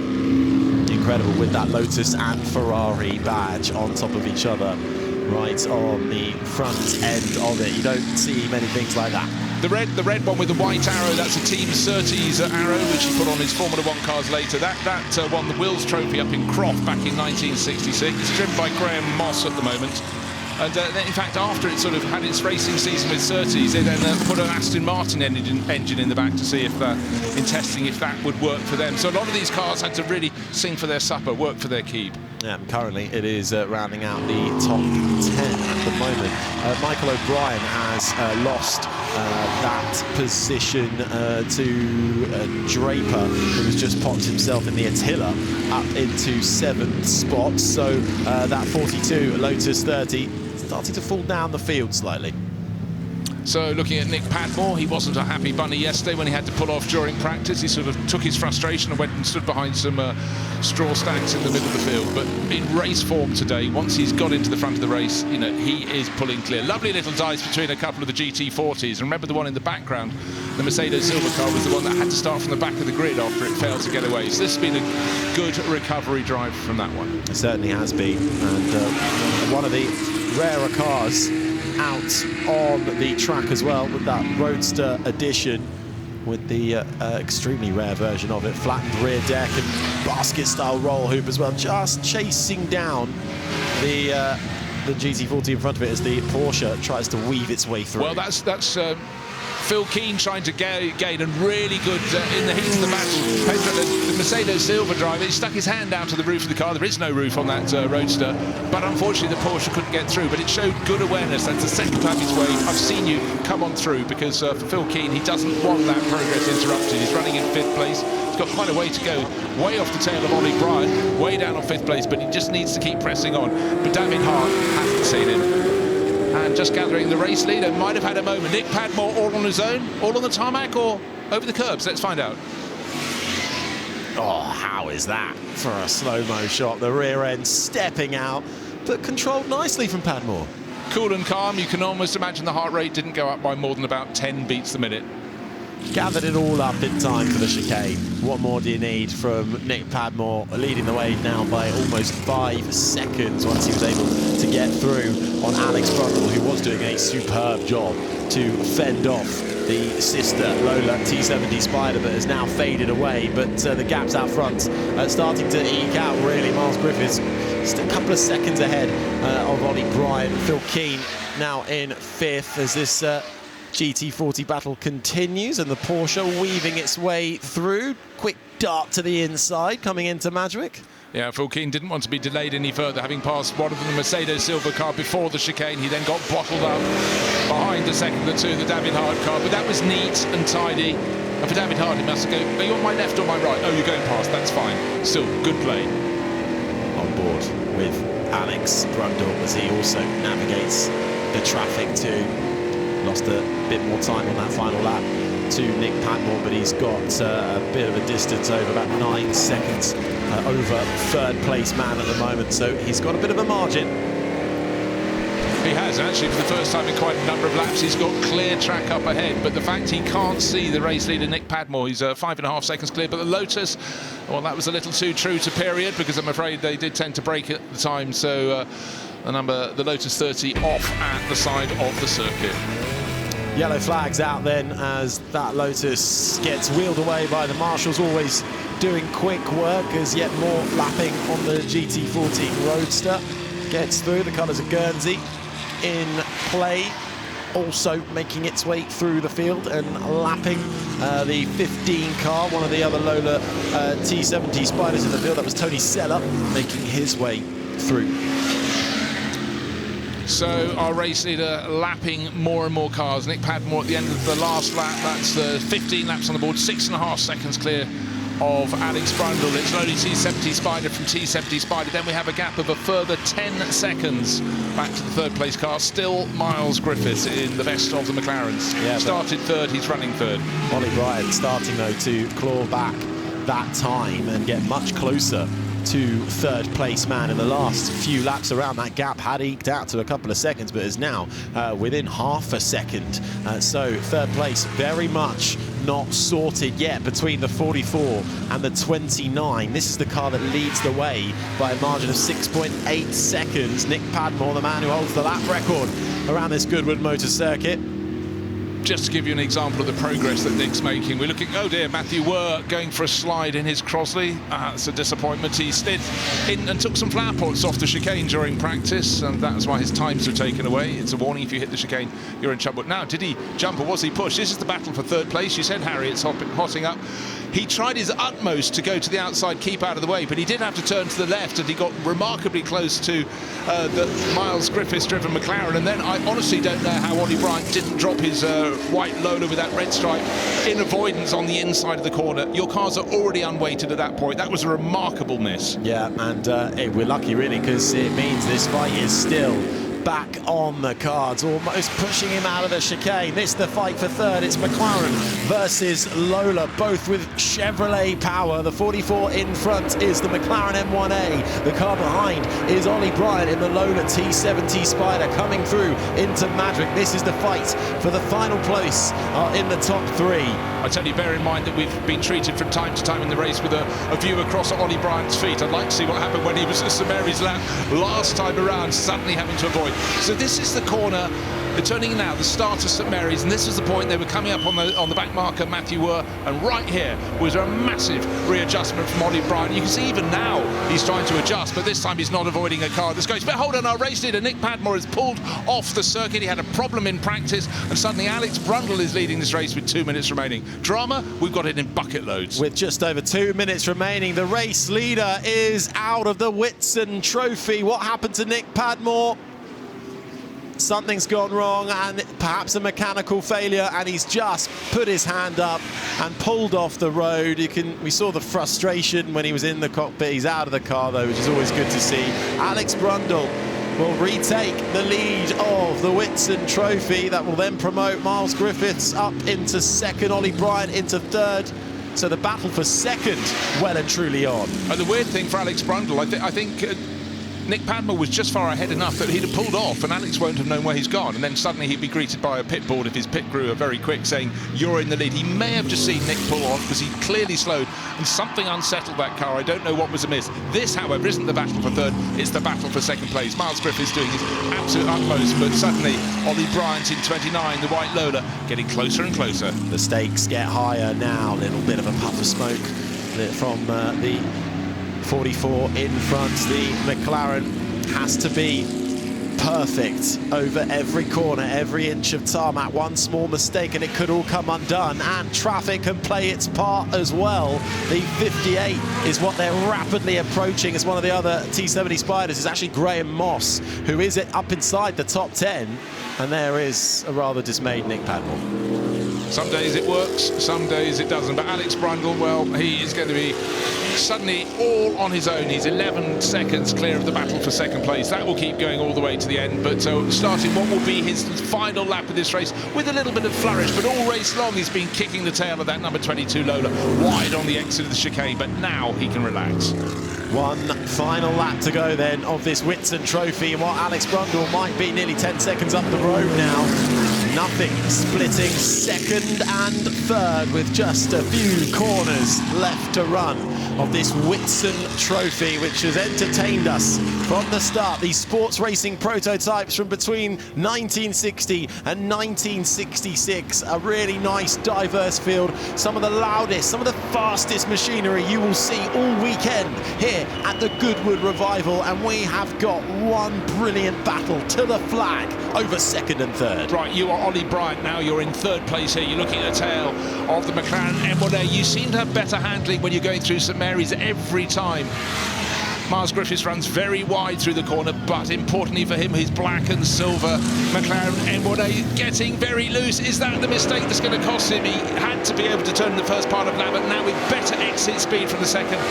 What slipstream can be caught, will be caught by Ollie Bryan. He's won this race twice before. He's pulling out. It's all yours. Closing, getting alongside. Who is later on the brakes? Who's got the better line? Who's got the more confidence? Does he run deep? He just about manages to hold it together. We'll have to wait and see what happens through the chicane, because to the checkered flag comes Alex Brundle to win the Whitsun Trophy here at the Goodwood Revival. And what's it going to be across the line for second and third? I think it's going to be Miles Griffiths, who just about held it in the McLaren M1A ahead of Ollie Bryant's Lola T70 Spider to come home for third.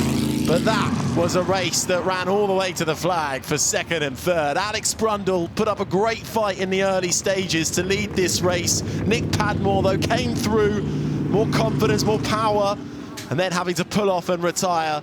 But a great stint from Brundle, who completed the race, 19 laps of running to stand tall in that Lola T70 Spider. Yeah, it's an incredibly historic car as well. It was the first ever Lola T70, made its debut in the 1965 Sebring 12 Hours, John Cannon and Jack Saunders, but it's got another page in its history book now with victory in the Whitsun Trophy. It was a real battle with Nick Padmore. Brundle ahead, Padmore finding his way through, then Padmore finding something wrong and pulling out when with just a few minutes to go he thought that one was in the bag, but well done to Alex Brundle and the gang.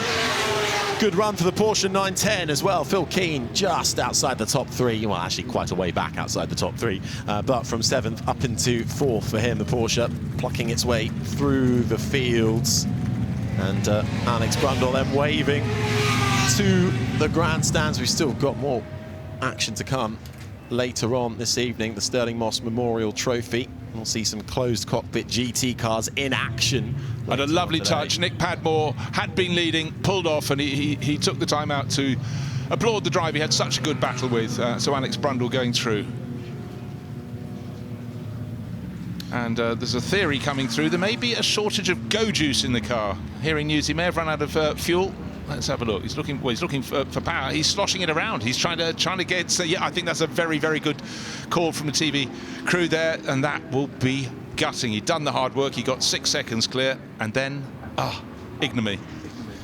And the race win lost then in the end. But for Alex Brundle then to take the win from Miles Griffith and Ollie Bryan. It's two T70 Spiders and a McLaren in the middle of the M1A. The Porsche 910 in 4th. The Attila finished in 6th, by the way. Good result for the Attila. The first of the Ford GT40s, James Cottingham, down in 9th spot, with a couple of cars not able to take the flag at the end of quite an enthralling race. It really is. I mean, Alex Brundle is always a fantastic interview, but I think this one is going to be supercharged when he gets to the feet of Ed Foster. He's never short for a word, but I think this one is going to be laced with emotion.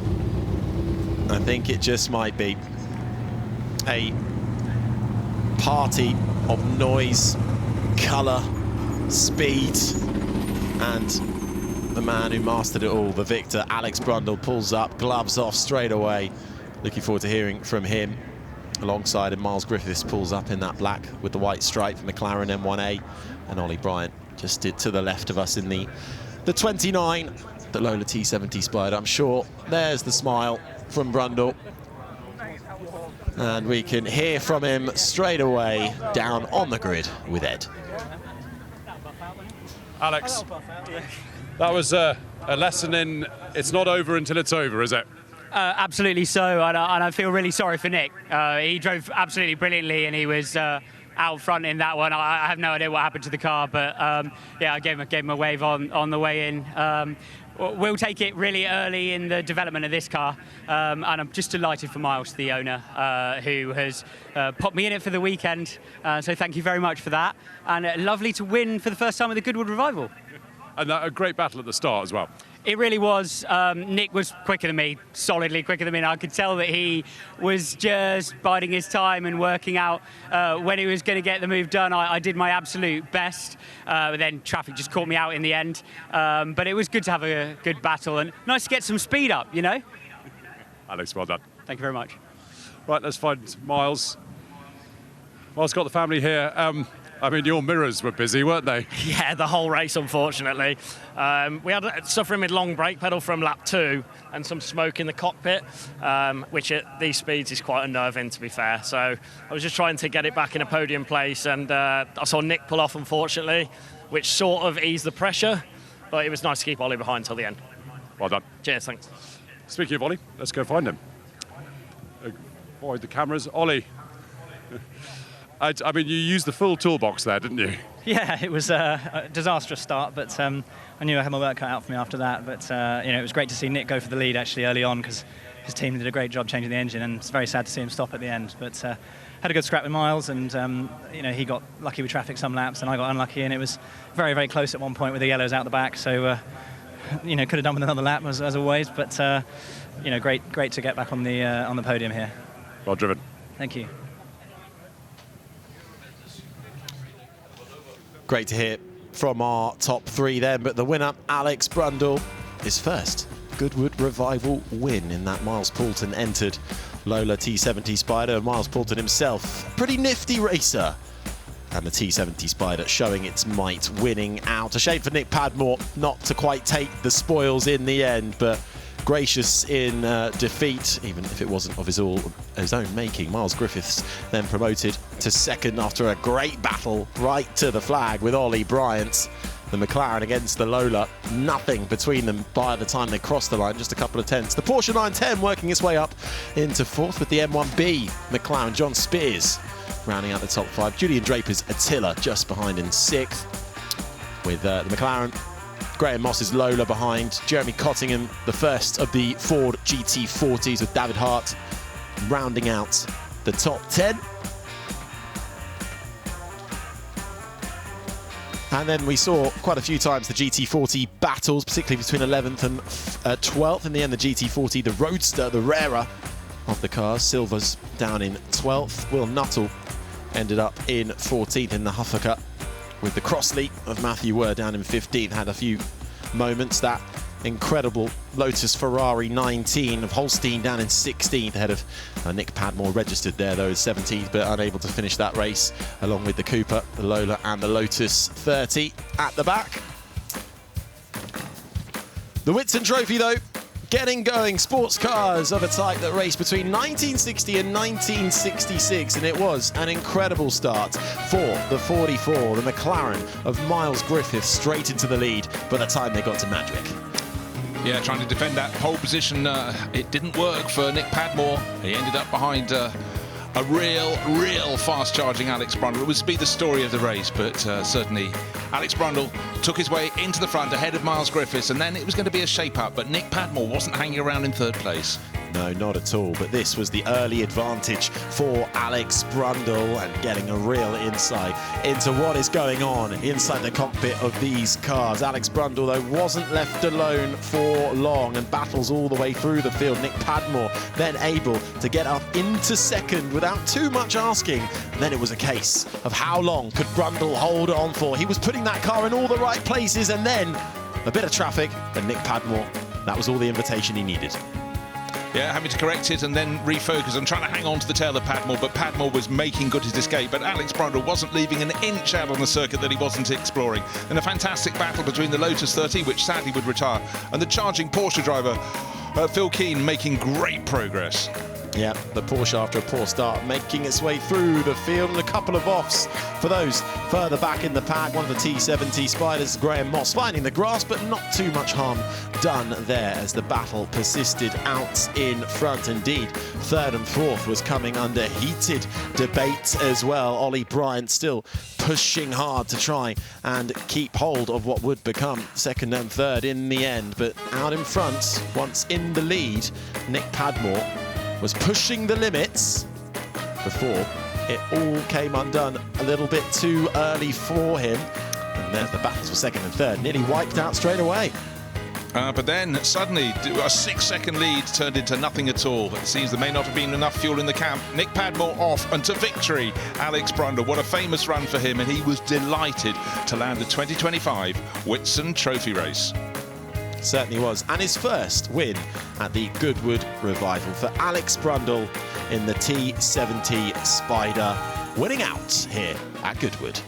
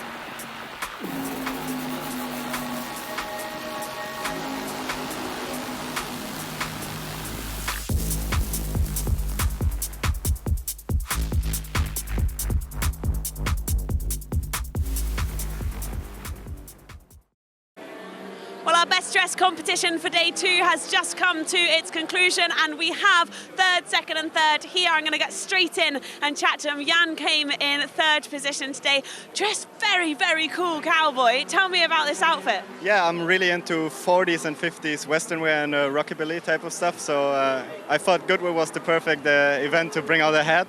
I wear it as everyday wear, but minus the hat, I would say. So yeah, today I thought let's bring out the hat for a nice late 40s Western wear look. Yeah. You look fantastic, and this is something that you wear every day, you said. Yeah. It's my biggest passion next to like vintage motoring. So I really always am searching up and like resourcing and finding these late 40s looks. Yeah.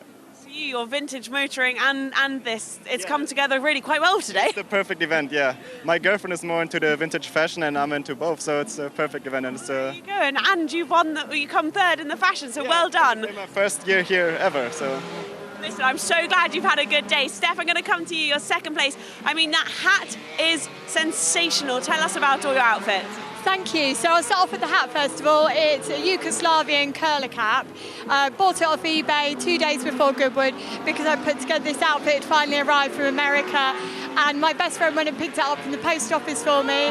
And so I did make us all late, but I got my hat, so it's fine. I've got a really lovely 1950s brooch from Bewley Auto Jumble, and then everything else, the entire outfit is just all new old stock from America. Oh, brilliant, that's stunning, and I love the bag as well. You've accessorised beautifully. Congratulations on today. And Alushka, you are our winner today. You look beautiful.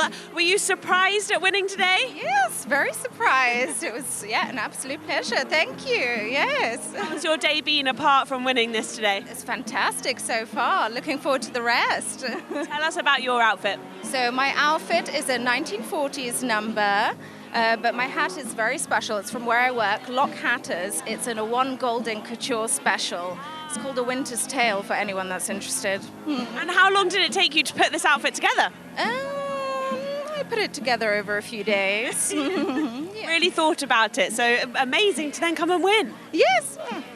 Thank you very much. Well, listen, congratulations to all of our 3 finalists. We've got third, second and third in our best dress competition. And huge thank you to all of the judges as well, because there were so many nominations as there were yesterday, again today. So I don't know how they whittled it down, but what a brilliant top 3.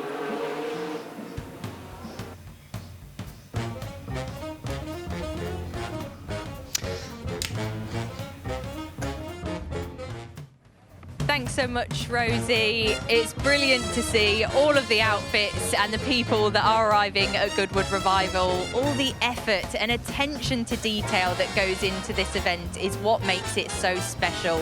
The crowds have been absolutely fantastic. We've had all sorts of weather, but nonetheless, people have been out celebrating and getting into the groove and the vibe. It's brilliant to see, isn't it, David? It's absolutely fantastic. And now we've got the sunshine this afternoon. Everybody's really enjoying themselves. Yes, and we're about to get underway with another race. This will be the Sterling Moss Memorial Trophy. So that's for those pre-1963 closed cockpit GT cars. The very kind that would have been raced by the man himself, Sterling Moss, back in the day here at Goodwood Motor Circuit. And David, I know you're a big fan of these GT cars, so have a few been catching your eye that are going to take to the grid? Well, the whole thing about the Sterling Moss is it's probably the most glamorous race of the weekend. Some very valuable cars out there, stunning cars to look at. Obviously great to race as well, but you have stuff like the satin grey Mercedes Gullwing out there. And of course last year we had Jimmy Johnson and Dario Franchitti, the dream team, in that stunning Aston Martin DB4 GT lightweight. They won. This year they're in a separate car each, so you've got Jimmy in that fantastic AC Cobra Dragon Snake in that lurid colour, and then of course Dario's in a Shelby Cobra, so they'll be going for it. And keep an eye out for Tom Christensen, hot off the tail of winning that St Mary's. He's in an absolutely stunning 250 Ferrari, probably worth about £6 or £7 million with Joe Macari. It's going to be fun. Thanks for the heads up there, David. Some illustrious cars and big names are taking to this race, so let's get to our explainer to tell us a bit more about how it'll work. Originally launched in 2016 as the Kinrara Trophy, the Sterling Moss Memorial Trophy was renamed in 2020 in honour of the ultimate hero of Goodwood, Sir Sterling Moss. Alongside the Sussex Trophy and the Royal Automobile Club TT celebration, it's one of 3 races at the Revival inspired by the original tourist trophy races at Goodwood.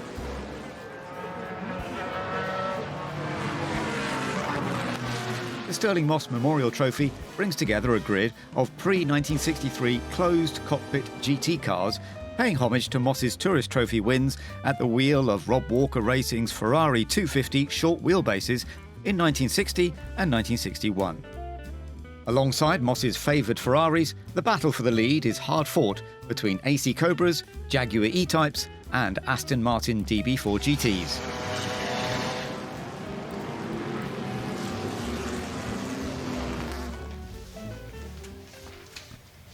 So here we are then, getting all set for the Sterling Moss Memorial Trophy, and it's going to be another fantastic battle, a race that we will see having to switch drivers. It's a 45-minute race, and we will see the pit window between 15 and 30 minutes during that race to make the change. So we will see how this all goes. We've got AC Cobras versus Jaguar E-Types. As you can see, on that pole position is the AC Cobra. Matthew Holm will be starting it, sharing it with Andrew Jordan, who of course always rapid, already done a good job so far today in the Austin A40, driving lots of different machinery. So Richard Kent starting on the middle of the front row in the E-Type, and then James Cottingham on the outside with the number 66 machine. So this is going to be a great battle. It is a lot of E-Types near the front. We've got a couple of Ferraris as well, several Ferraris actually, from row 4 down a little bit further. There's a couple more. We've got several Austin Healeys, we've got some Aston Martin, so it's a nice mix. John Watson is with me, and John, we're looking forward to this final race of this Saturday, going into the final day tomorrow here at Goodwood. Yeah, it's going to be very interesting to see these cars racing this year under slightly different kind of regulations. The cars, in my view, are going to be maybe truer to the cars that would have raced in period, so it's a little bit of an unknown for all the competitors, because nobody really knows who's going to come out on top as the cars now make their way on their parade lap and come back onto the grid. I don't think this race we're going to see the 2 parade laps that we've seen in some of the events earlier today, when the track was much different condition. Yeah. It's changed so much, hasn't it, throughout the course of the day. By the back, you can see the Mercedes, number 40. That will be starting down at the back. It is the only Mercedes that's in this race. It's the Mercedes-Benz 300 SL Gullwing from 1955. It's raced at all sorts of major events over the years. But it is going to be a little bit difficult coming from the back. And, of course, the pace of all of these machines does vary depending on their pace at the time and how they've been restored and some of the rules in modern historic racing all have an effect. But we've got a great battle. You can see some of the Austin Healey's, you can see some of the Aston Martins, plenty of the Jaguar E-types as well. And we'll be seeing how these battles progress throughout the course of this race. Now, we're on board the AC Cobra Dragon Snake. Tom Hartley Jr. is currently driving, and it's going to be Jimmy Johnson, the American star, who is going to be taking that on a little bit later on. So that will be very interesting. We'll have the onboard view to see how that goes. And that is starting in 11th place. So let's have a look at the order here. So it's Matthew Holmes starting on pole. Richard Kent will be starting in 2nd place. James Cottingham 3rd. And then John Young and Joe McCarry. Dario Franchitti will be sharing the car that's on the 3rd row. But it is Gregor Fiskin in the Shelby Cobra who'll be starting that. And then John Spears is starting the car that he's sharing with Nigel Greensall. And then we go back down to row 4, and we can see that we've got Watts and Alex Buncombe sharing a car there. Alexander van der Lof, who will be starting from 10th place in the Ferrari. Further back, we've got more of the battles between the Jaguar E-types. There you can see starting in 11th place is that Cobra that Tom Hartley Jr. is driving. Got the onboard with him. Jimmy Johnson will be taking that on later on. Austin Healey's, more of those, and the Aston Martins. You can see in 16th place, for example, you've got Sam Hancock and Nicholas Deating separated at the moment, but they're sharing the DB4 GT, and then the Aston Martin DB4 GT in 20th place. And then going down the rest of the grid, we've got a few more E-types, Austin Healey's, and then, as I mentioned at the back, Mercedes-Benz 300 SL Gullwing, and another of the Ferraris. We've got several of the Ferrari 250 GTs, wonderful machines, and it is the Dowlings who are sharing that over the course of this race, so family sharing. So yeah, it's going to be fun to see how this all goes.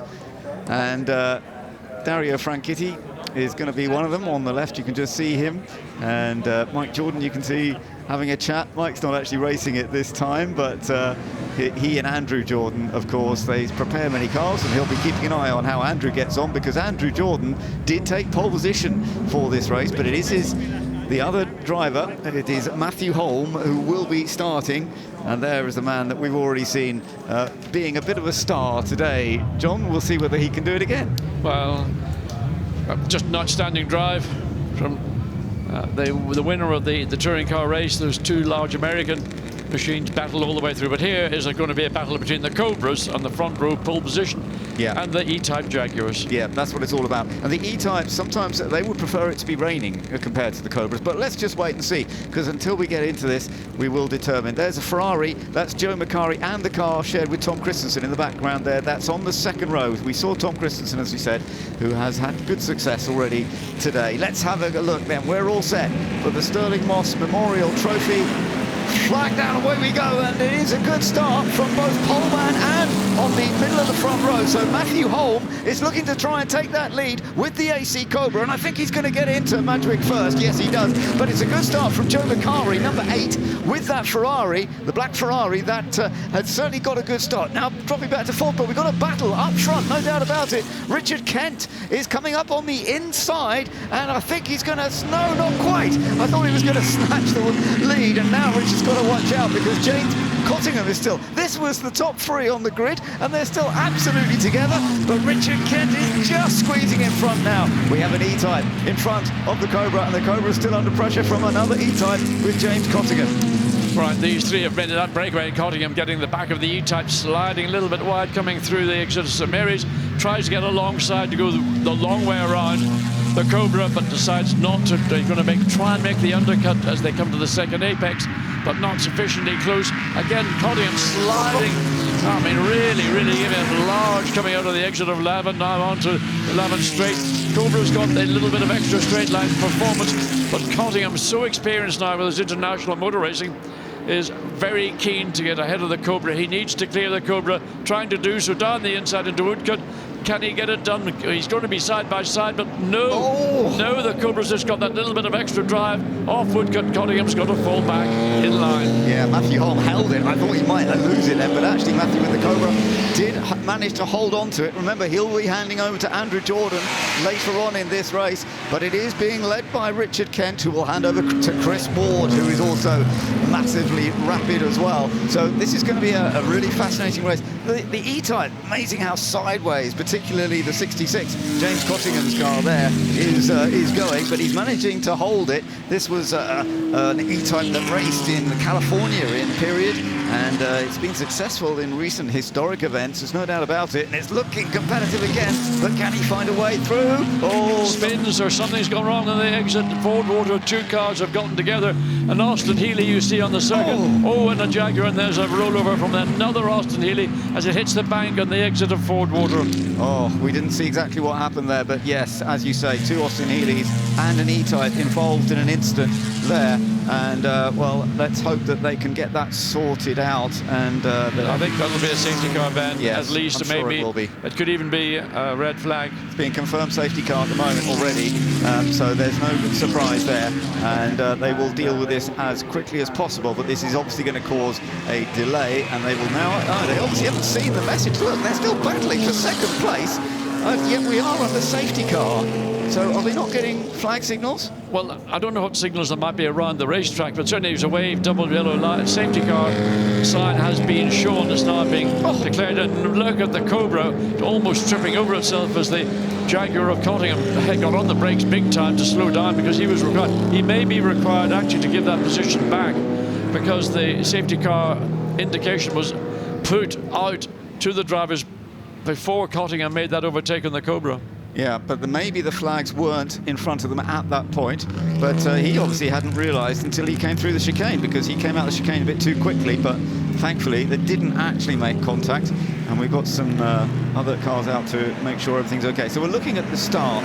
Once again, we are hearing there is a red flag. So, John, it is going to stop everybody. But just to take another look at the start here, this was with Tom Hartley. Yes, so Tom Hartley on the right of the circuit going down into Madrick. Good start from Tom Hartley Jr., and he's running down into third gear into the first part of Madrick, hugging the sort of the inside line, but of course on the outside you've got a 250 GT Bellonetta. It's a slightly easier exit if you go around the outside. You've got to pinch the car, as the Cobra did, the number 88 Cobra with Tom Hartley Jr. behind the wheel. It was a great battle up front, there's no doubt. Matthew just making that start from pole position, but he was then under pressure from both of the Jaguar E-Types that had lined up alongside on the front row of the grid, and of course that battle has been continuing since then. It was all pretty clean at that stage through that corner, thankfully on the opening lap, with no major incidents, but the battle was going on. You can see the control, not just with the Cobra, but the E-Types as well, were slipping and sliding around.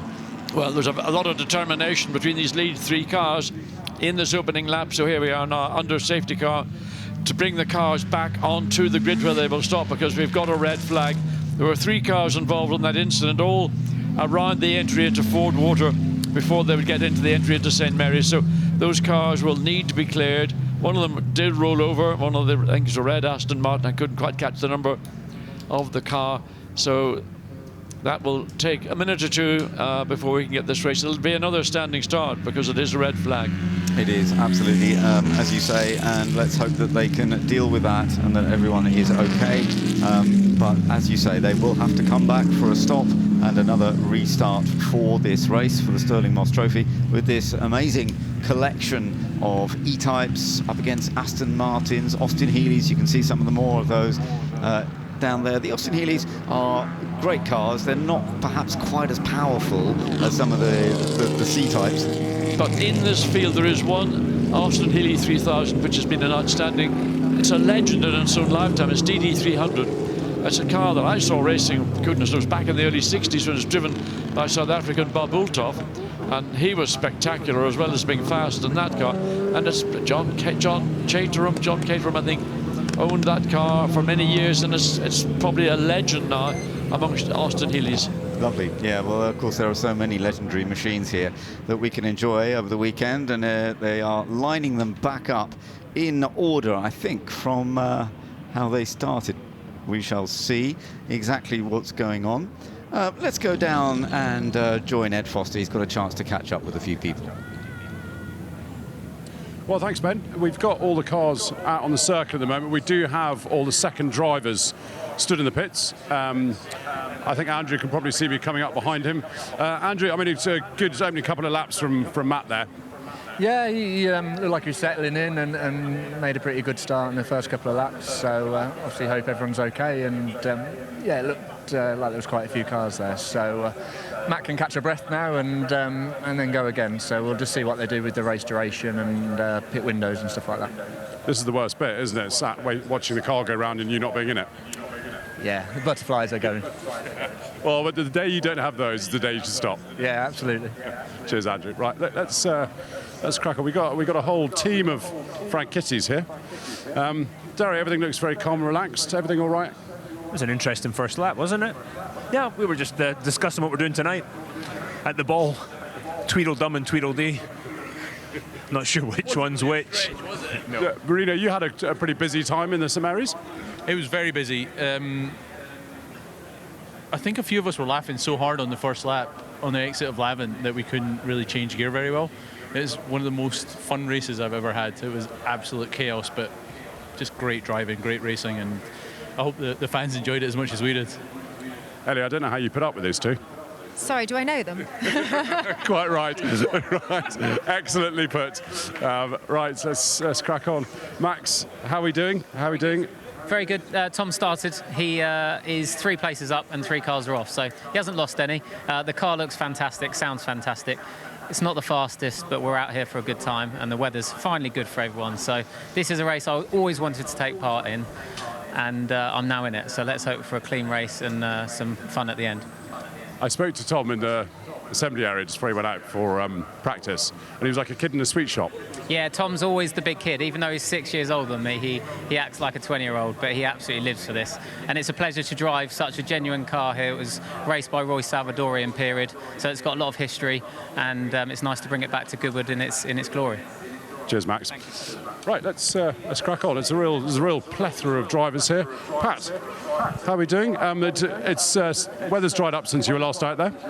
Yeah, I'm actually quite looking forward to being able to press the throttle without going sideways when I'm driving in a straight line. So I think we can actually get on the grid now. Pat, I'll come and see you in a bit. Good luck for the rest of the race. Cheers, thanks, Ed. So apparently we can get on the grid. We've got Jimmy here. Where do we? Yeah, here he is. Look at this. I'm a young chap. I can do this. Jimmy, how are we doing? I guess the waiting is the worst bit. It always is. We're glad to be here. But look, it's dry. It's more your kind of weather now. Yeah, I'm in a much comfortable spot here. Now, look, what's the game plan? There's obviously a pit window. Are you going to pit early, late? It's so hard to tell how it's going to play out. I know we're going to come as early as we can, as long as pit road isn't too congested, and then go from there and try to get this baby home. All right, well, look, good luck. Thank you. After that very gentle leap over the top. Oh, TK. Tom, how are we doing? Whereabouts is your car? It fell back. Macari had a very good start, I could see.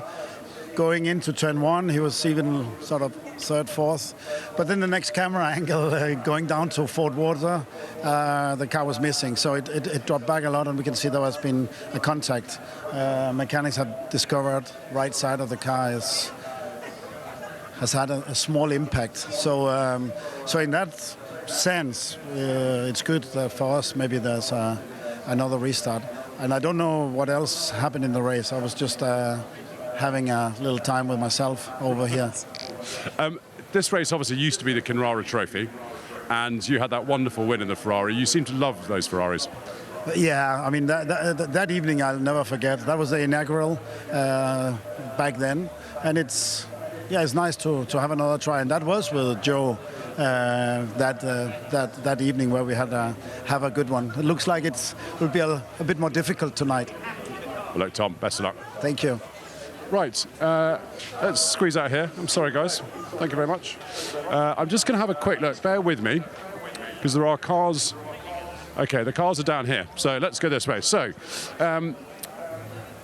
they've got the restart, so they'll probably take the results a lap back. And the problem, if you're a driver, the start is the worst bit. a lot of these drivers haven't driven these cars that much. Getting them off the line is not something you test. You might do it leaving the pit lane. Tyres are cold, you've got to warm those up again, the brakes are cold, and you just got to get back into a rhythm. And your heart rate is always at its peak at the start, and everything sort of calms down, and they've got to go through all of that again. And as we've seen numerous times, you can lose places, you can make up places at the start, and so much can happen. There's so many variables, and actually as a driver in a car, you don't want all the variables. Right, so let's just dive in. I'll tell you what, I'll dive in. Someone will tell me to stop if I'm not supposed to be here. Let's head straight in here. Cracking start. Yes, first lap and a half seemed to go pretty well. So. And what's the grip like out there? It's pretty much dry everywhere. There's just one puddle into full water, but yeah, apart from that, full dry track. And so you're going to be gridding back out. I think you'll be on pole position, ready to go again, but you've got a cracking start, so same again. Fingers crossed. Yeah, all right, best of luck. Let's squeeze around here, have a chat to James, who seems to be driving a E-Type rally car. James, I have to congratulate you. Some of the angles that you've had this car at in a lap and a half have been wonderful. Well, you've got to try, haven't you? Yeah, but the car's obviously handling well. Yeah, no, it's going really well. Just didn't have as good a start as I would have liked. And yeah, it was quite tricky getting past Matt, which obviously I did just then, but I guess because of the red flag, we'll start over again. So it's a bit of a restart from the start, I guess. Is this car particularly difficult to get off the line?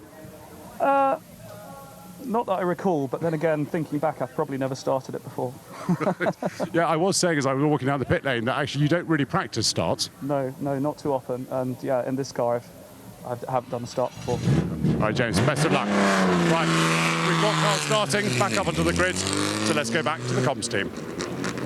Thanks so much, Ed. It's really great to hear from some of them. Now, we can show you something from that incident, and yeah, there we are. I can tell you that Richard Woolmer, who was involved in the car that rolled over, he is okay. They are obviously going to check him out and make sure that everything is fine, but it is good that the driver has been taken away and looking okay, but obviously they will do a full checkup. But it's always a worry to see a car rolling over. That Austin Healey, actually, that he's been racing today, and it was due to share with Jack Chatham, it is actually one that was originally one of the ones built for rallying, but yeah, unfortunate that there was an incident. Richard himself, who's done well here at Goodwood in the past, he finished second in the Freddie March Memorial Trophy in 2024. So anyway, we now move on to what's going to be the restart of this race, and we're still going to be on for a great battle. Clearly, John, it's looking as though it's going to be pretty entertaining, and particularly, you know, we're going to have the pit stops, we're going to have the driver changes, so it's still all very unpredictable. Bit of damage on that one. Yes, that car was one of the cars, I think, that got involved in that initial three-car incident coming into and through Ford water. But I suspect the front row of the grid is going to be as frenetic as they were at the start, the original start of this race.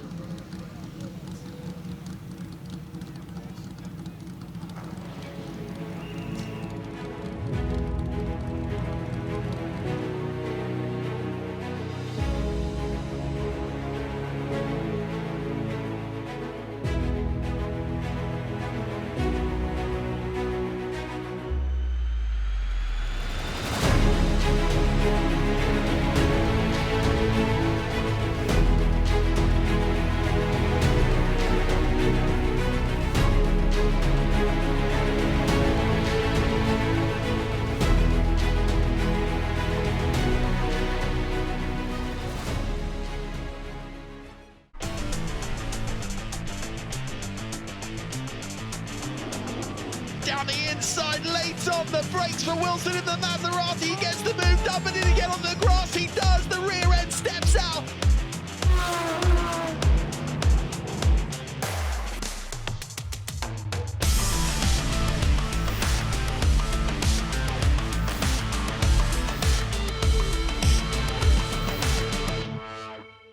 They're racing now down towards the final 2.5 furlongs. Racing up towards the line, it is Scandinavia who takes the Goodwood Cup. You try your best, and a bit of luck on your side is good. They're on. A furlong to go.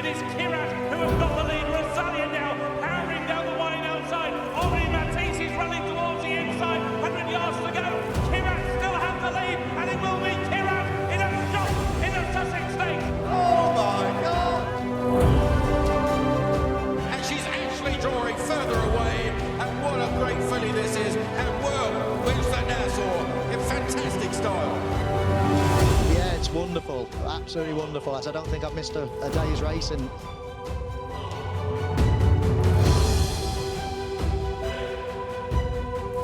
Woodcote Girl is getting up from Doha. Oh, unbelievable. One of the best things I think I've ever done.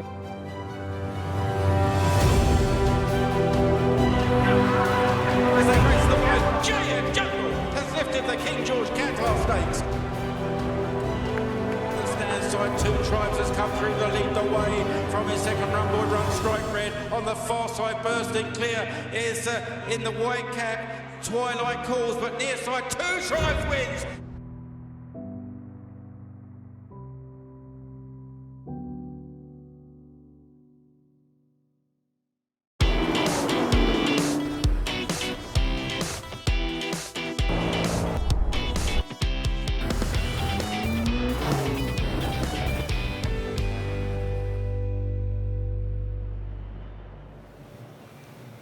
So the recovery is now being made after we had an incident in this Sterling Moss Memorial Trophy early on. There are a few cars together, and there it is, the number 146 Austin Healey 3000 Mark 1. Richard Woolmer, okay, he's been taken off to be checked out, but look at the damage. It did roll, and it has unfortunately done a lot of damage to that machine. Well, the damage certainly you can see in the left front and around the bonnet and whatever. The key to the safety of these cars is the roll cage, the mandatory roll cage that are in every one of these cars, the 6-point seat belts, the hands device, which is a mechanism to give a driver security from a whiplash situation.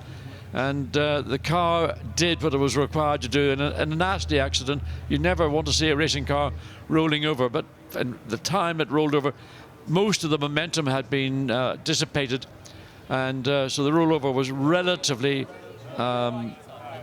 could have been much worse, put it that way. Absolutely. And we've still got drivers, of course, who are looking forward to getting into cars once the first drivers do their bit. And just to tell you, there's a slight change in the format. It's now going to be a 36-minute race, and the pit window will open up after 12 minutes, and it'll be there for until there are 24 minutes to go. So basically, we shall see how this goes. They will obviously have to just readjust when they come in for the pit stops. Ben, what you're trying to say is the pit is open for 12 minutes. Indeed. Correct. Absolutely. So that's a good opportunity. And who decides to come in early, who comes in late, there's always that bit of choice to be done, but we shall see. The other thing is most of the drivers that are taking part in this first part are either, in some cases, the owners of the car, or some of them talented amateur drivers. The professional drivers, and we keep getting views of Scott Dixon, Jimmy Johnson, Tony Kanaan, Dario Franchitti and others. When they get into these cars, you think these are going to be driven hard now. Wait until the real pros get into them, and that will be once the first or the only pit stop has been completed. I can't wait for that. But certainly the opening lap of this restart, if it follows what we saw some minutes ago, is going to be, as I say, pretty intense and exciting. Absolutely. It's going to be great fun to see how it goes. Tom Hartley Jr. is in the AC Cobra. This is back in the 11th place on the grid. So they have basically put them back where they were. Actually, it's just looking at the grid. No, the grid is slightly different to how it was. So yes, they have changed the grid to where the cars were at the end before that. The previous lap. Yeah, absolutely. So they've gone for that because originally, of course, it was Matthew Home with the AC Cobra who was on pole position, but he's now in the middle of the front row.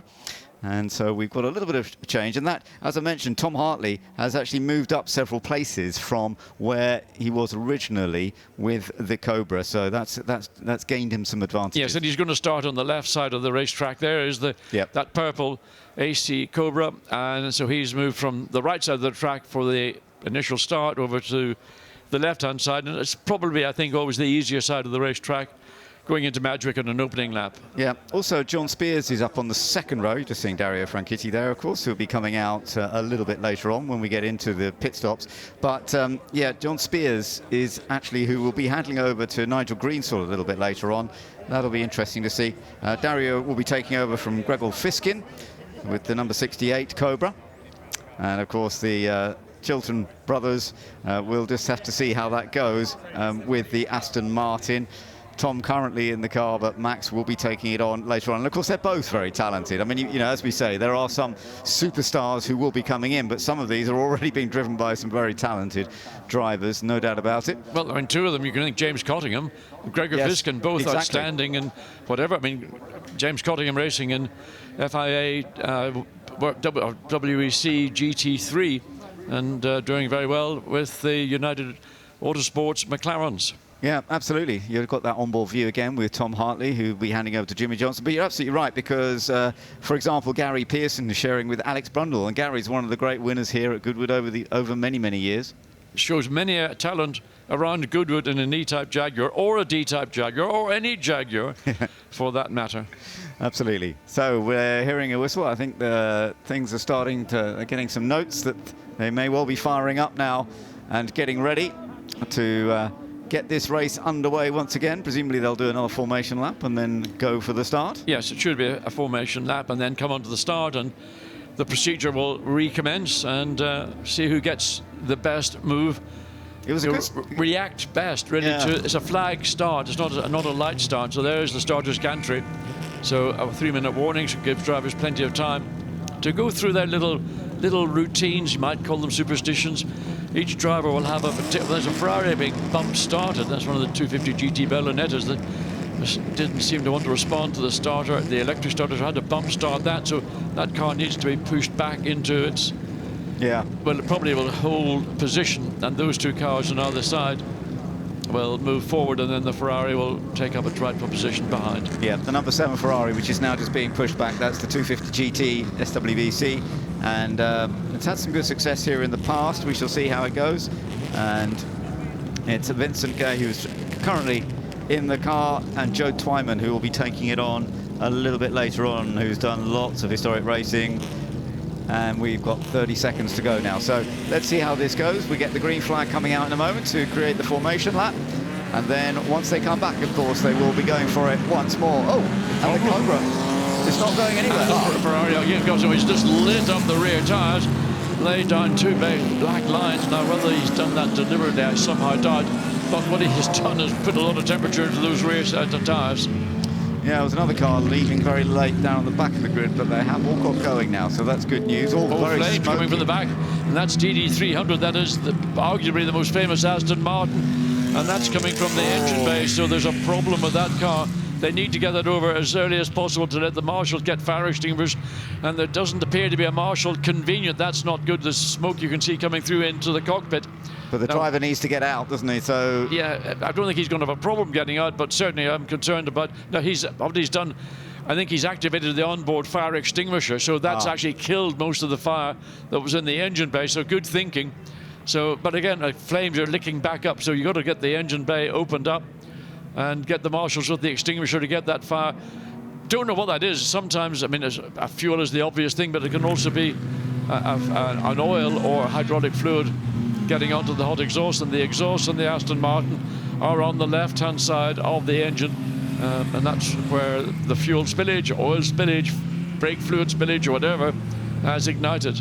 Oh, that's Christian Van Landschot, by the way, who's jumped out and trying to get it sorted out. That is a very historic... It's another historic Austin Healey. It's not the other. It is the historic. Yeah. That car has got a history. I know. Unbelievable. What a fantastic race car. Yeah, raced at Le Mans in its period and Sebring 12 hours in 1960. And then raced again at Le Mans after that in the early 60s. But, oh, my goodness, we've had two Austin Healeys today already in trouble of various ways. And he was sensible to bring it over. I don't think he realised necessarily, but as you say, he's done a good job. And that Marshall's also fantastic, yes. Even though he wasn't quite up against somebody who already... He knew there was a major problem. Whether he was able to see the flames licking out of the air vents you can see those guard, and there's a series of vents on the guard. But fortunately, the fire did not catch as potentially it might have done, and the onboard extinguisher might have been activated, and then the marshals got there very quickly and were able to dampen that fire down. But you don't, no car I want to see catch fire, but a car with such a record, such a legend, that was a shame. That was a shame, yes, a great pity for them, and presumably it will take a few moments before they're going to be able to sort this race to be started. So they've done a formation lap. They will now have to stop on the grid once again, but the race will not be getting underway just yet. No, they'll have to remove DD300. That'll involve a recovery vehicle being brought on the track, and now there is probably an access relatively close, because that's going into Madrick, so there probably is a recovery vehicle there. Whether that can come against the flow of traffic, and there's the car, but it's being pushed away by the marshals. Hopefully there's an exit somewhere where they're pushing the car.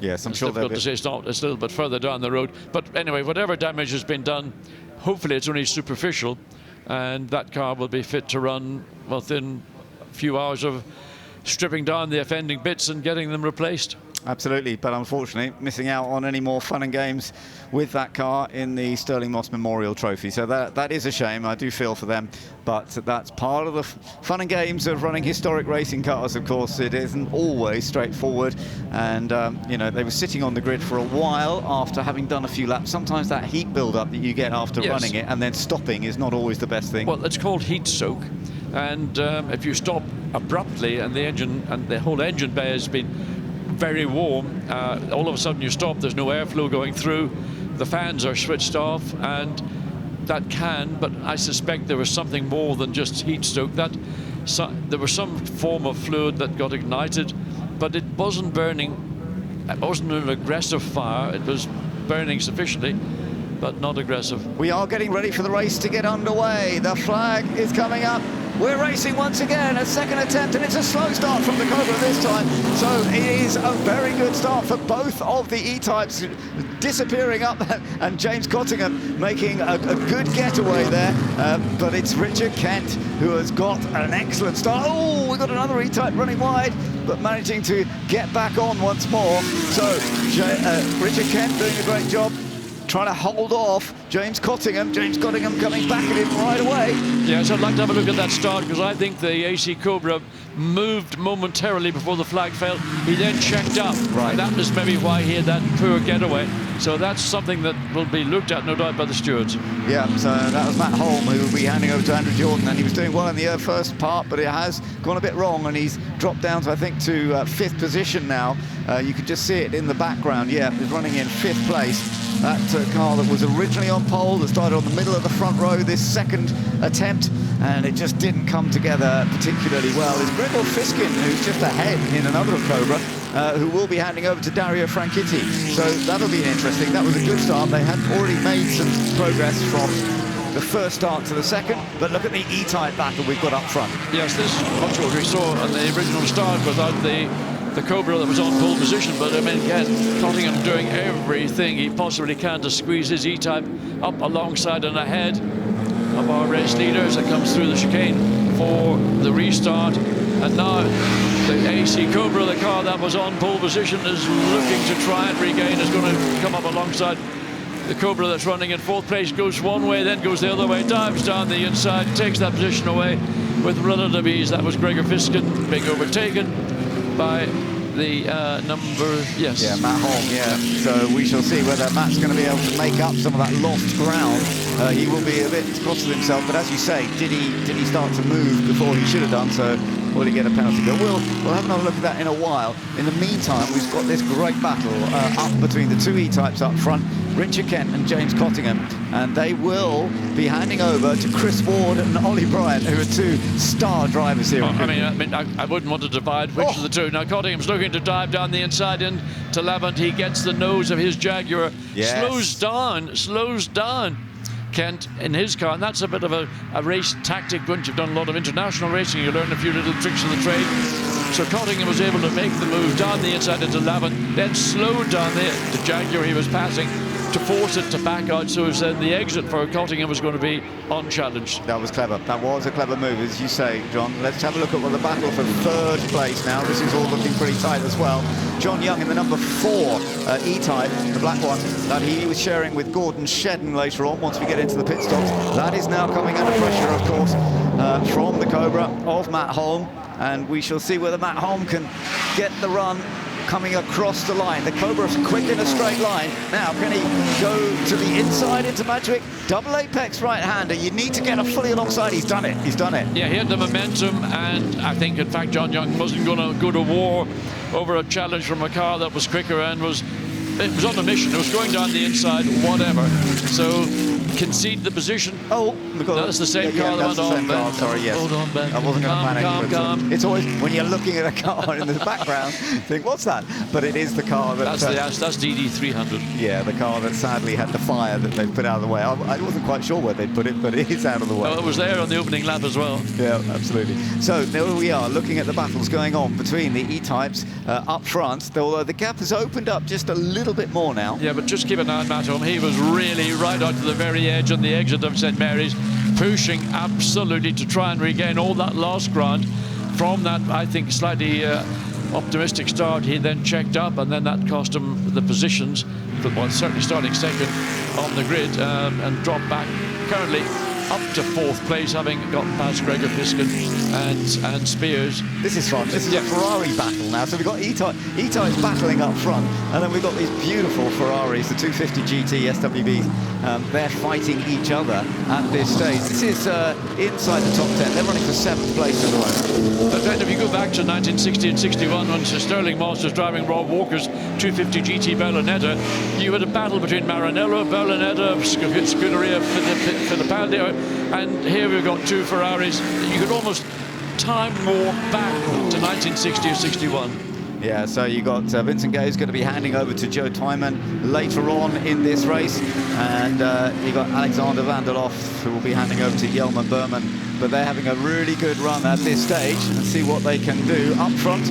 Fastest lap by the leader at this stage as well, James Cottingham. But the gap is still only 6/10 of a second, 6 to 7/10 of a second between the top 2. There's some other battles going on further back, of course, and some of the Austin Healey's and Aston Martins we can see in the mix here as well. One of the other Ferraris, the number 8 machine, that's Joe McCarry, who will be handing that one over to Tom Christensen. Oh, he's fighting off another of the E-types. This is down in 12th place at this stage. Oh, and he's definitely going to lose a place or two. Yep, the E-type nipping past there, and that's Nick Mayton, who will be handing over to Scott Dixon later on.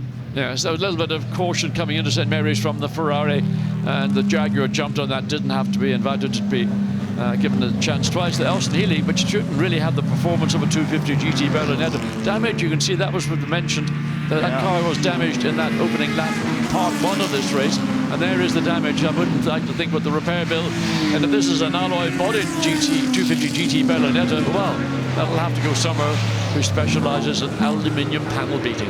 Absolutely.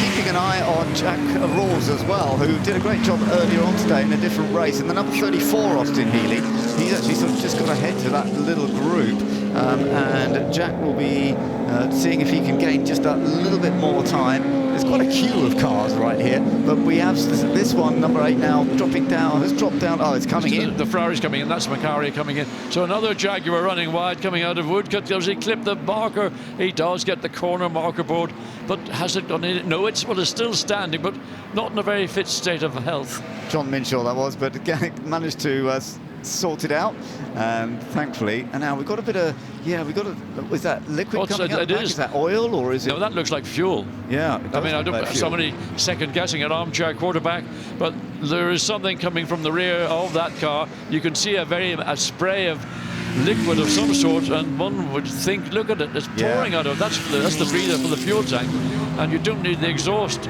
gases coming out to ignite that. So what has gone on for John? I mean, that is a massive fuel leak, and everybody following behind, running over that, they'll be, well, where do we go? Because they'll lose control. Absolutely. And whether I think he's looking in his mirror, I think he may have picked up, and whether he's going to come into the pits, I hope he does. Yes, he is coming into the pits, because the amount of fuel that, as you say, is falling out, and it is going to affect others. But that is, I do feel that car will come to a standstill. The fuel will still flow out. I just hope there's people around with fire extinguishers. We don't need a pit lane fire. We know what happened back in 1959. There are the marshals ready.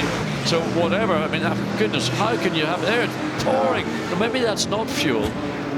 Surely I mean, I thought it might have been fuel, I think, but I mean, that looks like it's more like a breather for the engine. It does, absolutely. So it's fascinating, but it's clearly a problem. And I'm sure it was laying down some fuel out on the track, but that means now that, in fact, they're similar. This E-Type's the same. Look, we've got more coming out. This is bizarre. So we've lost James Cottingham's car into the pits, and now you're watching Richard Kent leading this, but there's more coming from the back of his car. I mean, again, as soon as he lifts off and puts on the brakes, then there's all this fluid coming out, and I mean, this is a question for the Chase, the TV program. Absolutely, it is, because but maybe this is a part of what can happen with the E-Types if things don't quite go right. But are they going to be able to continue or not? I really don't know. Well, if whatever is coming out of the back of this E-Type stops, there's going to be something mechanical will go wrong, I suspect, with the car. But to see two cars within the space of a lap each pouring out fluid, we thought initially it might have been fuel. I think probably now it's a pressurized system, mostly within the water system, but it's very unusual to have a water breather pipe at the rear of a car, but maybe. Getting a black and red flag, I could see that, so I think he's being told you've got to come in.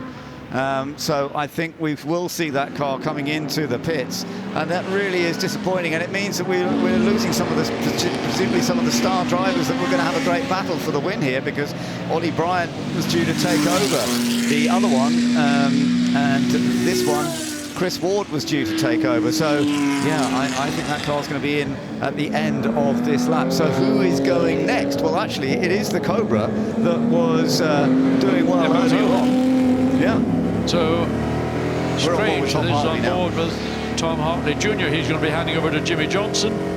So we've got 26 minutes of this race remaining, and we're going to be getting fairly close.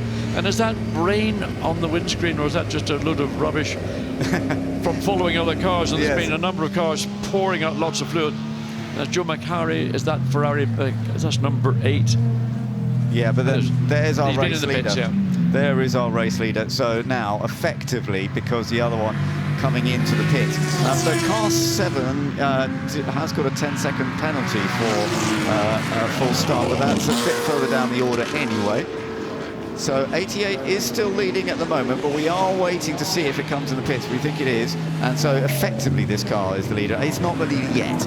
It's not the leader yet because we haven't actually seen that other car come back in just yet, but I think we're about to see it.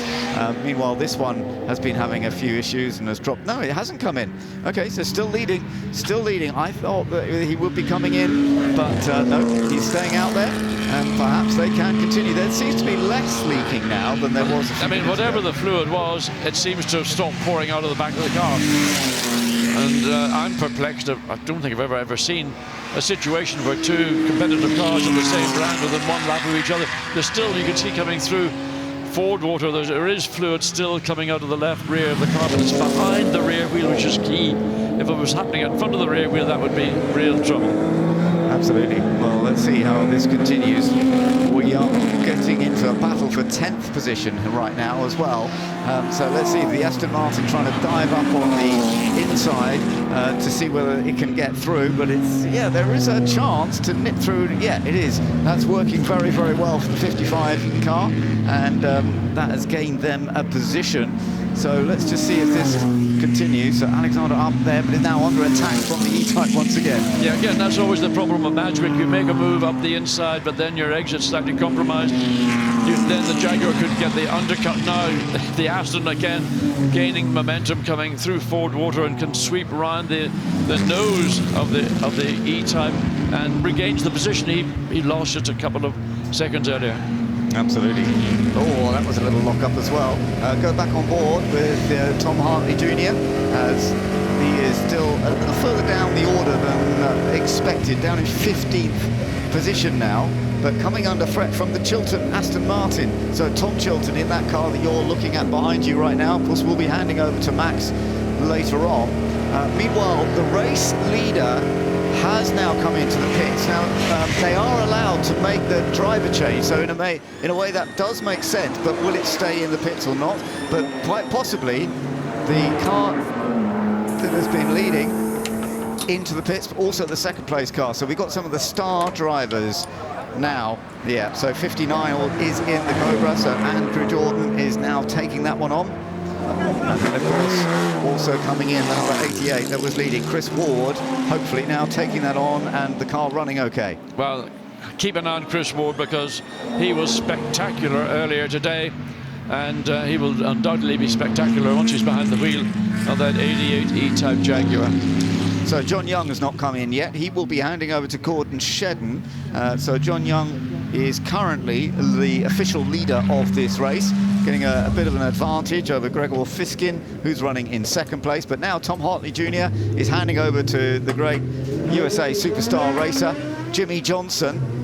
Jimmy into the car, and we shall see what he is hugely talented. We'll see what he can do with the Cobra. But this is a left-hand drive car, so doing a driver change in the pit lane in a left-hand drive car is a little bit more hazardous, because you've got the flow of traffic coming into the pit lane or cars leaving the pit lane. So Jimmy Johnson, having the 6-point safety harness attached, Tom Hartley steps away. Right, now, Jimmy Johnson, you're in a famous AC Cobra, and this is the race leader coming in. Yep, so our race leader into the pits. No great surprise, we're seeing 4 more cars coming in. Second place car that Dario Franchitti is going to take on as well. That is now into the pits. So we're going to see all the swaps. Gordon Shedden is about to jump in here. Flash Gordon, they call him. And that's because the way he drives is spectacular. Absolutely. And we've seen many great performances from Gordon Shedden, whether it's here at Goodwood or, of course, in the British touring cars, where he's been a champion several times, and we shall see what he can do. In the meantime, of course, we've got other drivers that have not yet come into the pit, so this is changing all the time who's leading this race.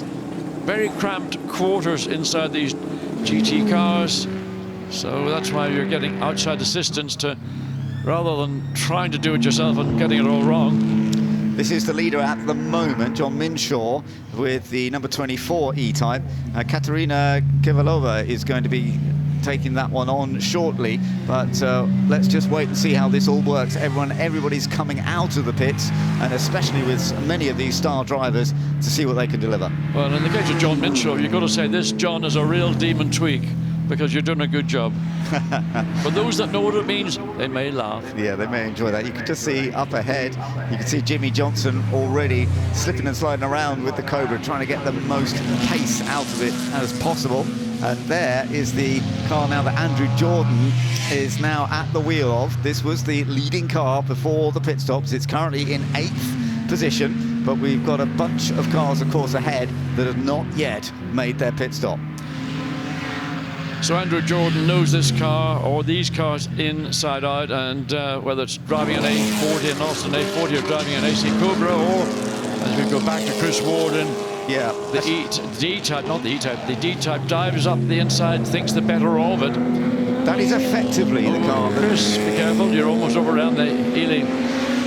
That is actually effectively the car that's made a pit stop, that is actually still going to be leading, because you can see the Cobra in the background. But yeah, this has worked, because remember, it didn't stop in the pits for any longer than it was to switch drivers. We saw that leak earlier, but it has actually been fine. So now Chris Ward has got this opportunity to try and extend the lead if possible. And there's Andrew Jordan coming out of Madrick, car absolutely sideways.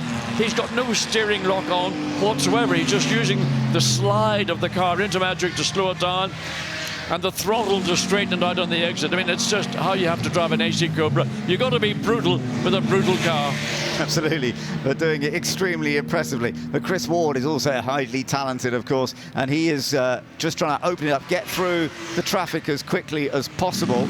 But we're seeing some new fastest laps as well. Actually, Gordon Shedden is setting some impressive pace at this stage too, isn't he? So we'll see with the number 4 E-Type. Now that is going very, very quickly, and we're getting some few more cars coming in. I think most people will be making those pit stops over this next lap or so, and then we will see clearly who is leading. But in effect, it is at this stage Chris Ward, the number 88 E-Type, that's in the strong position for the leading overall. Wipers going on the Ferrari coming into Levant, as we see the number 4 sliding its way through, and this is Gordon Shedden.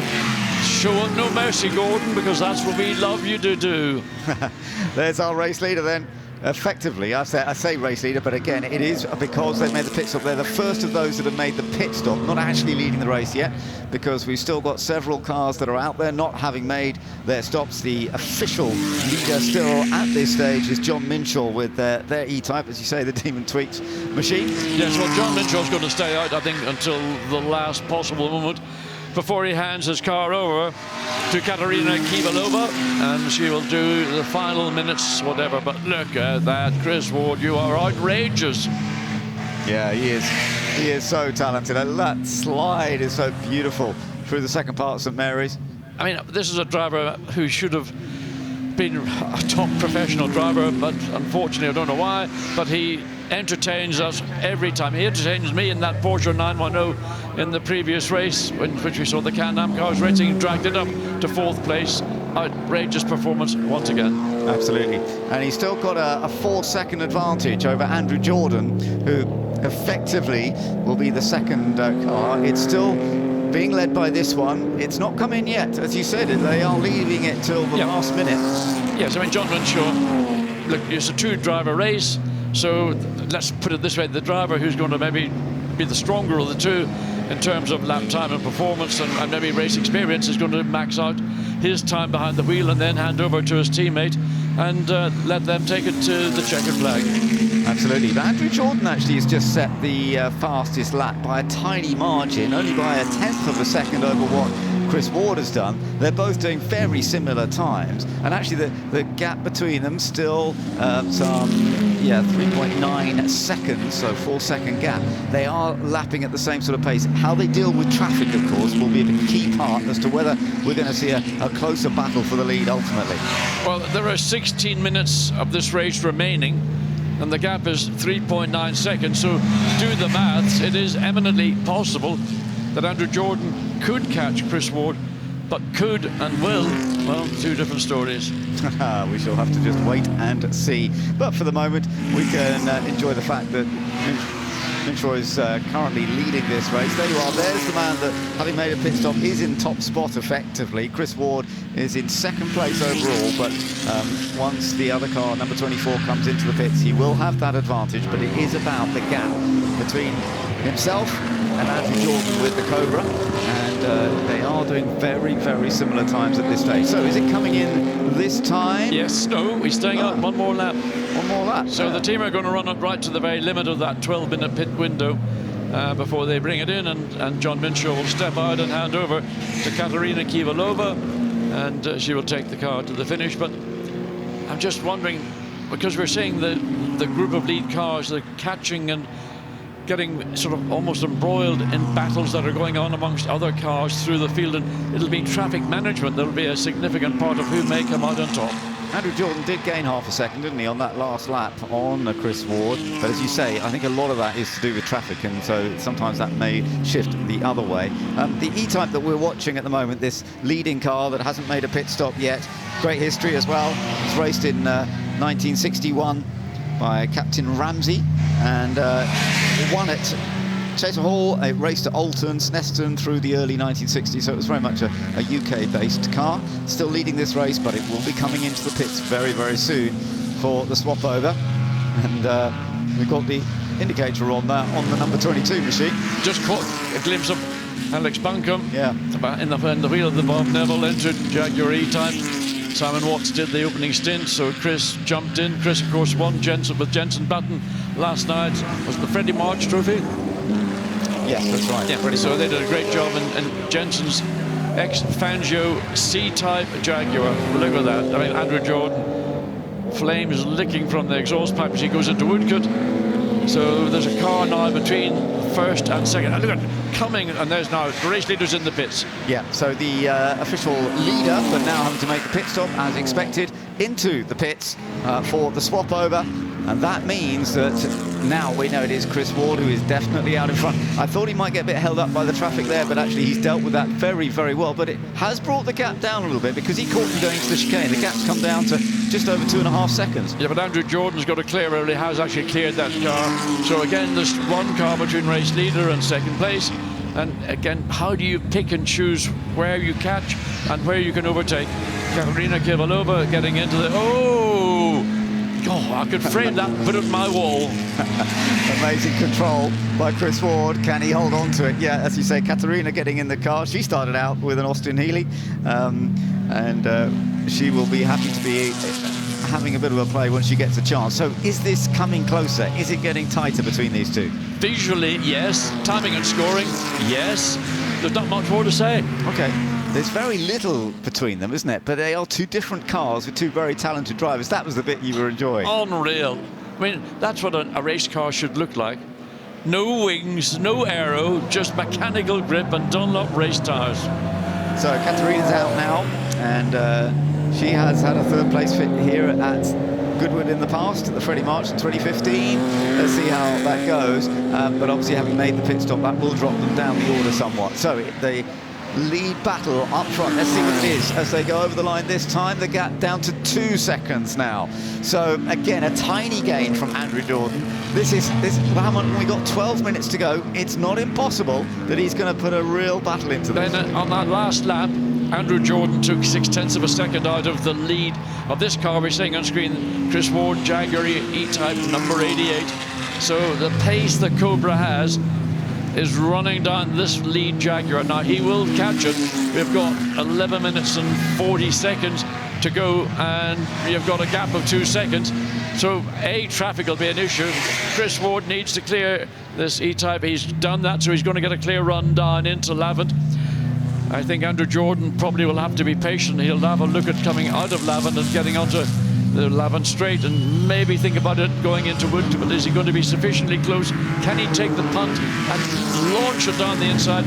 Unless he's done it easily. He's cleared it. Just the speed out of Lavant just blew away the E-Type. Of course, one of the advantages when you're actually in second place in these situations is that some of the other cars realise they're going to have to move out of the way because the leader's coming up. But sometimes they don't realise that straight away. Once they've let the leader through, they're then looking behind to say, oh, is there somebody else coming? You mean they've got woken up? Yes, that's part of racing. But there we go. And in fact, that is not the great place for Andrew Jordan. When you get into the chicane and you're behind another car, there's nothing really much you can do. And you know, Ben, as well as I do, that's the art of not racing, but being a racing driver and reading where you're going to catch traffic and how you can use that traffic to your advantage. That's frustrating Andrew Jordan all the time. The gap's gone back up to 2.5 seconds purely because of just catching traffic in an awkward part of the circuit. It's funny, actually, because you were talking about the pace. When they did qualifying in the dry, and Andrew Jordan did set the pace, it was a half a second gap. They were first and second, he and Chris Ward. It was a half-second gap on their best laps in qualifying. So, you know, if he could find that half a second every lap, there is still that chance. Oh, yeah. But again, Chris Ward gets through cleanly coming into St Mary's. We cut back to some of the field, and there is the 88. That's a car we're going to... 60, I beg your pardon, 68, can't read. Running in fourth place at the moment, Dario Franchitti in that car. And a man who has got a great pedigree here at Silverstone, and of course famous for his IndyCar championship wins and at Indianapolis itself. Yeah, but under a bit of pressure from the Ferrari, Jelmer Berman behind is right there and putting some pressure on. Well, Jelmer Berman is an outstanding GT race car driver. I mean, we haven't seen a lot of him in past years, but he's been competing in historic GT racing. Now look at this on board with Jimmy Johnson, and you're looking at the leader coming up to lap Jimmy Johnson. So Jimmy's been getting up to pace as much as quick as possible, but of course the car was quite a long way down, and he's got to let the leader through, presumably. Well, that's a presumption. Yes, he has. And I think it was more a question of not if, not if, but when. So that was good driving for Jimmy Johnson. He didn't slow down Chris Ward. He gave him the corner. Now Andrew Jordan's going to be saying, oh, he's done it again. He's gone through at the most critical part of the corner. Now I've got to pass another Cobra, which has probably got a similar straight line performance as I have. And we are getting a little bit of rain now. Now this might suit the Jaguar more than the Cobra, because normally in the wet, the Jaguars, yeah, you can see the rain falling. Oh, it's absolutely lashing down. This is at St Mary's. The rain's coming in from the southwest. That car's going off left, right, and centre. Andrew Jordan's gone off, hasn't he? But amazingly, so far, Chris Ward has held it together, even though he's gone onto the rain. But we did see Andrew running onto the grass. This is so difficult when you so suddenly get into the rain going into Lavant when the rain comes in this way. It's been dry all the way around until you get the, we've got Again, more it's all at St Mary's. Yeah, absolutely. And there's the car that was leading earlier, Katarina Kivalova, who's now in it.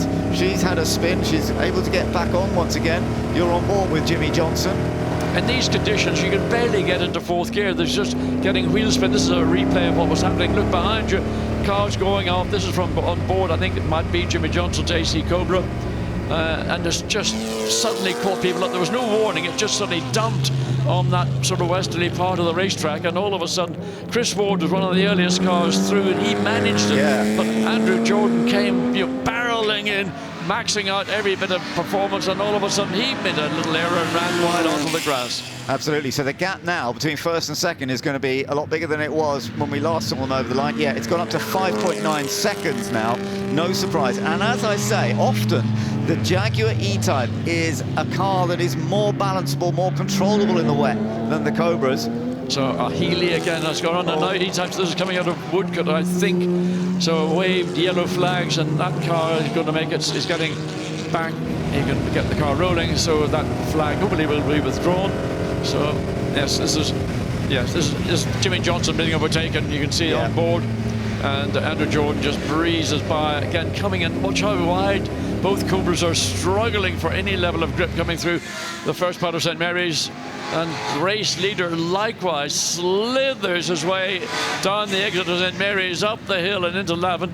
And Andrew Jordan's got a sniff again of a victory. He's cleared the Cobra of Jimmy Johnson, and that gap was 5 seconds when they came across the line. In fact, it was 5.9 seconds. That's probably going to be close to half that if they come across the line with 6.5 minutes remaining. Yeah, he gained nearly 2 seconds on that first sector, surprisingly.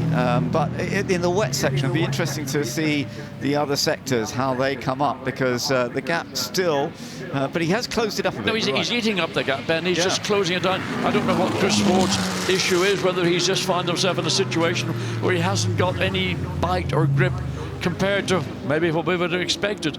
And Andrew Jordan in the Cobra, which one would normally assume is not as competitive in these conditions as the E-Type Jaguar is, has run that down. 5.9 was the gap when they came across the line 1 lap ago.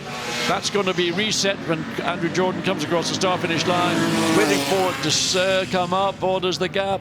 It's not sure. 3.4 seconds. Yeah, so 2.5 seconds he picked up on that lap. That was a good gain, as you say. I do wonder, was there an issue for Chris on that lap somewhere that we hadn't seen? But he's lost a bit, but he's now seeming to get back onto pace. Okay, Chris, but this is the battle, first to second. This part of the racetrack's not a problem, Ben. It's from here onwards, the exit of Ford Water and through St Mary's. That's where the problem exists. There's a little bit of rain, and you see in the camera lens, but from here onwards, everybody's tippy-toeing the way around to make sure they don't make an error. And it's here now into St Mary's, the first part, where drivers were caught out. One corner, the left-hand turn at St Mary's was the real. There again, Chris, look at him slip-sliding all the way through the Cobra, much the same. Yeah, absolutely. That is a very, very challenging section. This has been the wettest part, but now the rain still falling. We've got just under 5 minutes to go, but the changing conditions here, always very tricky, but you've got 2 super talented drivers. Let's see how they make this work. And just watching Andrew Jordan, he's got to try and keep his AC Cobra in a straight line as long as possible. He doesn't want to let the car slide and break traction, which will only lose him time. And then he's got to make the second part of Lavant. So he makes it slightly more acute, but straightens the car up to get again a good run up onto Lavant Straight. Yeah, and he's definitely gained a bit again on that second section. He did that okay, actually. He got away with that, didn't he? Yeah, he got away with it. I mean, look, he's so talented. Andrew Jordan, such a great talent in anything he races, and he knows what he can get away with. He didn't apply a lot of power. He just kept the pedal relatively constant, and then once he straightened the car up, he was back at the races.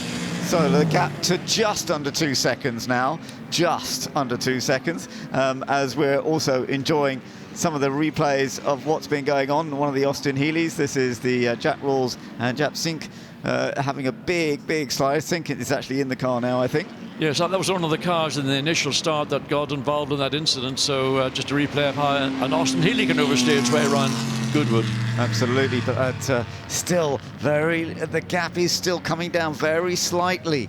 for Andrew Jordan. He's closing that gap up to Chris Ward, as you can see, but has he got the time with only just over 3 minutes? Just over 3 minutes to go, so you're looking at best 2 laps. Again, the exit of St. Mary's, a struggle for both, but Andrew Jordan's taking a different line. Yeah. He comes through the corner and exits much more in a straight line than Chris Ward. Chris is sliding the Jaguar down the hill to the compression, and I think that's where the time being gained by Andrew Jordan is coming from. It's interesting, watching Andrew, he doesn't allow the Cobra to get too sideways. He's very controlled on the throttle, not allowing it to get too out of shape, whereas Chris with the E-Type is allowing it a bit more sideways movement, but we shall see how that all goes in the remaining time, because he doesn't have to hold on too long, and it's still going to be very difficult for Andrew, not only to get that little bit closer, but then to get past. Well, I'm looking at possibly 2 remaining laps. It's going to be 2 minutes and about 10 seconds at the point they come across the start-finish line. So I think that will allow us, I'm only sort of trying to do a quick second guess, 2 further laps. So 1 more to go, and how much can Andrew Jordan, and then the penultimate lap itself. Absolutely, this is fascinating to see. 1.1 seconds, the gap between the two of them. Just looking up and down timing and scoring, incidentally, we haven't been focusing on the battle for the lead, but Gordon Shedden, who's running in 3rd place, has set the fastest race lap with a 1 minute 28.565, and we haven't seen an awful lot of flash anywhere. No, that's right, but he is quite a long way further back, of course, so but Gordon is doing a great job. Looks as though he's going to get the final podium spot. There it is. There's the number 4 E-Type that he's doing, as you say, he's done some very good laps, although that last lap wasn't quite so quick. Let's just see what he does on this. Yeah, that was a good lap again. Yep. That was the same sort of pace as the 2 leaders. Yeah, that fastest lap, obviously, was a lap that was recorded before the rain started to fall. So he's having to be, let's say, he's got I think he's got a relatively secure, he's got 12-second advantage over Dario Franchitti as we go back to our race leader in traffic and caught behind the 300 SL Mercedes as they come on to Lavant Straight, and now look how close the Cobra is, and we're going to go on to, at the end of this lap, that will be the final lap, I think, Ben. You're right, I'm sure we'll be going on to the last lap, and there is more traffic around, and we've seen this at Goodwood many times in the past. When you're dealing with traffic, it's very easy to lose. Now he's waving. What's that mean? He's allowing him through. There's a problem. I'm not sure whether there's something being waved, or is the rain, or something. He got a problem. All of a sudden, his right hand came out of the window and waved, and all of a sudden, is this going to be Chris Ward going on to the final lap, a pit stop? Is he coming in? I think he is. Chris Ward is coming in. Oh, we only had 1 lap to go. We were on. Oh no, he's not. What's going on? I don't know. I don't know whether he thinks he's won the race. I don't know. I've no idea. I can't. No, he's pulling off. Look. Yes, he's pulling off at the pit lane exit. So that's a very sensible thing. So whether it's a technical problem, fuel problem, we don't know. But there's our race leader, who, having started from pole initially, and this is the point at which Chris Ward, suddenly a hand comes out of the cockpit, pass me, yeah. I'm in trouble, I can't go any further. And he's looking down at something in there. I'm not quite sure what he was checking, but there's clearly a problem, and I feel for him, and I feel for us, because we were on for a great race on this last lap. But fair play to Andrew Jordan. I mean, he's been doing a fantastic job as ever, former British touring car champion, who then developed the business that they run to restore cars, restore historic cars. They've run a lot of the historic cars that are here this weekend. He's done a fabulous job, but as a driver, he is still total top level, especially here at Goodwood. Amazing to watch. Yeah, I mean, a huge talent and skill in a car in these conditions, which is not the easiest car. So no, Gordon Shedden, 2 Jaguars pulling over and stopping for unknown reasons. Are they running out of fuel? They wouldn't be doing that, would they? Because well, we saw that on the Can-Am race. We saw Nick Padmore pull over. We think that was a fuel. But in the wet, you use less fuel, unless they were throwing out. They were throwing out fuel, weren't they? Well, there was certainly fluid coming out from the back of the cars. We assumed initially it was fuel. We don't know what it was. Well, here we go then. The checker flag will be coming out in just a moment as we come over the line for the final race of the day here at Goodwood on Saturday. The victory goes to Andrew Jordan with Matt Holm. They win with the AC Cobra, taking the victory in the Sterling Moss Memorial Trophy. His dad Mike's just over there celebrating again. And it means, let's just see across the line, that in 2nd place, Shedden has made it by the look of it, has he? I'm not sure. I'm not sure. I'm just waiting for the timing and scoring to update. We think it might be Dario Franchitti because Sheene pulled over and came to a stop before he crossed the start-finish line. So it is this one, you're right, it's Dario Franchitti. That's the gap back. It's such a big gap, isn't it? You can't think it's that far back, but it is. This is second place, and it's going to be Dario Franchitti because, as you say, Gordon Shedden did pull off, hasn't been able to get over the line. So that's going to be second place for Franchitti, and it looks like third place is going to go to the number 21 Ferrari with Jelmer Berman at the wheel. Let's just see how this goes. Yep, Burma's just, there we go. Burma's just gone across the line. Nigel Greensall as well over the line. There you are, there's Burma, who has done a great job with that number 21 Ferrari, which originally was 10th on the grid when it all first started. Of course, we then had a second grid that was slightly different. But that was a very good effort to get a podium finish out of this, and we saw his performance was going very well. But another remarkable job by Andrew Jordan, who's taken so many great successes here at Goodwood, and today he's been on absolutely top form yet again. Yes, and he's been on his lap of honour, just enjoying the lap where he can allow himself to be a little bit more extrovert and slide the car, coming through some of these corners, the exit waving to the fans that will appreciate an outstanding drive by an outstanding driver. But two of the E-Type Jaguars that were in winning position, certainly one of them was clearly winning, and then the second car of Gordon's. There's Gordon, poor Gordon. What does that face tell you? Yeah. Well, I don't want to give you an answer. My answer, I know what it is, and it's not one I could repeat live. That was a shame. I do feel for. There were several drivers that we really feel for. Andrew Jordan, though, this is his second win in the Moss Trophy. He won in 2022 with Mike Whitaker, and that was in AC Cobra as well. Yeah, just lit up the Cobra as he came out of the chicane.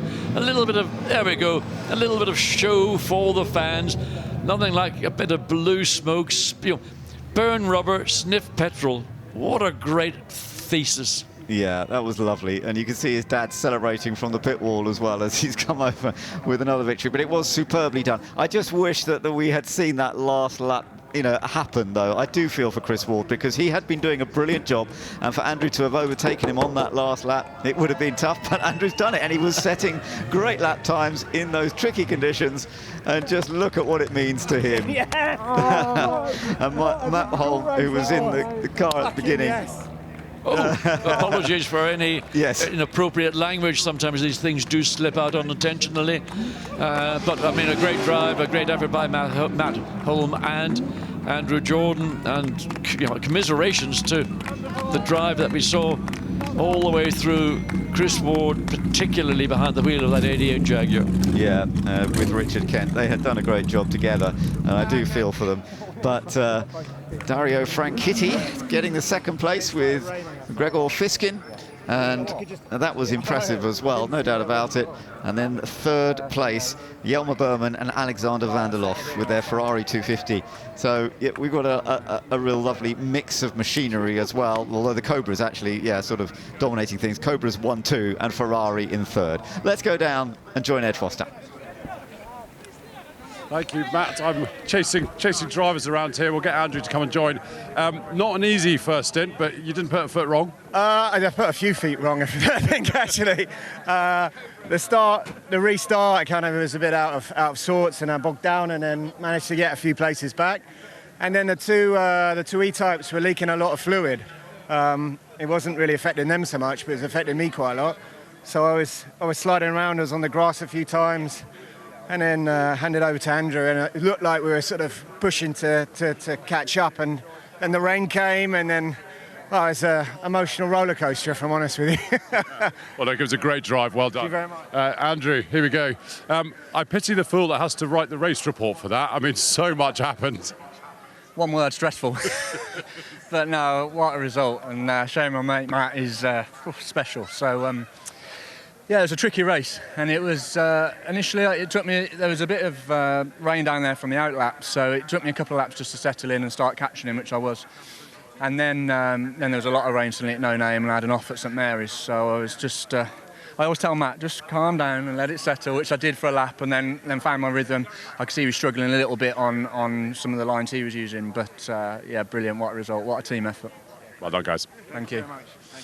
Right, Gregor, Dario. That was a lovely surprise, wasn't it? You know, I was on the pit wall going, what a rubbish pit stop I made. Rubbish getting out of the car. Poor Dario, he's struggling back there and forth. I went, well, there you go, fourth. And I'm going to apologise to him. And then the next thing, we're second. I feel sorry for the guys in the Jags, but yeah, we'll take it. Dario, it's tough to keep the Scots down, isn't it? Yeah, that was a lot of fun. It's a very physical car. It was a lot of fun to drive. I love Sharon McGregor. We have so much fun doing it. And to come home with a wee P2, yeah, I'll take that. Well done, guys. Thank you. Thank you very much. Let's find third place, guys. Here we go. Yelmer, Alexander. There was a lot to cope with in the first stint. I don't know what you would have preferred, that or the rain. The rain I liked also very much, to be honest. You must be delighted. Absolutely, fantastic, yeah. Look, just tell us, how difficult was it at the end with that rain down at St Mary's? Well, it got very tricky. In the end, it was raining not on all the corners, just a few, and it changed every lap. So you had to be aware and spot the rain coming. We had some oil on the windscreen as well, so I couldn't use the wiper because it only got worse. But great race, great to end the weekend like that. So we're happy. Great drive. Well done, guys. Thank you. Thank you. Well, yes, that was a remarkable race, and I do feel for some of those that didn't quite make it to the end because we were enjoying what they were achieving, and actually Nigel Greensall got within a tiny amount of getting onto the podium themselves. So there you are, there are the top 10, and it was the victory for Andrew Jordan and Matt Holm with the Shelby Cobra. Dario Franchitti and Gregor Fiskin in second place, as we saw, and with Berman and van der Lof in third with the Ferrari. But Greensall actually was only a fraction behind in fourth place. Dixon and Matten in fifth place, another couple of E-types. The Jimmy Johnson AC Cobra Dragon Snake, that was in seventh place but had been lapped. A couple more Ferraris in the top 10, and then the top 10 completed by the number 34 Austin Healey. So that was the top 10 positions in the Stirling Moss Memorial Trophy. So it really was a challenging race with the dry conditions initially, but then we had delays and all sorts of incidents going on. So this is a little look back at some of the highlights of that race. And John, it's changed so much, hasn't it? From the track being fully dry and this tough race up front. It didn't last for as long as we thought it would because there was a red flag early on. Yes, it was a glorious start, sunny Goodwood. So this is what happened then. Of course, further in the race, DD 300, the most famous Healey 3000 in the world, then a restart again. Where did it go? It was excitement, tension, whatever. So the Cobra dropped all the way back and not a good start. You can see it being swamped by those around it. Yeah, that's a great view from the onboard, actually. But as Matt Holmes said, you know, he did manage to make up some of that lost ground. We saw the battle between the E-types, but then interestingly, both cars seemed to be leaving some fuel. And we also had one or two moments. We had the spin for that Cobra, but it was the liquid coming out, and it was interesting hearing from Matt Holm about how that was affecting the grip he had behind. One car came in, the other one, the number 88 though, carried on. So Richard Kent continued and then handed it over to Chris Ward, and Chris Ward was doing a fabulous job, no doubt about it. But as we then gone through into the latter stages of this race, it was proving to be the rain coming in that was going to make life even more tricky. Yes, just at this part of the racetrack, this is the most westerly part up at St Mary's, and then the dip down. This literally a cloud above that part of the race just opened up and dumped all the moisture, and it caught many drivers out, including Andrew Jordan as he came through on his lap. And there you can see the beginning of what happened. The Austin Healey spins out, and where is the Cobra? There is the Cobra. Mike Jordan talked about Andrew Jordan, it's not Mike. And then all of a sudden down, this is a woodcut just getting caught out again by the rain, and they you can see Healey, yeah, I mean, we didn't see a lot of rain falling at the chicane, but undoubtedly it was intermittent everywhere. But then on the penultimate lap, there we are, we saw the battle unfortunately coming to an end because Chris Ward had to let him through. There was obviously a problem with his car. He pulled over, and that meant that Andrew Jordan took victory with Matt Holm with the AC Cobra. So absolutely superb performance by Andrew, but what a great shame for Chris Ward and Richard Kent that they weren't there to battle it right to the checkered flag. But a celebration time once again, and the final race of the day certainly providing plenty of entertainment. And for Andrew Jordan and Matt Holm, it has been an absolutely superb day here.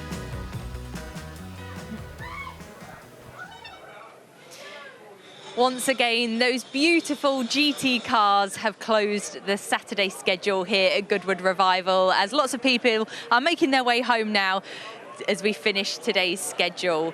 It has been brilliant to see even more racing today, more fashion, more celebrations, and I guess more rain as well.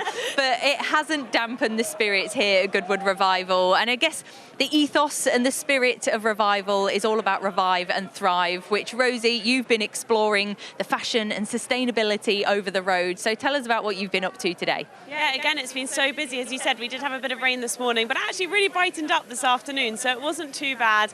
Everyone's still in really great spirits over the road, which was great to see. I think my highlight, though, of the day has to be the Lindy Hop. We went into that area, and a few years ago I did it as well, and I have to say I have not improved whatsoever.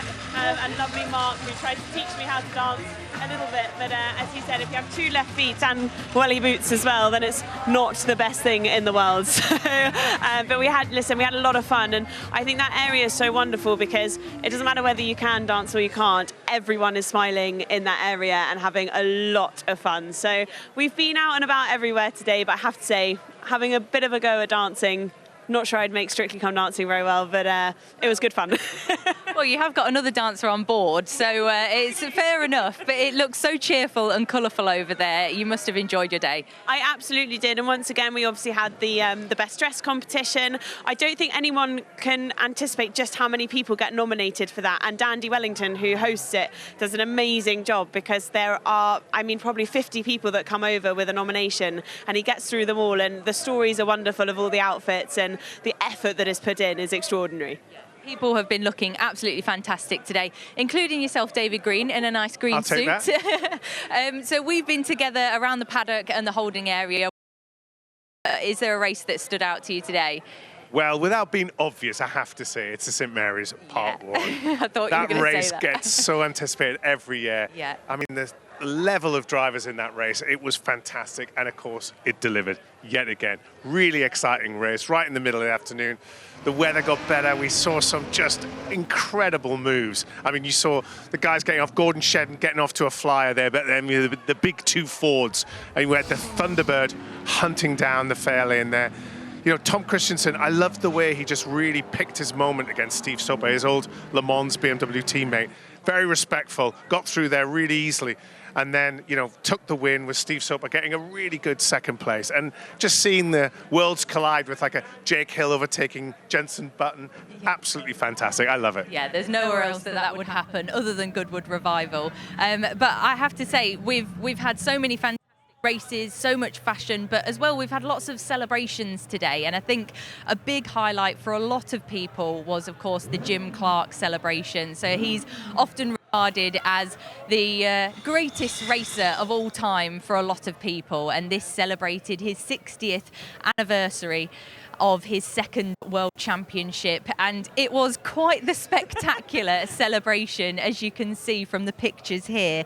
He actually became a team driver in 1960 and actually won his first race for the team at Goodwood. So it all just came full circle, and it made for such a spectacular moment, not just celebrating his motorsport career, but also that he was a sheep farmer. So it was a not so subtle nod to that. But do you know what? Those sheep were very well behaved, as well as that sheepdog needs an award. Hats off to that sheepdog, I have to say. He did a fantastic job. But seeing all the sheep sort of move between his championship winning cars, it was sort of a majestic moment. They were almost having a little inspect of the cars as they went along there. It was absolutely brilliant. What surreal. We thought was Truly going surreal. to be a crazy idea actually made for quite a beautiful moment. So it was brilliant to see, and we have even more celebrations and races coming up on Saturday. So let's take a look at what's up on tomorrow's schedule. Once again, 9 a.m. is when we kick off with the VW Type 2 camper vans taking to the Goodwood Motor Circuit.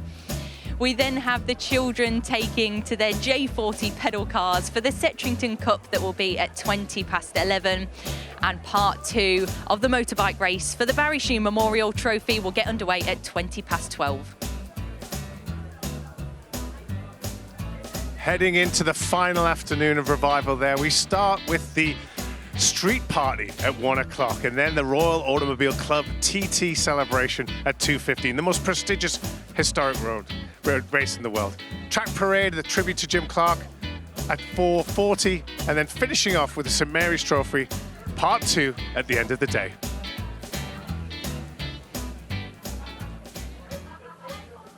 So as we say, even more celebrations, even more races, and we definitely look forward to seeing that incredible VE celebration tomorrow. You won't want to miss it. Please join us live at 8:50 a.m. tomorrow morning, and we'll see you right here at the Goodwood Motor Circuit.